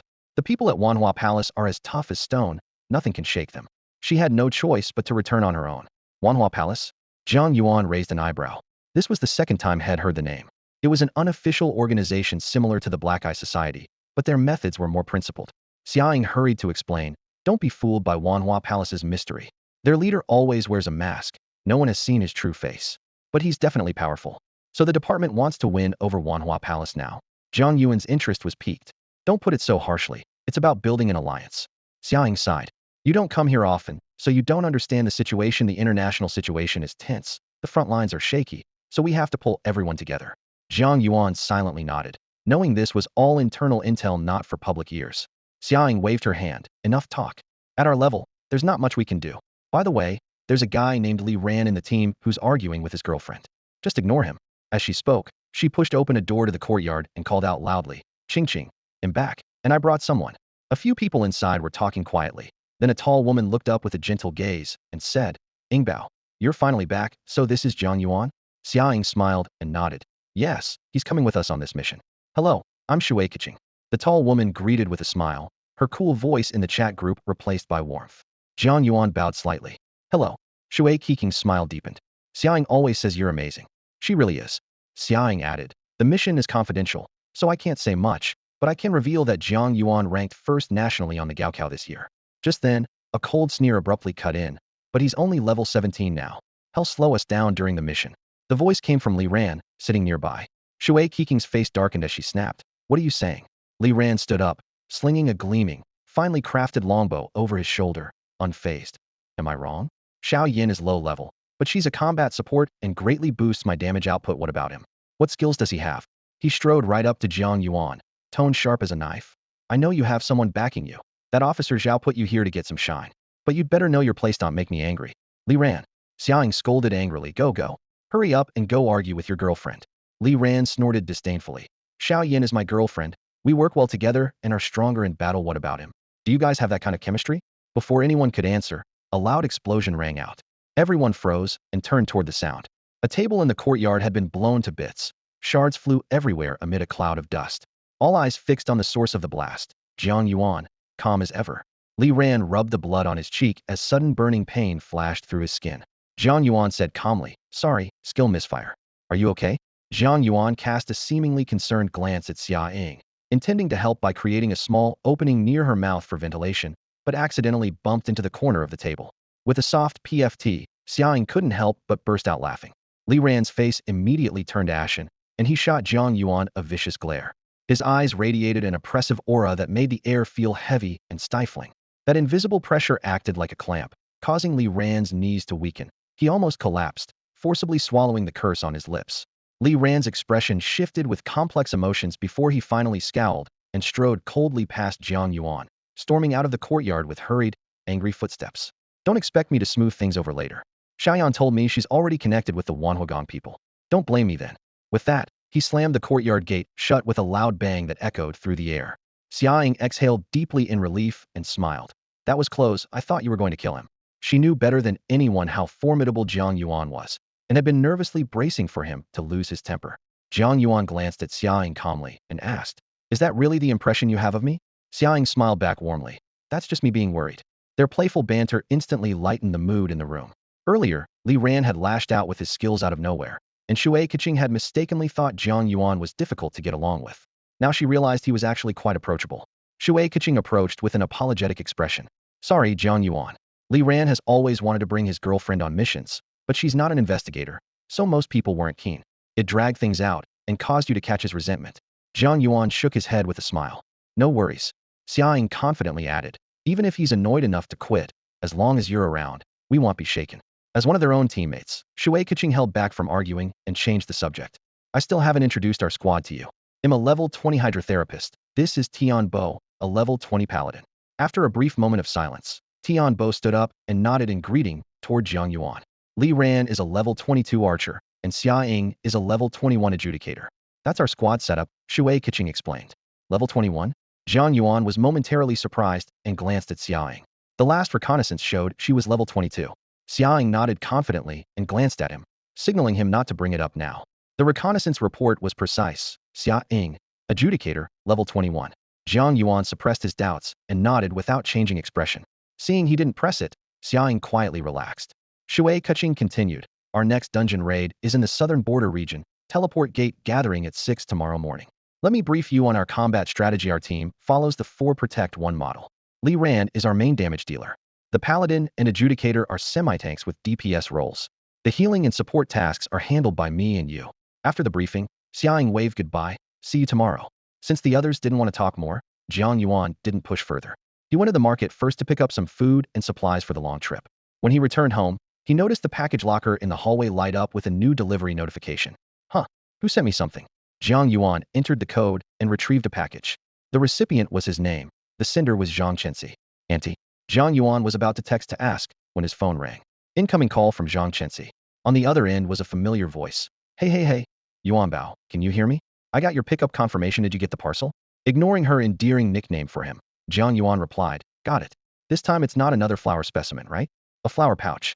It contains some rare flower leaves I found recently. Saved you some. Zhang Chenxi's voice carried a hopeful note. Zhang Chenxi is Jiang Yuan's maternal aunt, with a rather unique profession that lies somewhere between logistics and support, a kind of hybrid role known as a gardener. She's not only skilled at cultivating all kinds of flowers, but also capable of extracting a special fragrance from them. This scent is similar to potions brewed by alchemists, providing both beneficial and detrimental effects. Because of this, she spends most of her time traveling, searching for rare flowers and meticulously experimenting with fragrance formulas. To find these precious plants, She often ventures deep into uninhabited rainforests, primal woods, or even desolate wildernesses. Her communication gear frequently loses signal, and being out of touch for a week or two is normal. At first, Jiang Yuan was worried about her safety, but over time he got used to it. After all, professionals in this world often carry various tools and skills, and her survival abilities in the wild far exceed those of Bear Grylls back on Earth. Coming home with a package in hand, Jiang Yuan frowned and asked, "A flower sachet? Why are you sending me this?" Over the phone, Chenxi replied casually, "Wear it to improve your image and find a girlfriend sooner." Jiang Yuan couldn't help but snark, "Aren't you single yourself? You have the nerve to say that?" Bantering back and forth, he tore open the package. On top lay a fragrant sachet, and underneath were several specimens of flowers vacuum sealed for preservation. Hearing the rustle of the package, his aunt immediately reminded him, "Don't mess up my specimens. Remember to put them in your room, the third temperature-controlled box." Jiang Yuan replied as he took them out, chuckling, "Your room's already about to be buried under all those specimens." She snapped at him, "The room's empty anyway. Just try out the sachet first." Jiang Yuan half-heartedly picked up the sachet, then suddenly widened his eyes as a clear info panel popped up. Floral Spirit Sachet. Wearer requirement, Jiang Yuan. Effect: increases mental recovery speed by 10. Skill: photosynthetic conversion.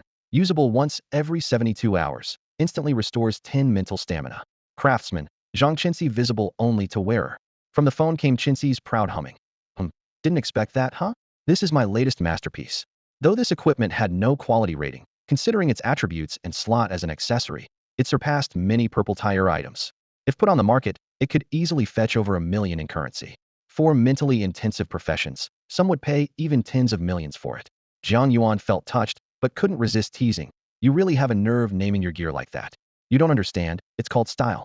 Chenxi replied with pride. "The sachet also has hidden effects, but since you're not a gardener, they want show. Even so, this performance is already strong." Putting the teasing aside, Jiang Yuan smiled knowingly and equipped the sachet. "Thanks." On the other end, Chenxi's voice softened. "Congratulations, #1 in the country." Jiang Yuan asked, "When will you be back?" "Not for a while yet.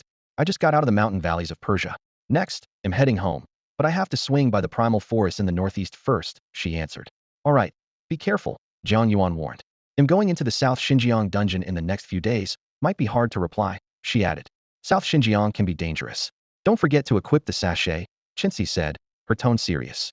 "Knowing how powerful this gear is, there's no way I'm taking it off," Jiang Yuan replied with a smile. After chatting a bit more with his aunt, who mentioned some new work arrangements, they ended the call. Jiang Yuan picked up a few dried flower specimens and headed toward his aunt's room. As he pushed the door open, a subtle wave of energy swept through his senses. He froze for a moment. Turns out this room was equipped with some kind of surveillance device. As an outsider before, he had no idea. Well, it made sense. It was her profession after all, so having protective measures was only natural. Zhang Chenxi's room was a mess. A cartoon onesie with fluffy big ears lay tossed on the bed. Keeping a straight face, Jiang Yuan stepped over the chair piled with stockings and carefully placed the heavy flower specimens into the temperature-controlled box. The flowers felt surprisingly dense, clearly not ordinary species. Jiang Yuan thought to himself that different fields of expertise really were like different worlds. He had no clue what kind of strange breeds these were. Early the next morning, Jiang Yuan arrived at the investigation department and met up with Xia Ying by the teleportation array. "Hey, why the extra sachet compared to yesterday?" Xia Ying keenly noticed his new accessory. Jiang Yuan replied casually, "Family gift." Xia Ying nodded in approval. "Not bad.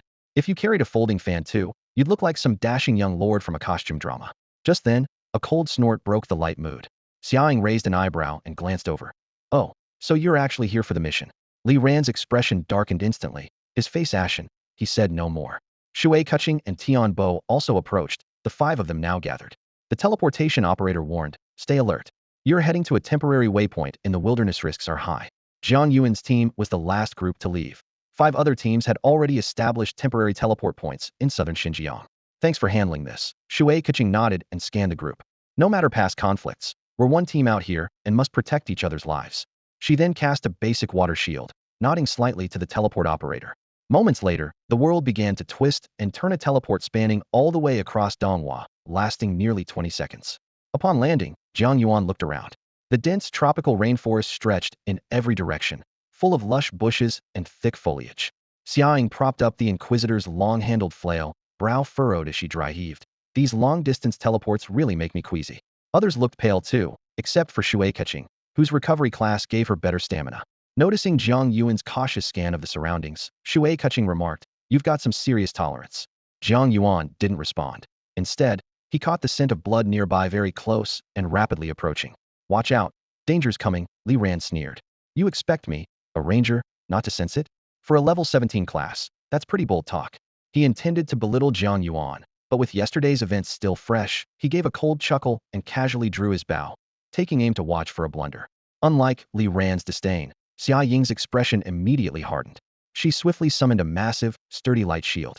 Her defense raised Tian Bo and Shui Qing's alertness as well. 30 seconds passed quietly with the jungle still and unbroken. Li Ran smirked mockingly. Nothing. It's just his first mission, so nerves are expected. Shui Qing quickly tried to ease tensions, signaling everyone to relax, though disappointment briefly crossed her face. Xia Ying remained vigilant. Suddenly, an explosion ripped through the forward jungle. Flames erupted, snapping everyone to full attention. A figure stumbled out of the bushes, bloodied from head to toe. Shui Qing recognized one of their team. The person gasped, "Watch out. The Black Eye gang's behind us." Immediately, 3 dark silhouettes darted out of the forest, each bearing a black flower emblem on their chests and wielding dull, menacing stinger daggers. They were the ruthless Black Eye gang. Black Eye Society. Third formation, Shui Qing said as she glanced gratefully at Jiang Yuan. Luckily, he had warned them in advance, so the team hadn't blindly entered the trap-laden rainforest and avoided an ambush. Tian Bo raised his palm slightly, and a golden aura appeared beneath him, spreading slowly to envelop his nearby comrades. The protection skill activated, allowing him to absorb part of the damage meant for his teammates. The 3 members of the Black Eye Society exchanged quick looks and swiftly scattered. One's body instantly turned into semi-transparent black smoke as he continued to chase the investigator. Under the Shadow Assault skill, the other 2 blurred at the edges and accelerated sharply, lunging toward Jiang Yuan and the others. Shui Qing reacted quickly, shouting loudly, "Watch out for assassins. Protect the backline." At the same time, she waved her staff repeatedly, casting the water marsh spell. A powerful stream erupted at her feet, rapidly entangling one of the blurring assassins, binding his legs tightly and slowing his movement. Xia Ying seized the opportunity, swinging her massive war flail forward with a shout. War shackles. She hurled the golden chains, firmly trapping the charging assassin and forcing him into close combat with her. On the other side, Tian Bo leapt forward with his shield and flashed in front of a wounded investigator. The clang of metal rang out as his shield collided forcefully with a dagger wielded by the smoky assassin, blocking the sharp edge of the shadow assault. Taking advantage of this, Tian Bo pushed forward to suppress the enemy. 2 of the assassins had already been controlled, but the third pressed on. Ignoring Tian Bo and Xia Ying both frontline, somewhat tanky fighters, the assassin, enhanced by a speed boost, rushed straight for the backline. Shui Qing waved her staff, sending 2 sharp ice spikes flying toward him. However, he was too fast, they missed repeatedly.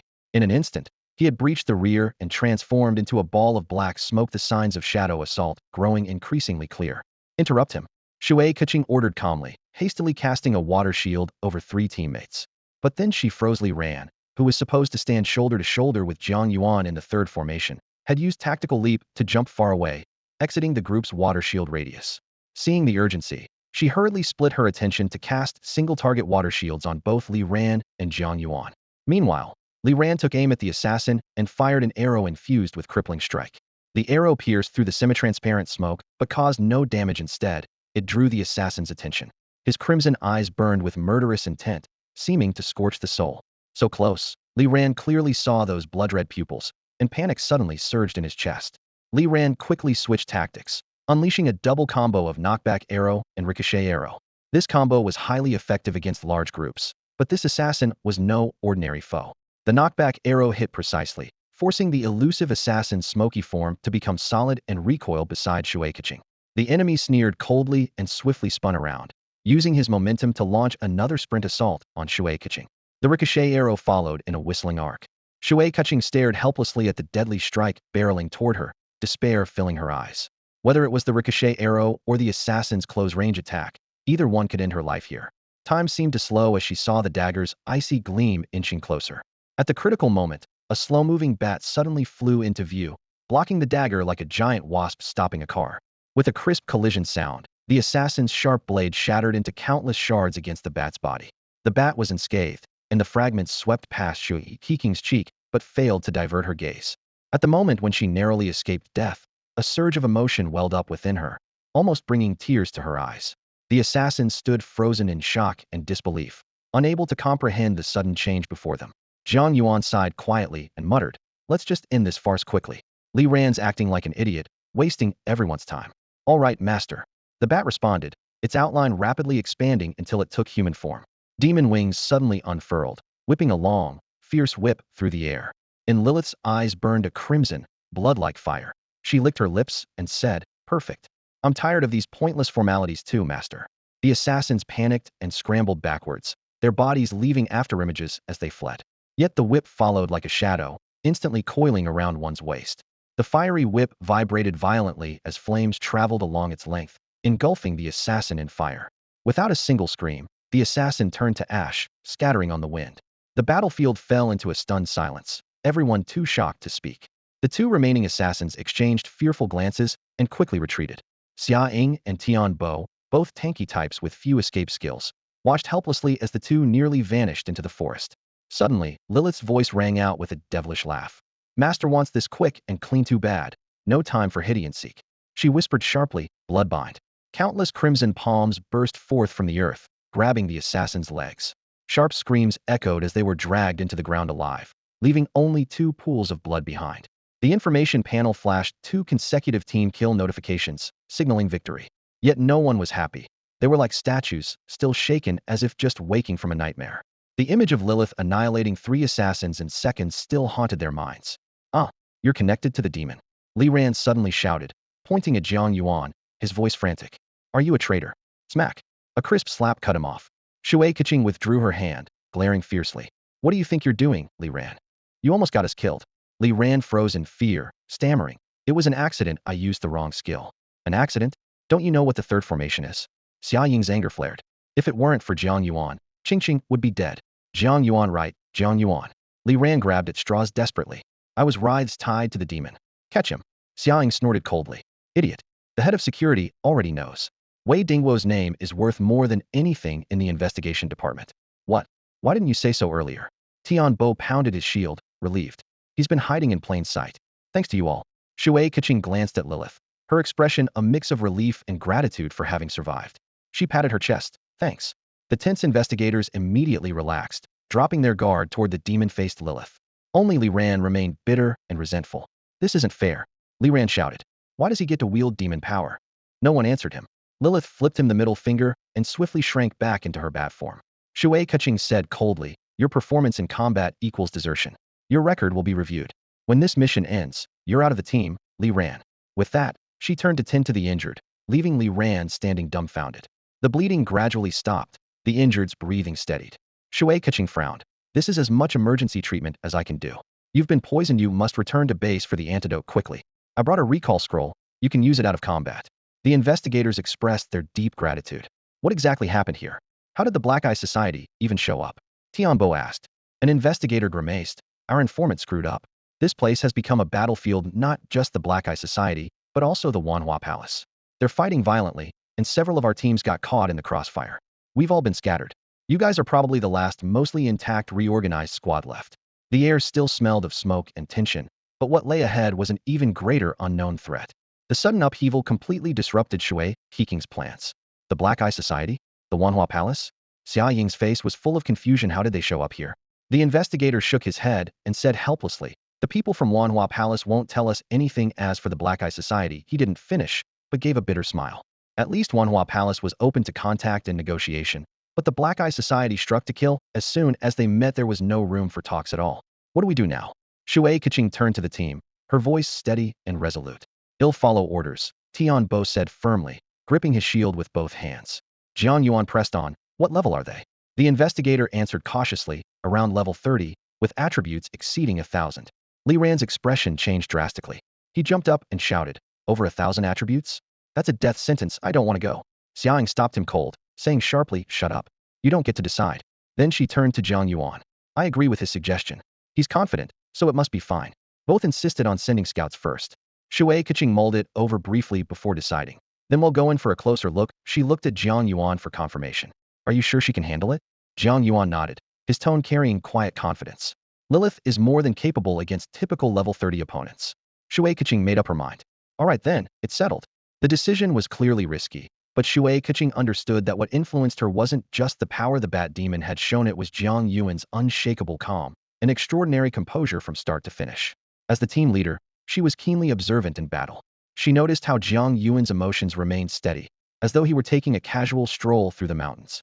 Good luck, the investigator said as he packed up, pointing toward the direction of Wanhua Palace. Let's hope you can uncover what they're fighting over. With that, he pulled out a teleport scroll and vanished instantly. Shui Keqing stood and raised a protective barrier around the group. Tian Bo activated another aura, clearly increasing the team's movement speed. Li Ran looked reluctant, but had no choice but to follow along.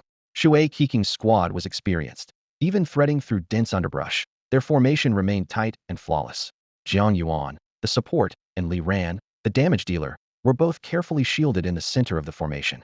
The wild monsters nearby had already been cleared out.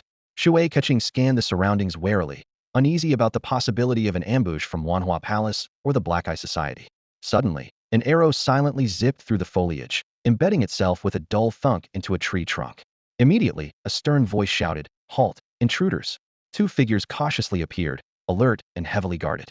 Shui Keqing recognized them as people from Wanhua Palace. Their badges were unmistakable. She raised her voice, "We are investigators from the Donghua Investigation Department." Seeing her badge, the guards' expressions relaxed slightly. "Investigators? What brings you here?" "We're heading to the late return forest dungeon," Shui Keqing answered briefly. "No need to rush, our commander will be here soon," one of the Wanhua Palace men said. Shui Keqing casually asked about the commander's rank. "Incense Master," he replied. Her face immediately grew grave. Xiaoying quietly asked, "What level is an Incense Master?" "At least a regional commander," Shui Keqing said. "When I tried contacting Wanhua Palace before, I was received by an Incense Master. We've never even met higher ranks like Protector or the two deputies." Tian Bo frowned. "It looks like things here are far more complicated than we thought." Just then, Li Ran straightened up, his expression serious. "Are you talking about the Incense Master Chun who had that accident in Jingbei last month? Is that so? You know him?" Someone from Wanhua Palace asked cautiously. "We had a meal together recently," Li Ran said, casting a proud glance at Jiang Yuan and deliberately raising his voice. "We're fairly well acquainted." At that moment, a slender middle-aged man wearing a teal robe stepped lightly out of the bushes. "Respected Master Xiang." The two from Wanhua Palace immediately bowed respectfully. "Master Chun." Li Ran greeted him with a confident tone. "Do you remember me?" Master Chun narrowed his eyes, studying Li Ran intently. "And who might you be?" "Li Ran, Zhang Xiaoyan's boyfriend." Li Ran stood tall and replied. "We've only met a few times." A flicker of recognition crossed Master Chen's face as he nodded slowly. "Zhang Xiaoyan. I do have some impression of her." Li Ran's face lit up with joy, puffing out his chest proudly. "She's about to join Wanhua Palace, right? So we're practically family?" "She was already rejected last week," Master Chen replied coolly, his tone firm and unwavering. "What?" Li Ran was stunned, unable to believe it. "That can't be." Master Chen ignored him, turning his gaze to Shui Keqing, who remained silent beside him. "Miss Shui, nice to see you again," Master Chen said with the same calm voice. "It's been a while." Shui Keqing nodded slightly, her expression composed. "Do you two know each other?" Xiaoying asked in surprise. "When I first contacted Wanhua Palace, it was Master Chen who personally received me," Shui Keqing briefly explained, then looked at Master Chen. "What is going on here, Master Chen?" Master Chen's tone was serious and steady. "The instance has mutated, making it much harder. It's no longer safe for you to push forward. I suggest you retreat and leave the matter to us and the Black Eye Society." "Don't worry, we won't let the Black Eye Society succeed," Shui Keqing said firmly. "Miss Shui, do you know the cause of the mutation?" Master Chen shook his head. "Sorry, that information can't be revealed." Jiang Yuan interjected. "How difficult has the instance become exactly? Are you still planning to enter?" Master Chen grew slightly impatient, suddenly fixing Jiang Yuan with a sharp gaze. "The instance's difficulty has reached level 30." He paused, squinting, studying Jiang Yuan carefully as his nose twitched. "What's wrong?" Shui Keqing instinctively stepped forward. "Nothing," Master Chen answered slowly. "It's just that this young man looks strangely familiar. He ranked first nationally in the college entrance exam this year," Xiaoying added. "I see," Master Chen pondered briefly. "Young man, do you insist on entering the late return forest instance?" Jiang Yuan nodded firmly. "I need the materials inside." Because of the Black Eye Society's actions, a corrupted Pegasus has entered the late return forest instance, Master Chen said gravely. "Pegasus?" Tian Bo exclaimed. "You mean the Pegasus that can be used as a mount?" "Exactly," Master Chen nodded. Tian Bo drew in a sharp breath and explained to the others. "In the night class, the Pegasus is a top-tier mount. Is it just because it can fly?" Xiaoying asked curiously. "No, it has many advantages. Unfortunately, it's now corrupted," Master Chen said. Tian Bo smiled wryly and sighed. "As a paladin, I also get to use a mount." Master Chen continued. "The instance entrance still requires an average level of 20, but the difficulty now is close to level 30. Both we and the Black Eye Society are locked in a stalemate, waiting for reinforcements." Shui Keqing, uninterested in mounts, focused instead on the shift in Master Chen's attitude. She probed, Master Chen, why are you suddenly being so frank with us? After all, he's the nation's top scorer and a future pillar of humanity, Master Chen replied calmly. I want to get to know him too, he added. Although Shui Keqing sensed he was holding back, she chose not to press further. Left standing aside, Li Ran's face darkened. He hadn't expected Master Chen to be so friendly toward Jiang Yuan, which made him furious. But no one around paid any attention to his thoughts. If you insist on going, they'll assign someone to guide you. Be sure to measure your strength carefully. If you can't win, retreat immediately, Master Chen said with a trace of concern. The Black Eye Society has been unusually quiet lately. It feels like they're preparing for something big. We have to go. This is an investigation department mission, Shui Keqing said firmly. Then, Alan, Master Chen named a person, you'll lead them. As Jiang Yuan and the group left, someone behind whispered doubtfully, Master, why send them? Didn't the Guardian say that Pegasus holds a big secret and that the Black Eye Society must be stopped? Master Chen chuckled softly, cutting him off. He's just a national first-place genius. There was a hidden meaning in his eyes. Haven't you noticed that unique scent coming from him? The fragrance? After all, Chun Xiangzhu was a member of the Wanhua Palace, so she quickly recognized that familiar scent. She nodded and said, You know, our Wanhua Palace specializes in using floral fragrances to aid in battle and also to identify our own people. The person questioning her furrowed his brow, confused. But the scent I detected on Jiang Yuan, I've never encountered anything like it, and it's nothing like anyone I know. Chun Xiangzhu replied calmly. That just means your experience is limited. I happen to know which rank that fragrance corresponds to. The other hurriedly asked, Which noble is it? Chun Xiangzhu whispered, The left and right second in voice. The questioner was stunned, then trembled all over. You're saying Jiang Yuan is the left and right second envoy? But I just threatened the envoy with an arrow? Was this person the one who had just shot the arrow? The questioner was puzzled in his heart, but quickly denied it. No, impossible. The college entrance exams just ended, and Jiang Yuan is not even level 20 yet. How could he be an envoy of this palace? Chun Xiangzhu shook her head. We can't be certain, but one thing's clear. Either he's connected to the left and right second envoys, or her gaze sharpened as she glanced at him, has some secret association with the palace leader, something we're not supposed to know, and that's how he got the envoy's scent pouch. The questioner shrunk back, unwilling to ask further. At that moment, Chun Xiangzhu raised her brow and turned her gaze behind her. A Wanhua Palace member ran up hastily and reported in a low voice, Fragrance Master, scouts detected moves by the Black Eye sect. It seems they have gained reinforcements and are fully mobilized, heading toward the instance now. Chun Xiang's face darkened abruptly, and she barked orders. Not good. Quickly, go block Arun and the others. You rally the brothers. Come with Muir heading to the instance entrance. Outside the late-returned forest instance, tensions ran high. Shui Keqing's face was grim, her chest rising and falling rapidly as she glared sharply at Li Ran. What did you say? Say it again. Li Ran's expression was heavy. I'm not going into the instance. Shui Keqing snapped. Didn't you hear me? This is a level 30 difficulty instance. Going in is a death sentence. We're only scouting, not here to clear it. Tian Bo beside them tried to reason, at least finish the mission. Li Ran stood firm. You've all been brainwashed by demons. I'm not going into that death trap. Shui Keqing stared daggers at him, fingers clenched tightly. You forgot you broke formation just now? Deserting now adds one more charge to your offense, enough to send you to the military tribunal. Li Ran's expression turned grim and confrontational, the mask torn off. Then either desert with me, or later you'll have nothing left. Jiang Yuan's pet was indeed powerful, but it wasn't enough to solo the instance. Without Li Ran as the main damage dealer, the team would be useless. That's why Li Ran dared threaten Shui Keqing so brazenly, trying to trade this leverage for unreported infractions. In the end, he chose to quit the team, making a clean break. Shui Keqing was left speechless and burning with fury. Jiang Yuan shook his head, voice grave. Since Li Ran quit, we should enter as soon as possible. Li Ran's cheeks flushed red. He glared at Jiang Yuan, surprised that Jiang Yuan was so calm and seemingly indifferent. His earlier arrogance evaporated in an instant. Li Ran sneered. Fine, they'll watch you guys enter from here. My terms haven't changed. I can still back out anytime and meet me. Jiang Yuan ignored him and reached out to touch the instance portal. Xiang called from beside him. Qing, hurry up. I can't wait any longer. Shui Keqing clenched her teeth and shifted her stance decisively. All right, let's go in. Staying in the dungeon would only make Li Ran more arrogant. Water Keqing's eyes sharpened. Although they couldn't take on a level 30 dungeon alone, with Lilith on their side, she believed they could still retreat safely. Taking a deep breath, she pulled up the system interface. There was only one difficulty for the mutated late-return forest dungeon, Nightmare. As team leader, she decisively confirmed entry. A flash of white light, and the whole team vanished from the teleport point. I'm not wrong. You're the ones at fault. Li Ran's roar echoed through the empty teleport zone. He clenched his fists until his knuckles turned white, his face dark and stormy. What's that noise? His ears twitched, picking up a rustle in the nearby bushes. His body tensed instinctively. Then he whipped his head around. Whoosh! A pitch-black flower shot through the air, its central eyeball fixed tightly on him. The black-eyed flower rapidly enlarged in his vision, drawing closer and closer. Inside the late-returned forest dungeon.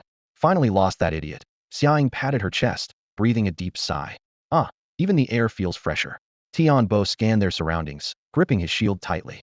What now? Without Li Ran, our damage output is severely down. Let's first circle the creek nearby and scout the forest. Water Kaching quickly assessed and made plans. They stood beside a crystal-clear creek, with a dense forest blocking the sky on the opposite bank. Crossing the water meant officially starting the dungeon challenge.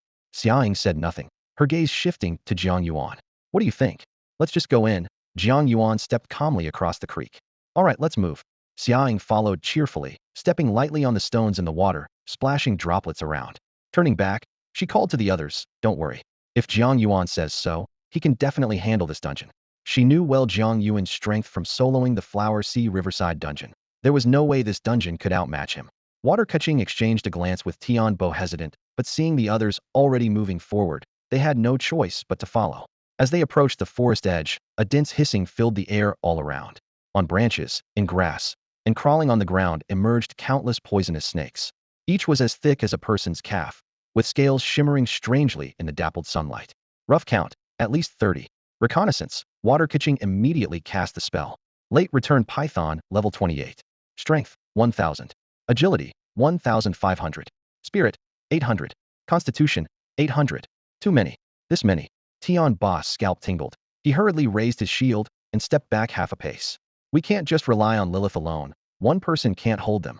Water Kiking's face tightened as she quickly formed hand seals and cast protective spells on Tianbo and Xiaoying. Pale blue light flashed over both. Hold out as long as you can and buy her time. Fight while retreating, get ready to withdraw. Tianbo gritted his teeth and said grimly, we were careless. Jiang Yuan's pet usually handles normal situations, but this mutated dungeon is different. His shaking hands gripped the shield tighter. Simple enough. Jiang Yuan spoke quietly. In the next moment, blood rain poured down from the sky. Bang, bang, bang. Crimson droplets slammed like bullets. Over 30 pythons were obliterated before they could react, their bodies bursting into pools of thick, sticky blood slowly flowing on the ground. Team killed late return python, 8000 EXP. Team killed late return python, 8000 EXP. Team killed late return python, 8000 EXP. Received python teeth 10. The system notifications flooded the screen at a frantic pace. Water Kiking's hands stayed locked in casting position. She froze on the spot. Blinking, she hardly dared believe what she was seeing. What's going on? What just happened? Tian Boss raised shield froze midair. He looked around bewildered. Aside from the pools of blood, no enemies remained. The provoked skill icon demed no targets in range. What's the deal? Water Kaching swallowed hard, voice trembling as she tore her gaze away from the flashing information panel. Why are we getting experience points?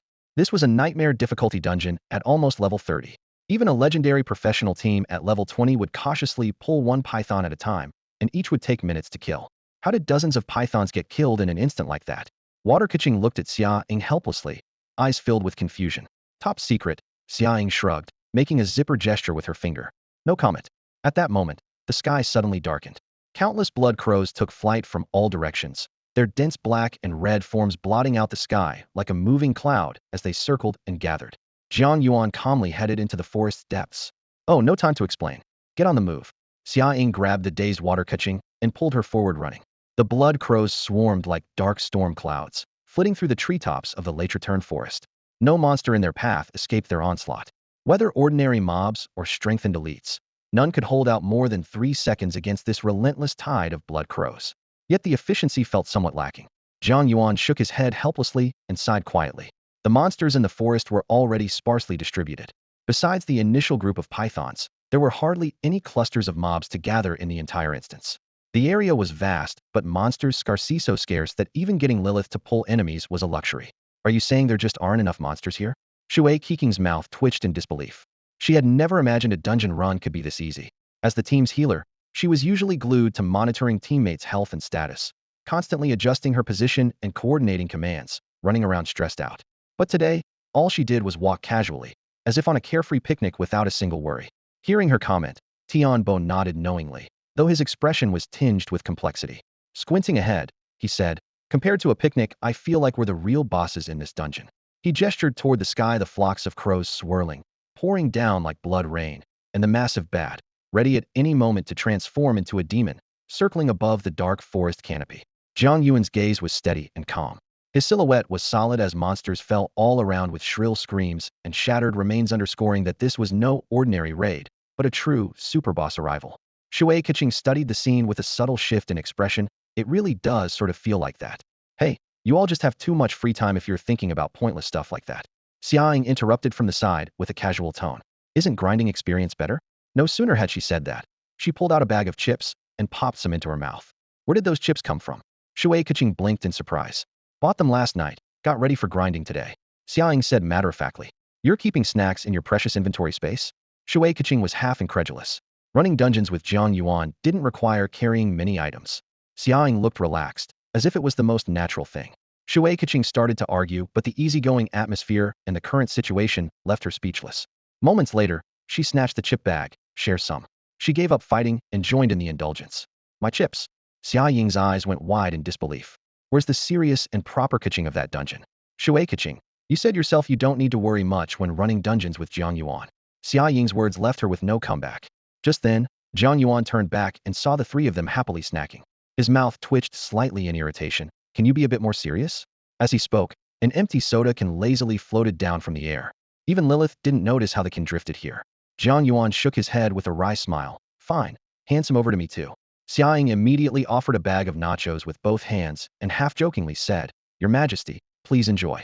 Shui Keqing couldn't help but tease. Looks like a traitor's move already. As the team advanced deeper into the forest, the light grew dimmer and dimmer.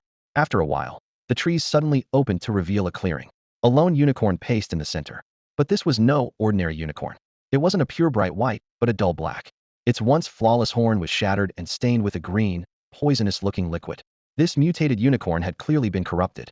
Shui Keqing gasped. The unicorn it's mutated? Without hesitation, Jiang Yuan cast a scouting spell, determined to unveil the secret behind this transformation. Fallen Unicorn, level 28 elite boss. Strength, 2500, agility, 2500, spirit, 3000, constitution, 3000.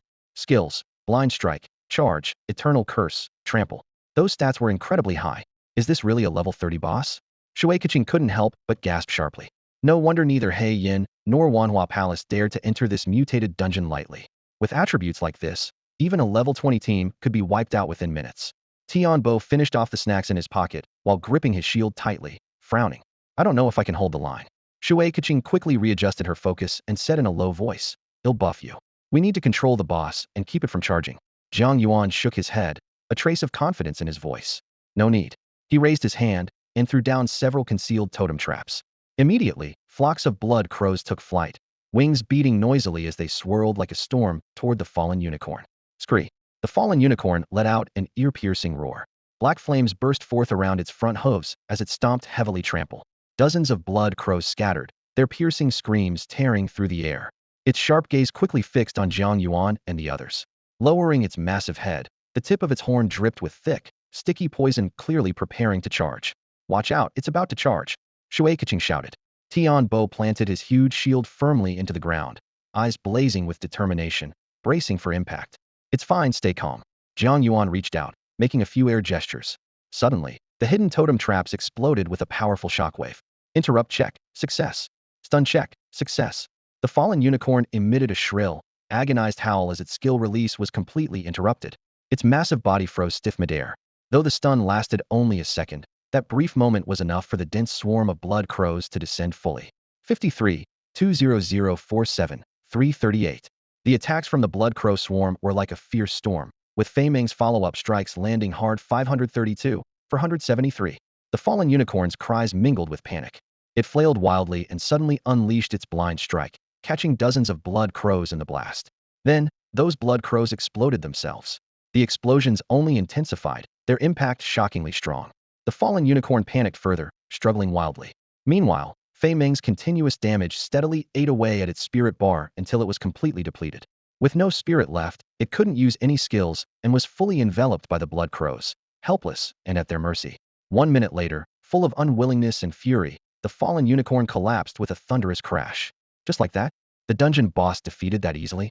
Shui Keqing stared in disbelief at the fallen unicorn's corpse. But the loot notification on the info panel left no doubt. Obtained. Fallen Unicorn Horn. The Unicorn Horn was a key component for crafting mage-exclusive weapons. That was it. It really was that simple. Xiaoying smiled, saying she had anticipated Jiang Yuan's strength all along. Tian Bo was still stunned. As the team's tank, this was the battle where he felt most out of place. Though Shui Keqing had cast a few buffs, she couldn't help but reflect how this fight had been extraordinarily unusual, nothing like before. She took out the fallen unicorn horn and handed it solemnly to Jiang Yuan. Here, just a reminder, since it's from a fallen form, I'm not sure if it can still be used. We need an alchemist to appraise it. Thanks. Jiang Yuan accepted it and stored it away. You're welcome. We agreed on this anyway. Shui Keqing added thoughtfully. Besides, thank you for carrying us through such a tough dungeon run for free. Opportunities like this are rare. Tian Bo nodded in agreement. When running dungeon raids as a group, experience points are distributed evenly. This overleveled dungeon granted each of them nearly a 10 boost equivalent to a week's worth of ordinary grinding. That's strange. We haven't exited the dungeon yet. Why are we still here? Xiaoying frowned, asking. Probably because of that Pegasus that broke into the dungeon, Shui Keqing guessed. None of them had ever encountered a wild monster suddenly intruding into a dungeon before. Everything was just speculation for now. At that moment, Jiang Yuan sensed a surge of bloodiness in the air, his brow tightening. Something's coming. As if answering his warning, a thin mist began to spread through the forest. Glowing red eyes flickered sharply within the fog. Accompanied by the rhythmic flapping of wings, a massive black shadow streaked across the sky, descending directly before them. Scree! A sharp, resounding horse-like cry echoed across the clouds. Be careful, I can barely see. Shui Keqing whispered urgently, her voice tinged with nervousness. A strange magical fog hung thick in the air, severely obscuring their vision. They could only make out vague, blurred shapes. The mist twisted their eyes, but it couldn't block Jiang Yuan's unique dark adaptation ability as a source blood bearer. He narrowed his eyes, discerning the creature before him neither exactly horse nor beast. Its body was grayish-white and muscular, with 2 massive wings folded against its sides. Most strangely, it had 8 powerful legs. Each hoof seemed to burn with a dark flame, emitting wisps of smoke, the very source of the magical fog. The interface for his scouting magic appeared. Skysteed Malevolence Level 30 Commander Boss. Strength, 1,500. Agility, 6,000. Spirit, 1,000. Constitution, 1,000. Skill Velocity. Xiaoying, hearing Jiang Yuan's shared intel, couldn't help but comment sarcastically. How fast can it possibly be if speed counts as a skill? Before she finished speaking, the answer came swiftly. The sky steed suddenly burst through the fog, transforming into a sleek streak of shadow and charging forward at lightning speed. Watch out! Tian Bo shouted nervously, a glowing golden ring springing up around him, the passive protective skill of a paladin. The steed's speed was astonishing. It flashed past his side like a bolt of lightning, its powerful impact hurling him through the air. He flew backward, crashing down some distance away. A delayed roar exploded through the air as the shockwave unleashed by the velocity swept forward like a rising tsunami, slamming into Jiang Yuan's group. Oh my god! Xiaoying quickly raised a golden energy shield to absorb the tremor. Lilith instantly shifted into her demon form and stepped forward, shielding Jiang Yuan. Shui Keqing simultaneously cast a variety of buffs while calmly directing their team as captain. In buffing, you all form a defensive formation to protect Jiang Yuan. Lilith, you're the main attacker. No need. Jiang Yuan shook his head, refusing. Lilith taking damage means she'll split our experience. Shui Keqing was stunned. At such a critical moment, he was worried about experience points? Yet watching him perform continuously, she didn't think he was arrogant. What gave him that confidence? She was full of questions, but couldn't help feeling expectant. She wanted to see how he would strike back. Sure enough, Jiang Yuan didn't disappoint. A blood storm erupted, crimson droplets raining like a storm, dyeing the battlefield red. Spikes of scarlet jutted up from the ground like deadly arrows, nightmarish punishments from hell itself. The blood-sapping bonds locked down the Skysteed Malevolence tightly. 5 major debuffs: slowness, disease, corruption, bleeding, and crippling, all gnawed at it under the influence of the crimson terrain. A piercing screech escaped the Skysteed, and its speed plummeted drastically. The beast that once blurred like a streak of light grew sluggish and heavy, each step slow and labored, trampling on pools of blood. A once spry athlete was now a staggering old man. Shui Keqing swallowed hard, utterly unable to comprehend the scene before her. She had never witnessed such an exaggerated display of class abilities. Jiang Yuan's tactics shattered all her preconceptions about professional fighters. Their worldview crumbled. Blood crows swarmed like a dark cloud across the sky, blood rain drizzling down, pushing her shock to the limits. Xiaoying appeared far stronger, mentally focused. It's still pretty fast. It's trying to run out of the blood rain zone. She quickly assessed the situation and called out tactics. Shui Keqing, I've buffed you with speed, defense, and shield. Go hold it back. Tian Bo, support with surrounding attacks didn't let it escape the area. Tian Bo gritted his teeth, propped himself up with his shield, eyes steady. The fight was far from over. His body gleamed with a healing aura, wounds closing rapidly, ready at any moment to take over for Xiaoying. Jiang Yuan's gaze was steady as he slowly said, "Don't worry, it won't escape." A sudden burst of red light flooded his eyes, and the oppressive force of the origin blood pressure swept through the surrounding area. Stop! The Pegasus of evil thought suddenly froze, as if weighed down by millions of pounds. It let out a furious roar and charged into the distance, battling desperately to break free from the blood rain's blockade. But behind Jiang Yuan, a blood-red moon abruptly rose. The blood moon tide erupted with violent intensity. "You can go no further," Jiang Yuan growled quietly. The doubled attribute blood storm and blood-draining restraints fell again, accompanied by countless strikes of crimson light. The Pegasus of evil thought was trapped solidly, unable to move at all. The blood rain crashed down like meteorites, fierce and relentless. Xia Ying's eyes widened. It was the first time she had seen Jiang Yuan unleash his full strength. He hadn't shown his true power before. This was the real display of strength. Her heart trembled. This scene feels more like the final boss fight in a game dungeon. The others exchanged knowing nods. The blood-red moon hung high above the horizon, casting a crimson halo over the forest at dusk, like the breathtaking entrance of a final boss. Like a mirage, the mist surrounding the Pegasus of evil thought gradually cleared. Shui Keqing couldn't help but whisper, "How much difference is there between Jiang Yuan and the country's second best?" "About 500,000 points, it seems," Tian Bo said, wide-eyed with surprise. Such a vast gap between the national number ones was astounding. Shui Keqing sucked in a cold breath, recalling their squad's encounter with the former national champion completely on another level compared to Jiang Yuan. The three of them were like puppets on a stage, watching the Pegasus struggle on the edge of the blood rain, but ultimately unable to cross the boundary between life and death. 5 minutes later, as the blood moon faded, the Pegasus of evil thought closed its eyes in a mournful wail. Team defeated Pegasus of evil thought, EXP 60,000. The system notification filled them all with a sense of achievement and rising excitement. Shui Keqing shouted in delight, "I leveled up too." Tian Bo laughed. "I didn't expect this mission would level me up right away." Only Xia Ying stood quietly to the side. She hadn't leveled up, but smiled softly as she watched her teammates. Jiang Yuan glanced at her with a hint of concern in his eyes. At that moment, a translucent white spirit slowly emerged from the Pegasus corpse and rose into the air. The group immediately tightened their grip on their weapons, alert and cautious. Jiang Yuan waved them off calmly. "No need to be nervous. Respected legend, the Pegasus spirit thanks you for freeing it from the corruption of evil thoughts." The spirit spoke calmly. "It sensed the presence of the ape spirit and acknowledges your battle with it. It wishes to follow you." Shui Keqing stared warily at the Pegasus spirit, lowering her voice. "What's going on? What do we need to do?" "Nothing," Jiang Yuan answered indifferently, nodding toward the spirit. The spirit raised its forehoof high and let out a clear cry. Then it struck the air with its hooves and began running, 8 hooves striking out rhythmically. In an instant, it dashed toward Jiang Yuan at incredible speed. Within a few meters, the Pegasus spirit transformed into a streak of light and vanished beside him. Skill acquired, Pegasus spirit. The system announced, effect, summon a Pegasus spirit mount, lasting up to 12 hours. After dismissal, a 3-hour cooldown is required. 2 spirits acquired. Miracle path activated, guardian of all spirits. The air still shimmered with the lingering glow of the blood moon, as if foretelling that this legendary journey was only just beginning. The Path of Miracles is an exceptionally unique and grueling trial long, intricate, testing not only one's skills, but also one's perseverance. Success grants a miracle talent that can forcibly elevate a professional rank, allowing even ordinary professions to rival legends. Chairman Ren's guess was right. The Path of Miracles only truly triggers after acquiring a second spirit. Yet, Jiang Yuan hadn't even entered the level 20 cat spirit dungeon before already possessing the Pegasus spirit. He stared at the screen, carefully reading the detailed description of Bai Ling's guardianship.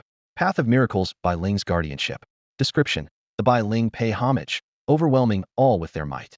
Gain recognition from at least 10 spirits to unlock the Path of Miracles.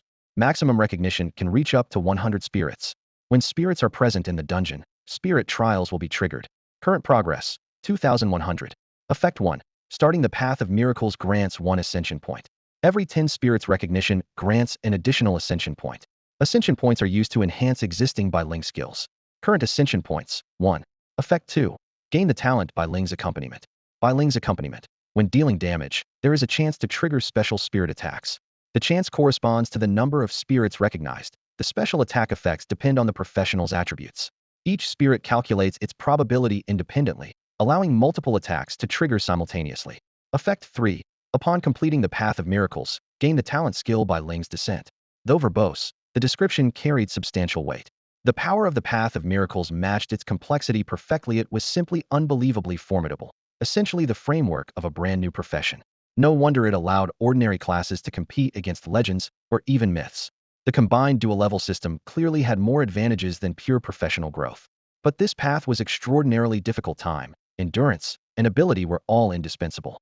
From the description, Jiang Yuan realized that earning the Bai Ling's recognition was no easy feat. These spirits were prideful and would not submit lightly.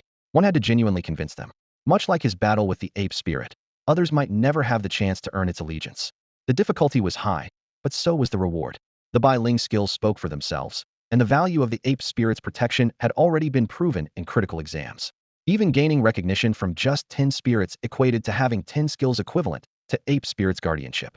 Yet this was merely the baseline effect of the Path of Miracles. What was even more amazing was the talent Bai Ling's accompaniment, whose function went far beyond simply increasing damage. The spirit's special attacks included not only raw damage, but also various buffs and debuffs. If one truly gathered recognition from 100 spirits, each attack would carry countless stacked special effects. Just how powerful that would be was beyond even Jiang Yuan's full grasp. He suddenly wondered if the Blood Crow might also trigger Bai Ling's accompaniment, something he would have to personally test later.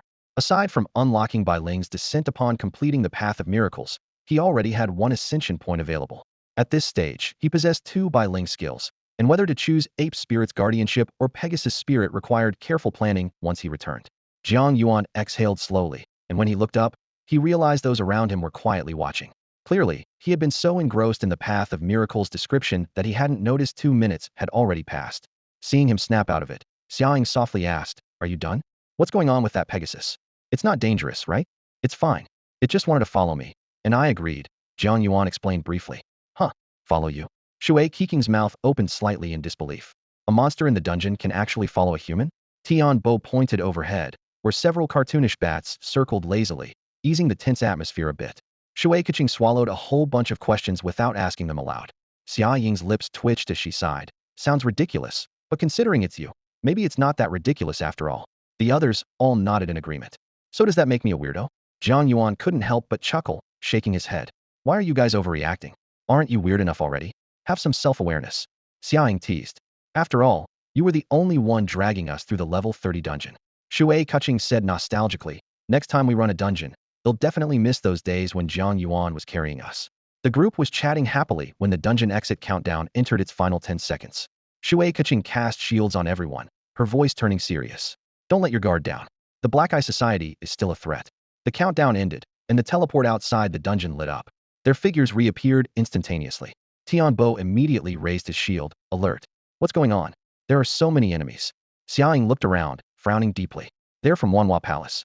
Shui Keqing nodded in confirmation. Wanhua Palace members have formed a defensive formation near the teleport. Opposite them stood a group of masked men with black flower emblems on their chests, the Black Eye Society. Black Eye Society. Xiaoying tightened her grip on her flail, her expression grave. Suddenly, a familiar voice rang out. "You finally came out." Shui Keqing frowned. "Chen Xiangzhu? What's going on?" Chen Xiangzhu hurriedly explained, "Don't misunderstand. After you entered the dungeon, we received intelligence about the Black Eye Society's movements. By the time we tried to notify you, you were already inside. So we rushed here to defend the teleport and prevent a sneak attack." The explanation from Wanhua Palace eased Shui Kiking's nerves slightly, and she nodded. "Thank you. Unfortunately, we were still a step too late. Your companion was gravely injured by the Black Eye Society. He's badly hurt now." Chen Xiangzhu sighed and motioned to the side. Everyone's attention shifted to a man lying on the ground, his clothes tattered and stained with blood. "Li Ran." Tian Bo gasped. Li Ran was battered, his body emitting an eerie dark green mist. Chen Xiang's voice turned somber. "He's cursed by the corruption of evil intent. We only managed to buy him an extra hour. If his mindset stays stable, he might hold out until rescue arrives." Shui Kuching and the others quickly pieced together what happened. Since they entered the dungeon, Li Ran encountered the Black Eye Society outside. It seemed the society hadn't given up and was lying in wait. Shui Kuching inwardly thought, "Serves him right." At that moment, Li Ran seemed to hear them and slowly opened his eyes. "You're awake? You're back now, so relax a bit," Chen Xiangzhu said softly. Li Ran's eyes narrowed slightly, as if counting quietly. Suddenly, the Black Eye Society shouted from the other side. "What did you do to the dungeon? Why's the dungeon's level regressed?" The explosive accusation stunned even the Wanhua Palace members, who turned to look anxiously. The teleport's light had returned to its original pure white, no longer the dark, corrupted color from before. Chen Xiangzhu was stunned as well. You actually defeated the corrupted Pegasus? Yes, thanks to Jiang Yuan. Xiaoying patted Jiang Yuan's arm. We finished the mission smoothly, and everyone leveled up too. Chen Xiangzhu gasped, astonished. A level 20 squad clearing a level 30 dungeon sounds like a fairy tale. But the change at the dungeon's entrance is undeniable proof. You really are extraordinary as the nation's top token holder. He silently praised Wanhua Palace's future prospects. Just as the mood lightened, Li Ran suddenly convulsed violently. Don't get excited. Stay calm. Chen Xiangzhu ordered urgently. I know you're happy, but he needs to stay peaceful if he's going to last until help arrives. Li Ran strained with all his might, his throat rolling as he tried to speak, but only managed muffled croaks. Want to congratulate your teammates? This is your squad's honor, Chen Xiangzhu soothed him. Just then, Li Ran coughed up a mouthful of blood, finally managing to whisper out the last words he'd been holding back. How? How is this possible? Before finishing the sentence, he lost his final breath. Li Ran had completely lost all signs of life. Shui Keqing instinctively activated her healing skill and waited for a response, but the system promptly reported it as ineffective. She shook her head and sighed softly. If only I had known, I wouldn't have gotten involved in the first place. At that moment, the members of the Black Eye Society swiftly formed ranks, their fierce momentum pressing forward. Chun Xiang's expression darkened abruptly as she said urgently in a low voice. There's no time to mourn him. The Black Eye reinforcements have arrived. We must retreat immediately. Trying to run? Overhead, thunder roared angrily across the sky as dark clouds suddenly parted. A figure appeared standing atop a massive thunderbird, radiating a fierce aura that instantly blanketed the battlefield. Chen Xiangzhu recognized him immediately, the Black Eye Society's Beast Master, a rare elite class at level 35. I know him, Jiang Yuan whispered. The investigation department has a bounty of 500,000 on his head. Xiaoying told me the reward for killing each of his main battle pets is 50,000. As an advanced elite beast master, he could forcibly control wild beast bloodlines and activate mutant evolution abilities. This explained the Black Eye's covetousness for that winged horse.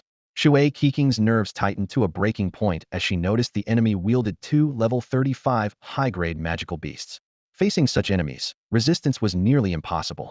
Her eyes glanced at the ever-calm Jiang Yuan, and scenes from a previous dungeon flooded her mind, swarming blood crows, and how even a lone level 35 beast master struggled against the dangers of the mutated late return forest, let alone when Lilith had yet to join the fight. Thinking of this, Shui Keqing's tension eased slightly, and a small sense of relief settled in. Hand over the winged horse, or none of you leave. The beast master looked down on them with an iron will, utterly determined. A sharp screech split the air as a mountain hawk suddenly appeared overhead, its fierce gaze piercing through, wings stirring up a wild gust. Watch out. Shui Keqing raised her staff, ready to cast a protective spell, but Jiang Yuan reacted faster. Blood manipulation. He commanded low and urgent. Crimson spikes spread rapidly inside the mountain hawk, instantly transforming the fierce bird into a quill-like spiked form. Its cry grew mournful, wings fluttered violently as it staggered, careening toward the ground. The beast master's expression shifted rapidly. He hastily recalled the hawk, and it vanished into a spatial pocket. You're all courting death. His fury erupted as he opened another pet space gate. With a roar, a blazing fire demon bear, wreathed in flames, hurtled like a meteor from above and crashed violently onto the ground. At the same time, a shadow leopard silently lunged out from the jungle, speeding towards the members of Wanhua Palace. Charge! The Black Eye members took advantage, launching a full-force assault with non-stop skill combos and ruthless momentum. Outnumbered, Wanhua Palace narrowed their ranks to defend, barely holding off the Black Eye's onslaught. But against those 2 high-level magical beasts, they were powerless to retaliate.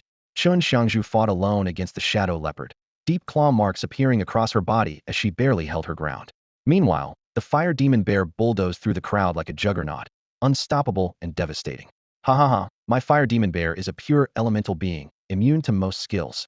The beast master sneered from above, his arrogance overwhelming. What else can you do to stop this? Lilith. Jiang Yuan commanded firmly. Yes, master. The cartoonish bat quickly transformed into humanoid form and flashed forward to intercept the fire demon bear. Demon? The beast master frowned, summoning his thunderbird to take to the sky and create distance. Useless. Instantly, Lilith and the fire demon bear clashed fiercely, and the battlefield was again thick with the smoke of war. At first, the situation seemed to favor her, but the sky was repeatedly torn apart by jagged streaks of lightning, forcing her to shift from offense to defense. It wasn't just Lilith's side. Qinxiang's faction was also constantly struck by bolts from above. Far overhead, the beast tamer sat steadily on the command platform, occasionally ordering his Thunderbird to unleash crackling electricity to secure battlefield advantage for the Black-Eye Guild, all while carefully staying out of any skill range himself. His seasoned experience was clear. Shui Keqing furrowed her brows in obvious anxiety. This guy was arrogantly confident, relying on his flying pet. Xia Ying gritted her teeth, seething with frustration. Normally, before level 50, almost no ordinary class had the ability to fly apart from a few exceptions. Now that he could fly, even the usual kill the summoner first tactic was useless. Tian Bo maintained a calm, expressionless face. With his Thunderbird under command, he was nearly invincible in low-level combat. He sneered coldly, spitting out a harsh warning. Hand over the Pegasus, and he'll make this quick for you. Jiang Yuan, standing nearby, calculated the distance, and then calmly replied, fine. As his words fell, his skill, Pegasus Spirit, was activated. Suddenly, the void echoed with neighing, the intermittent clatter of hooves, and resounding whinnies. A silver-white Pegasus silhouette leapt from the empty air, stepping through the sky and charging straight for Jiang Yuan. With a graceful roll, Jiang Yuan smoothly mounted the Pegasus, movements swift and fluid. The skill included level 10 riding proficiency was fully in control. The beast tamer froze in shock, then hot fire burst from his eyes. You took my Pegasus, he roared. Jiang Yuan's expression stayed calm as he retorted coldly, if you want it, come and take it yourself. The Pegasus spread its wings, whipping up fierce winds and rain, then shot upward, swiftly closing the gap with the Thunderbird, the distance sufficient. Bloodstorm. A crimson, rain-like assault descended from above. This time, amidst the chaos, they disregarded concerns of friendly fire thanks to the beast tamer's distance from the center. His area skills could now be unleashed without restraint. Blood-sucking bind. Scarlet spikes suddenly erupted from the ground, attacking the beast tamer Hedon. In an instant, horrific combo damage exploded unchecked. The Thunderbird offered no resistance amid the blood rain, instantly dissolving into a blood mist death swift and absolute. A grievous wail escaped the beast tamer. Simultaneously, the Shadow Panther and Fiery Demon Bear exploded and vanished. The lifelink skill should have allowed the summoned pets to share some of the owner's damage, but the overload from the Crimson Rain shattered them completely too much for them to endure. Everyone was stunned, unable to believe it. A beginner under level 20 had single-handedly slain 3 level 35 summoned beasts. This wasn't due to the fragility of a rare shining class, but proof that Jiang Yuan's strength far exceeded the average. The blood mist from the Thunderbird's explosion spread out as the beast tamer plummeted painfully from the sky. Upon landing, a hunting hawk appeared beneath him, swiftly carrying him away from the blood-soaked zone. Jiang Yuan felt no surprise that the beast tamer wasn't dead compared to dungeon monsters. Player classes dealt less damage, but possessed more varied and effective survival tactics. Still, the beast tamer's expression was deathly pale, his face grayish, lips bloodless. His main battle pets had left no remains, showing just how severely weakened he was. Through gritted teeth, Jiang Yuan looked into the distance. His eyes revealed a mix of resentment and fear, clearly shaken by the terrifying blood rain attack. Who exactly are you? The beast tamer's voice trembled, betraying his panic. Jiang Yuan said nothing, only pointed at the scarlet-covered ground. In an instant, countless black crows fluttered their wings and rose into the air, circling around him. Seeing this, the beast tamer was seized with terror. Without another word, he ordered the hunting hawk to fly hard and put distance between them. Behind him, various summoned pets were flung out of the pet space, meant only to delay Jiang Yuan's pursuit. Years of progress vanished overnight. Though furious and frustrated, he knew clear-headedly that remaining would only cost his life, and all head built would be lost. Under the stunned gazes of the Black-Eye Guild members, the beast tamer finally fled the battlefield without looking back. Sir! Sir!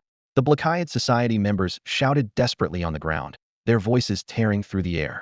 Yet the beast tamer didn't even glance back, his steps swift as the wind as he fled rapidly toward the distance.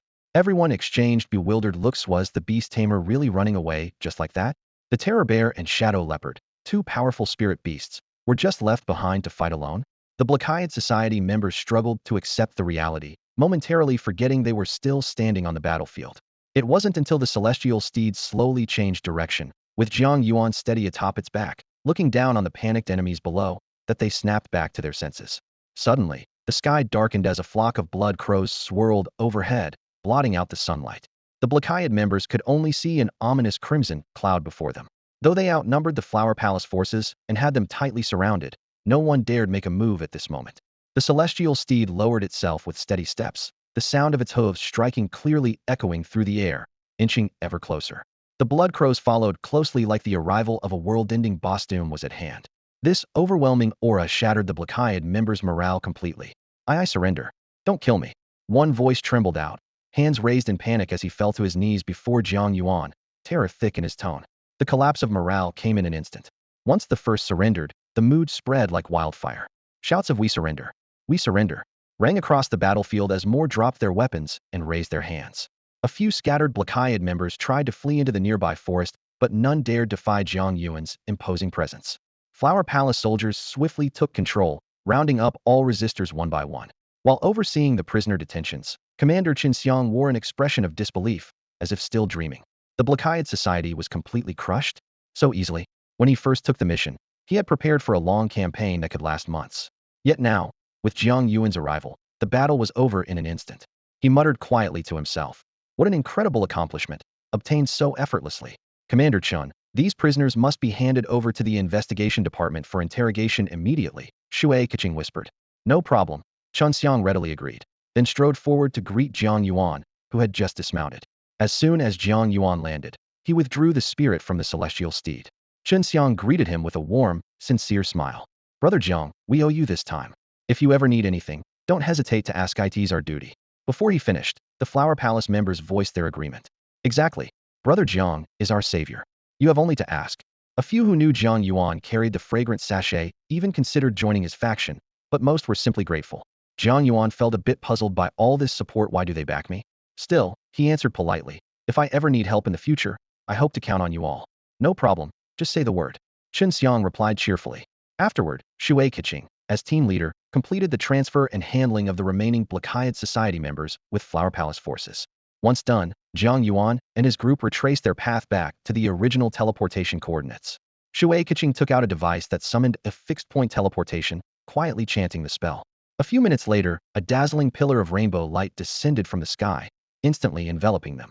The radiance flickered and swirled, as if wrapping them in a vortex of time. Seconds later, everything froze and they reappeared at the teleportation point in the investigation department. Investigator Zhao happened to be there and immediately showed a relieved expression when he saw them. You're finally back. I'd already heard that the quest instance had players from the Black Eye Society and the Wanhua sect. I wanted to notify you to cancel the mission, but your signal was jammed, so I couldn't send the message. Anyway, it's good you're back. We'll send senior investigators to that instance again. Zhao's words came out in a rapid burst, tightly packed with information. Xia Ying seized the moment to interrupt. Send more people? No need. We've already completed the mission. Completed it? Zhao was stunned, his gaze quickly shifting to their team leader, Shui Keqing. Yes, Shui Keqing said gravely, nodding firmly. We've completed the mission, Investigator Zhao. The instance mutated level rose to 30, but we successfully cleared it, removed the mutation, and acquired the target materials. What? Level 30? Zhao's eyes widened in disbelief. You guys actually cleared it all? Before he could recover from the shock, Shui Keqing continued with the next report, even more astounding. We also captured all the Black Eye Society members there. The Wanhua sect will be sending over war captives for handover soon. We might extract key intelligence from interrogating them. What? Wait, I haven't finished. Zhao stammered, confused but fully aware that investigators don't joke about these matters. Xiaoying suddenly slapped her forehead, remembering something. Oh right, that beast tamer we killed, all his pets. What? The beast tamer was in that instance too? Zhao was speechless. Jiang Yuan's work, Xiaoying teased, patting Jiang Yuan's arm lightly. Zhao stared at Jiang Yuan, a complicated mix of disbelief and astonishment on his face. The flood of reports hit him like a rock in the head, leaving him nearly dumbfounded. You all write a full written report, he said after gathering himself, scanning the team. By the way, where's Li Ran? Li Ran's situation was complicated. Shui Keqing openly detailed everything that had happened. Zhao's face darkened, his brows furrowed tightly as he muttered under his breath, that guy almost caused a disaster. He didn't rest. He hurried off to report to the higher-ups. With the beast tamer wounded and so many prisoners captured, the Black Eye Society could suffer a heavy blow, and the intelligence needed urgent verification. Before leaving, he looked back and said, they'll make sure you get credit for this, especially you, Jiang Yuan. Well done. Zhao's figure quickly disappeared down the end of the corridor. In the room, Tianbo started repairing equipment. Shui Keqing focused on drafting the mission report. Xiaoying squinted playfully and smiled. Thanks for the hard work. If you really think I'm working hard, why don't you help me write it? Shui Keqing rolled her eyes and headed to the desk. Only Jiang Yuan and Xiaoying remained in the room. What are you planning to do next? Xiaoying blinked at him. Level up? Or rest? Jiang Yuan paused, answering frankly. I have a question. Did you level up inside the instance? Xiaoying fell silent, her expression turning complicated. Lilith told me, Jiang Yuan sighed. She saw your level drop to 20 inside. Then you leveled up to 21 after defeating the Pegasus. I shouldn't have given her the soda. All right. All right. No point hiding it anymore. Xiaoying finally exhaled, confessing, I got cursed by the demon's bloodline. A bloodline curse? Or a demon's curse? Jiang Yuan's gaze shifted toward Lilith circling in the sky. That adorably silly cartoon bat hovered midair, eyes wide with innocence, shaking her head as if to say, I have no idea, master. Lilith fixed her stare on Xiaoying. Her profession was exactly the kind the demons hated most, radiating intense holy light that disrupted Lilith's senses. Without hesitation, Xiaoying opened her panel, revealing everything to them. Bloodline, human demon blood affliction. Detailed data showed on her panel. Golden tier bloodline. Each upgrade grants an extra 30 free attributes and 1 skill point. Provides bonus effects against curses, chaos, and mind-related skills. Also increases chances to trigger demon-related items. A warning popped up on the screen. Warning, demon blood conflicts severely with the profession Inquisitor may trigger bloodline curse. Bloodline curse from demonic, chaotic blood clashes with the Inquisitor's holy order. This opposition burns experience points to offset the curse. If the level drops below 20, health decreases by 1 per second. Jiang Yuan frowned deeply. When did this happen? Xiaoying remained calm. After joining the investigation department, there was a mission intel failure.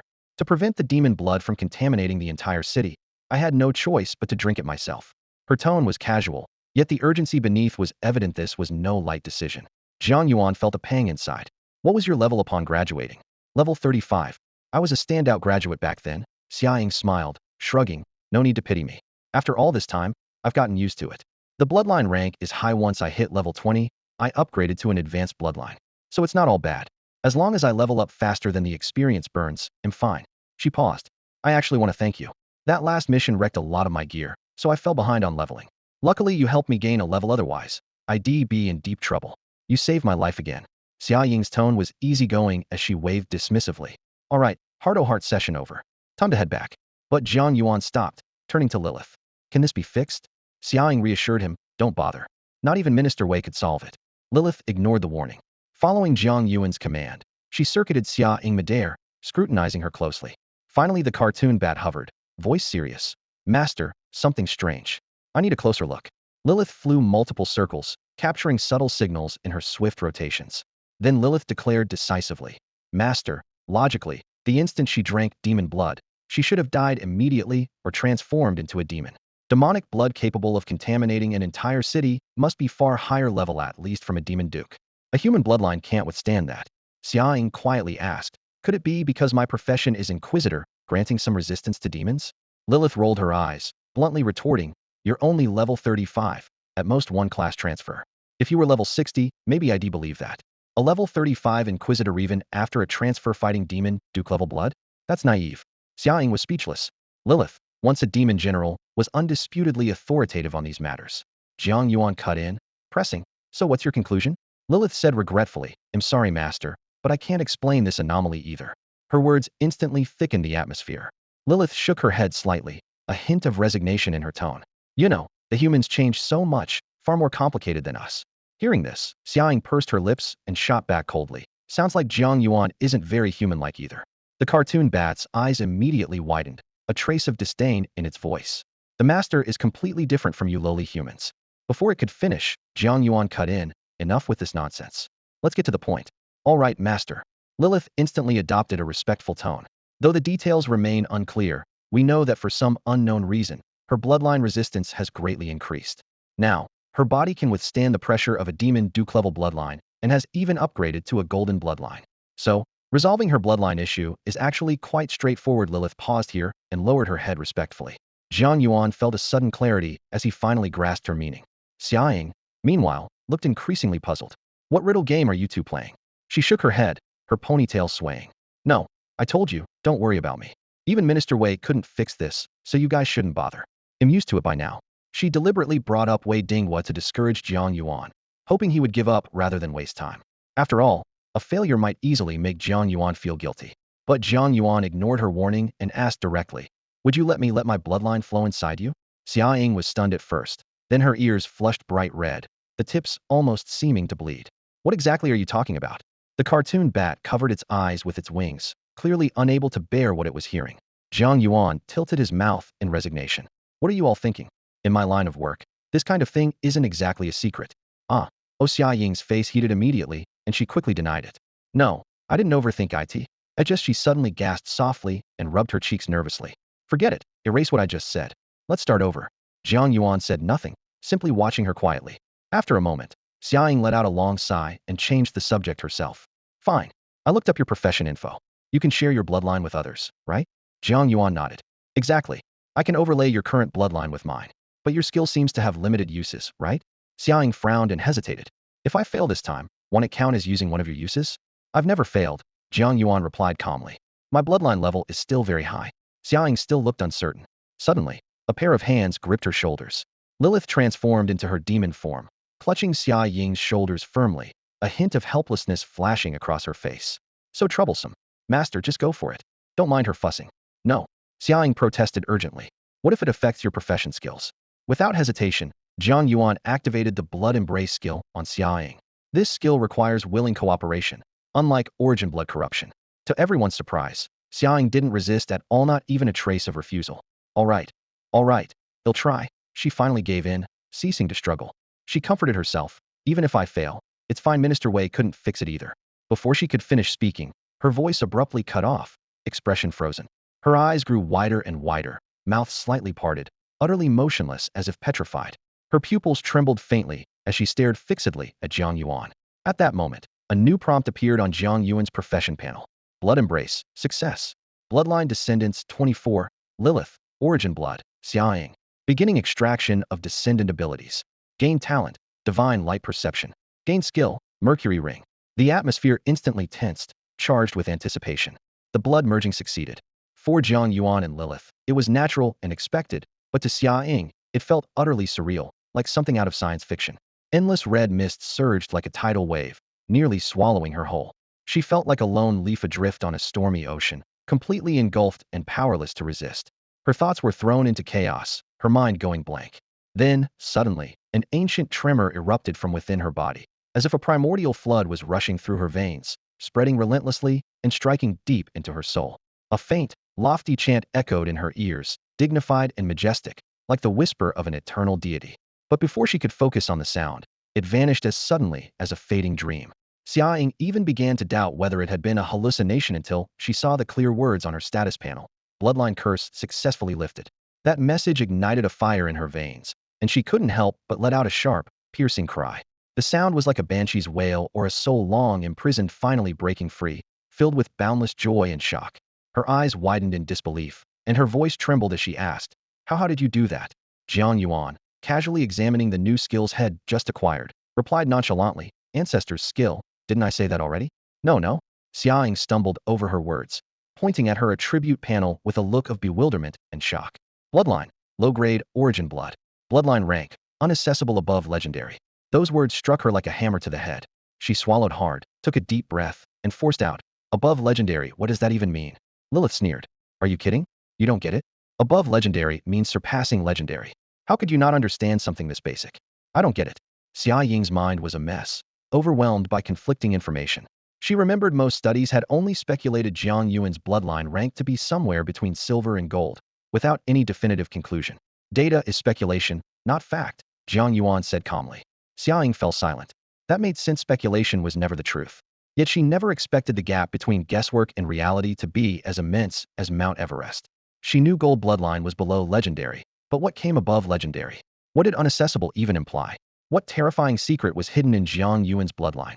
Having researched bloodlines thoroughly due to prior corruption by demonic blood, Xiaoying knew for certain that branch bloodlines could never surpass the original source blood. So was above legendary divine level, or something even more frightening? She dared not think further, feeling her head about to explode. For now, Xiaoying remained silent, the topic temporarily set aside. Meanwhile, Jiang Yuan finished examining the two new skills he had obtained. Holy Light Perception, a basic talent for clerics enabling detection of holy light and activation of the Holy Light Energy Bar, which unlocks all holy light abilities. Jiang Yuan currently had no holy skills, so this talent only provided increased damage against demons for now. He accepted this calmly. Skill draws were always a matter of luck, sometimes impressive, sometimes useless.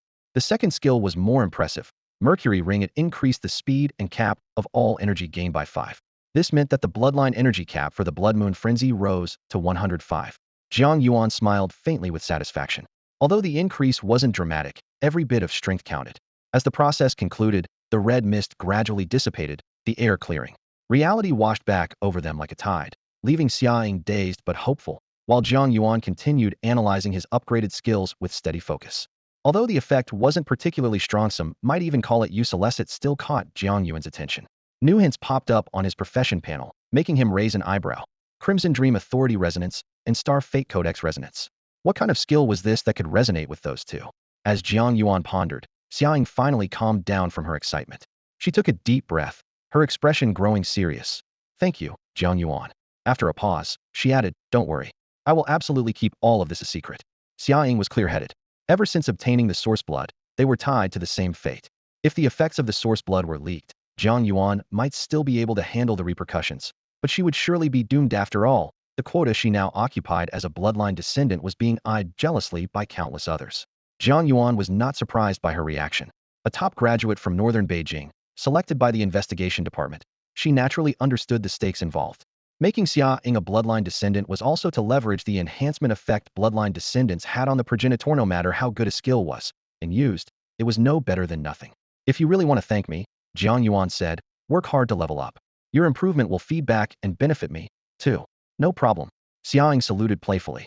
Consider it done. Freed from the danger to her life, her personality became more cheerful and lively.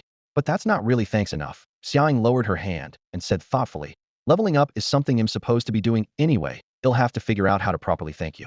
This is the second time you've saved my life. She spoke earnestly. Jiang Yuan knew she couldn't avoid the topic, so he offered, I actually took 2 skills from you as well, so that balances things out. Since he planned to ask about the Mercury ring, telling her about the blood embrace effect wouldn't hurt. You took skills from me?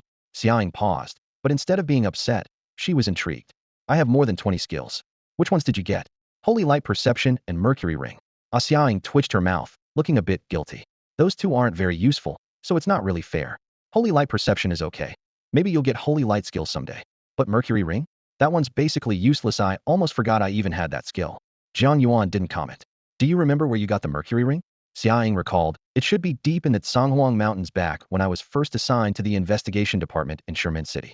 She continued, you know, ever since Minister Wei defeated the escaped boss after the dungeon collapse, there have been huge changes deep in the Canghuang Mountains, so the investigation department conducts monthly inspections. During one of those inspections, I accidentally entered a level 25 small dungeon and got this skill from it. Jiang Yuan mused quietly, deep in the Canghuang Mountains. Is this skill useful to you? Xiaoying asked straightforwardly. We'll try to find that dungeon again in the next few days. No rush. It's a level 25 dungeon, and you need at least level 20 to enter, Jiang Yuan replied. That's fine. I want to find it first just in case. Xiaoying smiled.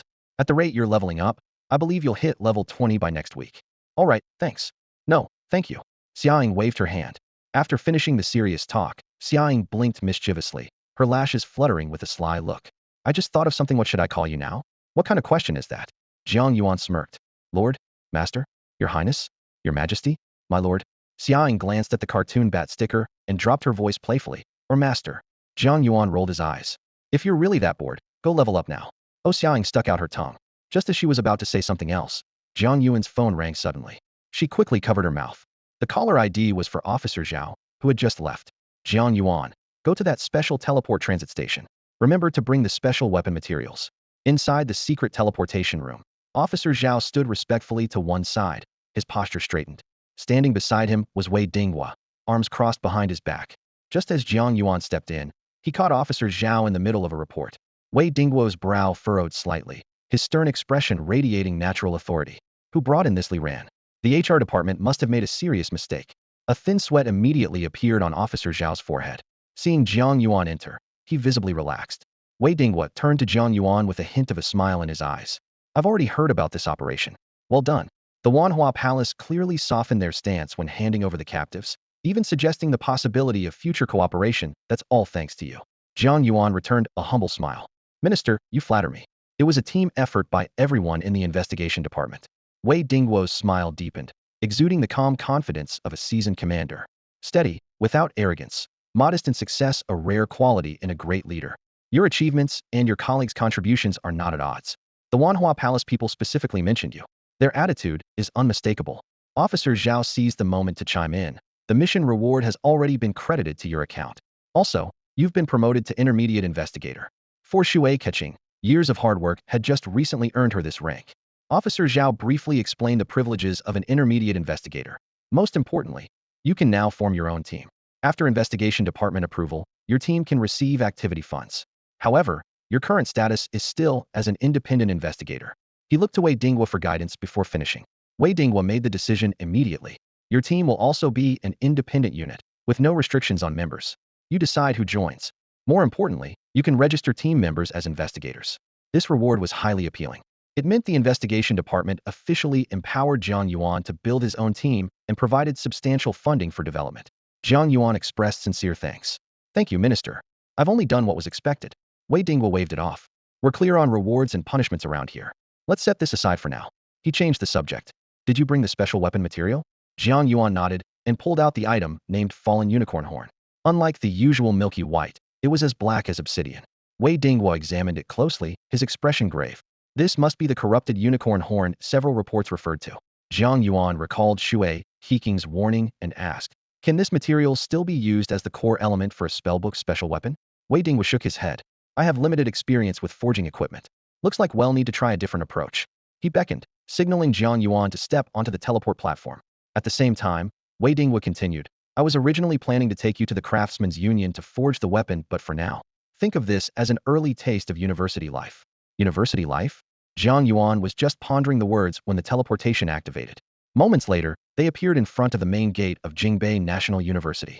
This century-old institution was steeped in tradition. The gate tower was solemn and sturdy, richly embodying Donghua aesthetics. The upturned eaves soared high. Vermilion pillars framed a golden plaque. The grand gate stood like a giant sentinel in the capital's busiest district. Jiang Yuan looked up, feeling the weight of time solidify the place like an impregnable fortress. Let's go.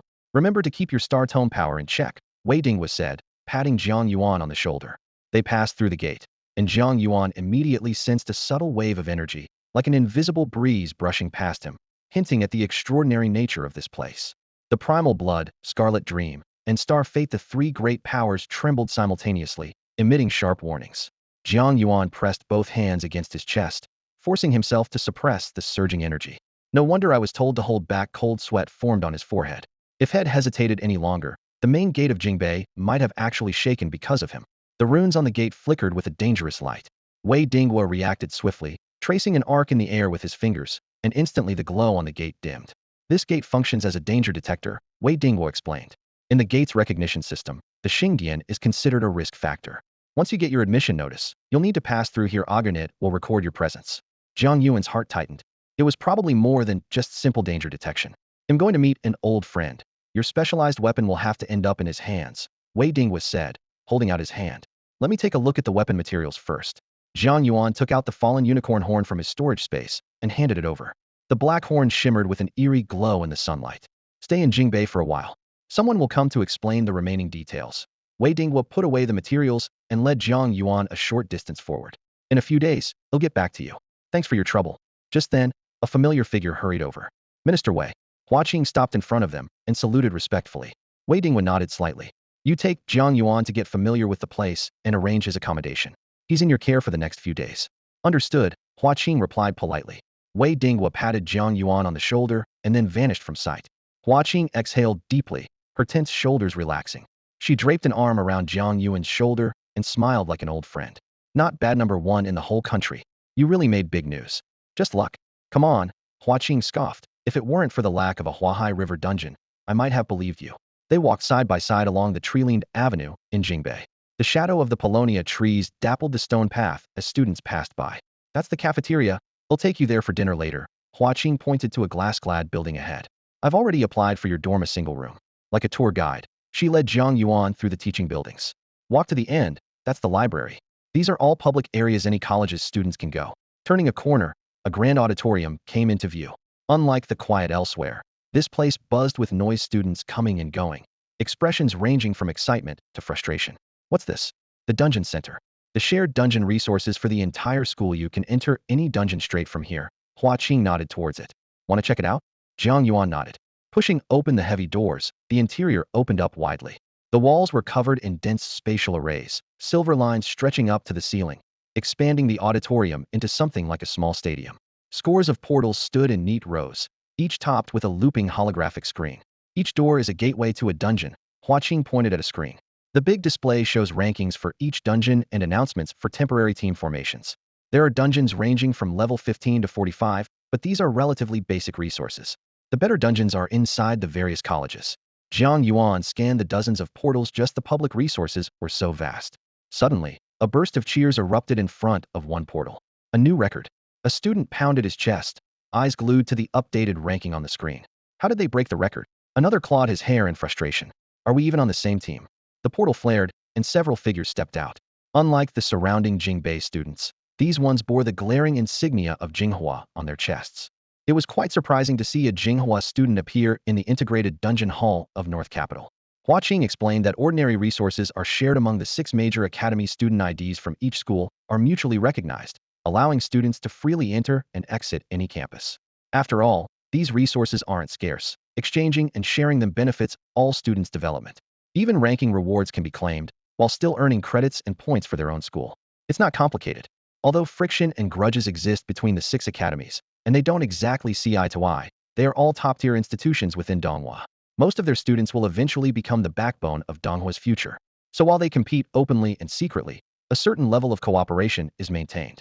Jiang Yuan nodded, calling this a unified opposition relationship. Hua Qing's eyes lit up, praising his description as spot on. Jiang Yuan pressed on.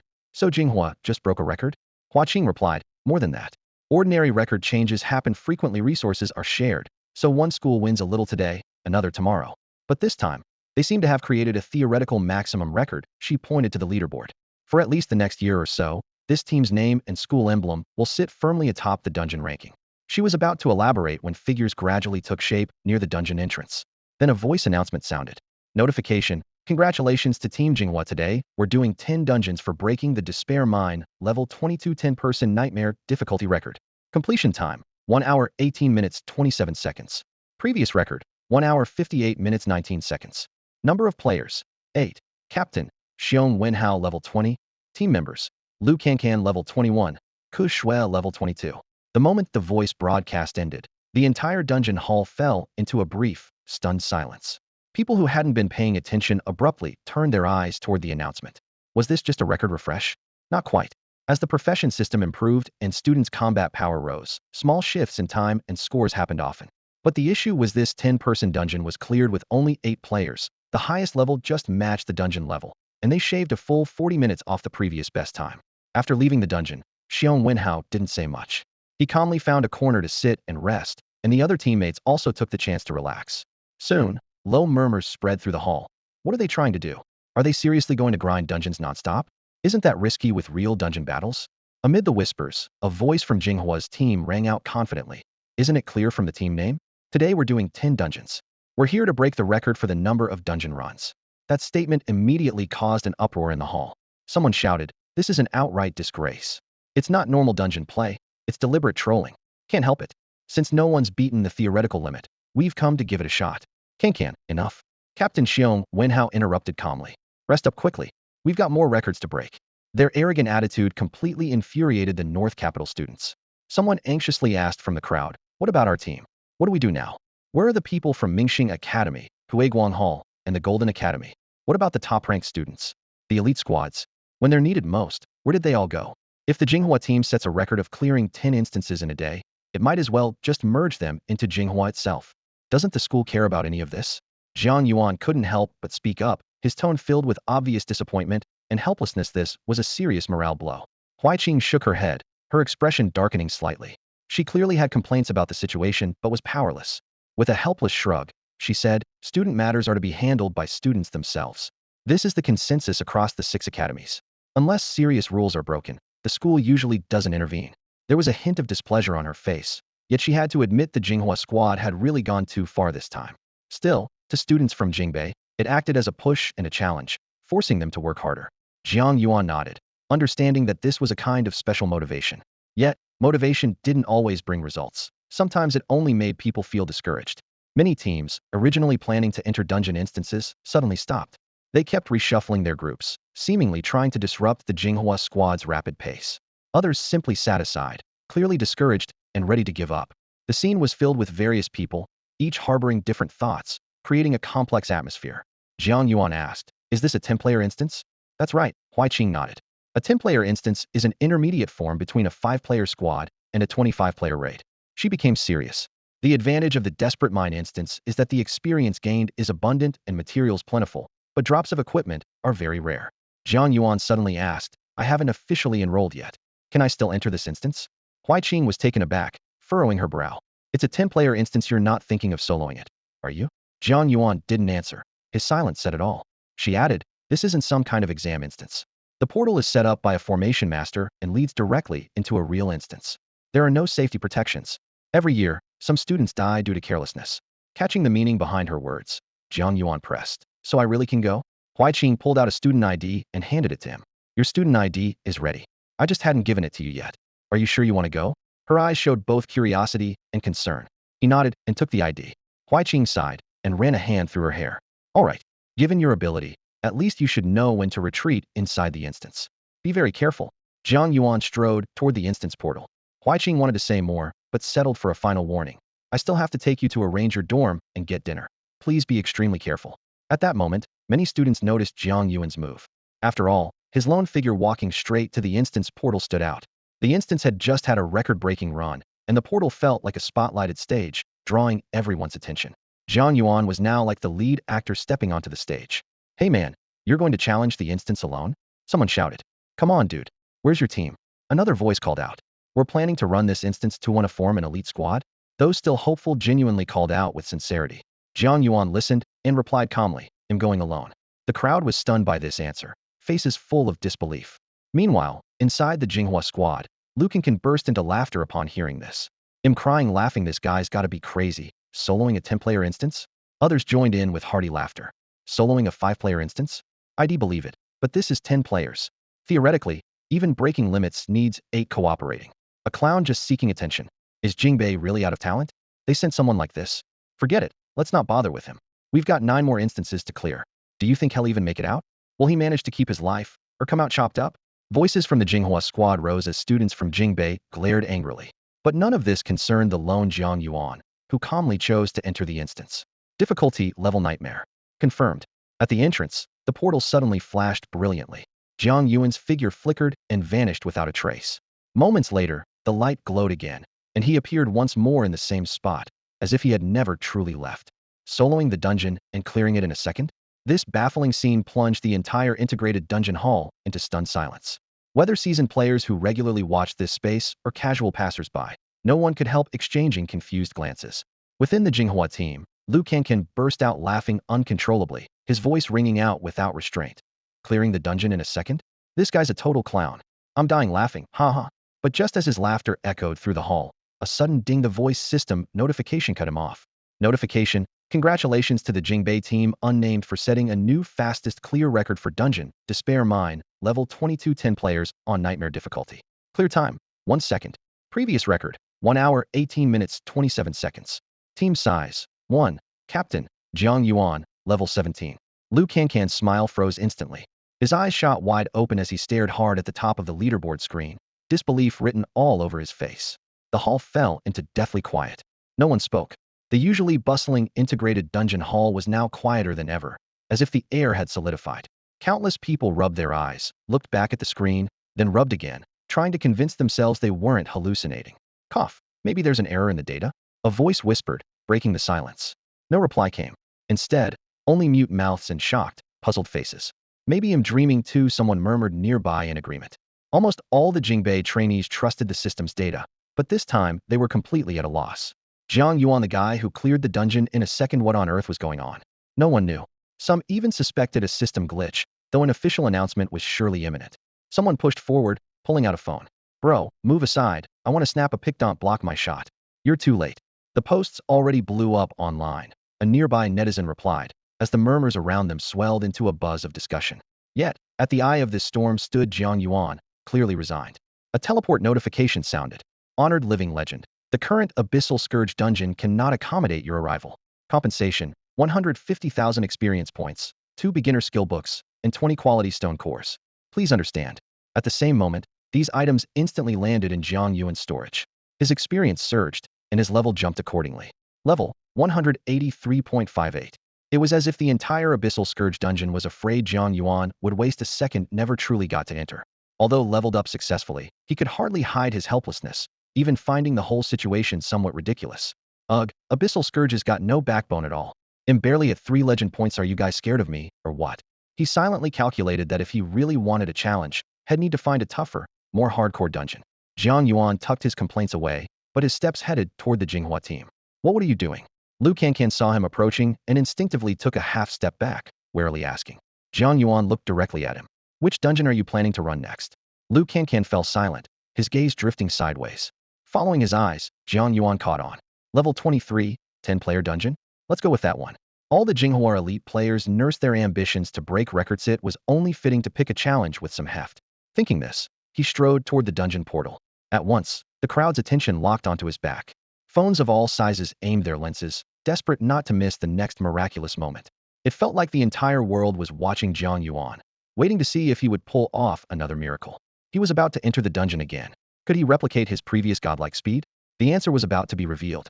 Even if it really happened just now, it might not happen again this time. Some people supported it, others opposed, but not a single pair of eyes looked away. Everyone held their breath, staring fixedly at the screen. The Jingbei campus forum was exploding like a volcano, with dozens of new replies flooding in every second. Someone even posted a betting thread, wagering on whether Jiang Yuan could replicate that astonishing performance. No, the system must be malfunctioning. It definitely is. Liu Kankan swallowed nervously, eyes full of hope, muttering quietly to herself. Ignoring all the noisy chatter, Jiang Yuan walked straight to the teleportation gate. Difficulty, nightmare. Confirm. A halo of light immediately surrounded him as the teleportation energy began to converge in the air. This time, he hoped he could get in. It was like challenging fate itself.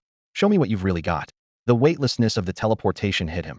He felt as if a current of water was lifting him up, making him float. In the next moment, he landed steadily, his feet touching solid ground. He was still in the integration instance lobby. No way. Jiang Yuan twitched his mouth in disbelief, silently grumbling. The difficulty levels one notch higher than before.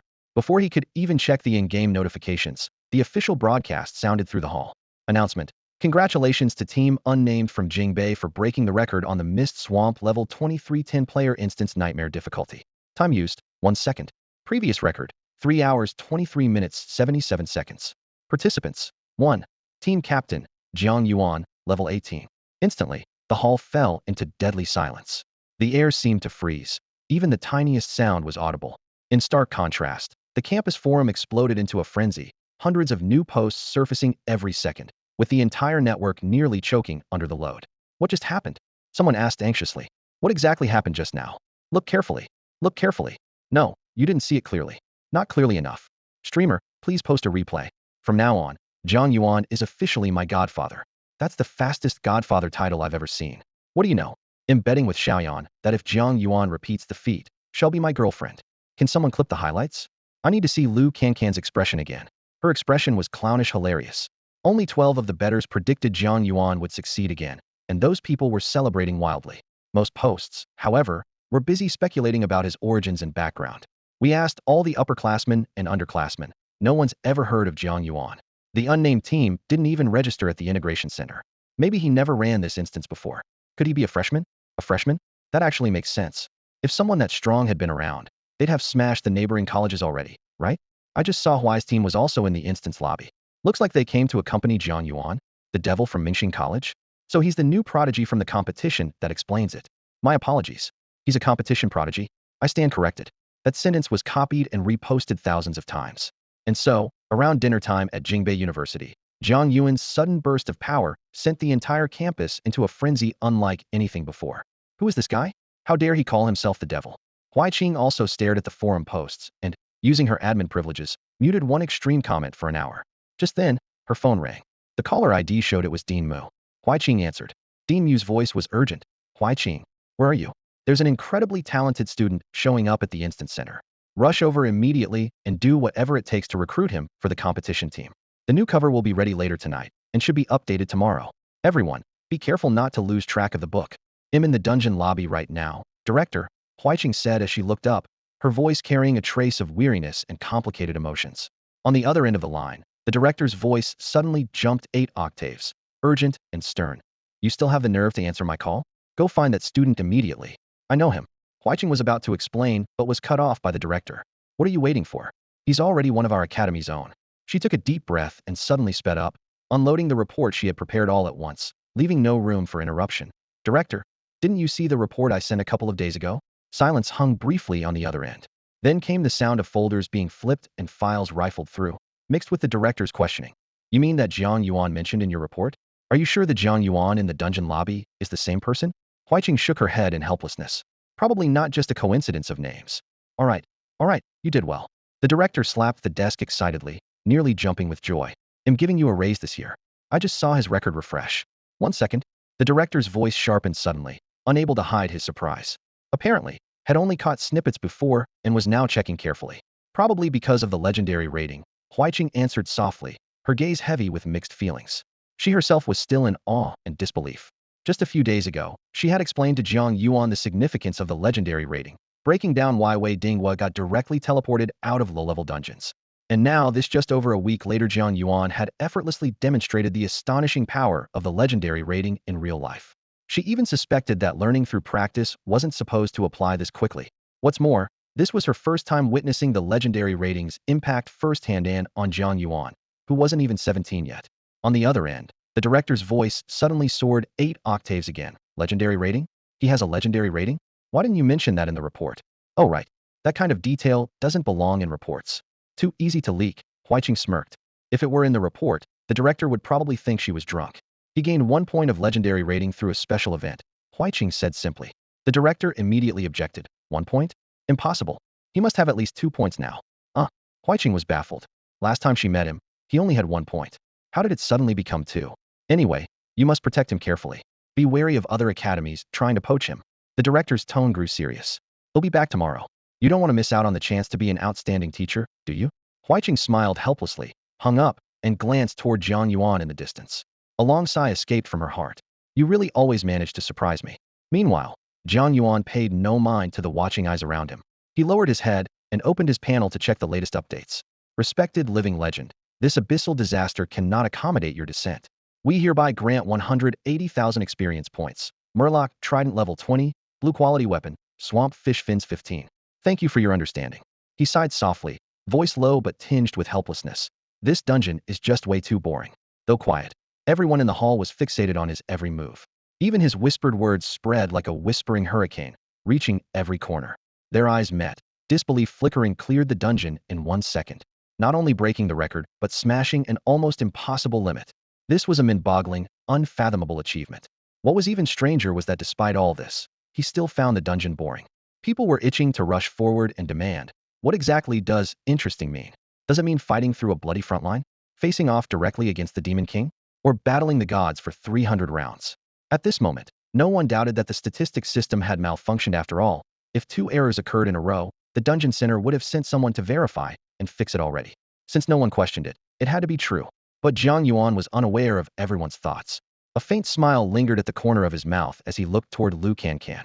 Catching his gaze, Liu Cancan suddenly recoiled in alarm, shouting, "Don't come closer." Her eyes showed genuine fear as if Jiang Yuan were a beast picking its prey. Jiang Yuan shrugged helplessly. I just want to ask which dungeon you plan to raid next? Before he even raised his hand, Liu Cancan took 2 stumbling steps back and flung herself toward a teammate. I'm really just asking, which 10 dungeons do you plan to clear next? Jiang Yuan pressed on. With so many dungeon types in the hall, there had to be one that would let him experience a large 10-player raid, right? At that moment, the silent Xiong Wenhao slowly stood up, his expression as calm as still water. I admit, you're strong this time. We were outmatched and have no choice but to concede. We lost, so we'll withdraw. You must be entering the national tournament, right? We'll see the real deal on the battlefield. With that, he cupped his fists toward Jiang Yuan and led his team out without a word. Jiang Yuan called after him. By the way, any dungeon recommendations for Jinghua? Xiong Wenhao hesitated, nearly tripping over the threshold, but gave no response. They quickened their pace and vanished through the door. The hall instantly erupted in hearty laughter. Ha ha, Brother Jiang, you're amazing. Someone shouted. Brother Jiang?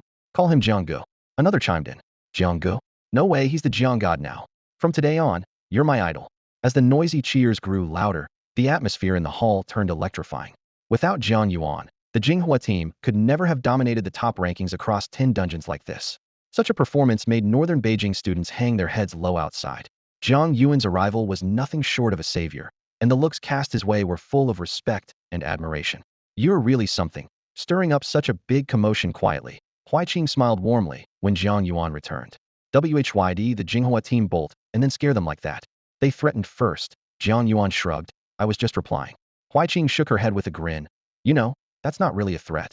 It's more like leaving yourself an escape route, saving face. Then she turned serious, but you probably will face them at nationals. They're deliberately staying at level 20, definitely to compete in the 20 level bracket. She quickly added a warning. You're level 18 now, so take it slow leveling up. Don't surpass 20 before the tournament starts. Otherwise, you'll be stuck in the 30 level bracket, and that's a big disadvantage. Jiang Yuan nodded. Got it. Huaiqing asked. So, keep farming dungeons to break records, or head to the cafeteria first. Can't farm. Can't even enter dungeons anymore. Jiang Yuan shook his head. You're just showing off, right? Anyone else with your luck would be over the moon. I didn't think you got 1 legendary point again, she added. Not 1 point, 3 legendary points, Jiang Yuan corrected. Huaiqing's eyes widened. What? If possible, and it's not too much trouble, please try to keep reading for 3 days after adding the bookshelf. The data really matters. Thanks so much. Huaiqing was stunned, silent for a long moment before reluctantly saying, You'd better go run the 25-player raid. Even in her wildest daydreams, she didn't dare hope to accumulate 3 legendary points before graduating college. But Jiang Yuan hadn't even started school yet, and he already had 3 points, getting an early taste of being a respected powerhouse. Who could she argue with about that? Hearing this, Jiang Yuan's eyes lit up. There's a 25-player raid here? Why hadn't he noticed it before? Lowering her voice, Huaiqing said, The 25-player raid is on the 2nd floor. Taking a quiet breath, she couldn't hide her surprise. You really want a raid with 25 players? Even if you did, you can't. Our 25-player raids require at least level 30, much tougher than what you can handle now. Jiang Yuan suddenly asked, So you know of other places with lower level 25-player raids? Huaqing's mouth twitched slightly. You're really sharp, okay? Yes, there are. She paused. Jinghua has a public 20-level 25-player raid, but hardly anyone runs it. Most people are thinking of scrapping it. Why? Jiang Yuan frowned. 25-player raids give lots of experience and good equipment, so wouldn't running it be more efficient? Huaqing gave a faint, bitter smile.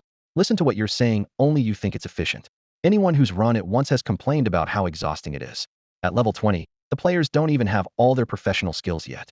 Looking at Jiang Yuan with an innocent yet teasing smile, she said, Except for you. That is. Your stats are low, your equipment is poor, well, except you again. Not to mention you've never had system training, battle simulations, formation drills, or teamwork practice. In short, running a 25-player raid isn't something ordinary people can do lightly. Her tone turned more serious. For normal humans, the biggest advantage is using teamwork to resist the abyssal disaster. Unlike the monsters with a single attribute, humans can complement each other and craft tactical formations tailored to the battle. But that gap is way too big for new level 20 professionals. Jiang Yuan frowned. Earlier you said students with ID cards can enter the Jinghua Raid Center, right? He waved the card in his hand excitedly. Huaqing rubbed her forehead in despair. Didn't you hear a word I said before? Fine, I'll take you there later. She paused. But don't go late. Since you always say Jinghua's 3rd cafeteria food is good, let's grab some food there first. Without hesitation, Jiang Yuan strode toward the school gate. Huaqing followed, half-jokingly complaining. Why do I feel like we've had this conversation before? Like that time with the tofu pudding, and in the end, I was the one who had to eat it while it was hot. Tofu pudding? Jiang Yuan suddenly asked. Do you eat it salty or sweet? Salty. Huaqing eyed him warily. You don't eat the sweet kind, do you? No, I eat both, Jiang Yuan replied casually, already stepping out of the main gate of Jingbei University. At that moment, a faint ripple of subtle energy passed by.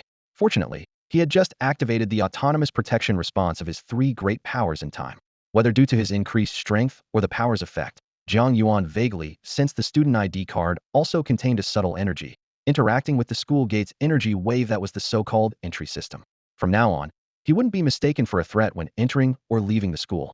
Jingbei University was just across the street from Jinghua. Side by side, Jiang Yuan and Huaqing strolled along, chatting casually and leisurely. Within minutes, they reached their destination.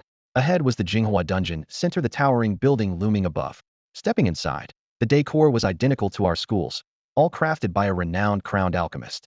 Huijing spoke with a hint of pride. There are rumors that the crown master has retired to our school, but I've never met him and don't know his exact title. She led Jiang Yuan to the lobby entrance and pointed to the 3rd cafeteria nearby. I'm going to grab some food for us. You take a look around and get familiar with that 25-player dungeon. He'll be back soon. Jiang Yuan nodded and headed straight into the dungeon hall. Watching his retreating figure, Huijing sighed softly. He's so impatient, but maybe that's exactly why he's destined for legend.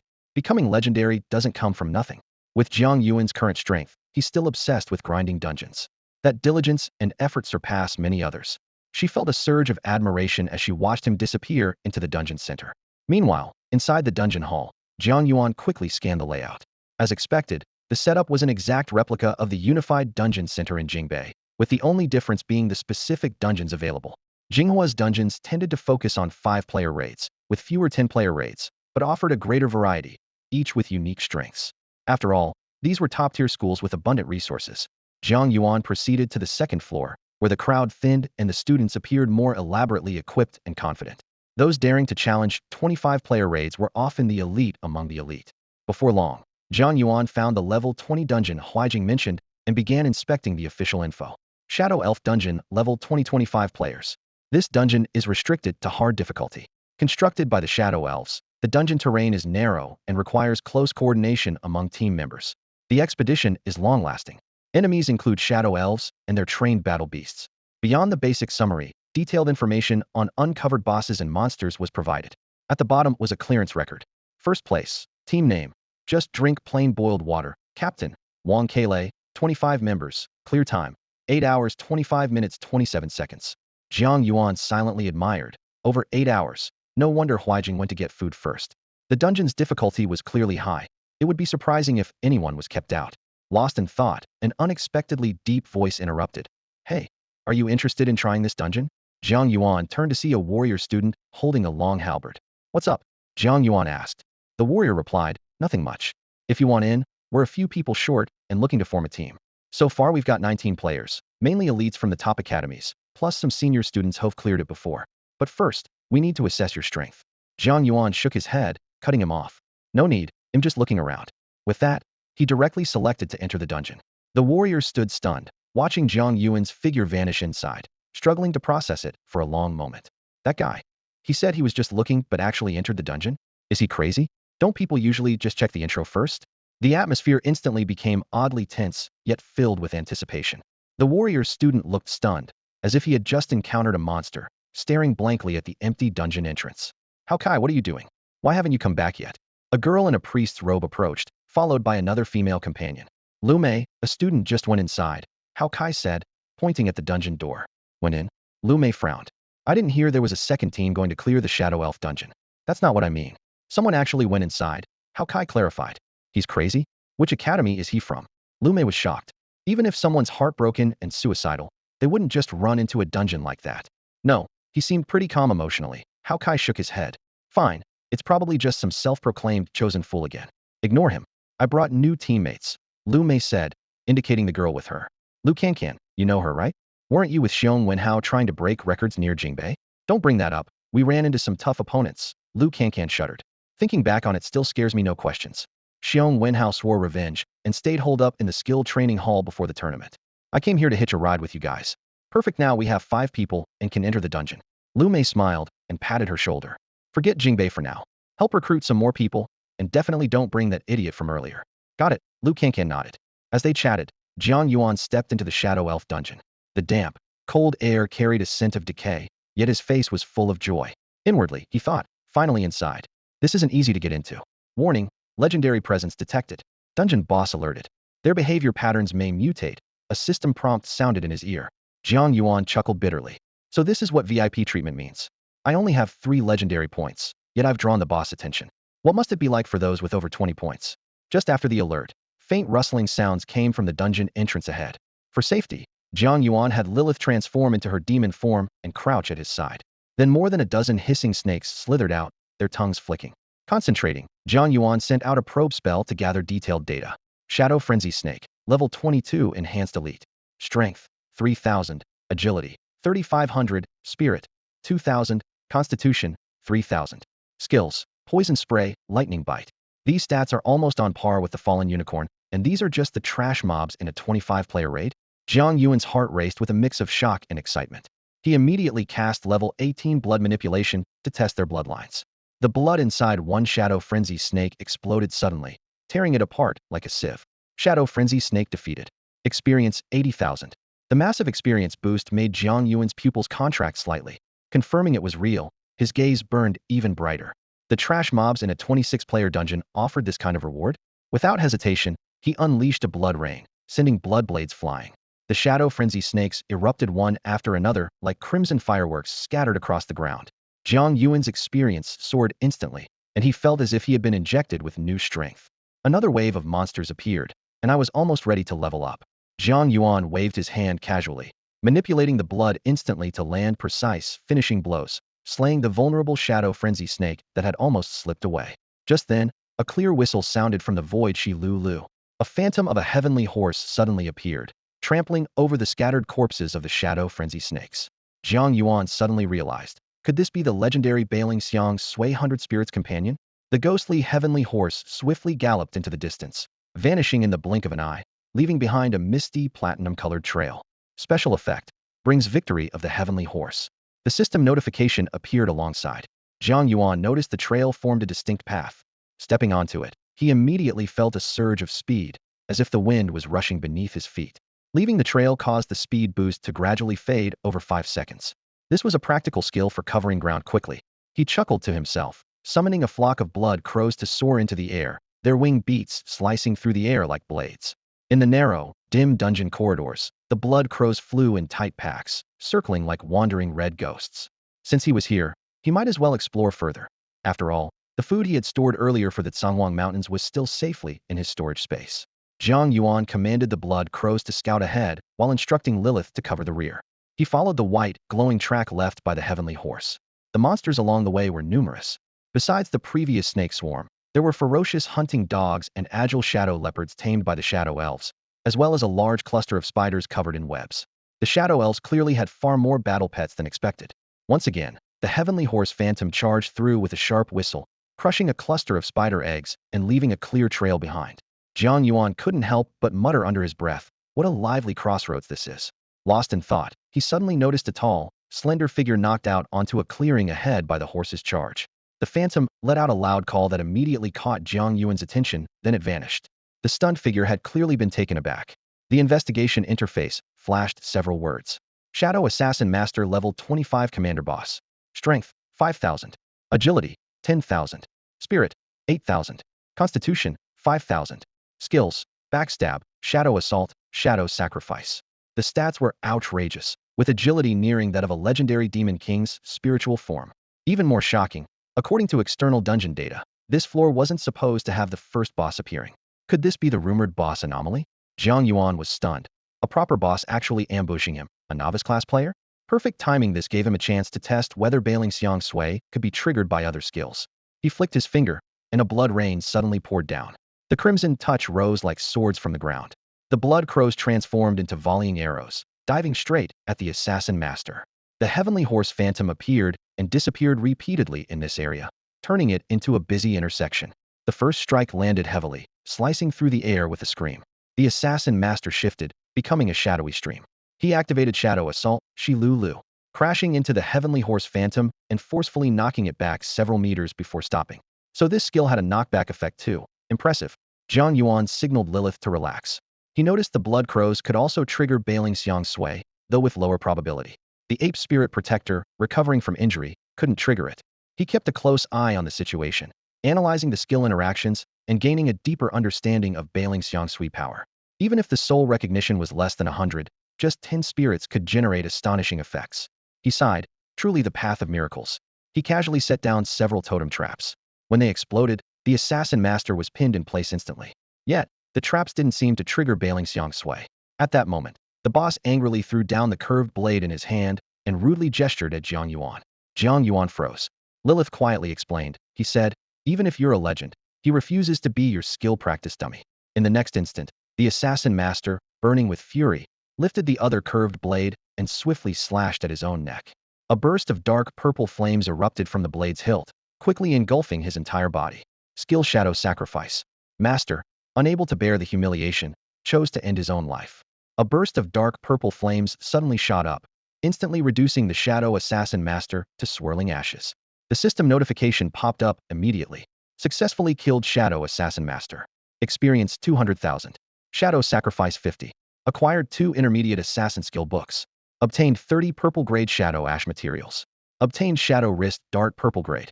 Equipment requirements. Level 25. Attributes. 500 strength, 500 agility. Damage increased by 10. Additional 20 shadow damage. Assassin skills cooldown reduced by 200. Active skill, triple shot. This strike sent Jiang Yuan's experience soaring, instantly surpassing 100 and leveling him up to 19. The efficiency of this 25-player raid was truly remarkable. Defeating the first boss already rewarded him nearly a full experience bar. Jiang Yuan couldn't help but marvel internally. Yet the notation Shadow Sacrifice 50 made his brow furrow. Half of the experience was being devoured?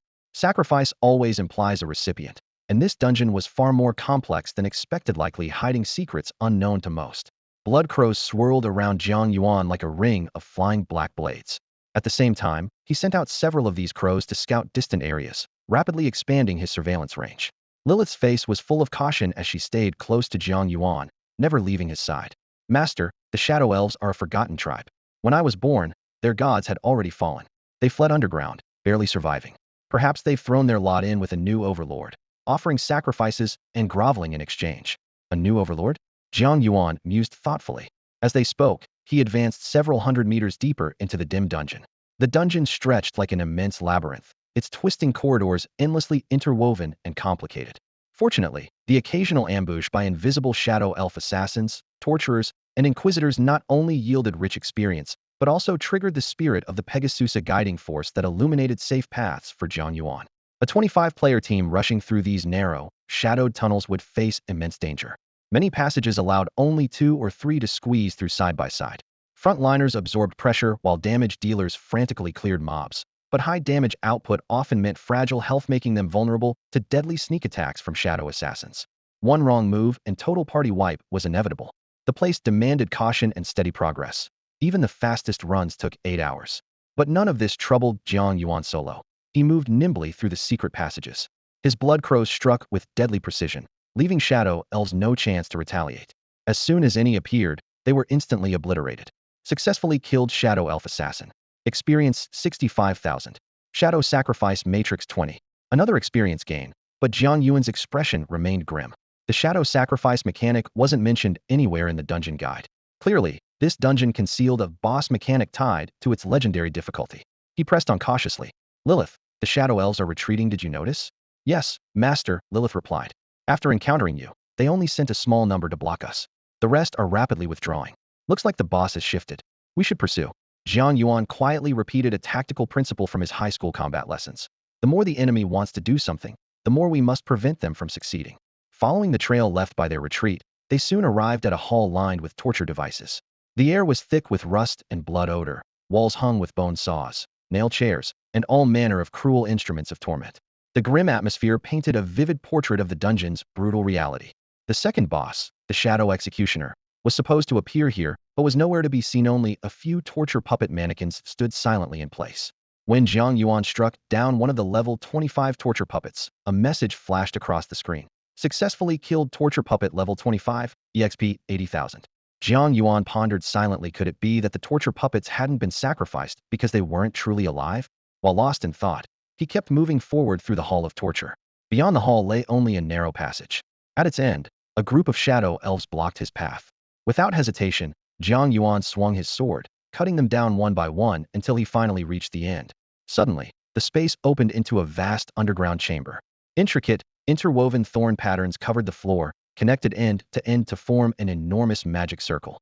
Hanging suspended at the center of the circle's cross was a burly shadow elf, blood dripping from his body into the thorn design beneath. Jiang Yuan cast a scouting spell, and the information appeared before his eyes. Shadow Executioner level 30 command boss. Strength, 8,000. Agility, 8,000. Spirit, 5,000. Constitution, 1,000. Status, Shadow Sacrifice, near death. The words near death caused Jiang Yuan to frown slightly, but he took the opportunity to unleash a combo of Bloodstorm and Bloodbinding. The skills hit true, and the screen prompted. Successfully killed Shadow Executioner, EXP 200,000. Shadow Sacrifice 60. Obtained Shadow Ashes 50. Obtained Beheading Blade purple quality. The reward was generous, yet Jiang Yuan's expression remained calm. The moment the Shadow Executioner's life faded, the blood on the ground suddenly began to boil, as if ignited by fire. Cracks spread across the floor. The throne covered in thorny roses slowly rose up, revealing a bewitching figure seated upon it. She was a female shadow elf, her pale skin contrasting sharply with flowing violet hair, exuding an intoxicating aura of allure. The scouting information quickly updated. Possessed shadow elf matriarch level 30 command boss. Class, priestess. Strength, 7,000. Agility, 7,000. Spirit, 21,995. Constitution, 4,997. Skills, Summon Forbidden Guards, Shadow Sacrifice, Eternal Nightfall, Shadow Magic Strike, Shadow Grace. Status, Possessed by Shadow, Constitution continuously decreasing, Spirit continuously decreasing. Her staggering spirit attribute far exceeded normal levels for bosses of her rank. At this moment, this dungeon wasn't just dangerous for a 25-player raid. Even 50 level 20 players together risked total annihilation if they made a single mistake. Possessed? A trace of shock flashed through Jiang Yuan's mind. It was vastly different from the previous data. Could this be another change caused by the rising legendary level? Fortunately, the matriarch's constitution was lower than expected and still dropping. She slowly rose, her violet eyes suddenly igniting, her voice dripping with defiance and seduction. I have been imprisoned for 10,000 years. Now, at last, my chance to leave has come. Then she laid out her terms. You have two choices: submit to me, or become my pet toy. Honored legend. The Shadow Elf Matriarch offered the deal: if you bring her out of this dungeon, your class will change to Shadow Prince, your race to Shadow Elf, and you will earn the title, Shadow's Chosen. The reward was astonishingly rich. Few but the most loyal of the Black Eye Society would accept immediately. Seated high on her throne, the Shadow Elf Matriarch gazed down with icy arrogance, as if waiting for Jiang Yuan to kneel and submit. Suddenly, a low voice came from behind as the blood moon rose. Jiang Yuan calmly turned and said with quiet resolve, "My favorite thing is saying no to those who think they're untouchable." Skill released, blood manipulation. Blood rapidly surged into the runes on the ground, stirring violently like a volcano erupting. In an instant, it transformed into countless blood-red crows that swarmed toward the Shadow Tribe Matriarch. A thunderous explosion followed. Over 100 blood crows burst open midair, resembling blooming crimson irises, their blood-red petals filling the entire cave. 6,323 points of Scarlet Dream damage. The Shadow Tribe Matriarch's mind was severely shattered, her agonized scream piercing the silence as her consciousness instantly diminished by more than 7,000 points. The cave was engulfed in dense darkness, as if eternal night had descended. Eternal night descends. Only those blessed by the shadow can remain active during the eternal night. Otherwise, they will be trapped in endless darkness, completely losing all mobility. Source Blood Nightfall boost grants immunity to eternal night and greatly enhances attributes. This was an expansive domain curse with formidable power. Protected by Source Blood, Jiang Yuan took in the surrounding situation in full detail. He saw the matriarch swiftly summon ranks of shadow guardians, a cold smirk appearing on his lips. The more enemies there were, the more lethal the blood-drained binds became. The attack of the Crimson Touch worked by generating power based on the number of foes. The next moment, a blood storm surged forth, instantly activating blood-drained binds. Dozens of crimson tendrils shot up violently from the ground, lashing and striking outward in all directions. 3,000 points of Scarlet Dream damage. The Shadow Tribe Matriarch let out a pained roar, shouting in disbelief, "Impossible! How can you see?" Before she finished speaking, her entire body collapsed weakly to the ground. Simultaneously, a deep purple shadow flame burst out from within her and floated slowly in midair. Reconnaissance revealed. Shadow Elf, Queen Remnant Soul Divine Boss. The brilliance of his detection skill unveiled the true nature of the swirling purple shadow fire. A clear display of data appeared. Shadow Elf Queen's Remnant Soul Divine Boss, followed by attributes: Strength, 0, Agility, 0, Spirit, 9999, Constitution, 0, and skills listed as Shadow Divine Protection, Shadow Divine Blood Corruption, Shadow Divine Occupation, and Shadow Divine Essence Possession. There was even a second form, a stark contrast to the image seen in previous records. Yet Jiang Yuan felt no surprise.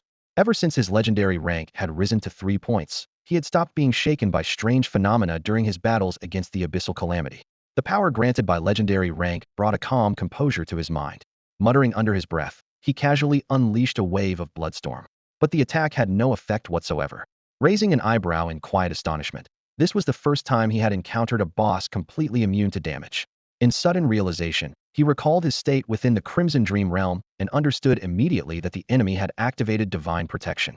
This was yet another brilliant strategic move on the chessboard. The purple shadow flames twisted and danced in the air, a voice both alluring and majestic carrying through. "But you missed your only chance to survive. My mercy is exhausted. Bid farewell to this world. You shall become the vessel through which I return to the mortal realm." Then, the skills Shadow Divine Blood Corruption, Shadow Divine Occupation, and Shadow Divine Essence Possession were unleashed one after another. The dark purple flames surged violently, transforming into a colossal wave that threatened to engulf Jiang Yuan and everything around him in a single, overwhelming swallow. At that moment, Jiang Yuan was like a lone boat tossed in a storm. A flickering candle swaying in fierce winds any moment could be his end. Yet, source blood subjected to divine blood corruption, resistance, successful.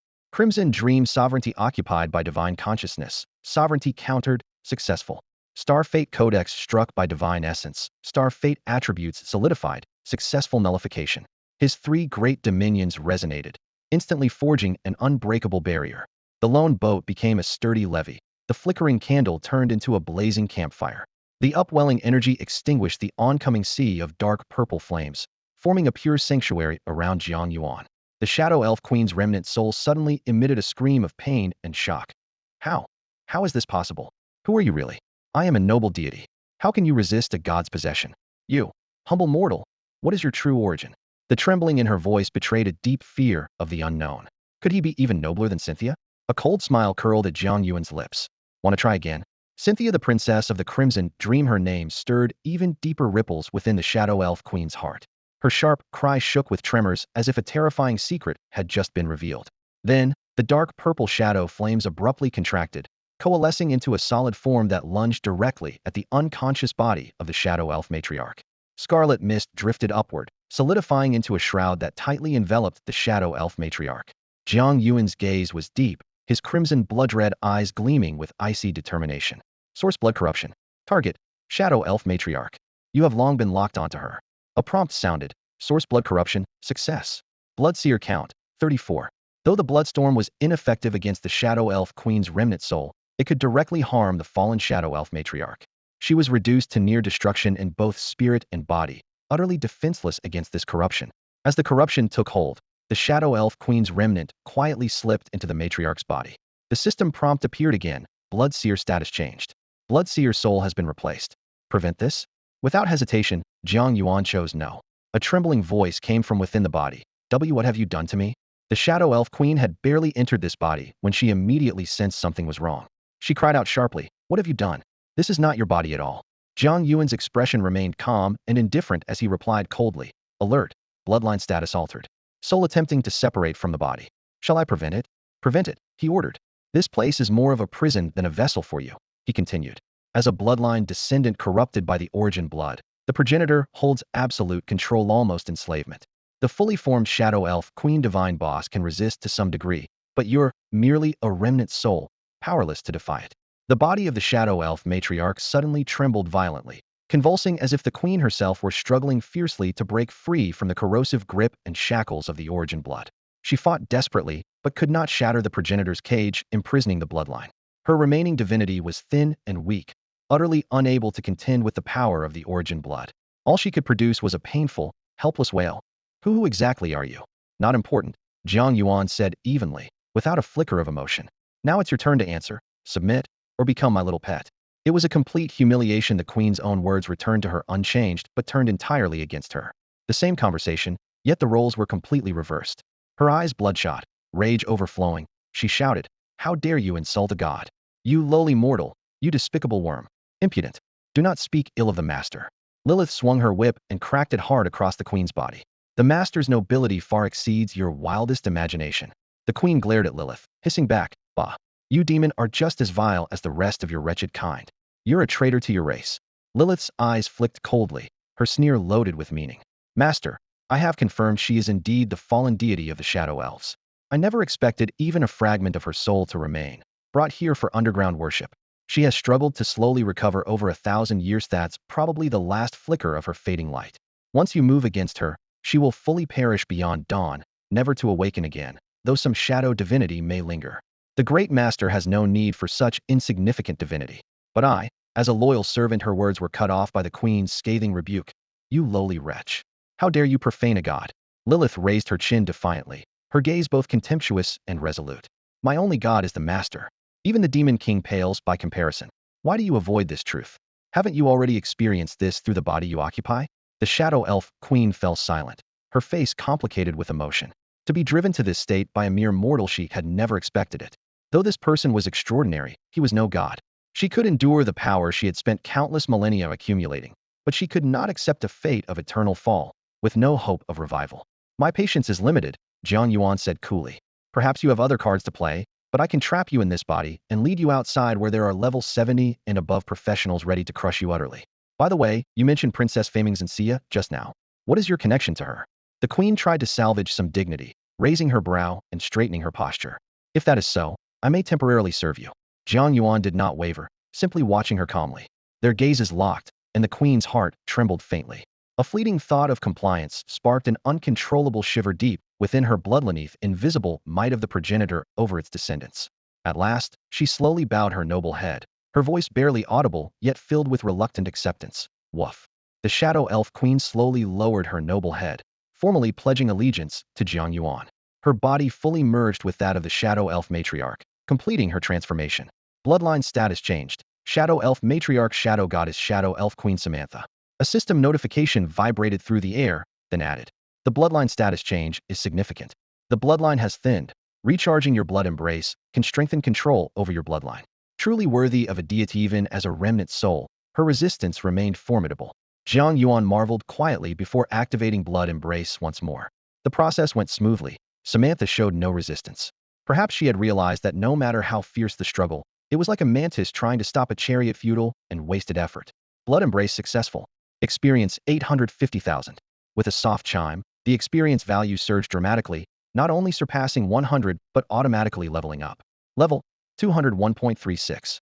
This 25-player team dungeon was no joke. Clearing one round jumped 2 levels at once, an astonishing efficiency.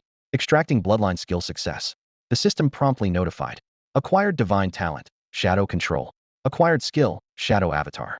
The detailed description of divine talent shadow control flashed. Grants complete immunity to all shadow-type damage, curses, and debuffs. Unlocks shadow energy bar for casting shadow skills. Shadow skill effects increased by 500. The source blood bond further strengthened, granting. Gain shadow control, enhanced dark adaptation. Gain an additional 10 attribute boost, and increase scout resistance by 10 levels in dark environments. Shadow avatar skill level 1 description showed. Summons a shadow avatar possessing 50 of the caster's total attributes. Can absorb 150 extra damage. Comes equipped with 3 shadow-type skills and can use all shadow skills of the caster. The system supplemented that the attributes of shadow control and shadow avatar skills were now boosted to 250 of the caster's attributes. Shadow avatar source blood effect. Consumes 100 bloodline energy to summon an additional blood avatar with 100 of the caster's attributes. Can use all source blood skills. Additionally, achievements illuminated with glory. Achieved, Shadow Dominion. Shadow elves are more likely to alter their behavior when facing you, causing unknown effects. Other elf races may also exhibit unknown changes upon seeing you. Achieved, Servant of the Divine. One deity has become your servant. Easier to gain favor with friendly divinities. Deal 10 extra damage to hostile divinities. Congratulations. Your deeds will be widely celebrated in the Shadow Underground Kingdom. All Shadow elves are aware of your conquest of the Shadow Queen. Legendary Rating 1. A flood of notifications hit him, numbers and achievements swirling in dizzying array.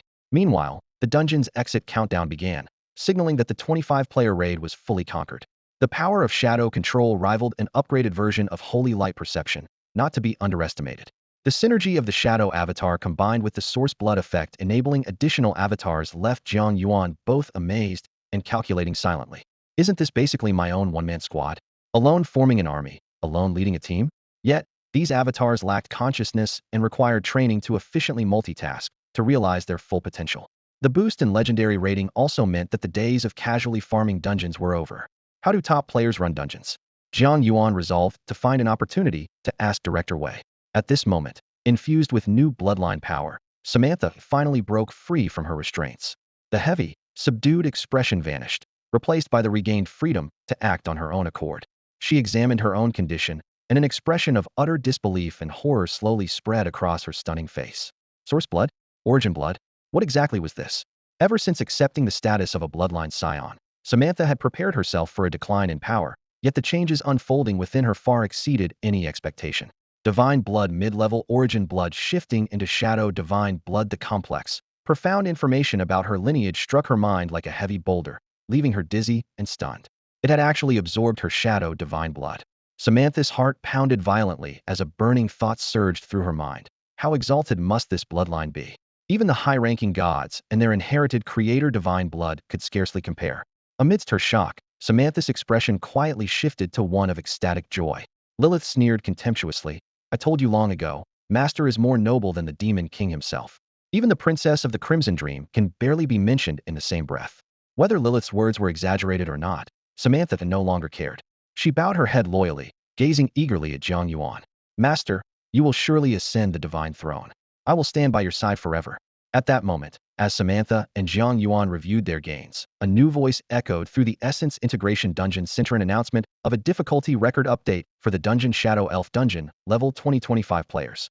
The Essence's record updates appeared on all dungeon screens, so the announcement was brief but loud. The news hit like an explosion.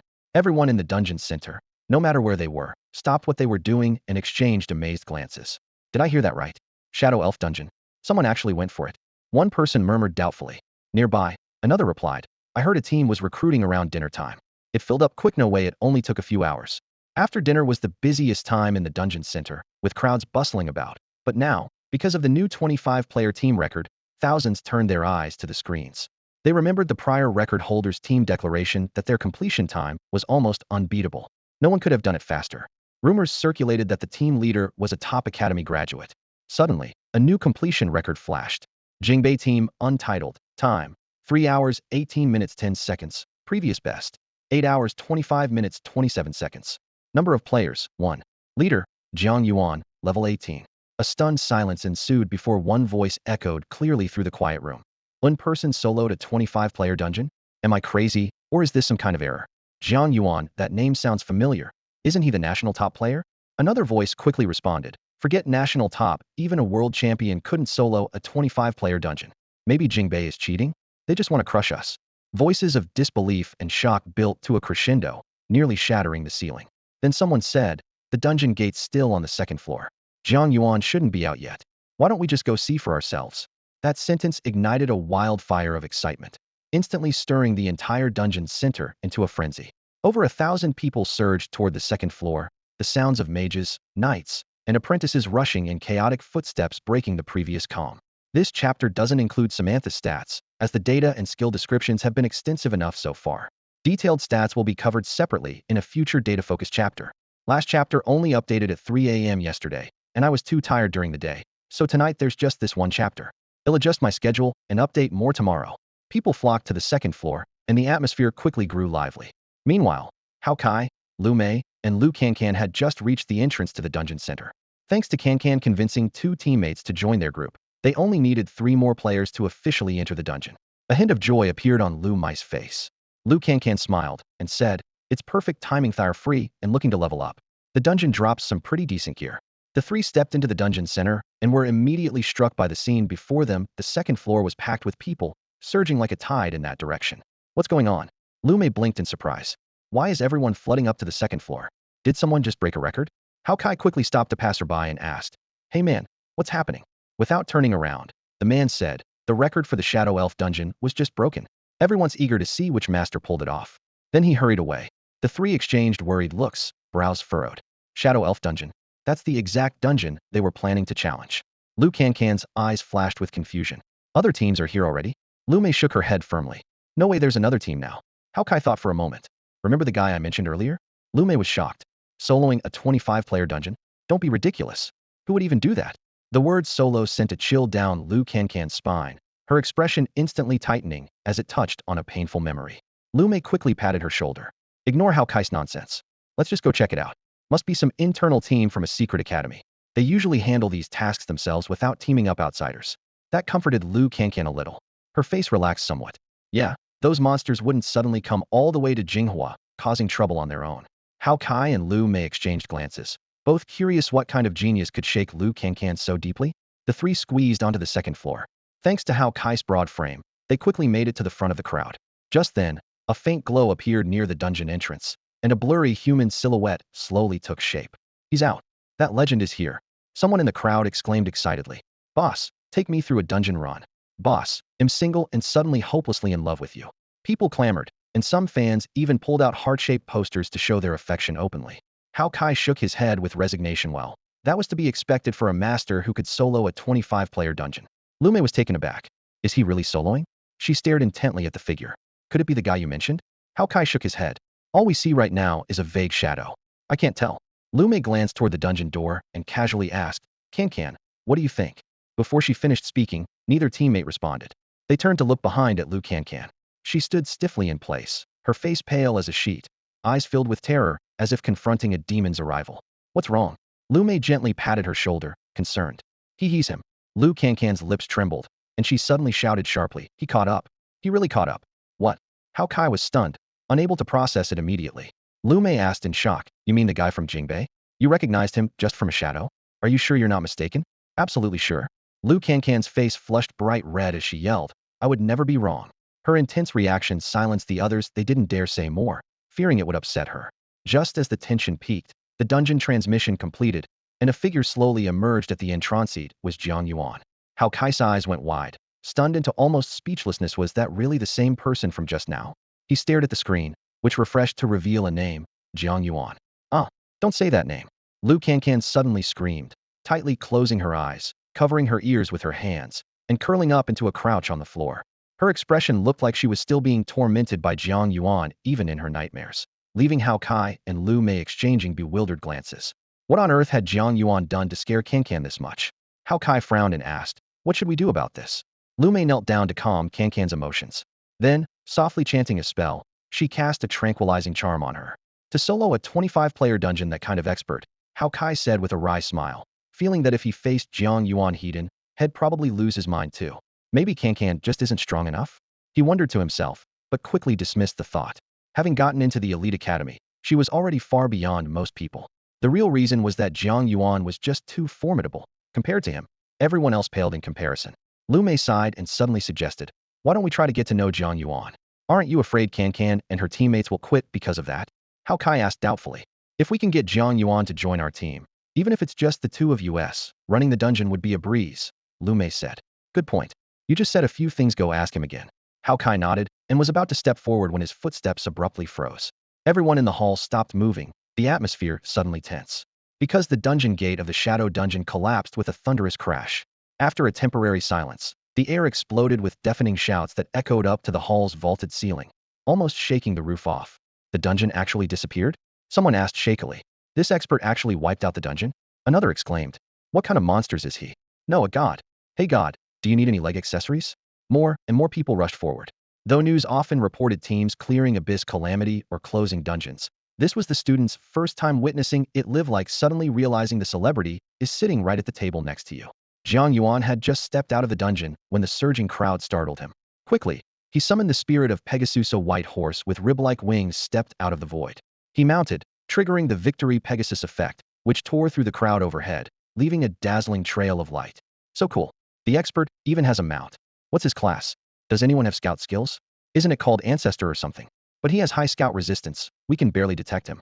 No wonder he can solo dungeons. Even his scout resist is insane. 3 minutes, and he'll have his address. I'm going to confess. Where? Jingbei? I already tracked down the place. Escaping the dungeon center, Jiang Yuan quickly dismissed the Pegasus spirit to avoid drawing more attention. He pulled out his phone and glanced at the ring on his left hand, a black obsidian ring etched with thorn patterns. Shadow God Ring, divine quality, forged from the remnants of the Shadow God realm, its interior the dwelling of a deity. Samantha was hiding in the ring's pocket dimension, but for now Jiang Yuan pushed thoughts of the ring aside, more worried about the trouble caused by the dungeon's destruction. He quickly dialed Hua Qing's number, the call connecting immediately. Hua Qing's voice was anxious and hurried. You finally came out of the dungeon. You told me to wait. Why did you go rushing in on your own? Don't panic. I have urgent matters to deal with, Jiang Yuan interrupted. Huh. In the youngest instructor in the Mingxing Academy, am not the one who should be panicking, Hua Qing retorted. That's good. I just blew up the Essence dungeon. Jiang Yuan's words were met with a shocked scream over the phone. What? What did you say? There's one more chapter coming. I've changed the cover. Hope everyone can still find the book on their shelves. Hua Qing's scream was sharp and piercing, cutting through the phone line and almost bursting Jiang Yuan's eardrums. He instinctively covered his ears, wondering if he had misheard. She shouted again, what did you say? Say it one more time. For a moment, Hua Qing struggled to accept the reality and fell silent for a few seconds. Jiang Yuan walked toward the front door as he explained, it's that 25-player raid, the Shadow Elf dungeon. I cleared it, and then it closed. This time he gave more details, plunging the silent Hua Qing on the other end into an even deeper state of disbelief. No, Hua Qing's mind was spinning, and she took a few shaky, hurried breaths. Her voice trembled and rushed, but she couldn't help but ask again, wait a minute, I'm kind of panicking here. You're saying you went solo into a 25-player raid and actually cleared it? She sounded like she hoped to be proven wrong. Jiang Yuan's answer was calm and straightforward. Yes. All of Hua Qing's hopes shattered instantly. as if crushed by the cold truth. She let out a weak, anguished cry. What? I thought you just went in to take a look. How could you clear it solo in just 3 hours and actually blow up the entire dungeon? Despite her chaotic thoughts, Hua Qing's competence was never in doubt. She quickly regained composure and said urgently, I'm about to report this to the director. Do you have contact info for Minister Wei? Although had never used it, as an independent investigator, Jiang Yuan did have Wei Dingguo's contact details. Once Hua Qing confirmed that, she immediately said, contact Minister Wei directly. A 25-player raid isn't a minor matter. It could cause trouble. A proper investigation normally takes at least half a month. This was why Jiang Yuan had hurried to call Hua Qing as soon as he left. Although the abyssal plague was rapidly devouring human living space and posing threats, human professionals still relied on the experience and equipment gained from abyssal sources to grow stronger. The rare materials produced by the abyss were already strategic resources. The World University competition could influence nations and world order because it controlled these valuable dungeons and the ownership of rare abyssal resources. The current relationship between humanity and the abyss was one of hostility and dependency. Without a fundamental solution, this contradiction couldn't be broken, and the value of abyssal raids would not decline. Only high-security, high-value assets could be selected by school raid centers after rigorous screening. Just as Jiang Yuan contacted Wei Dingguo, a breathless Hua Qing came to meet him. She gasped, I've reported to the director, who's already informed the academy. Don't worry. Before she finished, a ring of light grids suddenly descended above them, blocking their way. This was the rigorous internal security system of Jinghua Academy. Then, a middle-aged man appeared behind the light grids, looking solemn. Hua Qing immediately stepped forward and called, Director Hansi. Long time no see. Teacher Huai. Hansi furrowed his brow slightly, with a hint of questioning. You're here too? I'm here under Minister Weiss' orders to help Jiang Yuan get familiar with the surroundings, Jiang Yuan explained. Hua Qing kept a straight face and teased. Who would have thought he'd accidentally clear the Shadow Dungeon raid? No wonder Minister Wei values him. Her teasing, though lighthearted, helped ease the tense atmosphere, and by some time, Hansi's tense expression finally softened. Accidentally destroyed a 25-player raid? His voice betrayed his excitement. Don't you know how precious a 25-player raid is? Only those admitted into the integrated raid center after strict selection can enter. Aside from mutation risks, the output is stable and provides rare, invaluable teaching materials. Not even 100 abyssal catastrophe raids would guarantee finding one like this, let alone a large 25-player raid. Huaiqing quickly stepped forward to calm things down. Director Han, please don't get upset just yet. Maybe that raid was simply cleared recently? Hansi was still breathing heavily, his sharp eyes fixed on Jiang Yuan. But out of respect for Minister Weiss' position, he only gave a cold glare without speaking, which made Jiang Yuan feel a bit awkward. After all, the Shadow Goddess incident involved too many secrets and clearly couldn't be discussed publicly, so Jiang Yuan quietly kept silent. At that moment, a homing pigeon silently descended from the twilight and landed before Huaiqing. A note was tied to its foot. Huaiqing unfolded the paper, his frown finally easing. The dean said they'll compensate you with 2 10-player level 20 raids. Minister Wei also approved this solution, so I guess it's more or less even now. 2 10-player raids. Han Sisi pondered for a moment, her expression softening compared to before as she nodded lightly. Though not as valuable as a 25-player raid, it's still reasonable. At least we can explain it properly to the school. She added, I'm not trying to be difficult, but since we suddenly lost a strategic resource, we have to be transparent about it. Huaiqing nodded in agreement. I understand your position, but think about it. Someone as gifted as Jiang Yuan, to just put him through the usual investigation process is a huge waste of his time. It's basically stifling our future. It'd be better to just let it go. Hansi smiled wryly. Hearing you say that makes me sound like the villain. He didn't argue, only fixing his gaze on Jiang Yuan and rarely smiling. Though you've caused me a lot of trouble, you really are a rare talent. The future belongs to your generation. With the school matter settled, Hansi's emotions became steadier, and he agreed with Huiking's words. As a teacher, he naturally felt more fondness and hope for such a rare gifted student. Jiang Yuan responded sincerely, Teacher, you're too kind. I'm sorry for causing you trouble. Hansi waved his hand with a smile. No problem. That raid didn't have many players attempting it anyway. Replacing it with 2 10-player raids actually makes team arrangements more flexible. You didn't sound that way just now. Huaiqing twitched his mouth, asking cautiously, are you trying to poach him? If he's willing to come, would definitely welcome him. Hansi laughed in reply, while Jiang Yuan simply smiled faintly and said nothing. Huaiqing patted Jiang Yuan on the shoulder. Then we better hurry and leave before you get poached. Suddenly, Hansi called after them, his sharp eyes studying Jiang Yuan. By the way, you're only level 20 now? With the Essence Protection System's assistance, Hansi's scouting skills had an extra boost. Huaiqing looked at Jiang Yuan as if he'd seen a ghost, face full of disbelief. Yes, Teacher Han. Jiang Yuan nodded in response. Hansi paused thoughtfully, then said, We have a level 25 raid that needs in-depth exploration to see if it can be integrated into the unified raid center. He hesitated slightly. If you can help, we won't just waive compensation while even reward you. Huiqing immediately grew alert and hurried to ask, what raid? The championship prize raid from last season's national tournament, Hansi answered. Huiqing gasped, eyes wide as she confirmed. The one that produces job transfer items? That's right, Hansi nodded. Once you reach level 30, you can advance your class, commonly known as job change, which significantly enhances your abilities. This is somewhat similar to breakthrough or specialization systems found in games. Depending on the combination of class and skills, you're usually given 3 options to choose from. Even among warriors, after a few job changes, their specializations can differ dramatically. Last year's national tournament champion was rewarded with a dungeon that reliably produces level 30 job advancement materials. Yet here we are a year later, and you still haven't figured out its secrets? Huiqing furrowed her brows, her eyes filled with puzzlement. She didn't doubt Jinghua Academy's strength after all. Years of rivalry and cooperation had made the two schools very familiar with each other. Sigh. Yes. Hansi replied with a bitter smile, not hiding the truth. The dungeon has merged. Merged? Huiqing exclaimed in surprise, her expression showing genuine shock. Hansi nodded, and then patiently explained to Jiang Yuan. It's a type of dungeon mutation and one of the most difficult to deal with. Multiple dungeons have fused together, creating a far more complex set of mechanics. He went on to say that dungeon merges typically happen between dungeons with similar environmental backgrounds. For example, if the Shadow Elf dungeon merges, it usually combines with other dungeon instances or ones related to the Shadow Elves. After Hansi's explanation, Huiqing asked, what about Jinghua's secret academies? They couldn't clear it either? This one's special, it limits the team's level. Hansi frowned. More importantly, it contains precious historical records. Historical records? Huiqing's interest was piqued, her brow lifted. Hansi explained, the Excavation Society identified this as a rare record above AAA rank. It's hugely meaningful to our understanding of the dungeon world's history and why it manifests in reality. So on the first clear, archaeologists must accompany the team to prevent the dungeon from freezing and losing these valuable records. Huiqing grew thoughtful, realizing that although the secret academy students were strong, they couldn't bring archaeologists along to fight. Hansi looked awkward but nodded. They tried several times and failed. But someone like Jiang Yuan, who can solo 25-player dungeons, shouldn't have much trouble. Huiqing gave no direct reply and turned to Jiang Yuan. Director Han didn't go into details, but this dungeon is definitely no walk in the park. You decide for yourself. But one thing, our Mingxing Academy has quite a few 10-player dungeons, and your future shouldn't be limited to just 2 of them. Her words were serious, resolute, and when spoken before Hansi, they shut down any possible moral pressure. Jiang Yuan was struck, feeling moved, and paused briefly.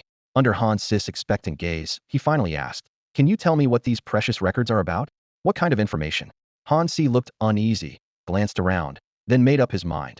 It involves the secrets of the 6 primordial dragons. You absolutely can't leak this. 6 dragons? Jiang Yuan's eyes sparkled with excitement. Then he'll think it over. I think I can join the dungeon. Hansi was elated, nodding repeatedly. Great. With you on board, we can definitely conquer it. Don't start praising him yet. Huiqing interrupted firmly, her gaze steely. What about the reward? You can't expect Jiang Yuan to help for free. The difficulty of this dungeon must far exceed that of a 25-player dungeon. What are you offering? She was blunt, not mincing words. Job advancement items, Hansi answered with a bitter smile. The Fusion Dungeon's job change materials are at least legendary grade. Huiqing said firmly, without Jiang Yuan, you won't be able to clear the dungeon, not even at the god level. A few minutes later, Hansi put down his phone. Zheng Zhong nodded in agreement. All right, let's make that the reward. As long as Jiang Yuan clears the dungeon, any occupation change items he earns will belong to him. After the agreement was settled, Jiang Yuan and Huiqing left Jinghua. The moment they stepped through the northern gate of the capital, Huiqing suddenly deflated like a punctured balloon, weakly resting her hand on Jiang Yuan's shoulder. She was panting heavily, patting her chest as she exhaled deeply. Oh my god, that was terrifying. I really thought a fight was about to break out. She completely forgot her earlier claim that she wouldn't panic. By the way, you absolutely cannot level up anymore. Huiqing suddenly warned seriously. The national tournament preliminaries are just over a week away. Level 20 is just right. If you gain another level, you'll leap straight into the level 30 bracket. Seeing how tense she was, Jiang Yuan hurried to reassure her. Don't worry, I only have 2 more dungeons to clear. They're small ones with very little experience. Mostly just to complete a few special tasks. Special tasks? Huiqing frowned, but didn't press further. Alright, good. Good, just make sure you don't level up anymore. Huiqing originally planned to take Jiang Yuan to the cafeteria, but found that he wasn't hungry since he had already eaten some stored snacks inside the dungeon. So they headed toward the dorms instead. The school cafeteria was open 247. After all, since there were always students returning from dungeons who needed a warm meal and tea. As Huiqing helped Jiang Yuan check in, she pointed out the nearby cafeteria location. This doesn't look like student housing. Jiang Yuan looked around the apartment's interior. It felt more like a single-person apartment than a dormitory. This is the faculty apartment block. I live just diagonally across from you. Huiqing explained. School hasn't started yet, so the student dorms aren't assigned. You'll stay here for now, and we'll sort something out once school begins. She showed Jiang Yuan around. The unit had one bedroom, a living room, and a bathroom with a shower. The bed, desk, and wardrobe were all basic but brand new and clean. There was even a small fridge stocked with various foods. Accommodation in Jingbei is pretty good, more or less equal to what the teachers get, Huiqing said. I bought the stuff in the fridge myself. I don't know what you like, so feel free to help yourself. Get some rest early. Tomorrow it'll take you to the training zone. With that, Huiqing got up and left, closing the door gently behind her. A cartoonish bat named Lilith fluttered softly over to the window, hanging upside down from the curtain rod as she curiously examined the new surroundings. Jiang Yuan took a shower first, then sat on the sofa, studying the ring in his hand carefully. Shadow God Ring, God tier quality, relic of the Shadow Divine Kingdom, containing a divine space inside. Condition, fragmented. Equip requirements, Mistress of the Shadow Goddess. Attributes, Strength 1000, Agility 1000, Spirit 1000, Constitution 1000. As the power of the Shadow Goddess revives, the Shadow Divine Kingdom will gradually restore, and the ring's attributes will improve accordingly. Passive skill Shadow Domain. Upon activation, greatly enhances Shadow Divine Authority. Non-shadow abilities are heavily weakened and cannot affect higher-level domains. A prompt slowly appeared on the screen. Insufficient energy to activate Shadow Domain. Please replenish energy. The Divine Domain. Simply put, it was roughly equivalent to the state Jiang Yuan used to be in during Lord of Scarlet Dreams, or like the Keeper of the Codex. However, the Shadow Divine Domain's effect was slightly weaker and its range more limited. Still, for non-divine beings, this was an incredibly powerful ability. The unfortunate part was that the Shadow Divine Domain's energy reserves were insufficient. Even Samantha was powerless to change that. Master, I spent 10,000 years and barely managed to possess a single one of my own priests, Samantha communicated to Jiang Yuan through the ring, her tone tinged with helplessness. If it weren't for the source blood you granted me, I wouldn't have been able to revive the Shadow Divine Kingdom at all, let alone seal it into a ring. The Shadow Goddess? That's all there is to it. Lilith pulled out a chilled can of cola from the fridge, casually hung it upside down on the ceiling light, and teased, Master, if I had Shadow Divinity, I'd definitely be way stronger than her. Jiang Yuan's mouth twitched faintly, but he didn't bother with their banter. He opened his storage space and pulled out 12 beginner skill books. 10 were rewards from the nationwide first-place prize, issued alongside activation of his student card points. The other 2 were spoils from the timid dungeon. Rubbing his hands together, Jiang Yuan prepared for a temple summon. Agile jump level 03, jump height increased by 3 meters. Fire resistance level 13, fire resistance improved by 3. Frost resistance level 25, frost and freezing resistance increased by 5. Poison resistance level 02, poison resistance raised by 2. The consecutive boosts to resistances left Jiang Yuan speechless, his lips twitching reluctantly into a small smile. He had long known that random skill books were mostly common skills, and his main profession skills were just a drop in the ocean. But still, a whole batch of resistance buffs was a bit disappointing. Alright, one more chance. Trusting the single pull. He took a deep breath. Throwing hidden weapons level 01. Improved precision and force of thrown items by 5. At least that was somewhat useful. He adjusted his mood and turned his gaze to the last skill book. Shadow Curse 01. Releases a Shadow Curse reducing the target's all attributes by 5. For every 2 levels the target exceeds the user, the effectiveness is reduced by 1, but never below a 1 reduction. Shadow Domination. Attribute reduction increased from 5 to 25. Minimum reduction raised from 1 to 5. Source Blood Effect. Targets hit by Source Blood skills take an additional 20 damage. What? Jiang Yuan jumped up abruptly, eyes wide as saucers, staring at the new skill description on his profession panel, too shocked to speak. His sudden movement startled Lilith, who quickly steadied the can of cold cola in her hand. Jiang Yuan double-checked to make sure he wasn't imagining things. This was indeed a shadow-type skill. Shadow skills were tricky and normally appeared only in professions like assassins, rogues, or warlocks. And random skill books should only include his main profession skills and common skills. There was no doubt that the Source Blood ancestor had no connection to Shadow's killed professions, yet here it was, genuinely appearing on his profession panel. What in the world was going on? Jiang Yuan fell into deep thought. Was this the influence of Samantha, or a special mechanism of shadow domination? It seemed he had stepped into uncharted territory. After all, foundational talents of control professions were never easily inherited by other professions. The originator's bloodline power was directly drawn from the descendant's bloodline. If it were just because of Samantha, that wouldn't be particularly strange, but if it was due to shadow control, then it meant that even random skill books, or skill books tied to professions, might contain holy light abilities? Perhaps even. Jiang Yuan's gaze fell on three distinct skills that existed independently and hadn't been amplified by the Origin Blood Scarlet Dream Sovereignty, Star Life Codex, and Mercury Halo. A chilling suspicion arose in his heart. Could it be possible to draw skills belonging to those original owners? Even Jiang Yuan himself couldn't help but gasp quietly. Unfortunately, funds were limited. Otherwise, he would have already bought 10,000 random skill books to test his luck. With this thought in mind, Jiang Yuan drifted off to sleep. Before dawn the next day, the urgent ringing of his phone yanked him out of his dreams.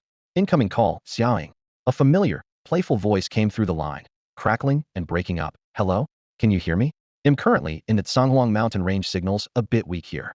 You're moving too fast, Jiang Yuan frowned. You just slept for one night, right? Well, it's the master's mission. Xiaoying replied teasingly. Jiang Yuan sounded indifferent. I'm hanging up. Hey, wait. Xiaoying urged. I sent you something. It should arrive via tomorrow's delivery service. When you open it, make sure you're somewhere private. What is it? Sounds kind of shady, Jiang Yuan frowned. An Abyss Tea Party invitation. Don't ask where I got it. You know, because of the bloodline influence before, I always end up picking up weird things related to Abyss demons, Xiaoying said with a hint of helplessness. In fact, even though she had obtained Jiang Yuan's origin blood, the residual demonic blood corruption inside her still lingered. This highlighted the strength of the origin blood. Not only did it preserve and enhance the original bloodline's advantages, but it also eliminated the flaws, replacing them with a stronger power. Abyss Tea Party. Invitation? Jiang Yuan furrowed his brow. He knew every word, yet together they felt oddly unsettling. Xiaoying said she found the invitation while packing before departure. It says you must be led by an abyss creature to enter, Xiaoying added. Isn't Lilith a demon? So I thought you might find it useful. What exactly is this invitation for? Jiang Yuan asked. No idea, but probably some special dungeon or something like a neutral copy. There's a level 30 maximum entry limit, so it's not dangerous for you. Xiaoying's voice included a few complaints about the Zhanghuang Mountains environment. The signal worsened, and Xiaoying abruptly ended the call. Sure enough, not long after, Jiang Yuan received a notification from tomorrow's delivery service. There was even a logistics point inside Jingbei University, supporting delivery directly to dorms. Within minutes, he received the Abyss Tea Party invitation. It was an ancient-looking piece of parchment, its edges trimmed in gilded gold. The text was written in swirling, circular abyss script in emerald green, roughly indicating, "Holder may enter after lighting the candle." Lilith glanced at it and explained, "The instructions match what Xiaoying said. You have to be led by an abyss-related creature to enter. Master, do you want me to open it for you? I heard this tea party is highly sought after by many demon dukes." Jiang Yuan did not reply immediately. His eyes instead shifted to another skilled demonic corpse. The story abruptly ended there, leaving an undercurrent of tension waiting to be uncovered. Demonic form. Transform into your demon state. This was the skill Jiang Yuan learned through the bearer of the tome status during the college entrance exam instance. With the aid of the Star Codex Core, the Stellar Fate Codex Complete Edition granted him the ability to perceive the life forms within his domain, allowing him to directly unravel the truth of the Demon King and condense that insight into the powerful skilled demonic form. Unfortunately, ever since that exam, Jiang Yuan had never truly had the chance to unleash this ability. Originally, he planned to test it in the Shadow Elf dungeon, but an unexpected boss disturbance disrupted his plan, leaving no suitable moment to use it. Later, faced with Samantha's special condition, he refrained from recklessly trying out this new skill for safety's sake. At least in this current instance, he finally had an opportunity. Jiang Yuan paused thoughtfully and asked Lilith, "You mentioned earlier that you've heard of this tea party?" "Yes, Master," Lilith replied. The cartoonish bat-shaped spirit gently set down the soda can and perched on the table, her voice low and tinged with mystery. "I have vague knowledge of the Abyssal Tea Party. Rumor has it even the demon dukes of the Abyss covet invitations so much they're willing to pay a high price to attend." Jiang Yuan toyed with the invitation, raising an eyebrow. Demon dukes? They rank just below the Demon King, right? They actually want to go to a tea party? Exactly, Master, Lilith nodded. The participants aren't limited to demons. You know, there are shadow elves in the Abyss. Or rather, there used to be before she finished. Samantha suddenly cursed loudly, her voice urgent and pained. Lilith ignored it, continuing, "There are also evil spirits, monsters, witches, undead, various races all living in the Abyss. The Tea Party is a special gathering organized by some dark gods to invite these groups." Jiang Yuan pondered and asked, "Sounds interesting. What's the purpose of this tea party? Is anything possible there?" Lilith shook her head, a hint of helplessness in her tone. "Whatever the purpose, one thing is certain: the hosts do not kill invited guests during the party." Samantha interrupted, "My era didn't have such tea parties, but similar occasions existed. Those were more about face for the gods. At worst, they'd curse unwanted guests with a non-lethal hex. A non-lethal curse? Jiang Yuan frowned thoughtfully. How could that be? Even a tiny one attribute reduction could be life-threatening. I guess that curse makes whatever you drink taste like urine. Samantha spoke casually, as if such things were nothing new, while Lilith's eyes widened, seemingly shocked by the comment. Jiang Yuan's lips twitched, then asked, "No time on the invitation? What if we arrive late and the party's over?" Lilith answered promptly, "The party is said to be held in a pocket space. Time flows differently there. No matter when you enter, the tea party is always ongoing." Squinting, Jiang Yuan calculated. "It's not even 6 yet, and Huiqing promised to show me the academy at 8, so we have at least 2 hours. Since there's nothing else to do, might as well take a look." He handed the invitation to Lilith. "Understood, Master." Lilith's expression lit up. She quickly transformed into her demon form, summoned the invitation's energy, and gently activated it.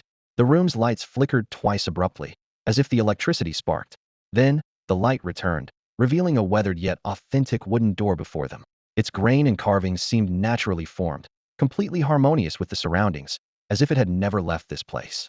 The wooden door was inlaid with gilded decorations, its intricate and noble patterns spread out delicately. Even the door handle gleamed with a golden sheen, shining brilliantly under the light. Lilith respectfully pushed open the door and spoke softly, "Just walk in, Master. But I apologize for the intrusion, please forgive me." The invitation clearly states that abyssal beings may bring one attendant of any race. She had intended to accompany Jiang Yuan as his attendant, assuming the role of his master. "No need," Jiang Yuan interrupted her, waving his hand lightly to activate his skill demonic form. To Lilith's astonished gaze, Jiang Yuan's body suddenly began to swell. The entire room quickly filled with a thick, blood-red mist. With each step he took toward the door, his silhouette grew more robust and imposing. As he stepped through the wooden door, countless wisps of blood mist seemed alive, surging behind him and ultimately condensing into a pair of massive bat wings. Their dark red veins pulsed with a mysterious and luxurious glow. When his foot pressed on the threshold, the entire floor appeared to tremble from his overwhelming presence. "What are you waiting for?" A voice called from inside. Lilith snapped out of her shock and hurried to follow him. The moment they crossed the doorframe, the surroundings transformed drastically. They found themselves in a vast, bustling crossroads wide enough for 6 large trucks to drive side by side. Along the road, many strange, twisted carriages moved back and forth, some drawn by flaming skeletal horses, others pulled by abyssal sea serpents slithering close to the ground.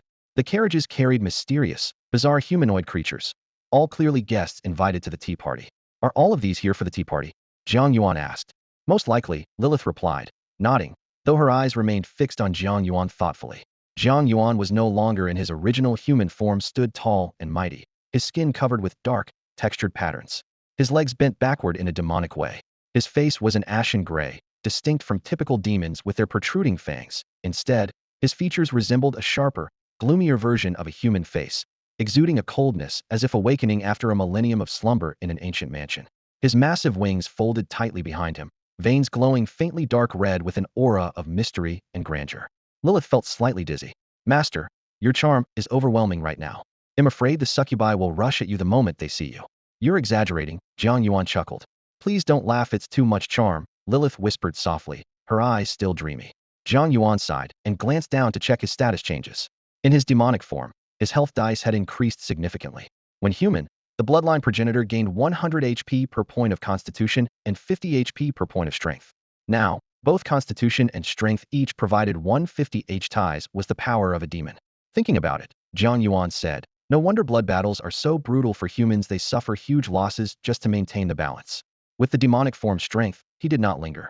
They continued down the broad avenue, and within minutes arrived at its end. Beyond a wide gate, the courtyard buzzed with voices, nearly filled with guests. At its center stood a bulletin board covered with writing in abyssal script. The letters flickered and twisted in Jiang Yuan's eyes before transforming into the familiar Donghua script. The first Witch King's Tea Brewing Contest. Champion Prize, Secondary Profession Abyssal Alchemist. A secondary profession. Jiang Yuan had never heard of this term before. Either it wasn't something discussed in the human world yet, or it was only mentioned in university-level courses. But the meaning of a secondary profession was easy to guess, an entirely new identity alongside one's main profession. Just hearing the name made it sound powerful. Even if it was something like an alchemist role, responsible for logistics and support, as long as it worked well with the main profession, the combined effect could far exceed 11 and reach explosive levels like 112. What kind of event could possibly grant such a precious reward? The Witch King's Tea Brewing Contest? Jiang Yuan muttered these words, recognizing every character but struggling to grasp their deeper meaning. Who was the Witch King? You actually understand Abyssal script? Lilith asked in surprise. She then explained that the Witch King was a deity from the Abyss, equal in status to the Demon King. Jiang Yuan pondered this, casually replying, I come with Abyssal script proficiency built in. Lilith respectfully praised the nobility of his bloodline. Among demons, ranking not only depended on power level, but also bloodline status.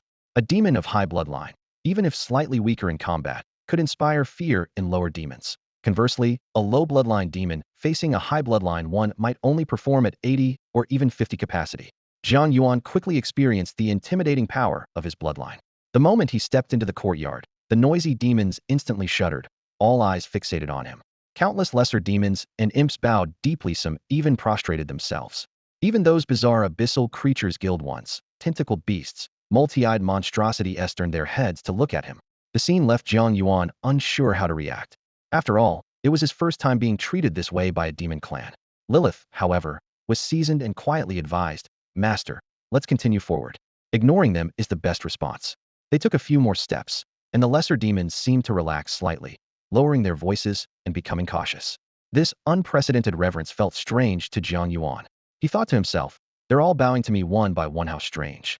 He shook his head and tried to acclimate to the atmosphere. Deeper into the courtyard, the proportion of higher-ranking demons increased noticeably, while the lesser demons became fewer. Fire demons, eight-armed fiends, death-fighting demons. Lilith followed closely behind, introducing the identities and backgrounds of these powerful beings. Soon, they arrived beside a grand stage.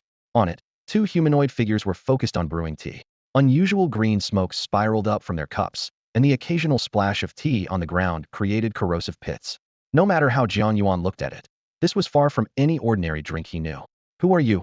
An unfamiliar face. A high-ranking fire demon stepped forward, eyes sharp as he scrutinized Jiang Yuan. Lilith respectfully interjected, my master has just awakened from the Styx River. He is nobly born. The fire demon studied him carefully before nodding in approval. Noble one, new clan member, I have high hopes for you. Demons were extraordinarily sensitive to the bloodlines of their kind, and had long sensed the overwhelming pressure emanating from Jiang Yuan. Meanwhile, as if responding to Lilith's introduction, more demons arrived. Their ranks weren't particularly high, just meeting the invitation threshold for the tea gathering, yet each possessed noble bloodlines, converging here in this assembly. The demons gathered around Jiang Yuan, each speaking to praise him. Such magnificent wings, honored noble. Do you require a female demon? My sister would be perfect for you, one demon said respectfully. Our clan also wishes to bear offspring for you, another chimed in. Lilith immediately responded, my master has just awakened and is not yet ready to expand his lineage. Once she finished speaking, the surrounding demons reluctantly fell silent, shifting to idle chatter instead. Have you heard? That human named Jiang Yuan rumor has it the Demon King has cursed his name in his palace for 3 days straight. One voice said, tinged with excitement and fear. Yes, the Demon King is furious. They say 2 Grand Dukes have already set up relentless pursuit formations against him, another added. Who exactly is this Jiang Yuan to have wounded the Demon King? A demon with flickering eyes wondered aloud. I heard he has 3 heads and 6 arms, a different voice said. I also heard he has 8 legs, each as thick as a small mountain, swallowing 3 great demons whole every day, served by 8 succubi. And 1 female general disobeyed him. She was abducted and forced to be his household concubine. Jiang Yuan still managed to keep a neutral expression, but as the other demons' stories grew more absurd, his face stiffened slightly. The legend effect made him truly feel that as his name spread among demons, the tales about him grew increasingly ridiculous. Just as he smiled wryly to himself, the 2 contestants on stage swapped their prepared tea. Suddenly, one person took a sip and spat out a mouthful of blue blood. In an instant, a vortex opened behind him, instantly teleporting him beneath the stage. He lay on the ground, violently coughing up blue blood. Drops of blood fell onto the lawn, instantly scorching the grass into blackened patches. He has failed, a demon sighed deeply. I wonder if the victorious snake demon can challenge Maji's Li, another speculated. If she wins 2 more matches, Maji's Li will become champion, right? That should be it. And then shall receive the prize from the witch queen herself. The voices brimmed with envy. While the demons whispered, a human woman stepped onto the stage. Jiang Yuan quickly cast a scouting spell and gathered information. Maji's Li, level 30, demon witch. Maji's Li took her stance, facing the audience with a black flower blooming on her chest. Jiang Yuan's eyes narrowed. This was the symbol of the Black Eye Society. Many demons in the arena were using scouting spells, so Jiang Yuan's own spell went unnoticed. Maji's Li gave her opponent on stage a provocative smirk, then activated the console in front of her. Purple liquid churned and boiled inside her teapot, releasing an unsettling aura. Only now did Jiang Yuan understand the rules of the Abyss Tea Brewing Contest. Prepare a brew that delivers the greatest possible blow to the opponent. Truly fitting for the Abyss. He watched as Maji's poured her strange purple liquid over her opponent, until only she remained on stage. Suddenly, a hoarse yet alluring and commanding voice echoed through the space. Without challengers, she is the champion. The voice belonged to a Li clan member of the Black Associate, name style unmistakable. Jiang Yuan contemplated before turning to a nearby demon and asking, "So as long as you have the liquid, that counts for everything?" The demon replied excitedly, "Exactly. The opponent, who brews their tea, first forces the other to drink it. This is a contest of speed and strength." The voice was filled with eager anticipation. Jiang Yuan nodded, then took a purposeful step forward. "Then I'll give it a try." As Jiang Yuan stepped onto the stage, the first thing he noticed was that the so-called most lethal concoction wasn't nearly as straightforward as the demon had described. Lines of prompts quickly appeared on the screen. Entering the Witch King's Divine Realm. Temporary Divine Realm buff. Immunity to poison. Temporary Divine Realm buff. Immunity to curses. Temporary Divine Realm buff. Immunity to instant death. Temporary Divine Realm buff. Immunity to transformation. Temporary Divine Realm buff. One after another, a barrage of immunities activated, effectively blocking any toxins, curses, or transformation skills that could directly affect the tea. In other words, this duel demanded a method beyond traditional concepts like poison, curses, or transformation to defeat the opponent. No wonder the reward was the secondary class, Abyssal Alchemist. Jiang Yuan recalled Zhang Chenxi's skilled perfuming techniques, which were essentially a form of alchemy. Guided by that insight, he soon grasped the Witch King's true intent. The tea itself was merely a facade. The real challenge lay in how to harness the intrinsic essence of various ingredients through ingenious combinations and techniques to create something that transcended ordinary poisons and curses and could actually win. He approached the arena table and scanned the dazzling array of raw materials. Amber, stibnite, mercury metals of all kinds filled the space, alongside fish meat, orange juice, coffee beans, and even a full 100 kilograms of authentic Wui Mountain Dahompo tea leaves. All of these confirmed his suspicions. At that moment, Magus Li sneered as she sized up Jiang Yuan with utter contempt. "Ha ha ha, another fool overestimating himself. Out of respect for the pact between the greater demons and my Lin family, I'll show mercy and spare you some pain." The Lin family's pact? Jiang Yuan furrowed his brow, a vague unease stirring within him. Humans actually made alliances with demons? This clearly was some naive soul just stepping into this world, unaware of its truths. A mocking glint flashed in Magus' eyes. "Our Lin family forged alliances long ago with 3 greater demon princes. Even the Demon King receives us personally. My brother James even inherited the bloodline of a demon prince. So tell me, have you truly betrayed humanity?" Her tone shifted, dripping with disdain as she laughed coldly. "There's a human saying, the wise adapt to the times. Seems to me you're the one still clueless." With that, Magus fell silent, shaking her head dimly. "No need to waste more breath. Hey, race a chance, concede now, and save yourself." Jiang Yuan remained unmoved. Calmly, he reached to scratch his ear, an almost sarcastic gesture that said, "Where did you get that nonsense?" Seeing his unwavering demeanor, Mage's face flushed red. She gasped for breath, then snorted sharply. "Humph, I gave you the chance. Don't mean the Lin family breaks the rules," she said coldly. "Just wait. Fate will catch up to you." With that, Magus turned sharply and suddenly produced a large cauldron from somewhere. Lifting the lid revealed countless vengeful spirits swirling chaotically like frightened smoke, wailing as they scattered in panic. Yet within the pot, a sphere of purple liquid spun frantically, its invisible pull gradually drawing the scattered spirits back to the bottom, accompanied by their piercing screams that cast a chilling shadow over the arena. This was classic for a witch warlock class, heavy and eerie, perfectly matching Jiang Yuan's stereotypical image of an old hag. After finishing all this, Magus looked up with a provocative glare fixed on Jiang Yuan, silently daring him. "Try to run? Not a chance." But just as she spoke, her movement froze completely. Jiang Yuan calmly lifted a transparent goblet from the table, poured a glass of plain water with steady hands, and gazed into it with unwavering focus, showing none of the urgency or competitiveness expected in the match. His serene composure not only baffled Magus, but also stunned the spectators into silence. Because of Jiang Yuan's noble demon bloodline, the demons in the arena dared not jeer openly, but the other spectators erupted into noisy protests. "Fixed match! Fixed match! Get off the stage already! What is this? It's a disgrace to the Abyss. Is he running away?" Shouts of anger and unrest echoed one after another. The races of the Abyss all saw clearly that Jiang Yuan made no skillful move. She was simply pouring water with his head bowed. Jiang Yuan paid no attention to the outside commotion. After all, he had met the Demon King and faced far greater scenes. This little disturbance was meaningless to him. He focused solely on pouring water up to the marked line, feigning mysterious intent. Magus snorted coldly, curling her lip and turning her gaze down to her large cauldron, beginning to calculate the best moment to brew the tea. Then suddenly, a sharp metallic scent of blood spread through the air, drawing Magus' attention. She whipped her head around just in time to see Jiang Yuan set down his blade and extend his freshly cut fingertip. Drip! A bright red drop of blood slowly fell and splashed into the goblet. Instantly, the water inside turned a deep, bloody crimson. Jiang Yuan raised the blood-colored liquid and strode across the dual platform, stopping before Magus. Under her fixed stare, he gently placed the goblet in front of her, his expression calm and gentle, without a trace of rivalry. Drink. This is my blood. In an instant, an indescribable, overwhelming terror engulfed Magus. Her eyes reflected surging waves of blood, as if the liquid had come alive, transforming into a raging crimson river crashing toward her. Her breaths came fast and ragged, each one feeling like torture. The crowd's shouting pulled her back from the nightmare. Drink up. Show him what you're made of. Amidst the clamor, Magus' gaze twisted in pain. Her body trembled. What did you put in the cup? She screamed in hysteria. Jiang Yuan responded only with a faint smile. As you see, just a cup of water, with a little blood. What are you waiting for? Didn't you say you wanted to face your fate? Drink. This is your fate. He lifted the goblet, bringing it to Magus' lips. No, I won't drink this. The witch's instinct screamed at her, every nerve screaming to resist. But this was the battlefield of the Queen of Witches, the domain of the gods. A calm, authoritative voice echoed over the crowd. Drink.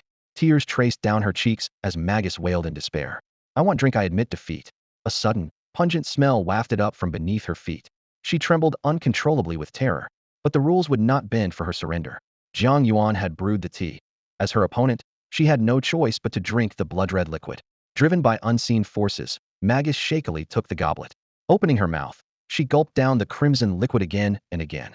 You know, I hate traitors above all, Jiang Yuan murmured coldly beside her. Even though you're human, you disgust me. So, just as you said, those who know when to yield are wise. Unfortunately, you do not. His voice carried through the courtyard, slicing through the clamor. The abyss races who had been jeering fell silent, stunned by the torment etched on Magus' face. At last, under all eyes, the goblet's blood-red liquid was drained in one gulp. Crack! A faint, crisp sound, like glass shattering Magus' final, sorrowful cry. The anguished wail of a soul breaking apart. A suffocating silence descended upon the entire spectator stands, the air thick with oppressive quiet. Demons, evil spirits, skeletons, and all other abyssal races fixed their gazes on Jiang Yuan, their eyes filled with both admiration and a hint of fear. In one corner of the stage, Magus stood with a vacant expression, lifeless as a puppet, his body rigid like a forgotten marionette. His consciousness and soul had shattered like broken glass, leaving behind only this shell of human flesh and blood that maintained a barely beating heart. Magus no longer wept or struggled, devoid of all wailing and grief. Day after day, he existed in a mechanical state of eating and sleeping, as if completely detached from all troubles. In mere seconds, Jiang Yuan's action had shocked the entire abyssal world. Even Jiang Yuan himself, the instigator of this act, felt surprised. Whether blood embrace or source blood erosion, these skills essentially involved injecting source blood into the target's body in a reasonable manner, primarily for cultivating blood descendants. If the method was too brutal and destroyed the blood descendant directly, the skill lost its meaning. Yet moments ago, Jiang Yuan had cast aside all rules, unleashing the most primal and violent power of source blood without any skill control. That savage energy merged with water to form a cup of seemingly ordinary black tea. After all, this was a tea brewing competition, and no matter what happened, Jiang Yuan insisted it was black tea. This unrestrained source blood, protected by layers of divine barriers, cleanly and efficiently destroyed Magus' soul. The only question was, did this move comply with the tea competition's rules? At that moment, a deep, lazy, and hoarse voice once again echoed through the courtyard. Any more challengers? Deathly silence filled the area below. No one responded. The demons exchanged glances, not daring to take the stage lightly. They understood clearly that Magus, who had once easily defeated even snake demons, had been effortlessly turned into a fool by Jiang Yuan. No one dared risk their life by challenging him in a moment of bravado. Thus, the champion was naturally born. That lazy voice carried a light laugh. Marvelous. As the words fell, a dazzling light condensed before Jiang Yuan's eyes, transforming into the phantom of a golden gift box. The box slowly opened, and a beam of golden light fell into Jiang Yuan's hand, followed by various rewards flooding in like a tide. Obtained subprofession, Abyssal Alchemist. Obtained experience points, 100000. Obtained Abyssal Alchemist exclusive experience points. Abyssal Alchemist, level 5. Obtained achievement. Black Tea Champion. You are the champion of the first Abyssal Tea Gathering tea brewing competition. You may return to the Abyssal Tea Gathering at any time. A seat will always be reserved for you here. Obtained achievement. Interest of the Witch King. The Witch King has begun to take notice of your deeds. Abyssal reputation. 1. Your demon identity has begun to circulate within a small range of the abyss. Once your identity is revealed, it will merge with your legend rating. Legend rating could be calculated separately. Jiang Yuan felt a slight shock in his heart. Seeing interest of the Witch King, he wished he could immediately leave this dungeon. Ordinary demons would be overjoyed at divine attention, but he was not a true demon and instead worried about potential future troubles. However, at this moment, he had to put on a joyful expression. He had no time to immediately study the details of his new Abyssal Alchemist profession. First, he solemnly praised the Witch King, his face full of satisfaction and excitement, then confidently walked down from the dual platform. The demons who had been present earlier crowded around him, each respectfully inquiring, "Sir, may we know your esteemed name? My sister is very suitable for breeding purposes. My family wishes to establish connections with you." The air was thick with intense respect and probing, foreshadowing that Jiang Yuan's future life in the abyss would face new turbulence. Under the relentless questioning from the demons, Jiang Yuan had no choice but to improvise a title, Piercing Lord. "From now on, you may call me Piercing Lord." At that moment, a new notification popped up on his profession panel. Demon, true name bound. Jiang Yuan was stunned. He was just an ordinary professional. How could he have even bound a demon's true name? Despite his surprise, Jiang Yuan said no more. The demons around him seemed to catch a whiff of something unusual. One after another, they began expressing interest in marriage alliances, probing about his range of activities and movements. Fortunately, Lilith, who was the mental form of a former demon general and very familiar with demon interactions, deftly defused their enthusiasm with casual remarks and eventually sent the demons away. Jiang Yuan finally breathed a sigh of relief. "Master, it's almost time for us to leave," Lilith whispered. "After the competition ends, more guests will arrive, and the tea party will become even livelier." Jiang Yuan nodded. Truth be told, he had wanted to leave this strange gathering in the abyss for a while. The two of them walked slowly, one after the other, toward the courtyard gate. Leaving the tea party was simple, just pass through the yard and exit. Along the way, they encountered no obstacles, as if the Witch Queen's interest in this deity had been only a fleeting curiosity. The moment they stepped outside the courtyard gate, Jiang Yuan finally relaxed completely. A white teleportation light enveloped both him and Lilith, and their forms swiftly dissolved. In another nameless space, Princess Cynthia of the Crimson Dream sat facing a woman in a purple robe. The woman's hood was pulled low, hiding her face, but a pair of golden, sparkling eyes gleamed in the shadows. "Interesting, very interesting," the purple-robed woman chuckled softly. "Since his appearance, your reactions have become rather unusual. You two know each other?" Cynthia asked lightly. "He seems to carry a trace of the Crimson Dream's aura." "That's none of your concern, Veronica," Cynthia said coldly. "Answer me, first, why did you fall into the abyss and become this so-called Witch Queen?" Veronica laughed lightly. "What choice did I have? Those 6 old men all met miserable ends. At least I'm still aliveable to savor fresh experiences, to toy with a bunch of abyssal creatures. Isn't that what you've been hoping for?" A hint of pity flickered in Cynthia's gaze. "You'd better mind your own business." Suddenly, Veronica's expression darkened in fury. She slammed her hand down on the table. "Trapped to barely survive in this instance. Unable to even escape, that's your fate." Cynthia was silent for a moment. Then her eyes shifted sharply. "Do you know who sealed me off?" "I don't know, and I can't say," Veronica replied, slowly reclining lazily. "Anyway, if you want out, you just need to grasp another authority. At least then you'd gain more freedom. As things stand, even getting a breath of fresh air relies on my invitation." Cynthia studied her closely and suddenly asked, "Is the painting world golden tablet still under your control?" Veronica smiled faintly.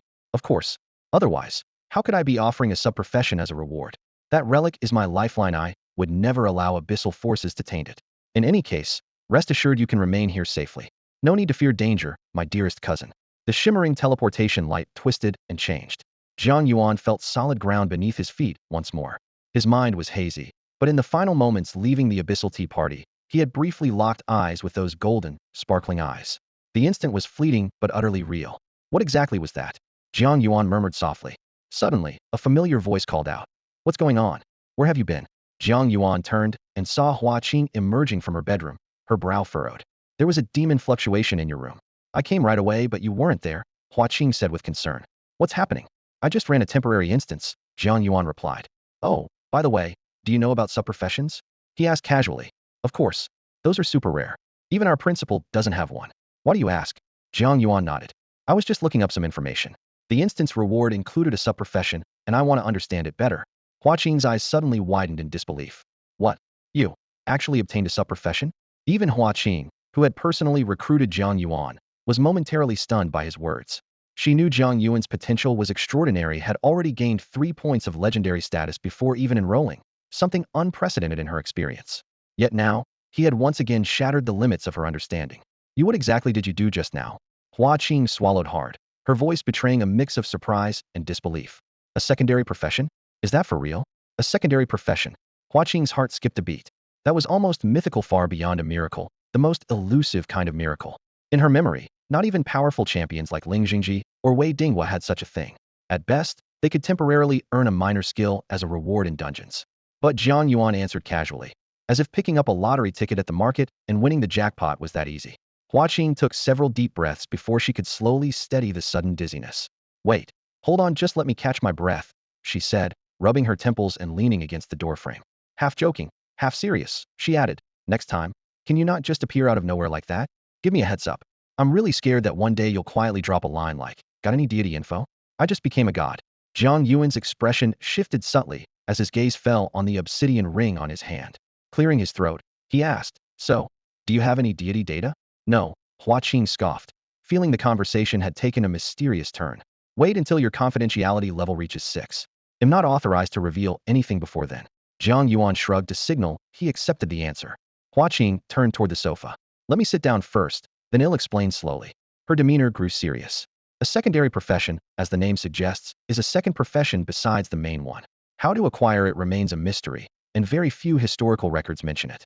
But otherwise, it's basically the same as a main profession. It can be leveled up normally and can improve your attributes. At that moment, Jiang Yuan stared intently at his profession panel, noticing clear changes. The numbers shifted, delivering a shock both familiar and strange. Jiang Yuan. Profession: Origin Blood Ancestor, Abyssal Alchemist. Bloodline: Origin Blood. Level: 205.32, 50.00. Legendary status: for 1 Abyssal Reputation. Strength: 1460-292. Agility: 1508-301. Spirit: 1855-371. Constitution: 1885-377. Equipment: Shadow Cloak, Jogger's Boots, Overseer Ring, Iron Flame Soft Armor, Shadow Divine Ring. Bloodline heirs 35, Lilith Yuanxue, Xia Ying, Samantha. The Shadow Divine Ring increased all stats by 1,000, and the Star Fate Codex provided a 20 bonus to star-related attributes. These he already knew well. But he noticed each base attribute had an extra boost of about 80 points. That was the bonus from the level 5 Abyssal Alchemist secondary profession. Each attribute increased by 16 points per level, for attributes multiplied made 64 points, then doubled by the Origin Blood's inherent buff for a total of roughly 80 points. Hua Qing's claim that this was a divine miracle was no exaggeration. Just having 2 professions' attribute bonuses alone was astounding. What surprised Jiang Yuan even more was that his skill page was now divided into 2 categories according to profession. The Origin Blood Ancestor skills remained unchanged, upgraded fully to level 20 as expected. Though Hua Qing's explanation was not yet finished, the atmosphere in the room had already turned heavy with anticipation. Jiang Yuan remained silent, as if sensing that a hidden path, locked away for years, was quietly opening before him. Talents: Shadow Control, Holy Light Perception, Songbird Companion. Skills: Blood Embrace level 3, Source Blood Corrosion level 3, Star Fate Codex 2100, Scarlet Dream Authority 1100, Shadow Avatar level 1, Shadow Curse level 1, Blood Manipulation level 20. Besides these, a new section called Abyssal Alchemist appeared on Jiang Yuan's skill page. Talent: Abyssal Alchemy Flame. Skills: Abyssal Alchemy level 1, Abyssal Potion Crafting level 1, Abyssal Extraction level 1, Weapon Creation level 1, Enchantment level 1. The description of Abyssal Alchemy Flame was clear. When the main profession gains experience, the Abyssal Alchemist also gains an extra 20 experience. Once unlocked, this ability allows summoning flames powered by abyssal energy. Alchemy and potion crafting enable the creation of alchemical constructs and potions. Especially when using abyssal materials, there's a chance for bonus effects. Consuming abyssal energy can cause the products to mutate, enhancing their powers. Source Blood refers to using blood and bloodline energy as ingredients to trigger special effects in alchemical creations or potions. Abyssal Extraction lets one extract more materials from abyssal sources and even improve the quality of raw ingredients. Weapon Creation consumes abyssal energy and materials to temporarily forge weapons, with duration depending on quantity, quality, and materials used. Enchantment temporarily adds extra attributes to equipment for a limited time. All these skills were overwhelming at first glance, but Jiang Yuan quickly grasped the pattern. Overall, this subclass had most of the capabilities of a regular alchemist, with significant enhancements in the abyssal material domain. Weapon creation reminded him of Lin Yutong's Heart of Frost skill. Both were rare, temporary equipment summoning skills not possessed by ordinary alchemists.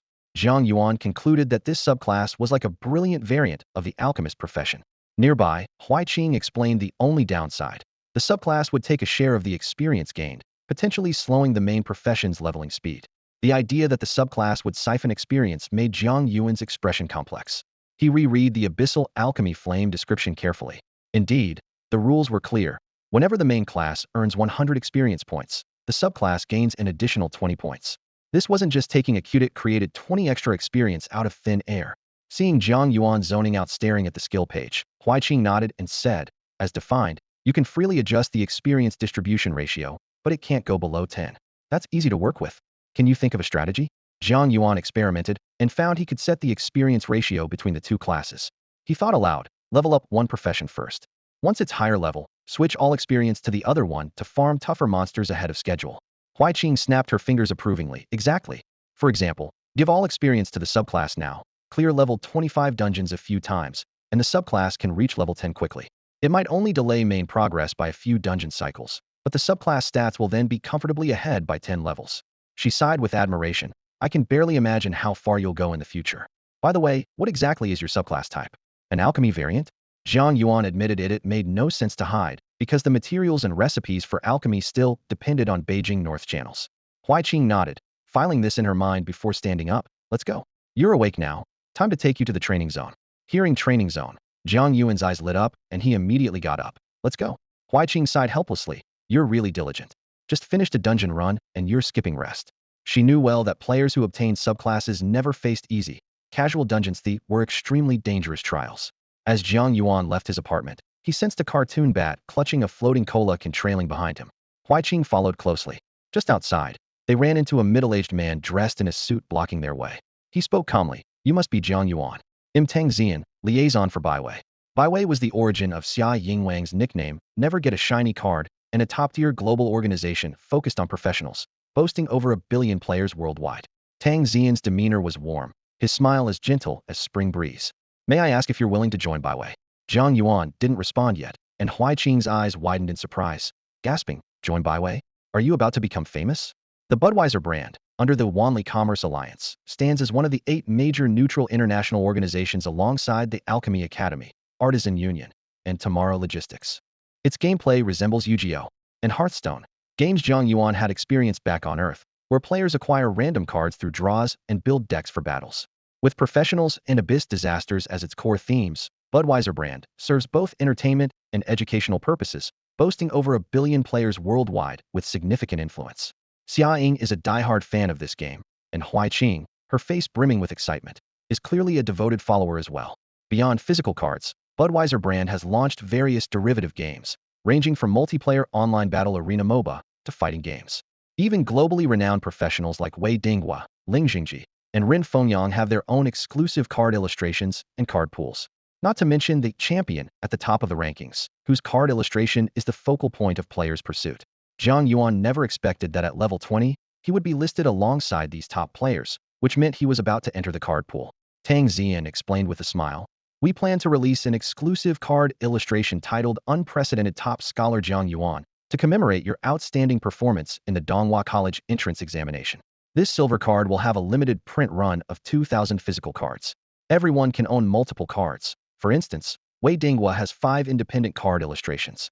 As your first card illustration, a silver card is already an excellent starting point. Regarding compensation, Tang Zian presented 2 proposals. First, a one-time buyout of 12 million for your card illustration rights for the next 3 years. Second, a signing fee of 3 million plus 12 profit sharing from card sales over the next 3 years. Jiang Yuan pondered thoughtfully, as these 2 options clearly conveyed different signals. If he believed new cards wouldn't be frequently released in the next 3 years, the buyout would be more cost-effective. If he had confidence in himself, the profit-sharing plan held greater potential. Beside him, Huaiqing frowned in surprise. 12%? Since when did you raise profit sharing for newcomers to this level? Normal newcomer contracts have profit sharing between 6 and 10. Tang Zian smiled and explained, We value student Jiang Yuan's potential and believe in the S-grade evaluation personally bestowed upon you by President Ren. He earnestly emphasized that if they waited a few more years, it would probably be impossible to sign him even with 12 profit sharing. After all, this is the Wanli Commerce Alliance business is never done at a loss. Huaiqing shook her head and sighed. Indeed, a profitable business. However, her tone shifted as a glint of cunning flashed in her eyes. Your intelligence is a bit outdated. Jiang Yuan just solo cleared a level 20, 25-player dungeon yesterday. You know what that means, right?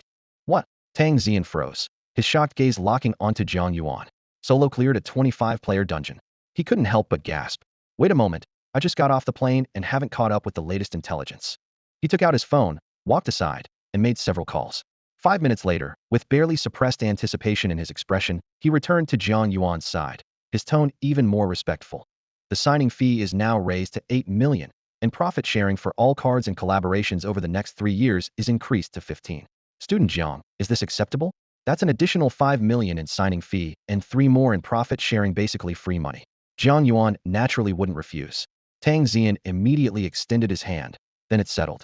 The contract will be sent over shortly. The two shook hands, the atmosphere warm with a hint of anticipation.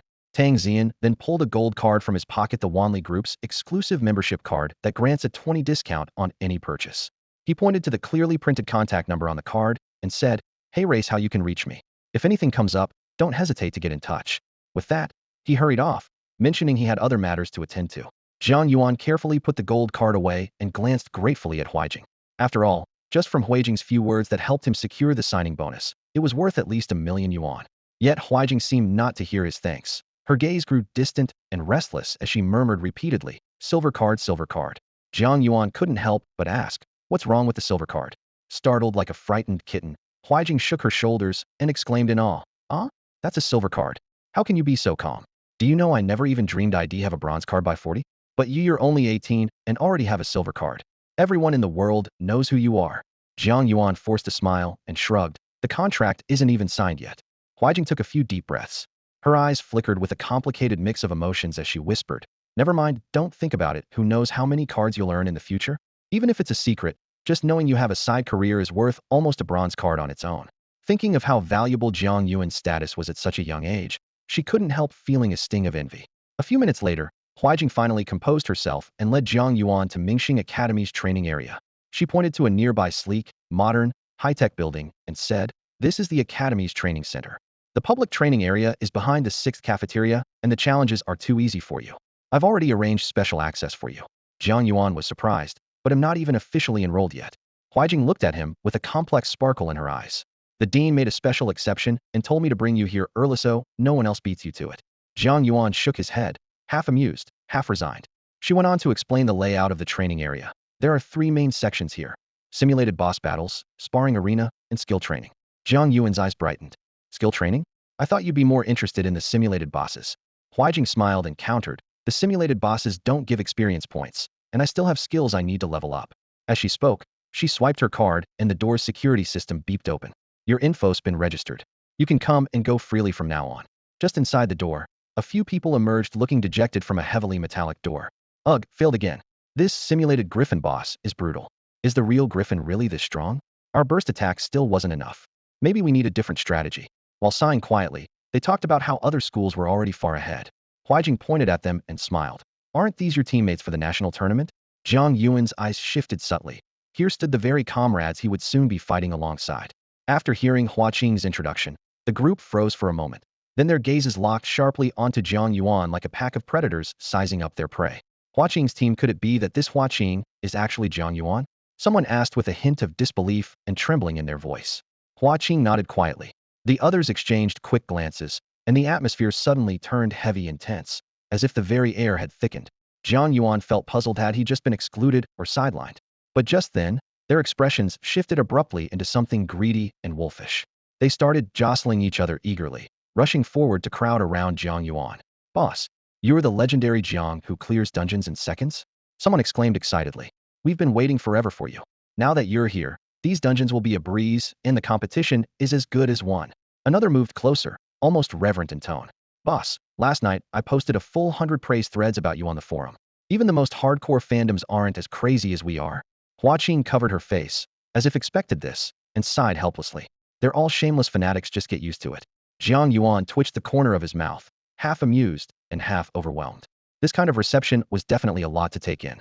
Boss, you must be thirsty after the fearsome iced cola, they said, grinning as they handed over snacks and drinks. Hua Qing clapped her hands, cutting through the overly enthusiastic scene. All right, enough. Be careful, or Jiang might think you're embarrassing him and sneak off to compete on his own. Don't be ridiculous. Boss would never leave us behind, someone quickly retorted. These teammates barely met and already abandoned me to crowd around the boss. The energy's so intense, even Jiang can't keep up. Hua Qing sighed and asked Jiang Yuan, how's it feel? Jiang forced a smile, corner twitching slightly. The team vibe is pretty good, really passionate. She smiled back with a hint of approval. Nobody who makes it into Mingxing Academy is a fool. Now, let them introduce themselves. Li Lin, Lu Shuangjiang, Hua Ziru, Zhou Zheng, Mu Rouge. A glasses-wearing guy pushed up his lenses and spoke calmly. I'm Lu Shuangjiang, a mage wearing light armor in battle. My talent boosts water and electric damage. You think anyone would dare challenge you?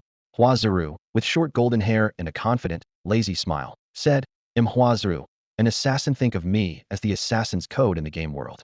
The video of you clearing the dungeon instantly and crushing Jinghua's team spread like wildfire around school. From Mingxing Academy to Jishui Pavilion, everyone knows your name. Little Li Lin, sporting twin ponytails but clad in heavy armor, looked determined despite the contrast. Li Lin, a shield warrior with the pain transference talent. The more hurt I am, the stronger I get. Soloing a 25-person dungeon? My friends in Jinghua were dumbfounded. At least 20 of them asked me who you were just yesterday. Zhou Zheng, with a broad, square Chinese face and serious expression, extended his hand. I'm Zhou Zheng, a seer with dual casting talent. Mainly support in combat, but I can heal too. Even if nothing happened yesterday, having Hua's team personally invite you shows your strength can't be underestimated. Finally, tall and composed Mu Rouge smiled gently. I'm Mu Rouge, an alchemist variant specializing in battlefield layout, with a focus on support and healing. These Mingxing Academy elites took turns introducing themselves, each with a distinct presence and undeniable strength.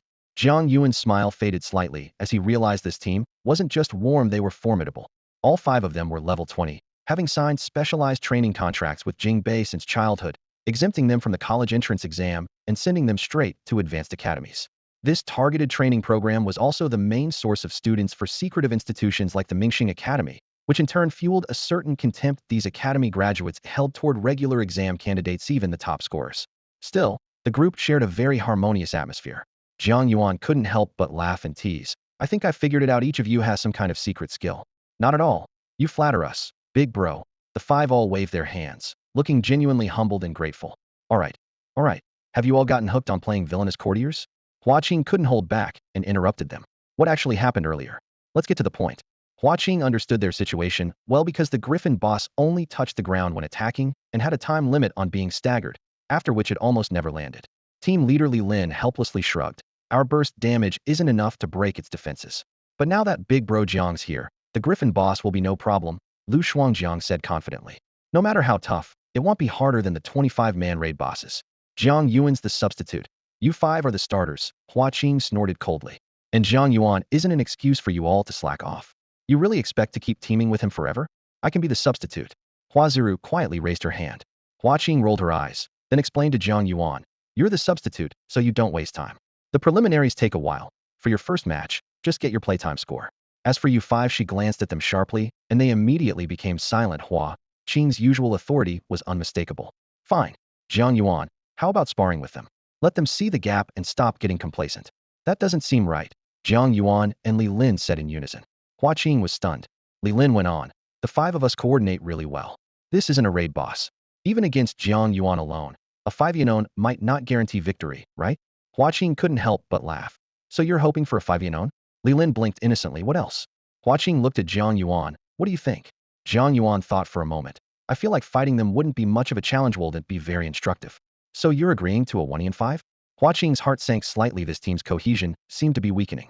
Fine. Then let's just go straight to the sparring arena. She waved tiredly. Want to make it interesting? Mu Rouge suddenly perked up.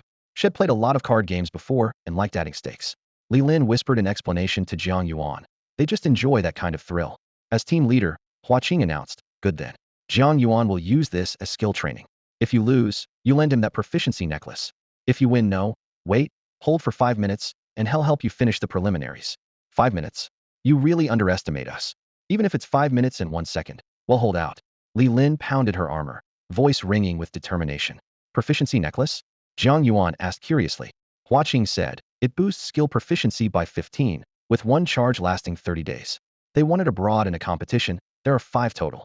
Giving it to Big Bro Jiang won't be a problem, win or lose. Hua Ziru smiled softly, but her eyes burned with fighting spirit. The sparring arena was nearby. Runes lit up around it, forming a virtual protective array to prevent serious injury, enclosing the entire ring. The cost of just these facilities was enough to buy an entire campus of a prestigious high school. Big Bro Jiang, go easy on us. Li Lin shouted. No sooner had she spoken than her fighting spirit flared like flames, wrapping her whole body. The other 4 skillfully triggered their abilities and synchronized quickly. Li Lin's small figure charged forward like an enraged beast at Jiang Yuan.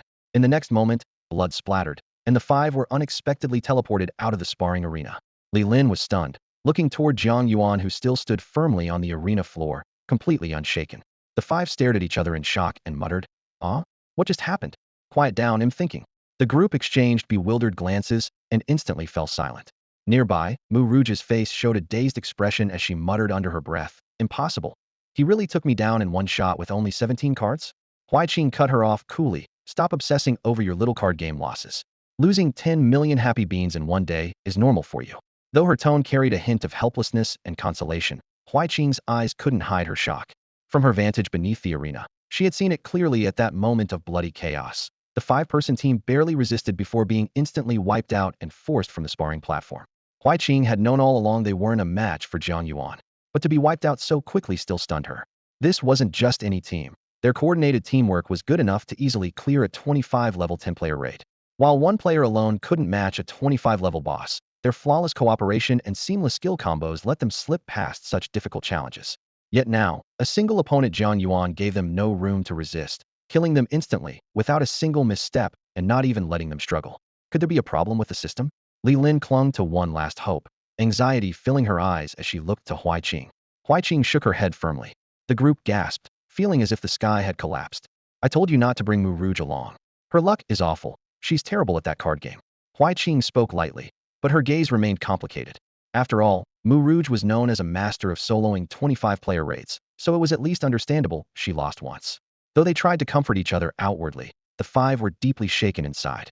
None were ordinary players. They had received targeted training at top academies since childhood. Their skill and perspective far exceeded normal people's. They were not only certain to rank top in the province, but could compete for citywide honors on the college entrance exam. Yet now, they hadn't even caught how Jiang Yuan won just a blink, and the 5 had vanished from the arena, struggling not even a little. This is utterly humiliating. You've embarrassed the senior's reputation. Zhou Jing shook his head sadly. These players were newly sophomores, a year older and more experienced than Jiang Yuan. The others silently nodded, their faces heavy with frustration and bitterness. Understood? Hua Qing asked coolly. Understood, team leader Huai. LV Shuangjiang answered gravely. Jiang Yuan's strength far surpasses ours. If we let him start, we won't even have a chance to show what we can do. His words were rational but tinged with helplessness.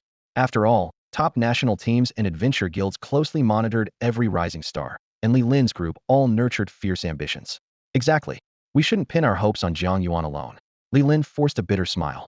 They began doubting themselves, even contemplating giving up, willing to become Jiang Yuan's parasites. The other 3 silently agreed. You don't need to think that way, this isn't your fault. Hua Qing's tone was gentle, offering comfort. Jiang Yuan is just too outstanding so much so that you geniuses all seem dull in comparison. She paused, then added, and that's just the tip of the iceberg. Even what I know about him surpasses all of you. Before she finished, the 5's pupils constricted sharply, eyes filled with shock and fear. Did you take such a blow that you've lost the will to fight? Hua Qing asked. They all shook their heads, refusing to admit defeat. Hua Ziru grinned, echoing. Yeah, no matter how great Big Boss Jiang is, somebody's got to cheer him on, right? Li Lin gave Hua Ziru a disdainful glance. Pathetic. I'm the one who's going to bring tea and serve the boss. Her gaze grew firmer. I just thought of a new way to fight the Griffin boss. Mu Rouge suddenly spoke up, her eyes shining with excitement. Maybe we could try again. What a coincidence. I want to try again too. Hua Ziru responded. After battling Big Boss Jiang, all I want is to relax by fighting a boss.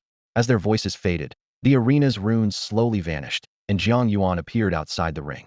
The air still hummed with tension, and unseen currents churned beneath the surface. He watched the 5 figures fade into the distance, their forms wavering in the haze. Hua Qing furrowed her brow, then softened her voice in reassurance. It's okay to be discouraged. The people at Mingxing Academy are experts at turning pressure into motivation. Just ignore those others. These 5 necklaces are for you. Jiang Yuan took the 5 identical necklaces and examined them carefully. They bore no attribute descriptions, only a prompt for an active skill. Radiant necklace, purple quality. Active effect. Grants an additional 15 skill proficiency for 12 hours when using skills. After each use, a 30-day cooldown is required before it can be activated again. Huiqing added, with all 5, you could enhance your skills for a total of 60 continuous hours.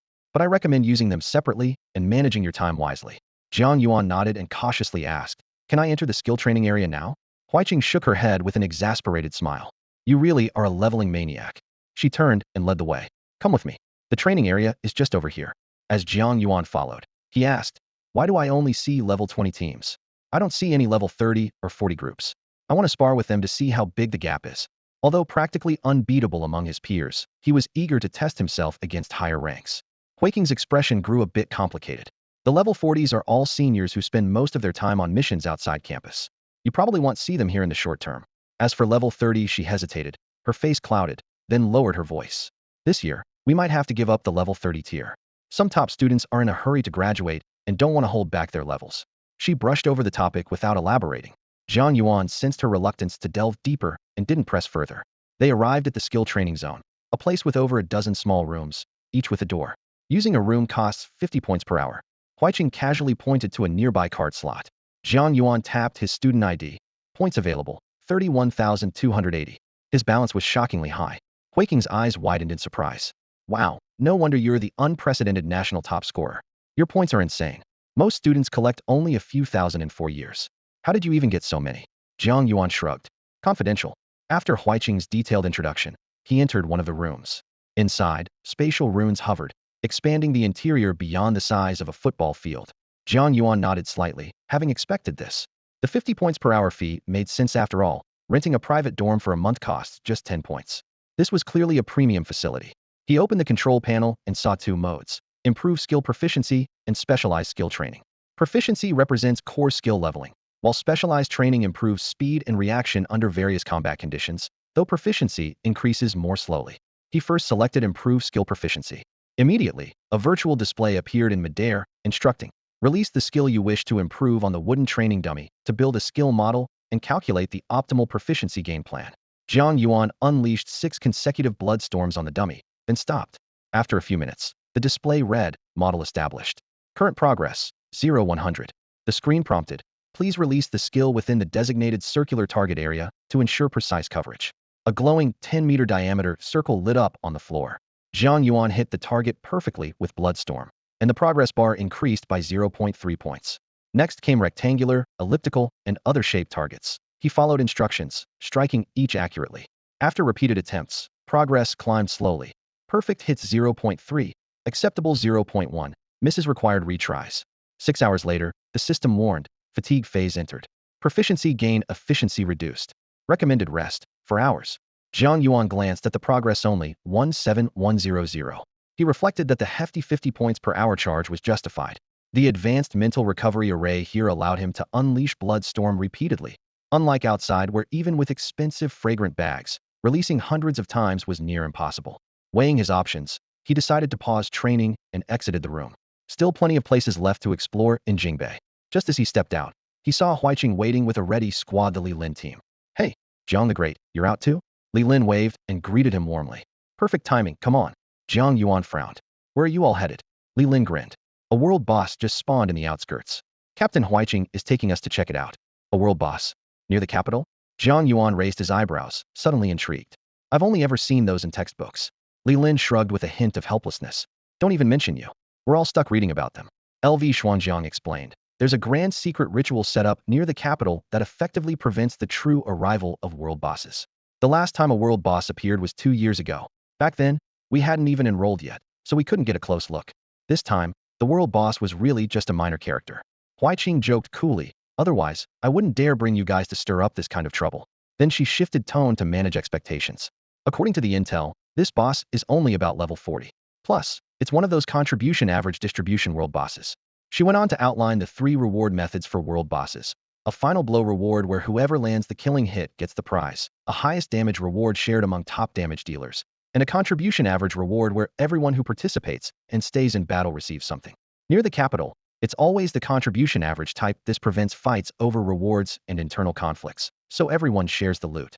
That's why I dare bring you guys to the fun, Huaiqing added with a smile. That must be what the grand secret ritual is for too, right? Only bosses with the contribution average reward show up that close to the capital. Jiang Yuan pondered. If a boss requiring reward battles appeared near the capital, the safety issues would be huge. Huaiqing gave a teasing smile instead of a direct answer. All right, let's move out. A few minutes later, they stood on a rooftop near Mingxing Institute. A light helicopter was parked in front of them. Jiang Yuan glanced it over. Helicopter? Cars are inconvenient here, and flying vehicles are rare. Helicopters make the most sense. Huaiqing patted the helicopter's body and beckoned them aboard. We'll try piloting this. I learned a bit during an exchange in Hawaii last summer. Just as everyone buckled their seatbelts, their movements suddenly froze. Mu Rouge swallowed nervously and whispered, maybe we should just take a car instead? Don't be scared. Look at Jiang Yuan, he's so calm. Trust me. Huaiqing boldly started the engine, which roared across the rooftop. Li Lin looked out the window at the somewhat cartoonish bat emblem and couldn't help but joke. If I had a flying pet, I'd be calm too. Jiang Yuan shook his head. Lilith's too low level for flying with someone. Li Lin laughed, but teased. Then how come you're so calm? Zhou Zheng couldn't help but admire Jiang Yuan. Your mental fortitude is amazing. Jiang Yuan confessed. Actually, I have a flying mount. The sudden announcement stunned everyone into silence. The only sound was the engine's roar. Then screams suddenly drowned it out. What did you say? Say it again. Li Lin's eyes widened. Even Huaiqing turned around, dumbfounded, unable to find words. When did you get one? A flying mount. The five instantly lost their composure, caught between tension and comedy. LV Shuangjiang whispered, you're not a knight class, right? Jiang Yuan nodded. A flying mount. Li Lin shouted. Only 1 in 1,000 knights gets one. Yeah, I want one too. He banged his head on his shield in frustration. Mu Rouge quietly explained, I've dreamed of having a mount and was thinking of switching to knight class. Thump, thump, thump. Amidst the thunderous clang of Li Lin striking his shield, the helicopter slowly descended onto a flat clearing in the suburbs. Ahead lay their objective, the lair of the world boss. Huaiqing quietly signaled for everyone to follow. As they ventured deeper into the outskirts, Huaiqing's expression grew serious and her movements sharp and decisive, allowing no room for slack. Soon, distant noises of shouts and clashes became audible, joined by hordes of hurried adventurers streaming in, mostly young faces, clearly including many students from top capital universities. The battle had already begun quietly, but unmistakably. Without pausing, Huaiqing led the team around a small hill. Before them stretched a vast cornfield, hundreds of acres thick with towering stalks rustling in the breeze. Amid the field, nearly 500 or 600 fighters were converging on a colossal black statue, nearly 6 or 7 stories tall. Its stone surface was ink black, and from its eyes burned eerie violet flames. Each heavy stomp sent tremors rippling through the earth, causing the nearby ground to quake faintly. The shockwaves staggered many casters, repeatedly interrupting their spellcasting. Jiang Yuan silently cast a reconnaissance spell, information flashing across his vision. Shadow Guard level 45 world boss, it read. Strength, 80,000, Agility, 50,000, Constitution, 100,000, Spirit, 20,000. Skills, Colossus Stomp, Meteor Fall, Sweeping Strike, Shadow Descent. The Constitution stat had broken 100,000, and Strength was a massive 80,000. Jiang Yuan inhaled sharply, wondering just how much health this thing had. Li Lin also scanned the figure. Stone-type creatures had extremely high hit dice, roughly estimating tens of millions in health. This was no foe to be taken lightly. Jiang Yuan shook his head regretfully. If only there was a Crimson Dream Domain or Star Court here. Maybe we could try a one-hit kill. The others glanced over in astonishment, as if hearing someone joke about killing a boss in a single strike. One-hit kill a world boss. Was that even human logic? Jiang Yuan, you sound suspiciously calm saying that, Lu Shuangjiang said with a skeptical tone. Zhou Zheng chuckled wryly in response. If it were anyone else, I'd say they're bragging. But Jiang is someone whose feats make me believe him. Huaiqing then began a concise briefing on the current battle, broadening everyone's situational awareness while also serving as part of Mingxing Academy's strategic training. Let me analyze the situation. Speak up if you see issues. Attack freely and keep the battle rhythm steady. Jiang Yuan, be careful not to draw the boss aggro, Huaiqing warned. Jiang Yuan smiled ruefully. He casually spent 10 points of bloodline energy to summon a few ravens to join the fight. The skill Pegasus Escort was risky, but with so many people and skills flying around, no one could track the source accurately. Over time, the world boss health slowly dropped. Huaiqing's assessment was spot on. A core team of about 50 experienced adventurers led the assault with smooth coordination. She also pointed out, there are other tactical options here. The environment hides 2 exploitable factors. What do you all think? As she posed the questions, she demonstrated how to analyze and seize opportunities, using her thought process as a teaching case. This tactical framework was a precious resource of top academies and a signature hallmark of Mingxing Institute's culture. Compared to regular five-person teams, Jiang Yuan gained much from this top-tier combat experience. Though his mind still churned with insights, the battle was nearing its end. The boss health was down to just 1%. Huaiqing stopped her commentary, ready to distribute rewards. Before she finished speaking, the Colossus suddenly crashed to the ground. A sudden abnormality exploded forth. Violet flames soared 100 meters skyward, slicing through the heavens and earth. A humanoid silhouette gradually took shape, and a solemn, commanding voice echoed. The Shadow God had descended. If a deity appears, then why not pay homage? The Shadow God has arrived. The moment the name was spoken, the once chaotic battlefield fell into a stunned silence. A deity? Yet there was no sign of any attack. Could this be a neutral god? Li Lin leapt up suddenly, casting a scouting spell, his eyes gleaming with excitement. He blurted out, "Shadow? A god's avatar?" It really was a god. His shoulders trembled slightly, barely able to contain his excitement. Beside him, Huaziru calmly explained that she still had one wish: to encounter a neutral deity and earn the right to be crowned. Hearing this, Li Lin grew even more excited. What if the god notices me? This is the first time in my life I've seen a god in person. He could hardly keep himself composed. There were two ways to earn the crown title. 1. By accumulating legendary achievements. 2. By being personally crowned by a god. The first required effort, while the second demanded favor from a deity. Compared to the passionate Li Lin, Mu Rouge was far more composed, coldly pouring cold water on him. Wake up. This is even rarer than instantly killing me with 17 cards. This god probably came to preach. Let's just wait and see. Indeed, some gods occasionally manifested avatars in the mortal realm to cultivate champions and grant special blessings. Most maintained neutrality, which was one of the few links between humans and the divine. A solemn voice echoed in the air. Your valiant fighting spirit has moved me. I shall grant you my blessing. Simply chant my divine name to receive my favor. Suddenly, a pale purple flame spread across the sky, like a curtain enveloping over 500 soldiers. Li Lin shouted with excitement. Could this be the legendary divine realm? Huaiqing frowned deeply, her eyes filled with doubt and fear. I've never heard of this god before. What is going on? Maybe a new god has awakened. There's precedent for that in history, Li Lin speculated. The crowd buzzed with discussion, except Jiang Yuan, whose expression grew subtle. He sensed a slight temperature rise on the surface of the obsidian ring he wore. Samantha frowned, clearly sensing something strange. Something's not right, Jiang Yuan whispered. Li Lin asked confusedly, Big brother Jiang, what do you mean? This is a god. What could be wrong? Huaiqing also hesitated. She had never encountered a deity and had to rely on records to judge. Could it be that the shadow goddess was actually concealed within Jiang Yuan's ring? Just as he struggled to find the right words, the shadow god slowly raised a hand. 6 or 7 faint purple flames shot out like arrows into the crowd. Someone immediately shouted, I've been blessed by the shadow god. Every attack now deals 50 shadow damage. Amazing. Plus I got a divine skill shadow flame, as powerful as an advanced spell.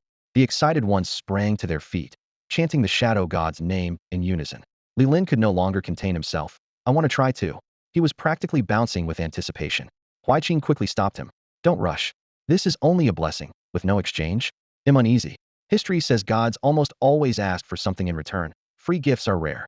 More pale purple flames rained down, and the crowd cheered wildly as if they'd received priceless treasures. Mu Rouge was stunned. Is this really like getting divine beans from the sky? Luckily, Huaiqing stopped Li Lin in time. Her head had rushed straight into the flames. The majestic voice rang out again. Among you, I shall choose one to be crowned the shadow god's child. Before the words even finished, the crowd erupted into chaos, voices rising in excited uproar. Crowned. A title. One of the highest honors for a professional. Li Lin shouted loudly. Don't stop me. What if this is my only chance in life? His voice was filled with resolve and longing. The divine voice continued. I will cast a wide-ranging divine selection spell to choose the worthy. No one may refuse. Those unchosen will receive 100,000 experience points as compensation. The battlefield's atmosphere instantly grew tense yet fervent. The arrival of a god quickened every heartbeat. Now fate's scales were about to tip. A wave of dark purple ripples radiated slowly outward from the shadow god at the center. Among the crowd enveloped by the ripples, surprised shouts of joy broke out. Experience. Each face lighting up with excitement. The ripples quickly spread to the small hill beneath their feet. Jiang Yuan, positioned near the front, was the first to receive this mysterious blessing. A notification flashed before his eyes. Shadow control, immune to shadow curse. Curse. Jiang Yuan frowned and immediately turned toward Huaiqing. Captain, grant me permission. Huaiqing hesitated briefly but, seeing Jiang Yuan's serious expression, quickly transferred the rights through the system. You are now the captain. Passive skill commander activated. The prompt appeared immediately. The skill extracted from Lilith shared 10 resistance with teammates. Sure enough, the shadow curses disguised as experience points on several people suddenly revealed their true nature. What? LV Shuangjiang's eyes widened as Hua Ziru trembled slightly. A curse? What is going on here? Li Lin's face turned deathly pale, sweat pouring down. Zhou Jing exhaled in relief. Good thing Jiang's got leadership-type skills, or would really be in trouble this time. Huaiqing looked apprehensive, glancing at Jiang Yuan with puzzled eyes. How did you discover this? Jiang Yuan's expression remained calm. I happen to have another skill. He lowered his voice, secretly communicating with Samantha in his mind. From Samantha's furious curses, Jiang Yuan vaguely gathered she was an entity whose divine name had been stolen. But the shadow god's detection resistance was extremely strong. He still needed to break through the last barrier to gain more details. He asked Huaiqing, is there a way to see his detailed info? My detection magic was resisted. There is. Huaiqing pulled out a single-use monocle from storage. Wear this to boost your detection penetration by 100 points. Instead of trying it herself, she handed it directly to Jiang Yuan. He put it on and cast detection magic again. Instantly, a flood of information appeared. Shadow False God level 35, False God Boss. Strength 3. Agility 1235. Spirit 1998. Constitution 3060. Then a long list of shadow-themed abilities followed. Shadow Whip, Shadow Arrow, Shadow Divine Body. Shadow so many skills they couldn't fit on one page. Samantha sighed in virtual communication. Master, he stole fragments of the shadow divinity, trying to gather more followers to replace me. Why is his constitution so low? Jiang Yuan asked, confused. Samantha sneered, ignorant rat. In forcibly absorbing the shadow divinity, he severely harmed himself, almost becoming a puppet of the shadow's look. His skills have been forcibly cleansed by the shadow essence, leaving only shadow-type attacks. So that's why he's so desperate to reach the real world, trying to trick some proxies. Level 35, how did he get the shadow divinity? Jiang Yuan was even more puzzled. Samantha cursed loudly. The despicable rat stole it.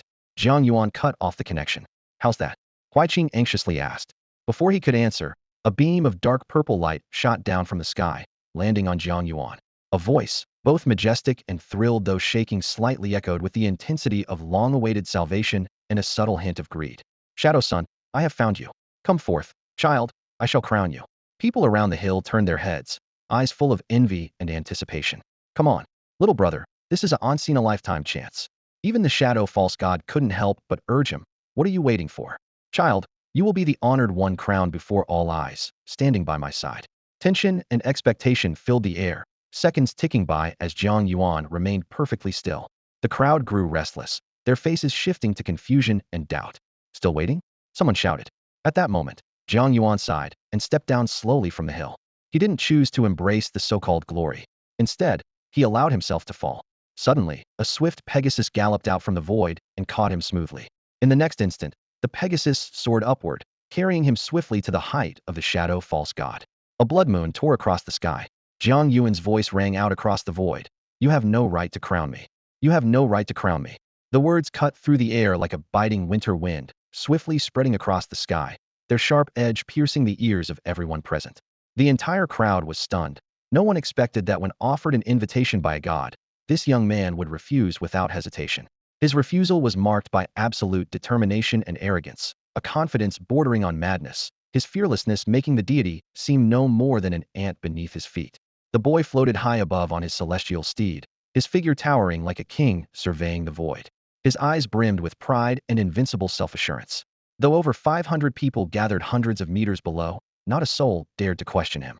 The overwhelming pressure he radiated sucked all breath from the crowd, leaving them frozen in suffocating silence, as if his presence alone intimidated every being. You are unbearably arrogant. A mighty voice thundered like a crack of lightning, echoing through the heavens. How dare you insult the gods? Are you a god? The youth flashed a faint, mocking smile. That simple question inflamed the shadow false god into a frenzy. Its voice seethed with rage and arrogance. Insignificant insect. Today, you will learn how unreachable the heavens truly are. On the ground, countless people silently echoed the sentiment in their hearts. They could not fathom how one so young dared oppose a deity. Some closed their eyes, unwilling to witness this despairing provocation. Soft cries whispered, he's lost his mind, daring to insult a god. May the heavens spare us all. In the next moment, shadow energy exploded violently, shaking the earth with a thunderous roar like a tidal wave. A flood of dark purple shadows surged toward Jiang Yuan, shattering the farm behind him, and gouging a deep ravine in the soil. Yet as the eerie violet light dimmed, Jiang Yuan's form stood unscathed. The crowd gasped as if holding their breath, their eyes fixed upward in disbelief. How is this possible? He actually withstood a god strike? On a distant hill, Huai Qing and her companions gaped in astonishment. Li Lin gripped Huai Qing's arm, nearly hysterical, shouting, "Huai team, where exactly did you find this miracle? He's actually fighting a god." Huai Qing shook her head helplessly. "I don't even know myself." Silence fell over the hilltop crowd, broken only by the wind rustling through the grass. Jiang Yuan guided his celestial steed through the blood rain pouring from the sky. The shadow false god's roar thundered again. "How are you immune to my attack?" "I don't know. Try me again," Jiang Yuan replied coldly. That response sparked the shadow god's fury, unleashing wave after wave of devastating dark magic. Shadow Devour, Flame Dominion, Judgment of Shadows. Hundreds of shadow spells filled the sky, burning it with black-purple flames, as if the heavens themselves were ablaze. But amid this endless storm of shadows, Jiang Yuan remained motionless, standing firm and serene. "Who are you, really?" The shadow false god's voice betrayed a rare hint of doubt. "Tell me." "I am your end," Jiang Yuan replied calmly. Suddenly, the blood storm intensified, engulfing the shadow false god's entire form. The deity's voice grew cold and harsh, its former majesty replaced by cruel threat. "Deluded fool. You are nothing but a level 20 human. I will tear you apart, uncover your secrets, and feed your essence to my divine realm."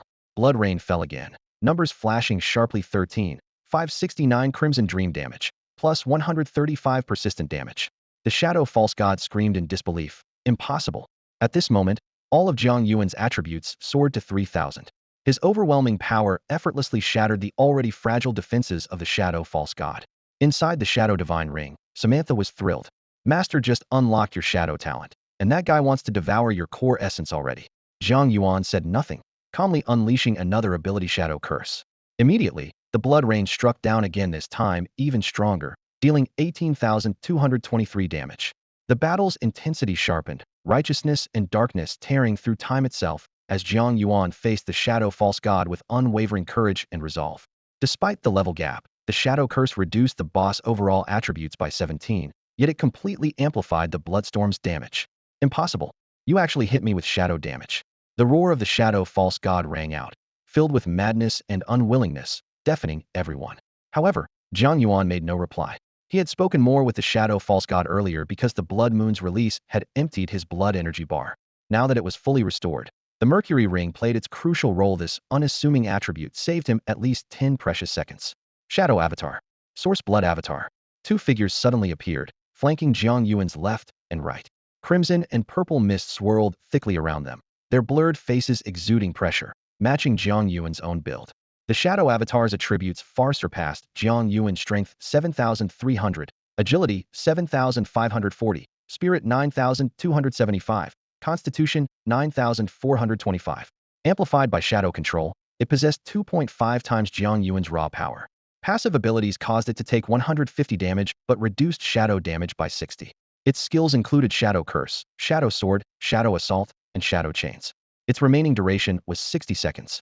The Source Blood Avatar shared Jiang Yuan's exact attribute: strength 2,920, agility 3,016, spirit 3,710, constitution 3,770, and carried all his Source Blood skills, also lasting 60 seconds. At this moment, Jiang Yuan was in the Blood Moon Frenzy phase, doubling his attributes. His spirit hovered around 3,000, barely capable of splitting his focus. Controlling two avatars simultaneously was tricky. Fortunately, his Pegasus carried him swiftly across the battlefield, only needed to guide the two avatars' attacks, maintain the Bloodstorm, and summon Blood Crows. The rapid sequence stunned everyone present. Even the Shadow False God could not react in time. The Shadow Avatar launched Shadow Assault first, dashing behind the Shadow False God in a blink. A Shadow Sword stabbed fiercely, dealing a burst of 45,233 damage. The agonized scream was delayed, and though lacking shadow control, the Shadow Avatar's damage was partly resisted by the boss, yet still devastating. Jiang Yuan marveled silently as the horror on the Shadow False God's face slowly turned to fear. Its constitution below 3,000, and though a divine boss had thick health, how could it withstand repeated tens of thousands in damage? "Stop. I can offer you a deal. Don't you want the crown? I will crown you. I swear, I can make a pact." The Shadow False God's voice trembled, pleading desperately, tossing tempting conditions and promises. Jiang Yuan replied coldly, "Then let's play a game." He summoned Blood Crows, while the two avatars still had 58.7 seconds left to exist. He closed in. Bet you'll last him 56.5 seconds. Suddenly, shadow chains shot out, tightly binding the shadow false god, sealing off any chance of escape. The shadow false god roared curse words, losing the dignity of the pitiful yet powerful scene. Jiang Yuan disregarded it. The three figures swirled around the shadow false god like a devouring storm. Though the shadow avatar's power was partly resisted, its damage remained immense. The source blood avatar, unable to resist shadow damage, received support from the Scarlet Dream power and relied on the shadow avatar to keep the enemy occupied. Jiang Yuan was immune to shadow damage himself, wielding Scarlet Dream damage and multiple skills to counterattack. The shadow false god's health plummeted rapidly, sinking into the 4 digits. The three figures alternated like a revolving lantern in battle, the rushing wind howling as the crowd watched in stunned silence. The once arrogant youth now pressed close to a god, his killing intent fierce. The shadow false god's pleas grew feebler. Stop. Please stop. They'll give you anything. Its voice was hoarse, tinged with desperation. Really? Jiang Yuan pressed relentlessly. Time was cruel. The two avatars' durations expired, disappearing instantly. The shadow false god gasped for breath, but seemed relieved. Truly, Jiang Yuan said calmly. Then I want blood manipulation. Blood erupted, coalescing into a crimson spear that grew segment by segment, stabbing into the shadow false god's back. The long spear pierced fiercely through his chest. Blood splattered. Jiang Yuan's voice was calm and resolute. Execute the false god. A piercing wail exploded through the air, sharp and heart-rending, as if it ripped through the eardrums of everyone present, etching this soul-shattering agony deeply into their consciousness. Beneath the vast sky, the body of the shadow false god was pierced by a streak of crimson light as sharp as a blade. Black-purple blood gushed out, flowing upward against gravity like a torn-apart fountain, scattering rot and rancid hatred in all directions. Deathly silence fell. Not only had the shadow false god's life come abruptly to an end, but over 500 professionals on the scene, the blowing wind, swirling dust, and swaying cornstalks all seemed frozen in time, locked in place. That bloodied spear that pierced the divine body, Jiang Yuan riding his celestial steed, the anguished wail at the false god's fallet all imprinted itself onto each witness soul, a moment of blood and sorrow they would likely never forget. Immediately, a flood of familiar system notifications poured in. Team defeated shadow false god, 500,000 experience. Obtained Shattered Shadow Divinity 1. Obtained Inferior Shadow Divine Power 500. Obtained Boots of Instant Shadow Golden Quality, 800 to all attributes. Grants unlimited cooldown free instant shadow strike. Passive, Agile Shadow reduces equipment level requirements by 10. No level limit to equip. Equipping causes shadow divine power erosion. Achievement unlocked, Slaying the false god, igniting the divine flames dawn. Gain skill, Divine Whale Spear, level cap removed. Congratulations, your act of slaying a god will begin to spread among deities. Some will know your name and follow your deeds. Yet many more will see you as a threat. Nearly all false gods will hold hostile attitudes toward you. Legend rating 2. Used to this dazzling stream of updates, Jiang Yuan swiftly activated the skill Bloodline Extraction habit he developed from constant monster hunting, especially after killing beings like the shadow false god, whose burning flesh yielded abundant experience. His divine body was immediately drained of essence as the corrupted dark purple blood was forcibly drawn out like liquid treasure. Suddenly, a system alert caught Jiang Yuan's eye. Bloodline extraction detected high-level demon, shadow divinity blood essence in process. Essence extraction complete, 500,000 experience. Bloodline effect evolved, source blood level 1 upgraded to source blood level 2. Followed instantly by ability upgrade alerts. Rapid regeneration, basic advanced. Negative status resistance, basic intermediate. Gain 20 conventional damage reduction. Receive 2 additional normal free skill points upon leveling up. Immune to instant death skills. Immune to critical hit damage. Jiang Yuan froze. His source blood had actually risen a level? Was it because he extracted the high-level demon blood essence from the shadow false god? Or was it because the blood itself carried divine attributes? Could there be a hidden conspiracy behind the shadow false god? His mind swirled with questions, but even more startling was the realization. The shadow false god was actually a high-level demon in disguise. As the shadow false god's demise dispersed the dark smoky shroud over the horizon, it thinned out gradually. Suppressing his growing doubts, Jiang Yuan swiftly mounted his celestial steed and flew toward the capital. He knew returning to the small hill right now wasn't wise, had to find a place outside to regroup with Huaiqing and the others first. Just as he expected, once he set off, the quiet 100-acre farmland erupted like a roaring tidal wave. Fierce winds blustered anew, dust swirling everywhere, corn stalks bending violently in the gale. The scene was grand and overwhelming. Over 500 professionals could no longer contain their shock, erupting into a chorus of astonished shouts. No way. What just happened? A god actually fell? That person was obviously still a student. Definitely a student. A student just killed a god? I must be dreaming. Or did the world suddenly change? Have the past decades been lived in vain? Honey, come out quick, mythology has come to life. I don't believe it. No way. This has to be some powerful visitor disguising themselves as a young person. Could the novel really be true? Could there really be a hidden immortal grandmaster among our human race, living in secret for centuries? The foolish are still doubting themselves and living in denial. The wise have already started gathering information about that grandmaster. I remember just wasn't that grandmaster standing next to Huaqing from Jingbei? Huaqing? Wait, could that grandmaster be a member of the Jingbei competition team? Then why bother participating in this year's competition at all? Some began questioning their own existence. Some exchanged whispers of news, and many more were puzzling over the mysterious shadow's blessing they had just obtained. Even more people anxiously surged toward the small hill. On the hill, the five-person squad was still reeling from the shock 500,000 experience points. All it took was forming a team and standing nearby to instantly gain 500,000 experience. This shattered everyone's previous understanding. What was even more astonishing was this 500,000 experience came from slaying a god. They could barely fathom the magnitude of this achievement enough to brag about for a lifetime. Tomorrow morning, if anyone asked if they had eaten, they could mysteriously reply, "How did you know I killed a god?" and gained 500,000 experience? But their daydream didn't last long. Huaqing abruptly interrupted. "Stop daydreaming, let's move." Huaqing patted Li Lin's shoulder, who was trembling from shock, so hard that Li Lin jumped 3 meters in the air. "Ah, Captain Hua, am I dreaming? Jiang Yuan. Jiang Yuan. He actually killed a god?"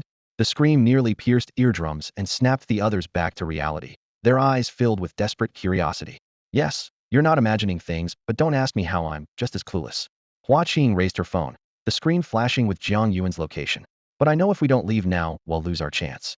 Unless one of you has a flying mount." She gestured to the dense crowd below the hill, a black sea of people pressed together.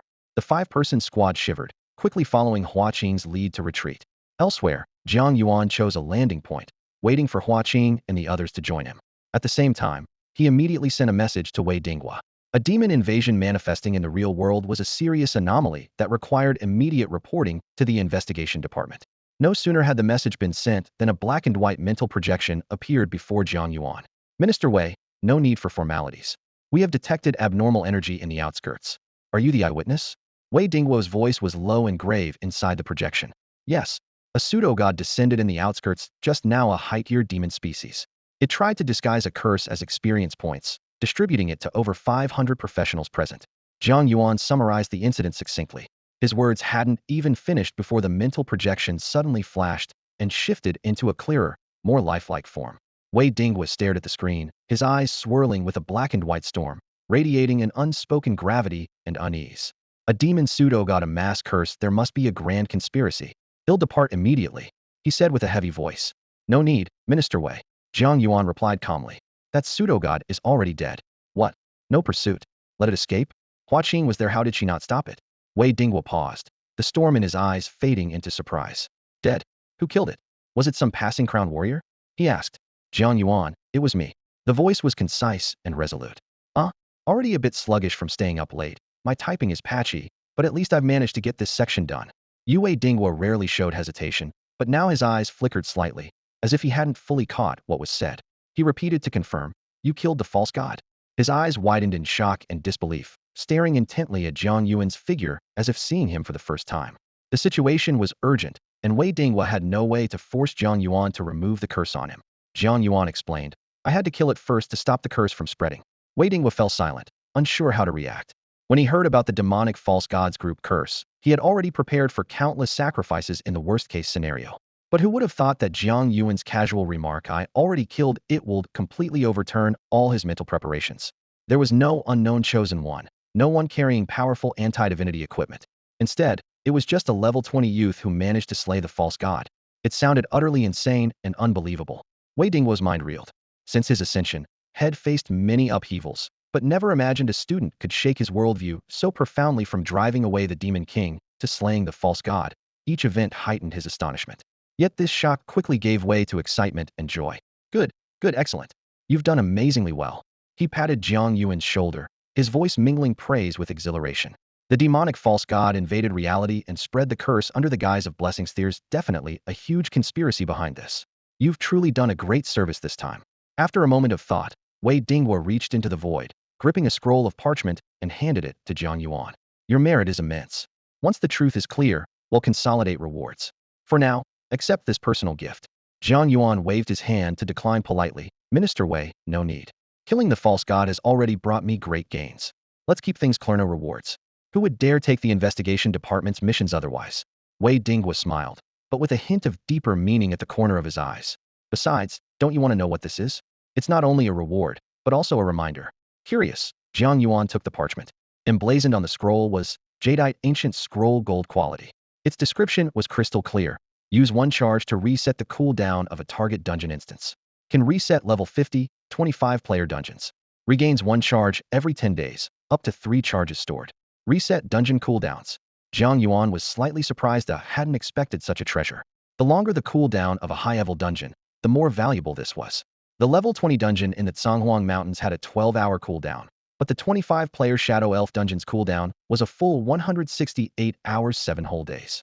If the Shadow Elf dungeon remained intact, with the Jadeite Scroll's blessing, Jiang Yuan could run that dungeon 3 more times a month, increasing from 4 runs to 7, nearly doubling his opportunities. There were many special dungeons where the benefits would be immense. This is incredibly valuable, Minister Wei. Jiang Yuan shook his head, wanting to return the scroll. I can't enter dungeons right now, so it doesn't help me much. No matter how precious, it'd just be decoration. But Wei Dingwa waved him off and firmly refused to take it back, his expression turning serious. What do you mean you can't enter dungeons? More than the gold tier item itself, the fact Jiang Yuan couldn't enter dungeons clearly troubled him more. Jiang Yuan grew slightly embarrassed and proceeded to recount in detail the troubles he had encountered at the Northern Capital's Unified Dungeon Center. After hearing these words, Wei Dingwo's expression changed to one of surprise. Then he burst out laughing heartily. His laughter was bright and expansive. Haha, I never expected something this unusual to happen in just a few days. You really never cease to amaze me. Getting legendary status at level 20, I remember the first time I got it was at level 40. As for Rin Fengyang, that guy got it even earlier, around level 35 or so. Jiang Yuan furrowed his brows in frustration and said, I didn't expect that even with legendary status, I can't enter ordinary dungeons. Leveling up has become a real headache. I can't keep grinding monsters out in the wild all the time, right? Or maybe try the world bosses. When Wei Dingwa heard world boss, he couldn't help but shake his head with a laugh, raising a finger to point at Jiang Yuan. You really, with the top-notch teaching resources backing you in Jingbei, you could at least hit the library and look up some info. You know, every 1 point of legendary status lowers the dungeon entry requirement by 2 levels. Got it. Jiang Yuan was stunned. 1 point of legendary status counts for 2 levels? So a level 20 dungeon normally requires level 15 to enter, but with 1 point of legendary status, level 13 would suffice? Wei Dingwa nodded with a smile. Exactly. Otherwise, how could us old-timers with loads of legendary status even get into dungeons? You're really giving me a headache lately, either grinding dungeons or hanging out in the training zone. He teased him a bit as he spoke. Hard work is good, but you also need to balance rest and play. Don't forget to keep an eye on important intel, too. His smile softened as he looked at Jiang Yuan with satisfaction and expectation. But it's not entirely your fault. It's that half-baked theory Little Qing taught you that misled your understanding of legendary status. Jiang Yuan pondered for a moment. So that means I can now enter the highest level dungeon at 37? Wei Dingwo's smile instantly froze.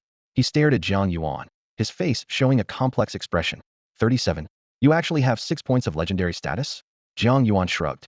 I accidentally ended up accumulating 6 points. It just happened without me realizing it. Wei Dingwo's mouth twitched slightly as a storm of emotions surged inside. As a crowned expert, he understood how difficult it was to gain legendary status. Although crowned experts usually started with at least 20 points, for ordinary players, never even touching 1 point in a lifetime was normal. Legendary status only accumulated by accomplishing seemingly miraculous feats that most thought existed only in theory. If a normal person pulls off 1 legendary feat, it's enough to go down in history. And this Jiang Yuan already had 6 points. His potential stirred both hope and concern within Wei Dingwa. After a few seconds of silence, he lowered his voice and said firmly, This jade scroll belongs to no one but you. Only you can fully unlock its power. The faster you level up, the more it benefits us. Hearing this, Jiang Yuan felt a warm surge inside and took the jade scroll without hesitation. Now that he could enter dungeons, this treasure suddenly felt priceless. Wei Dingwa continued, All right, the investigation division will take over the demon false god case and the curse removal. You don't have to worry about it anymore. As they spoke, Wei Dingwa was already organizing personnel and mental projection assignments for the investigation division. Just then, he invited Jiang Yuan to come with him because an old friend had agreed to help and wanted to show Jiang Yuan something. Jiang Yuan blinked and immediately understood. You mean the exclusive weapon? Jiang Yuan arrived early in Jingbei with one primary goal, to craft his own unique weapon. After all, not everyone could handle the Stellar Codex core, split entity. But so many things had happened over the past few days that he hadn't had a moment to focus and prepare his weapon. It's only been 2 days, but it feels like half a month, Jiang Yuan muttered to himself, noticing Huai Qing and the others hurrying over to gather. Why are we still waiting for them? He asked. Don't wait. Let them return to Jingbei directly. Wei Dingguo waved his hand, and suddenly a teleportation array lit up beneath Jiang Yuan's feet. This was a core function of the Capital Great Secret technique. Simply swipe your Jingbei student card to lock the destination. Jiang Yuan followed the steps. Identity confirmed completed. Return to National Jingbei University? Yes. A brief feeling of weightlessness hit him, and his vision blurred for a moment. Because the distance was short, the entire teleport took less than half a second. In the blink of an eye, he was standing right in front of Jingbei University's main gate. Indeed, the capital's great secret technique was impressive. This kind of spatial transfer was a lethal trump card in case of invasion. Haha, exactly, Wei Dingguo's mental projection smiled beside him. This really is the great secret technique's signature skill. And actually, this spatial transfer is open to outsiders. Open to outsiders? Jiang Yuan was surprised. Wei Dingguo nodded. That's right. By rights, your achievement in slaying the false god should earn you partial spatial transfer privileges. Soon, you'll be able to instantly travel between the capital's outskirts and Jingbei. Jiang Yuan's eyes lit up. That's great. It'll save so much time on leveling up trips. The masters who created the great secret technique generation after generation were incredible. It's a shame we never got to meet them, Wei Dingguo said thoughtfully. He smiled and replied, the great secret technique has been carefully maintained and strengthened by one generation of the Donghua sect after another, passed down like a flame. That's why it's so powerful today. Just then, a meaningful smile crept across Wei Dingguo's lips. But you'll get to meet the current keeper of the great secret technique. Jiang Yuan froze for a moment, his heart stirring. You mean the one we're about to see? Exactly, Wei Dingguo said with a nod and a smile. With Wei Dingguo leading the way, the two moved through the Jingbei campus without a hitch. Jiang Yuan sent a quick message to Huai Qing, telling them to return to Jingbei directly. They passed through several strict access gates prohibiting students and unauthorized staff from entering. The area inside felt completely different from the noisy city outside. Unusually quiet, surrounded by towering trees with no birdsong, as if stepping into a deep, secluded forest. Rows of independent courtyards lined the path, each large and walled in. The residents were mostly retired professors or reclusive veterans returned from battle. Without much explanation, Wei Ding was stopped before one courtyard wall. This is the place. They passed through the gate and saw a tall boiler plant standing inside. Massive cooling towers billowed thick steam, waves of heat radiating outward. Wei Ding knocked twice on the door but got no response, so he pushed it open. Sorry to intrude, Jiang Yuan said politely as he followed inside. A deep, resonant male voice came from within. The youngster has manners. As Jiang Yuan stepped into the courtyard, the lighting abruptly changed. A wave of scorching heat hit him. This was no longer the quiet green courtyard outside. It was indoors surrounded by flames of all shapes, flickering shadows dancing with fierce heat. The air reeked of burning fire. The iron boiler roared thunderously, and overwhelming waves of heat conveyed an undeniable air of mystery and authority.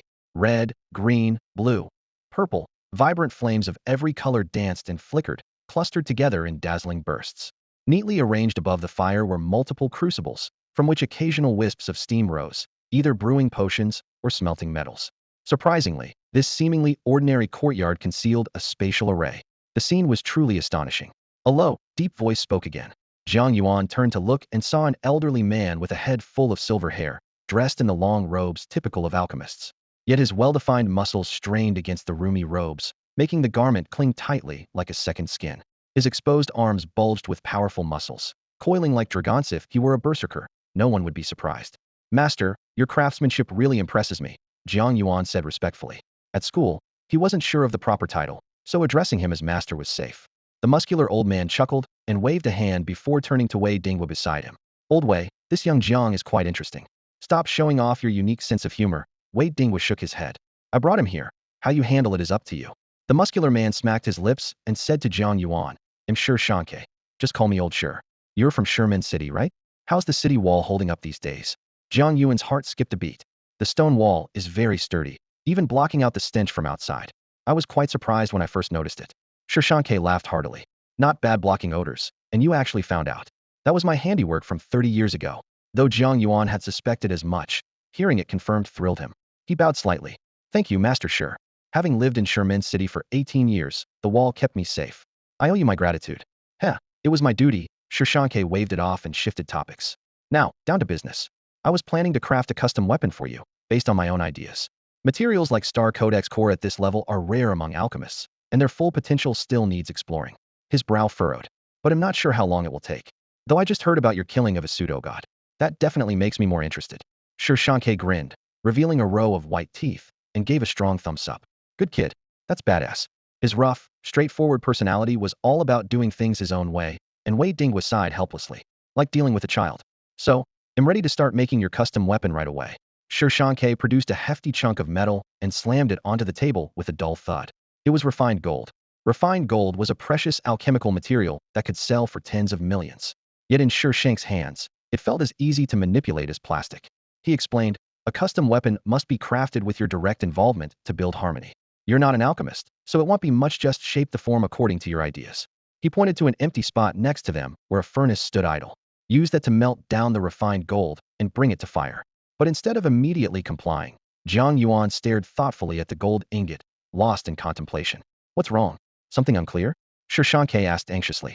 Master Sure, does this have to be done by melting and casting in a furnace? Jiang Yuan looked up, implying he wanted to try using his own flame power.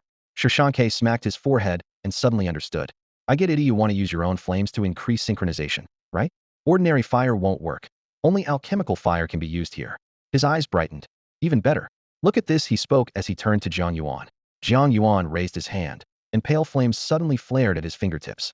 From within the fire spread countless scarlet sparks resembling raindrops of blood, vivid, swirling, eerie, and breathtaking. Sure Shank's eyes briefly flashed with surprise. He was stunned, standing there speechless for a long moment. Sure Shanke was completely stunned.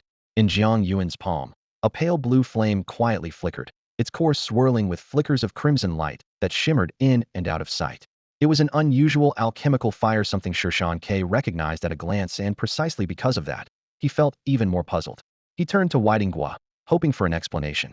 But Weidinghua's expression was just as shocked, no less unsettled than his own. Didn't you say he's a combat class? Sure Shanke's mouth twitched. Have I fallen behind? Combat classes can have alchemical fire now.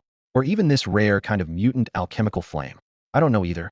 Weidinghua smiled wryly and shook his head, growing impatient. Jiang Yuan, give us an answer quickly. This guy's about to burst. In truth, Sure Shanke had already leaned closer to Jiang Yuan's hand and pulled out a magnifying-like observation tool, his face full of curiosity as he examined the fire. He clicked his tongue in amazement. This flame tilts toward chaotic energy. It's more prone to triggering new changes in alchemical creations. Definitely on the level of Master Sure. Jiang Yuan wasn't surprised. Alchemists always start by studying the nature of flames, and experts like Sure Shanke were especially skilled at it. Jiang Yuan slowly spoke up. Actually, I just acquired the alchemical fire myself. If I'd come yesterday, all I could have done with these things was operate a furnace. Weidinghua was stunned. Just now acquired? There's a secret dungeon in northern capital that teaches alchemical fire? Impossible. Otherwise I would have rushed there already. Sure Shanke firmly denied it. No one's ever mentioned anything like that here. Jiang Yuan didn't keep them waiting. It's a secondary profession. I just unlocked the alchemist's shining subclass this morning. What? A secondary profession? Both of them were astonished. Even experts at Weidinghua and Sure Shanke's level found the idea hard to believe. Jiang Yuan straightforwardly revealed the name Abyssal Alchemist. The two veterans took a deep breath and exchanged incredulous looks. You really got a secondary profession, and a rare shining one at that? Wait, let me think this through. Sure Shanke scratched his head. You got a secondary profession this morning, then went and killed the world boss this afternoon, and defeated an invading false god too? Jiang Yuan quietly nodded. Are you cheating? Sure Shanke burst out laughing. Forget it. This joke is just too absurd. There's no cheating in real life. Weidinghua was unusually critical. Don't talk about cheating. I'd say this guy's more like a creator god from a dungeon world to get treatment like this. Sure Shanke laughed so hard, he doubled over. Old Wei, you can be funny sometimes. Jiang Yuan gave an awkward but polite smile. Your time management is impressive. Sure Shanke patted his shoulder. You've got a busy schedule. All right, enough teasing. Let's get back to business. Weidinghua wiped the smile off his face. Can this alchemical flame be used? Yes, of course. It just takes even longer to refine than expected. Sure Shanke pulled a rough iron ingot from his pouch and handed it to Jiang Yuan. Try it with your alchemy, just create something simple. The alchemical fire ignited again, devouring the iron ingot. Skill, Abyssal Alchemy. The abyssal energy bar plunged rapidly as the heavy iron ingot was burned and reshaped in the flames. Molten metal flowed and stretched, gradually elongating and twisting. At last, a somewhat crooked spear slowly solidified from the fire, landing gently into Jiang Yuan's palm. Although the final product looked different from what he had envisioned, Jiang Yuan couldn't contain his excitement. After all, this was a weapon he had forged with his own hands, the first achievement in his alchemy journey. He stared at the curved iron spear-white quality in his hand. Though the spear's shape was irregular, it was full of vitality. The added effects were clearly written. When piercing a target, there is a chance to cause bleeding and a chance for the spearhead to remain lodged in the target, preventing the wound from healing. It exceeded his expectations. A bit of innate talent seemed to be there. Shan Ke glanced casually at the piece, nodded slightly, his voice carrying a hint of approval. Well, you at least managed to shape the general form of a spear. Jiang Yuan looked at the crooked spear, lost in thought. He had originally intended to model it after the legendary Scarlet Spear, wanting an elegant, sharp design. But this piece looked more like a vase shaped from clay, and a novice's first attempt seemingly simple, but far more complicated to actually craft. No wonder using alchemical fire to forge the model slowed down the formation of the specialized weapon. Now you understand, don't you? Shan Ke said, as if lecturing a student. Jiang Yuan nodded and gave a wry smile. Alchemical fire is much harder to control than I imagined. Gu gave a reassuring smile. You've done pretty well. Some beginners trying alchemical fire couldn't even form an iron lump, just spilled molten metal everywhere. Shan Ke went on to explain. If you use a crucible furnace, you can sculpt the model by hand first, and then gradually refine it. But alchemy demands one-time molding. Level 1 alchemy barely lets you handle iron ingots, let alone refined metal. You need to practice with me at least 3 hours a day. After about a week, you might barely reach level 2 alchemy. Jiang Yuan's eyes flashed with anticipation. Level 2 alchemy can smelt refined metal? At least you can try. Shan Ke nodded firmly. Level 4 alchemy is much more stable, but alchemical skill doesn't improve naturally with experience like combat skills do. You have to frequently perform alchemy and craft advanced alchemical tools to level up. It takes about 10 levels of character experience and nearly 10 months of practice to reach level 4. Don't underestimate how hard alchemy is. Gu interjected. Are there any temporary items to boost alchemy level? There are, but they have too many restrictions. He's not eligible to use them. Shan Ke shook his head. Gu sighed helplessly. Then you'll just have to train every day with Teacher Sure. It's worth spending the time for the quality of my exclusive weapon, Jiang Yuan said resolutely. After a pause, he suddenly asked, Teacher Sure, could you wait for me a moment? I have an idea I want to try. Shan Ke looked curious. What do you plan to do? Jiang Yuan's gaze was resolute. I'm going to the Integration Dungeon Center now. Shan Ke froze briefly and shook his head. If you're trying to level up there now, it'll be too late. At that moment, Gu realized and quickly said, all right, they'll teleport you there, but there aren't many dungeons you can breeze through anymore. You won't reach level 2 alchemy this way. Though it was a dampener, Gu used his authority to send Jiang Yuan to the Integration Dungeon Center Hall. Without hesitation, Jiang Yuan strode toward the nearest dungeon portal. The system alerts sounded in succession. Enter the level 25 player dungeon nightmare difficulty. Respected living legend. Jiang Yuan quickly passed through the portal, ignoring the surprised gazes around him, heading directly toward the next dungeon. As he moved, system announcements poured forth. Nightmare difficulty. Hard difficulty. Abyss difficulty. Notifications surged like waves, igniting the atmosphere in the Jingbei Integration Dungeon Center. Announcements rang out repeatedly. Congratulations to Jingbei Team Unnamed for breaking the record in the Dungeon Hide and Seek Mines Level 20 Nightmare difficulty. Congratulations to Jingbei Team Unnamed for breaking the record in the Dungeon Silent Altar Level 22 Abyss difficulty. The entire Integration Dungeon Center was electrified, bubbling with excitement. It's insane. Everyone's gone completely crazy. Whether students from Jingbei or teams from the Six Schools Alliance. Each person in the Integrated Dungeon Center was so shocked they were nearly speechless. All activity came to an abrupt halt as every eye fixed on the figure darting between dungeon portals. Meanwhile, Jingbei's internal forum erupted into a frenzy. Jiang Yuan instantly dominated the screen and flooded it with posts. Wait, what the heck? I just woke up from a nap, and almost every dungeon record has been broken? You're telling me. I skipped class and stayed up, and now I'm totally dazed. Not sure if I'm awake or dreaming. No way. Guys, has anyone figured out what's going on? What pushed Jiang to suddenly start smashing all these dungeon records? No clue yet, but I'm heading over to check it out. It's so thrilling just thinking that Jiang grabbed first place in every dungeon, all cleared in 1 second flat. I'm fired up. I'm coming too. I have to see this miracle with my own eyes. How do other speedrun teams even stand a chance now? This is just the beginning. I've already seen several run teams scrambling to adjust their strategies. The discussion threads on the forum exploded, with dozens, even hundreds of new comments flooding in every second. As word spread, more and more people hurried to the Dungeon Center's main hall, eager to witness this new historic achievement firsthand. Meanwhile, Jiang Yuan remained completely unaware of the public's feverish response. He was focused on attempting a level 35-player dungeon. This time, he managed to enter smoothly but quickly chose to exit. A proper dungeon run took too long, and Shashank had been waiting for a teammate for a while. He couldn't afford to keep them waiting. He knew he had already allocated 90 of his experience gain to his secondary profession, but it still wasn't enough to max out his level. He shook his head softly. He hadn't adjusted his experience allocation during the world boss fight, so his XP gain was naturally limited. Otherwise, his level wouldn't be lagging. Abyss Alchemist. Level 120.22. Remaining free skill points 14. After upgrading his source blood, each level granted 2 free skill points. He tried to assign some points to Bloodstorm, but to no avail. This was expected. Alchemist skill points could only be used on alchemy skills. To enhance his primal skills, he needed to level up his main profession. He scanned his upgrade options. Spend 2 skill points to upgrade alchemy to level 2 confirm. Spend 5 skill points to upgrade alchemy to level 3 confirm. To reach alchemy level 4 would require 8 skill points. Jiang Yuan frowned slightly, weighing whether alchemy's skill demands were too high or if leveling up beyond his rank was adding extra burden. He was still short of 1 skill point, and there were no dungeons left that could be cleared instantly anymore. The legendary status that enabled instant dungeon clears created much longer intervals between regular runs.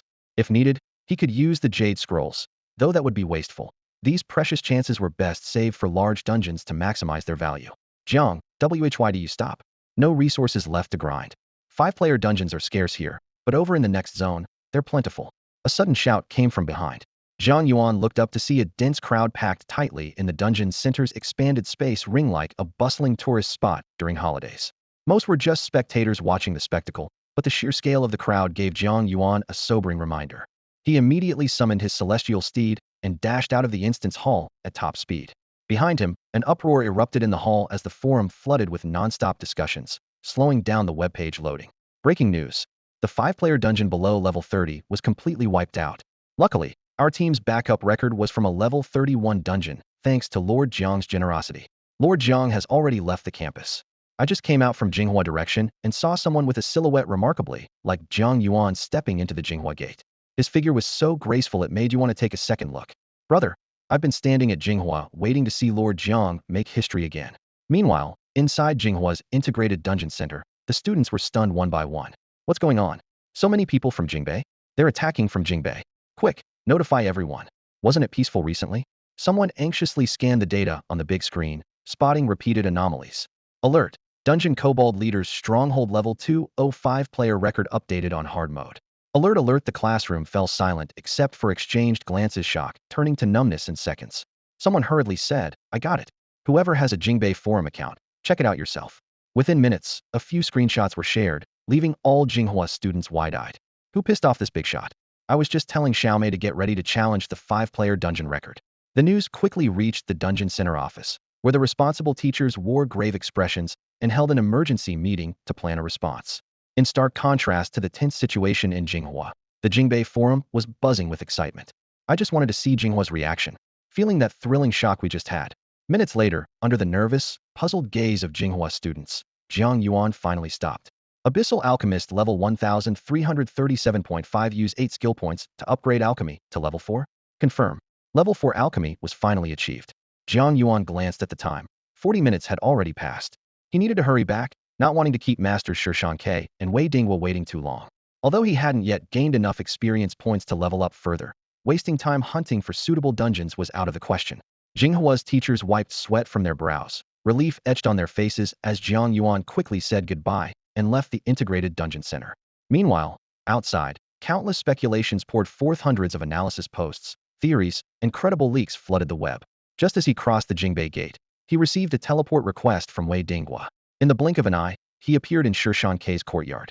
You really pulled off something big, Wei Dingwa said with a mix of amusement and disbelief. Good thing I gave a heads up beforehand. Otherwise, teachers from both schools would have been shaken up. Sorry to trouble Minister Wei. Jiang Yuan felt a bit awkward. I didn't expect challenging dungeons to be this exhausting. Wei Dingwa waved his hand, intrigued. So, alchemy should be okay now, right? Shushan interrupted with a sigh. You have legendary status, so you can clear dungeons instantly, but improving alchemy isn't that simple. Even if you upgrade directly, it still takes time to practice and master, or you won't be able to fully exert your power. Jiang Yuan didn't argue. Instead, he took out an iron ingot. The abyssal alchemy activated, flames bursting forth. In an instant, a beautifully crafted spear emerged from the fire.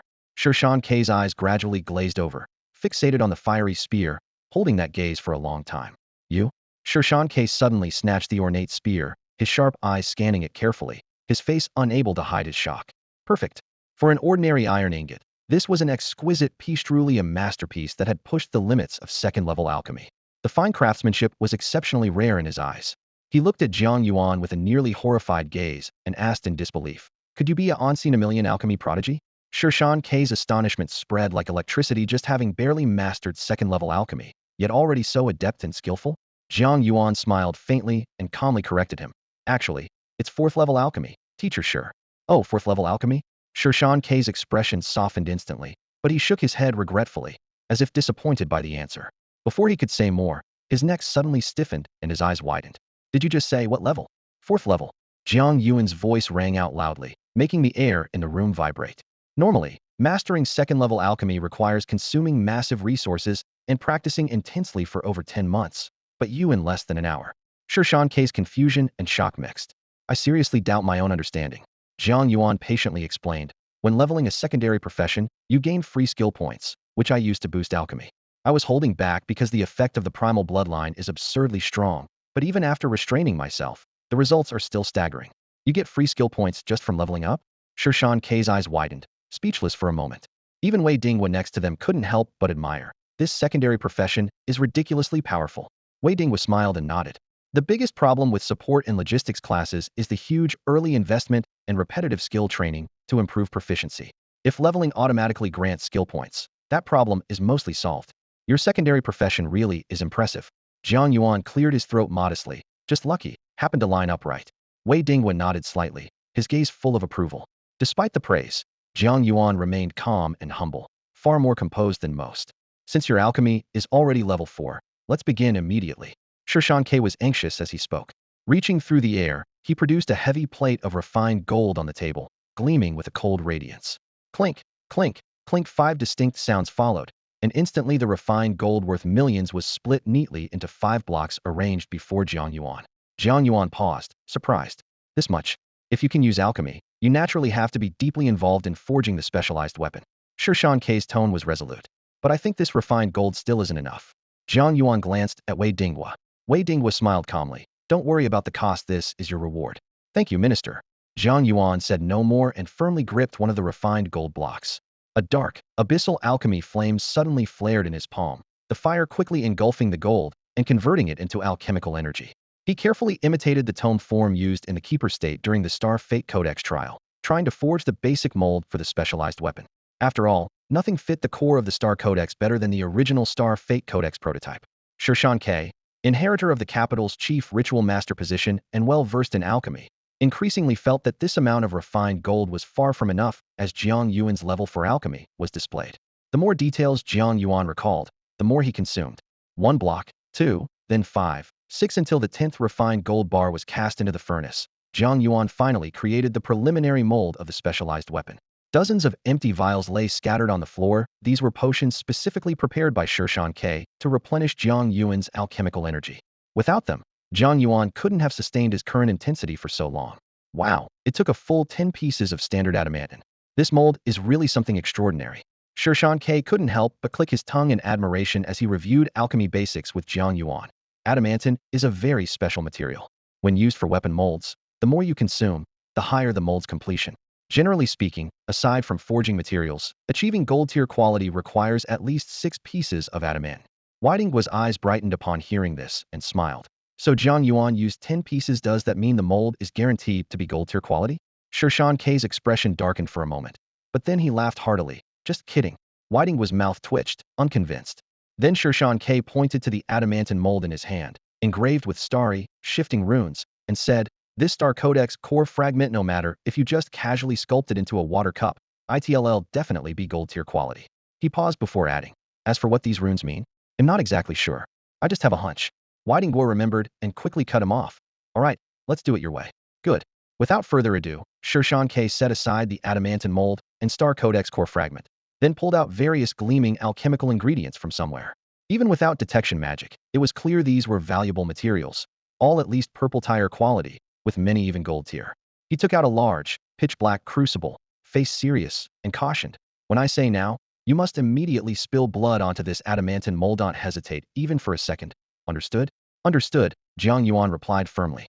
Shirshan K's gaze sharpened, and the entire room grew stifling hot. A sudden explosion of flames echoed off the walls as multicolored tongues of fire surged, swirling into serpentine shapes that writhed wildly beneath the stone crucible. Drink, Shirshan-K commanded sharply. The alchemist's robe on his chest was scorched and ripped apart by the intense flames.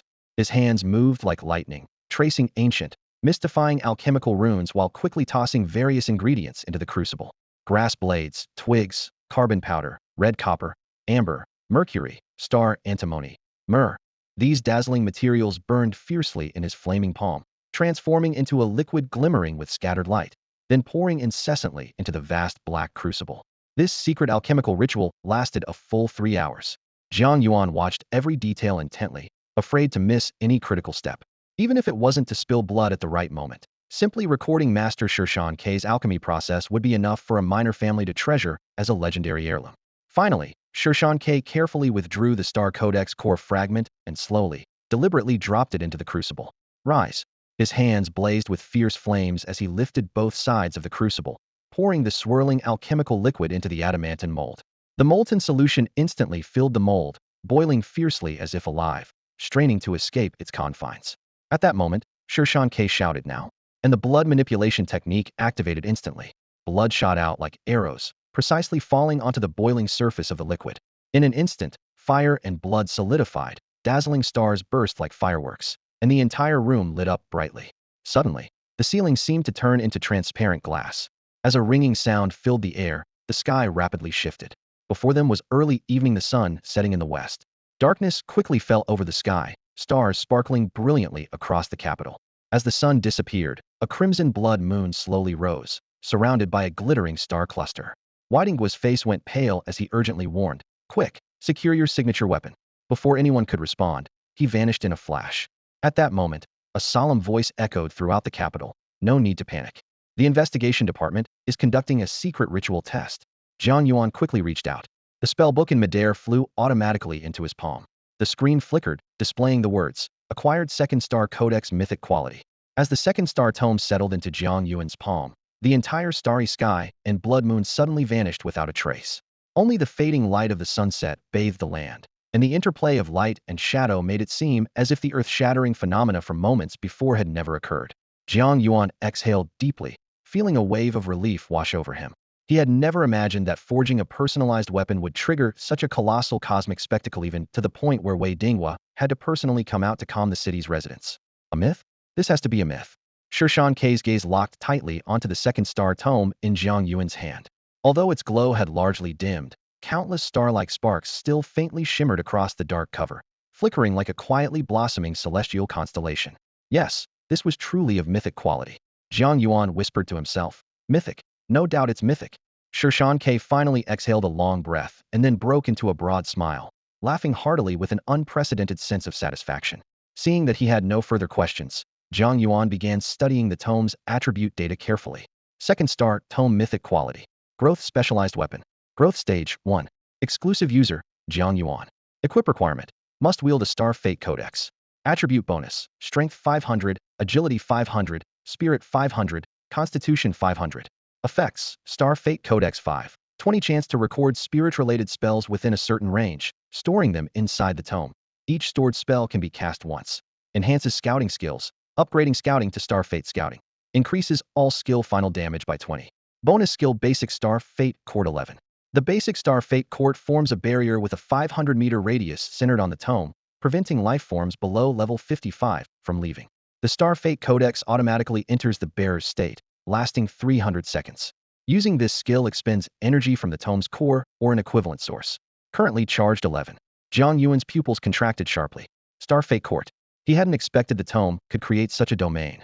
Although this was a charged skill that could only be activated once, lasted 300 seconds, and only restricted creatures below level 55, its sheer power far exceeded all his expectations. Moreover, the Demon King's first-hand experience silently testified to the strength of this skill. Even if the second star tome had no other bonuses or effects, the ability to form this domain alone was enough to astonish Jiang Yuan.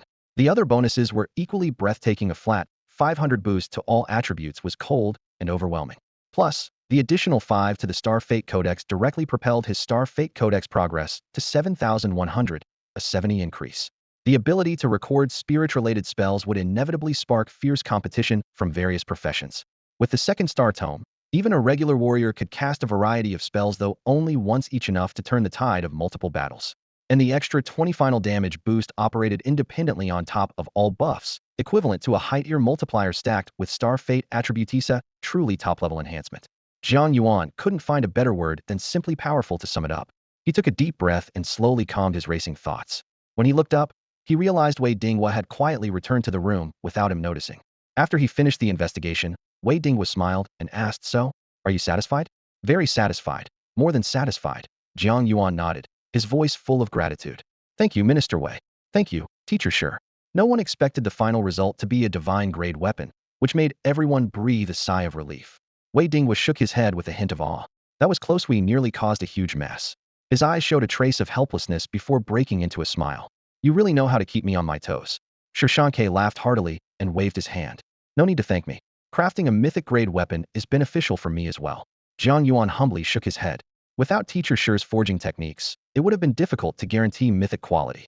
Just as everyone was enjoying the relaxed and cheerful atmosphere, Shi Shanke suddenly paused organizing his materials and turned around to ask, "Jiang Yuan, do you want to learn alchemy?" Jiang Yuan was momentarily stunned, a ripple stirring inside him. "Huh." Shi Shanke grinned broadly, revealing a row of white teeth, his tone warm and earnest. "If you want to learn, he'll teach you. As long as you stick to 3 hours a day, in 3 months you can take the Alchemy Guild's exam and earn a level 3 alchemist qualification." The Alchemy Guild has a clear ranking system, from level 6 at the bottom to level 1 at the top. Wei Dinghuo's lips twitched slightly as he quickly interjected, "He's a combat specialist who can kill a pseudo-god at level 20. Learning alchemy seems like a waste." Shi Shanke shot Wei Dinghuo a glare. "What's wrong with being a combat specialist? Being able to whip up potions on the battlefield, melt down enemy weapons, or set alchemical traps and runes is definitely useful."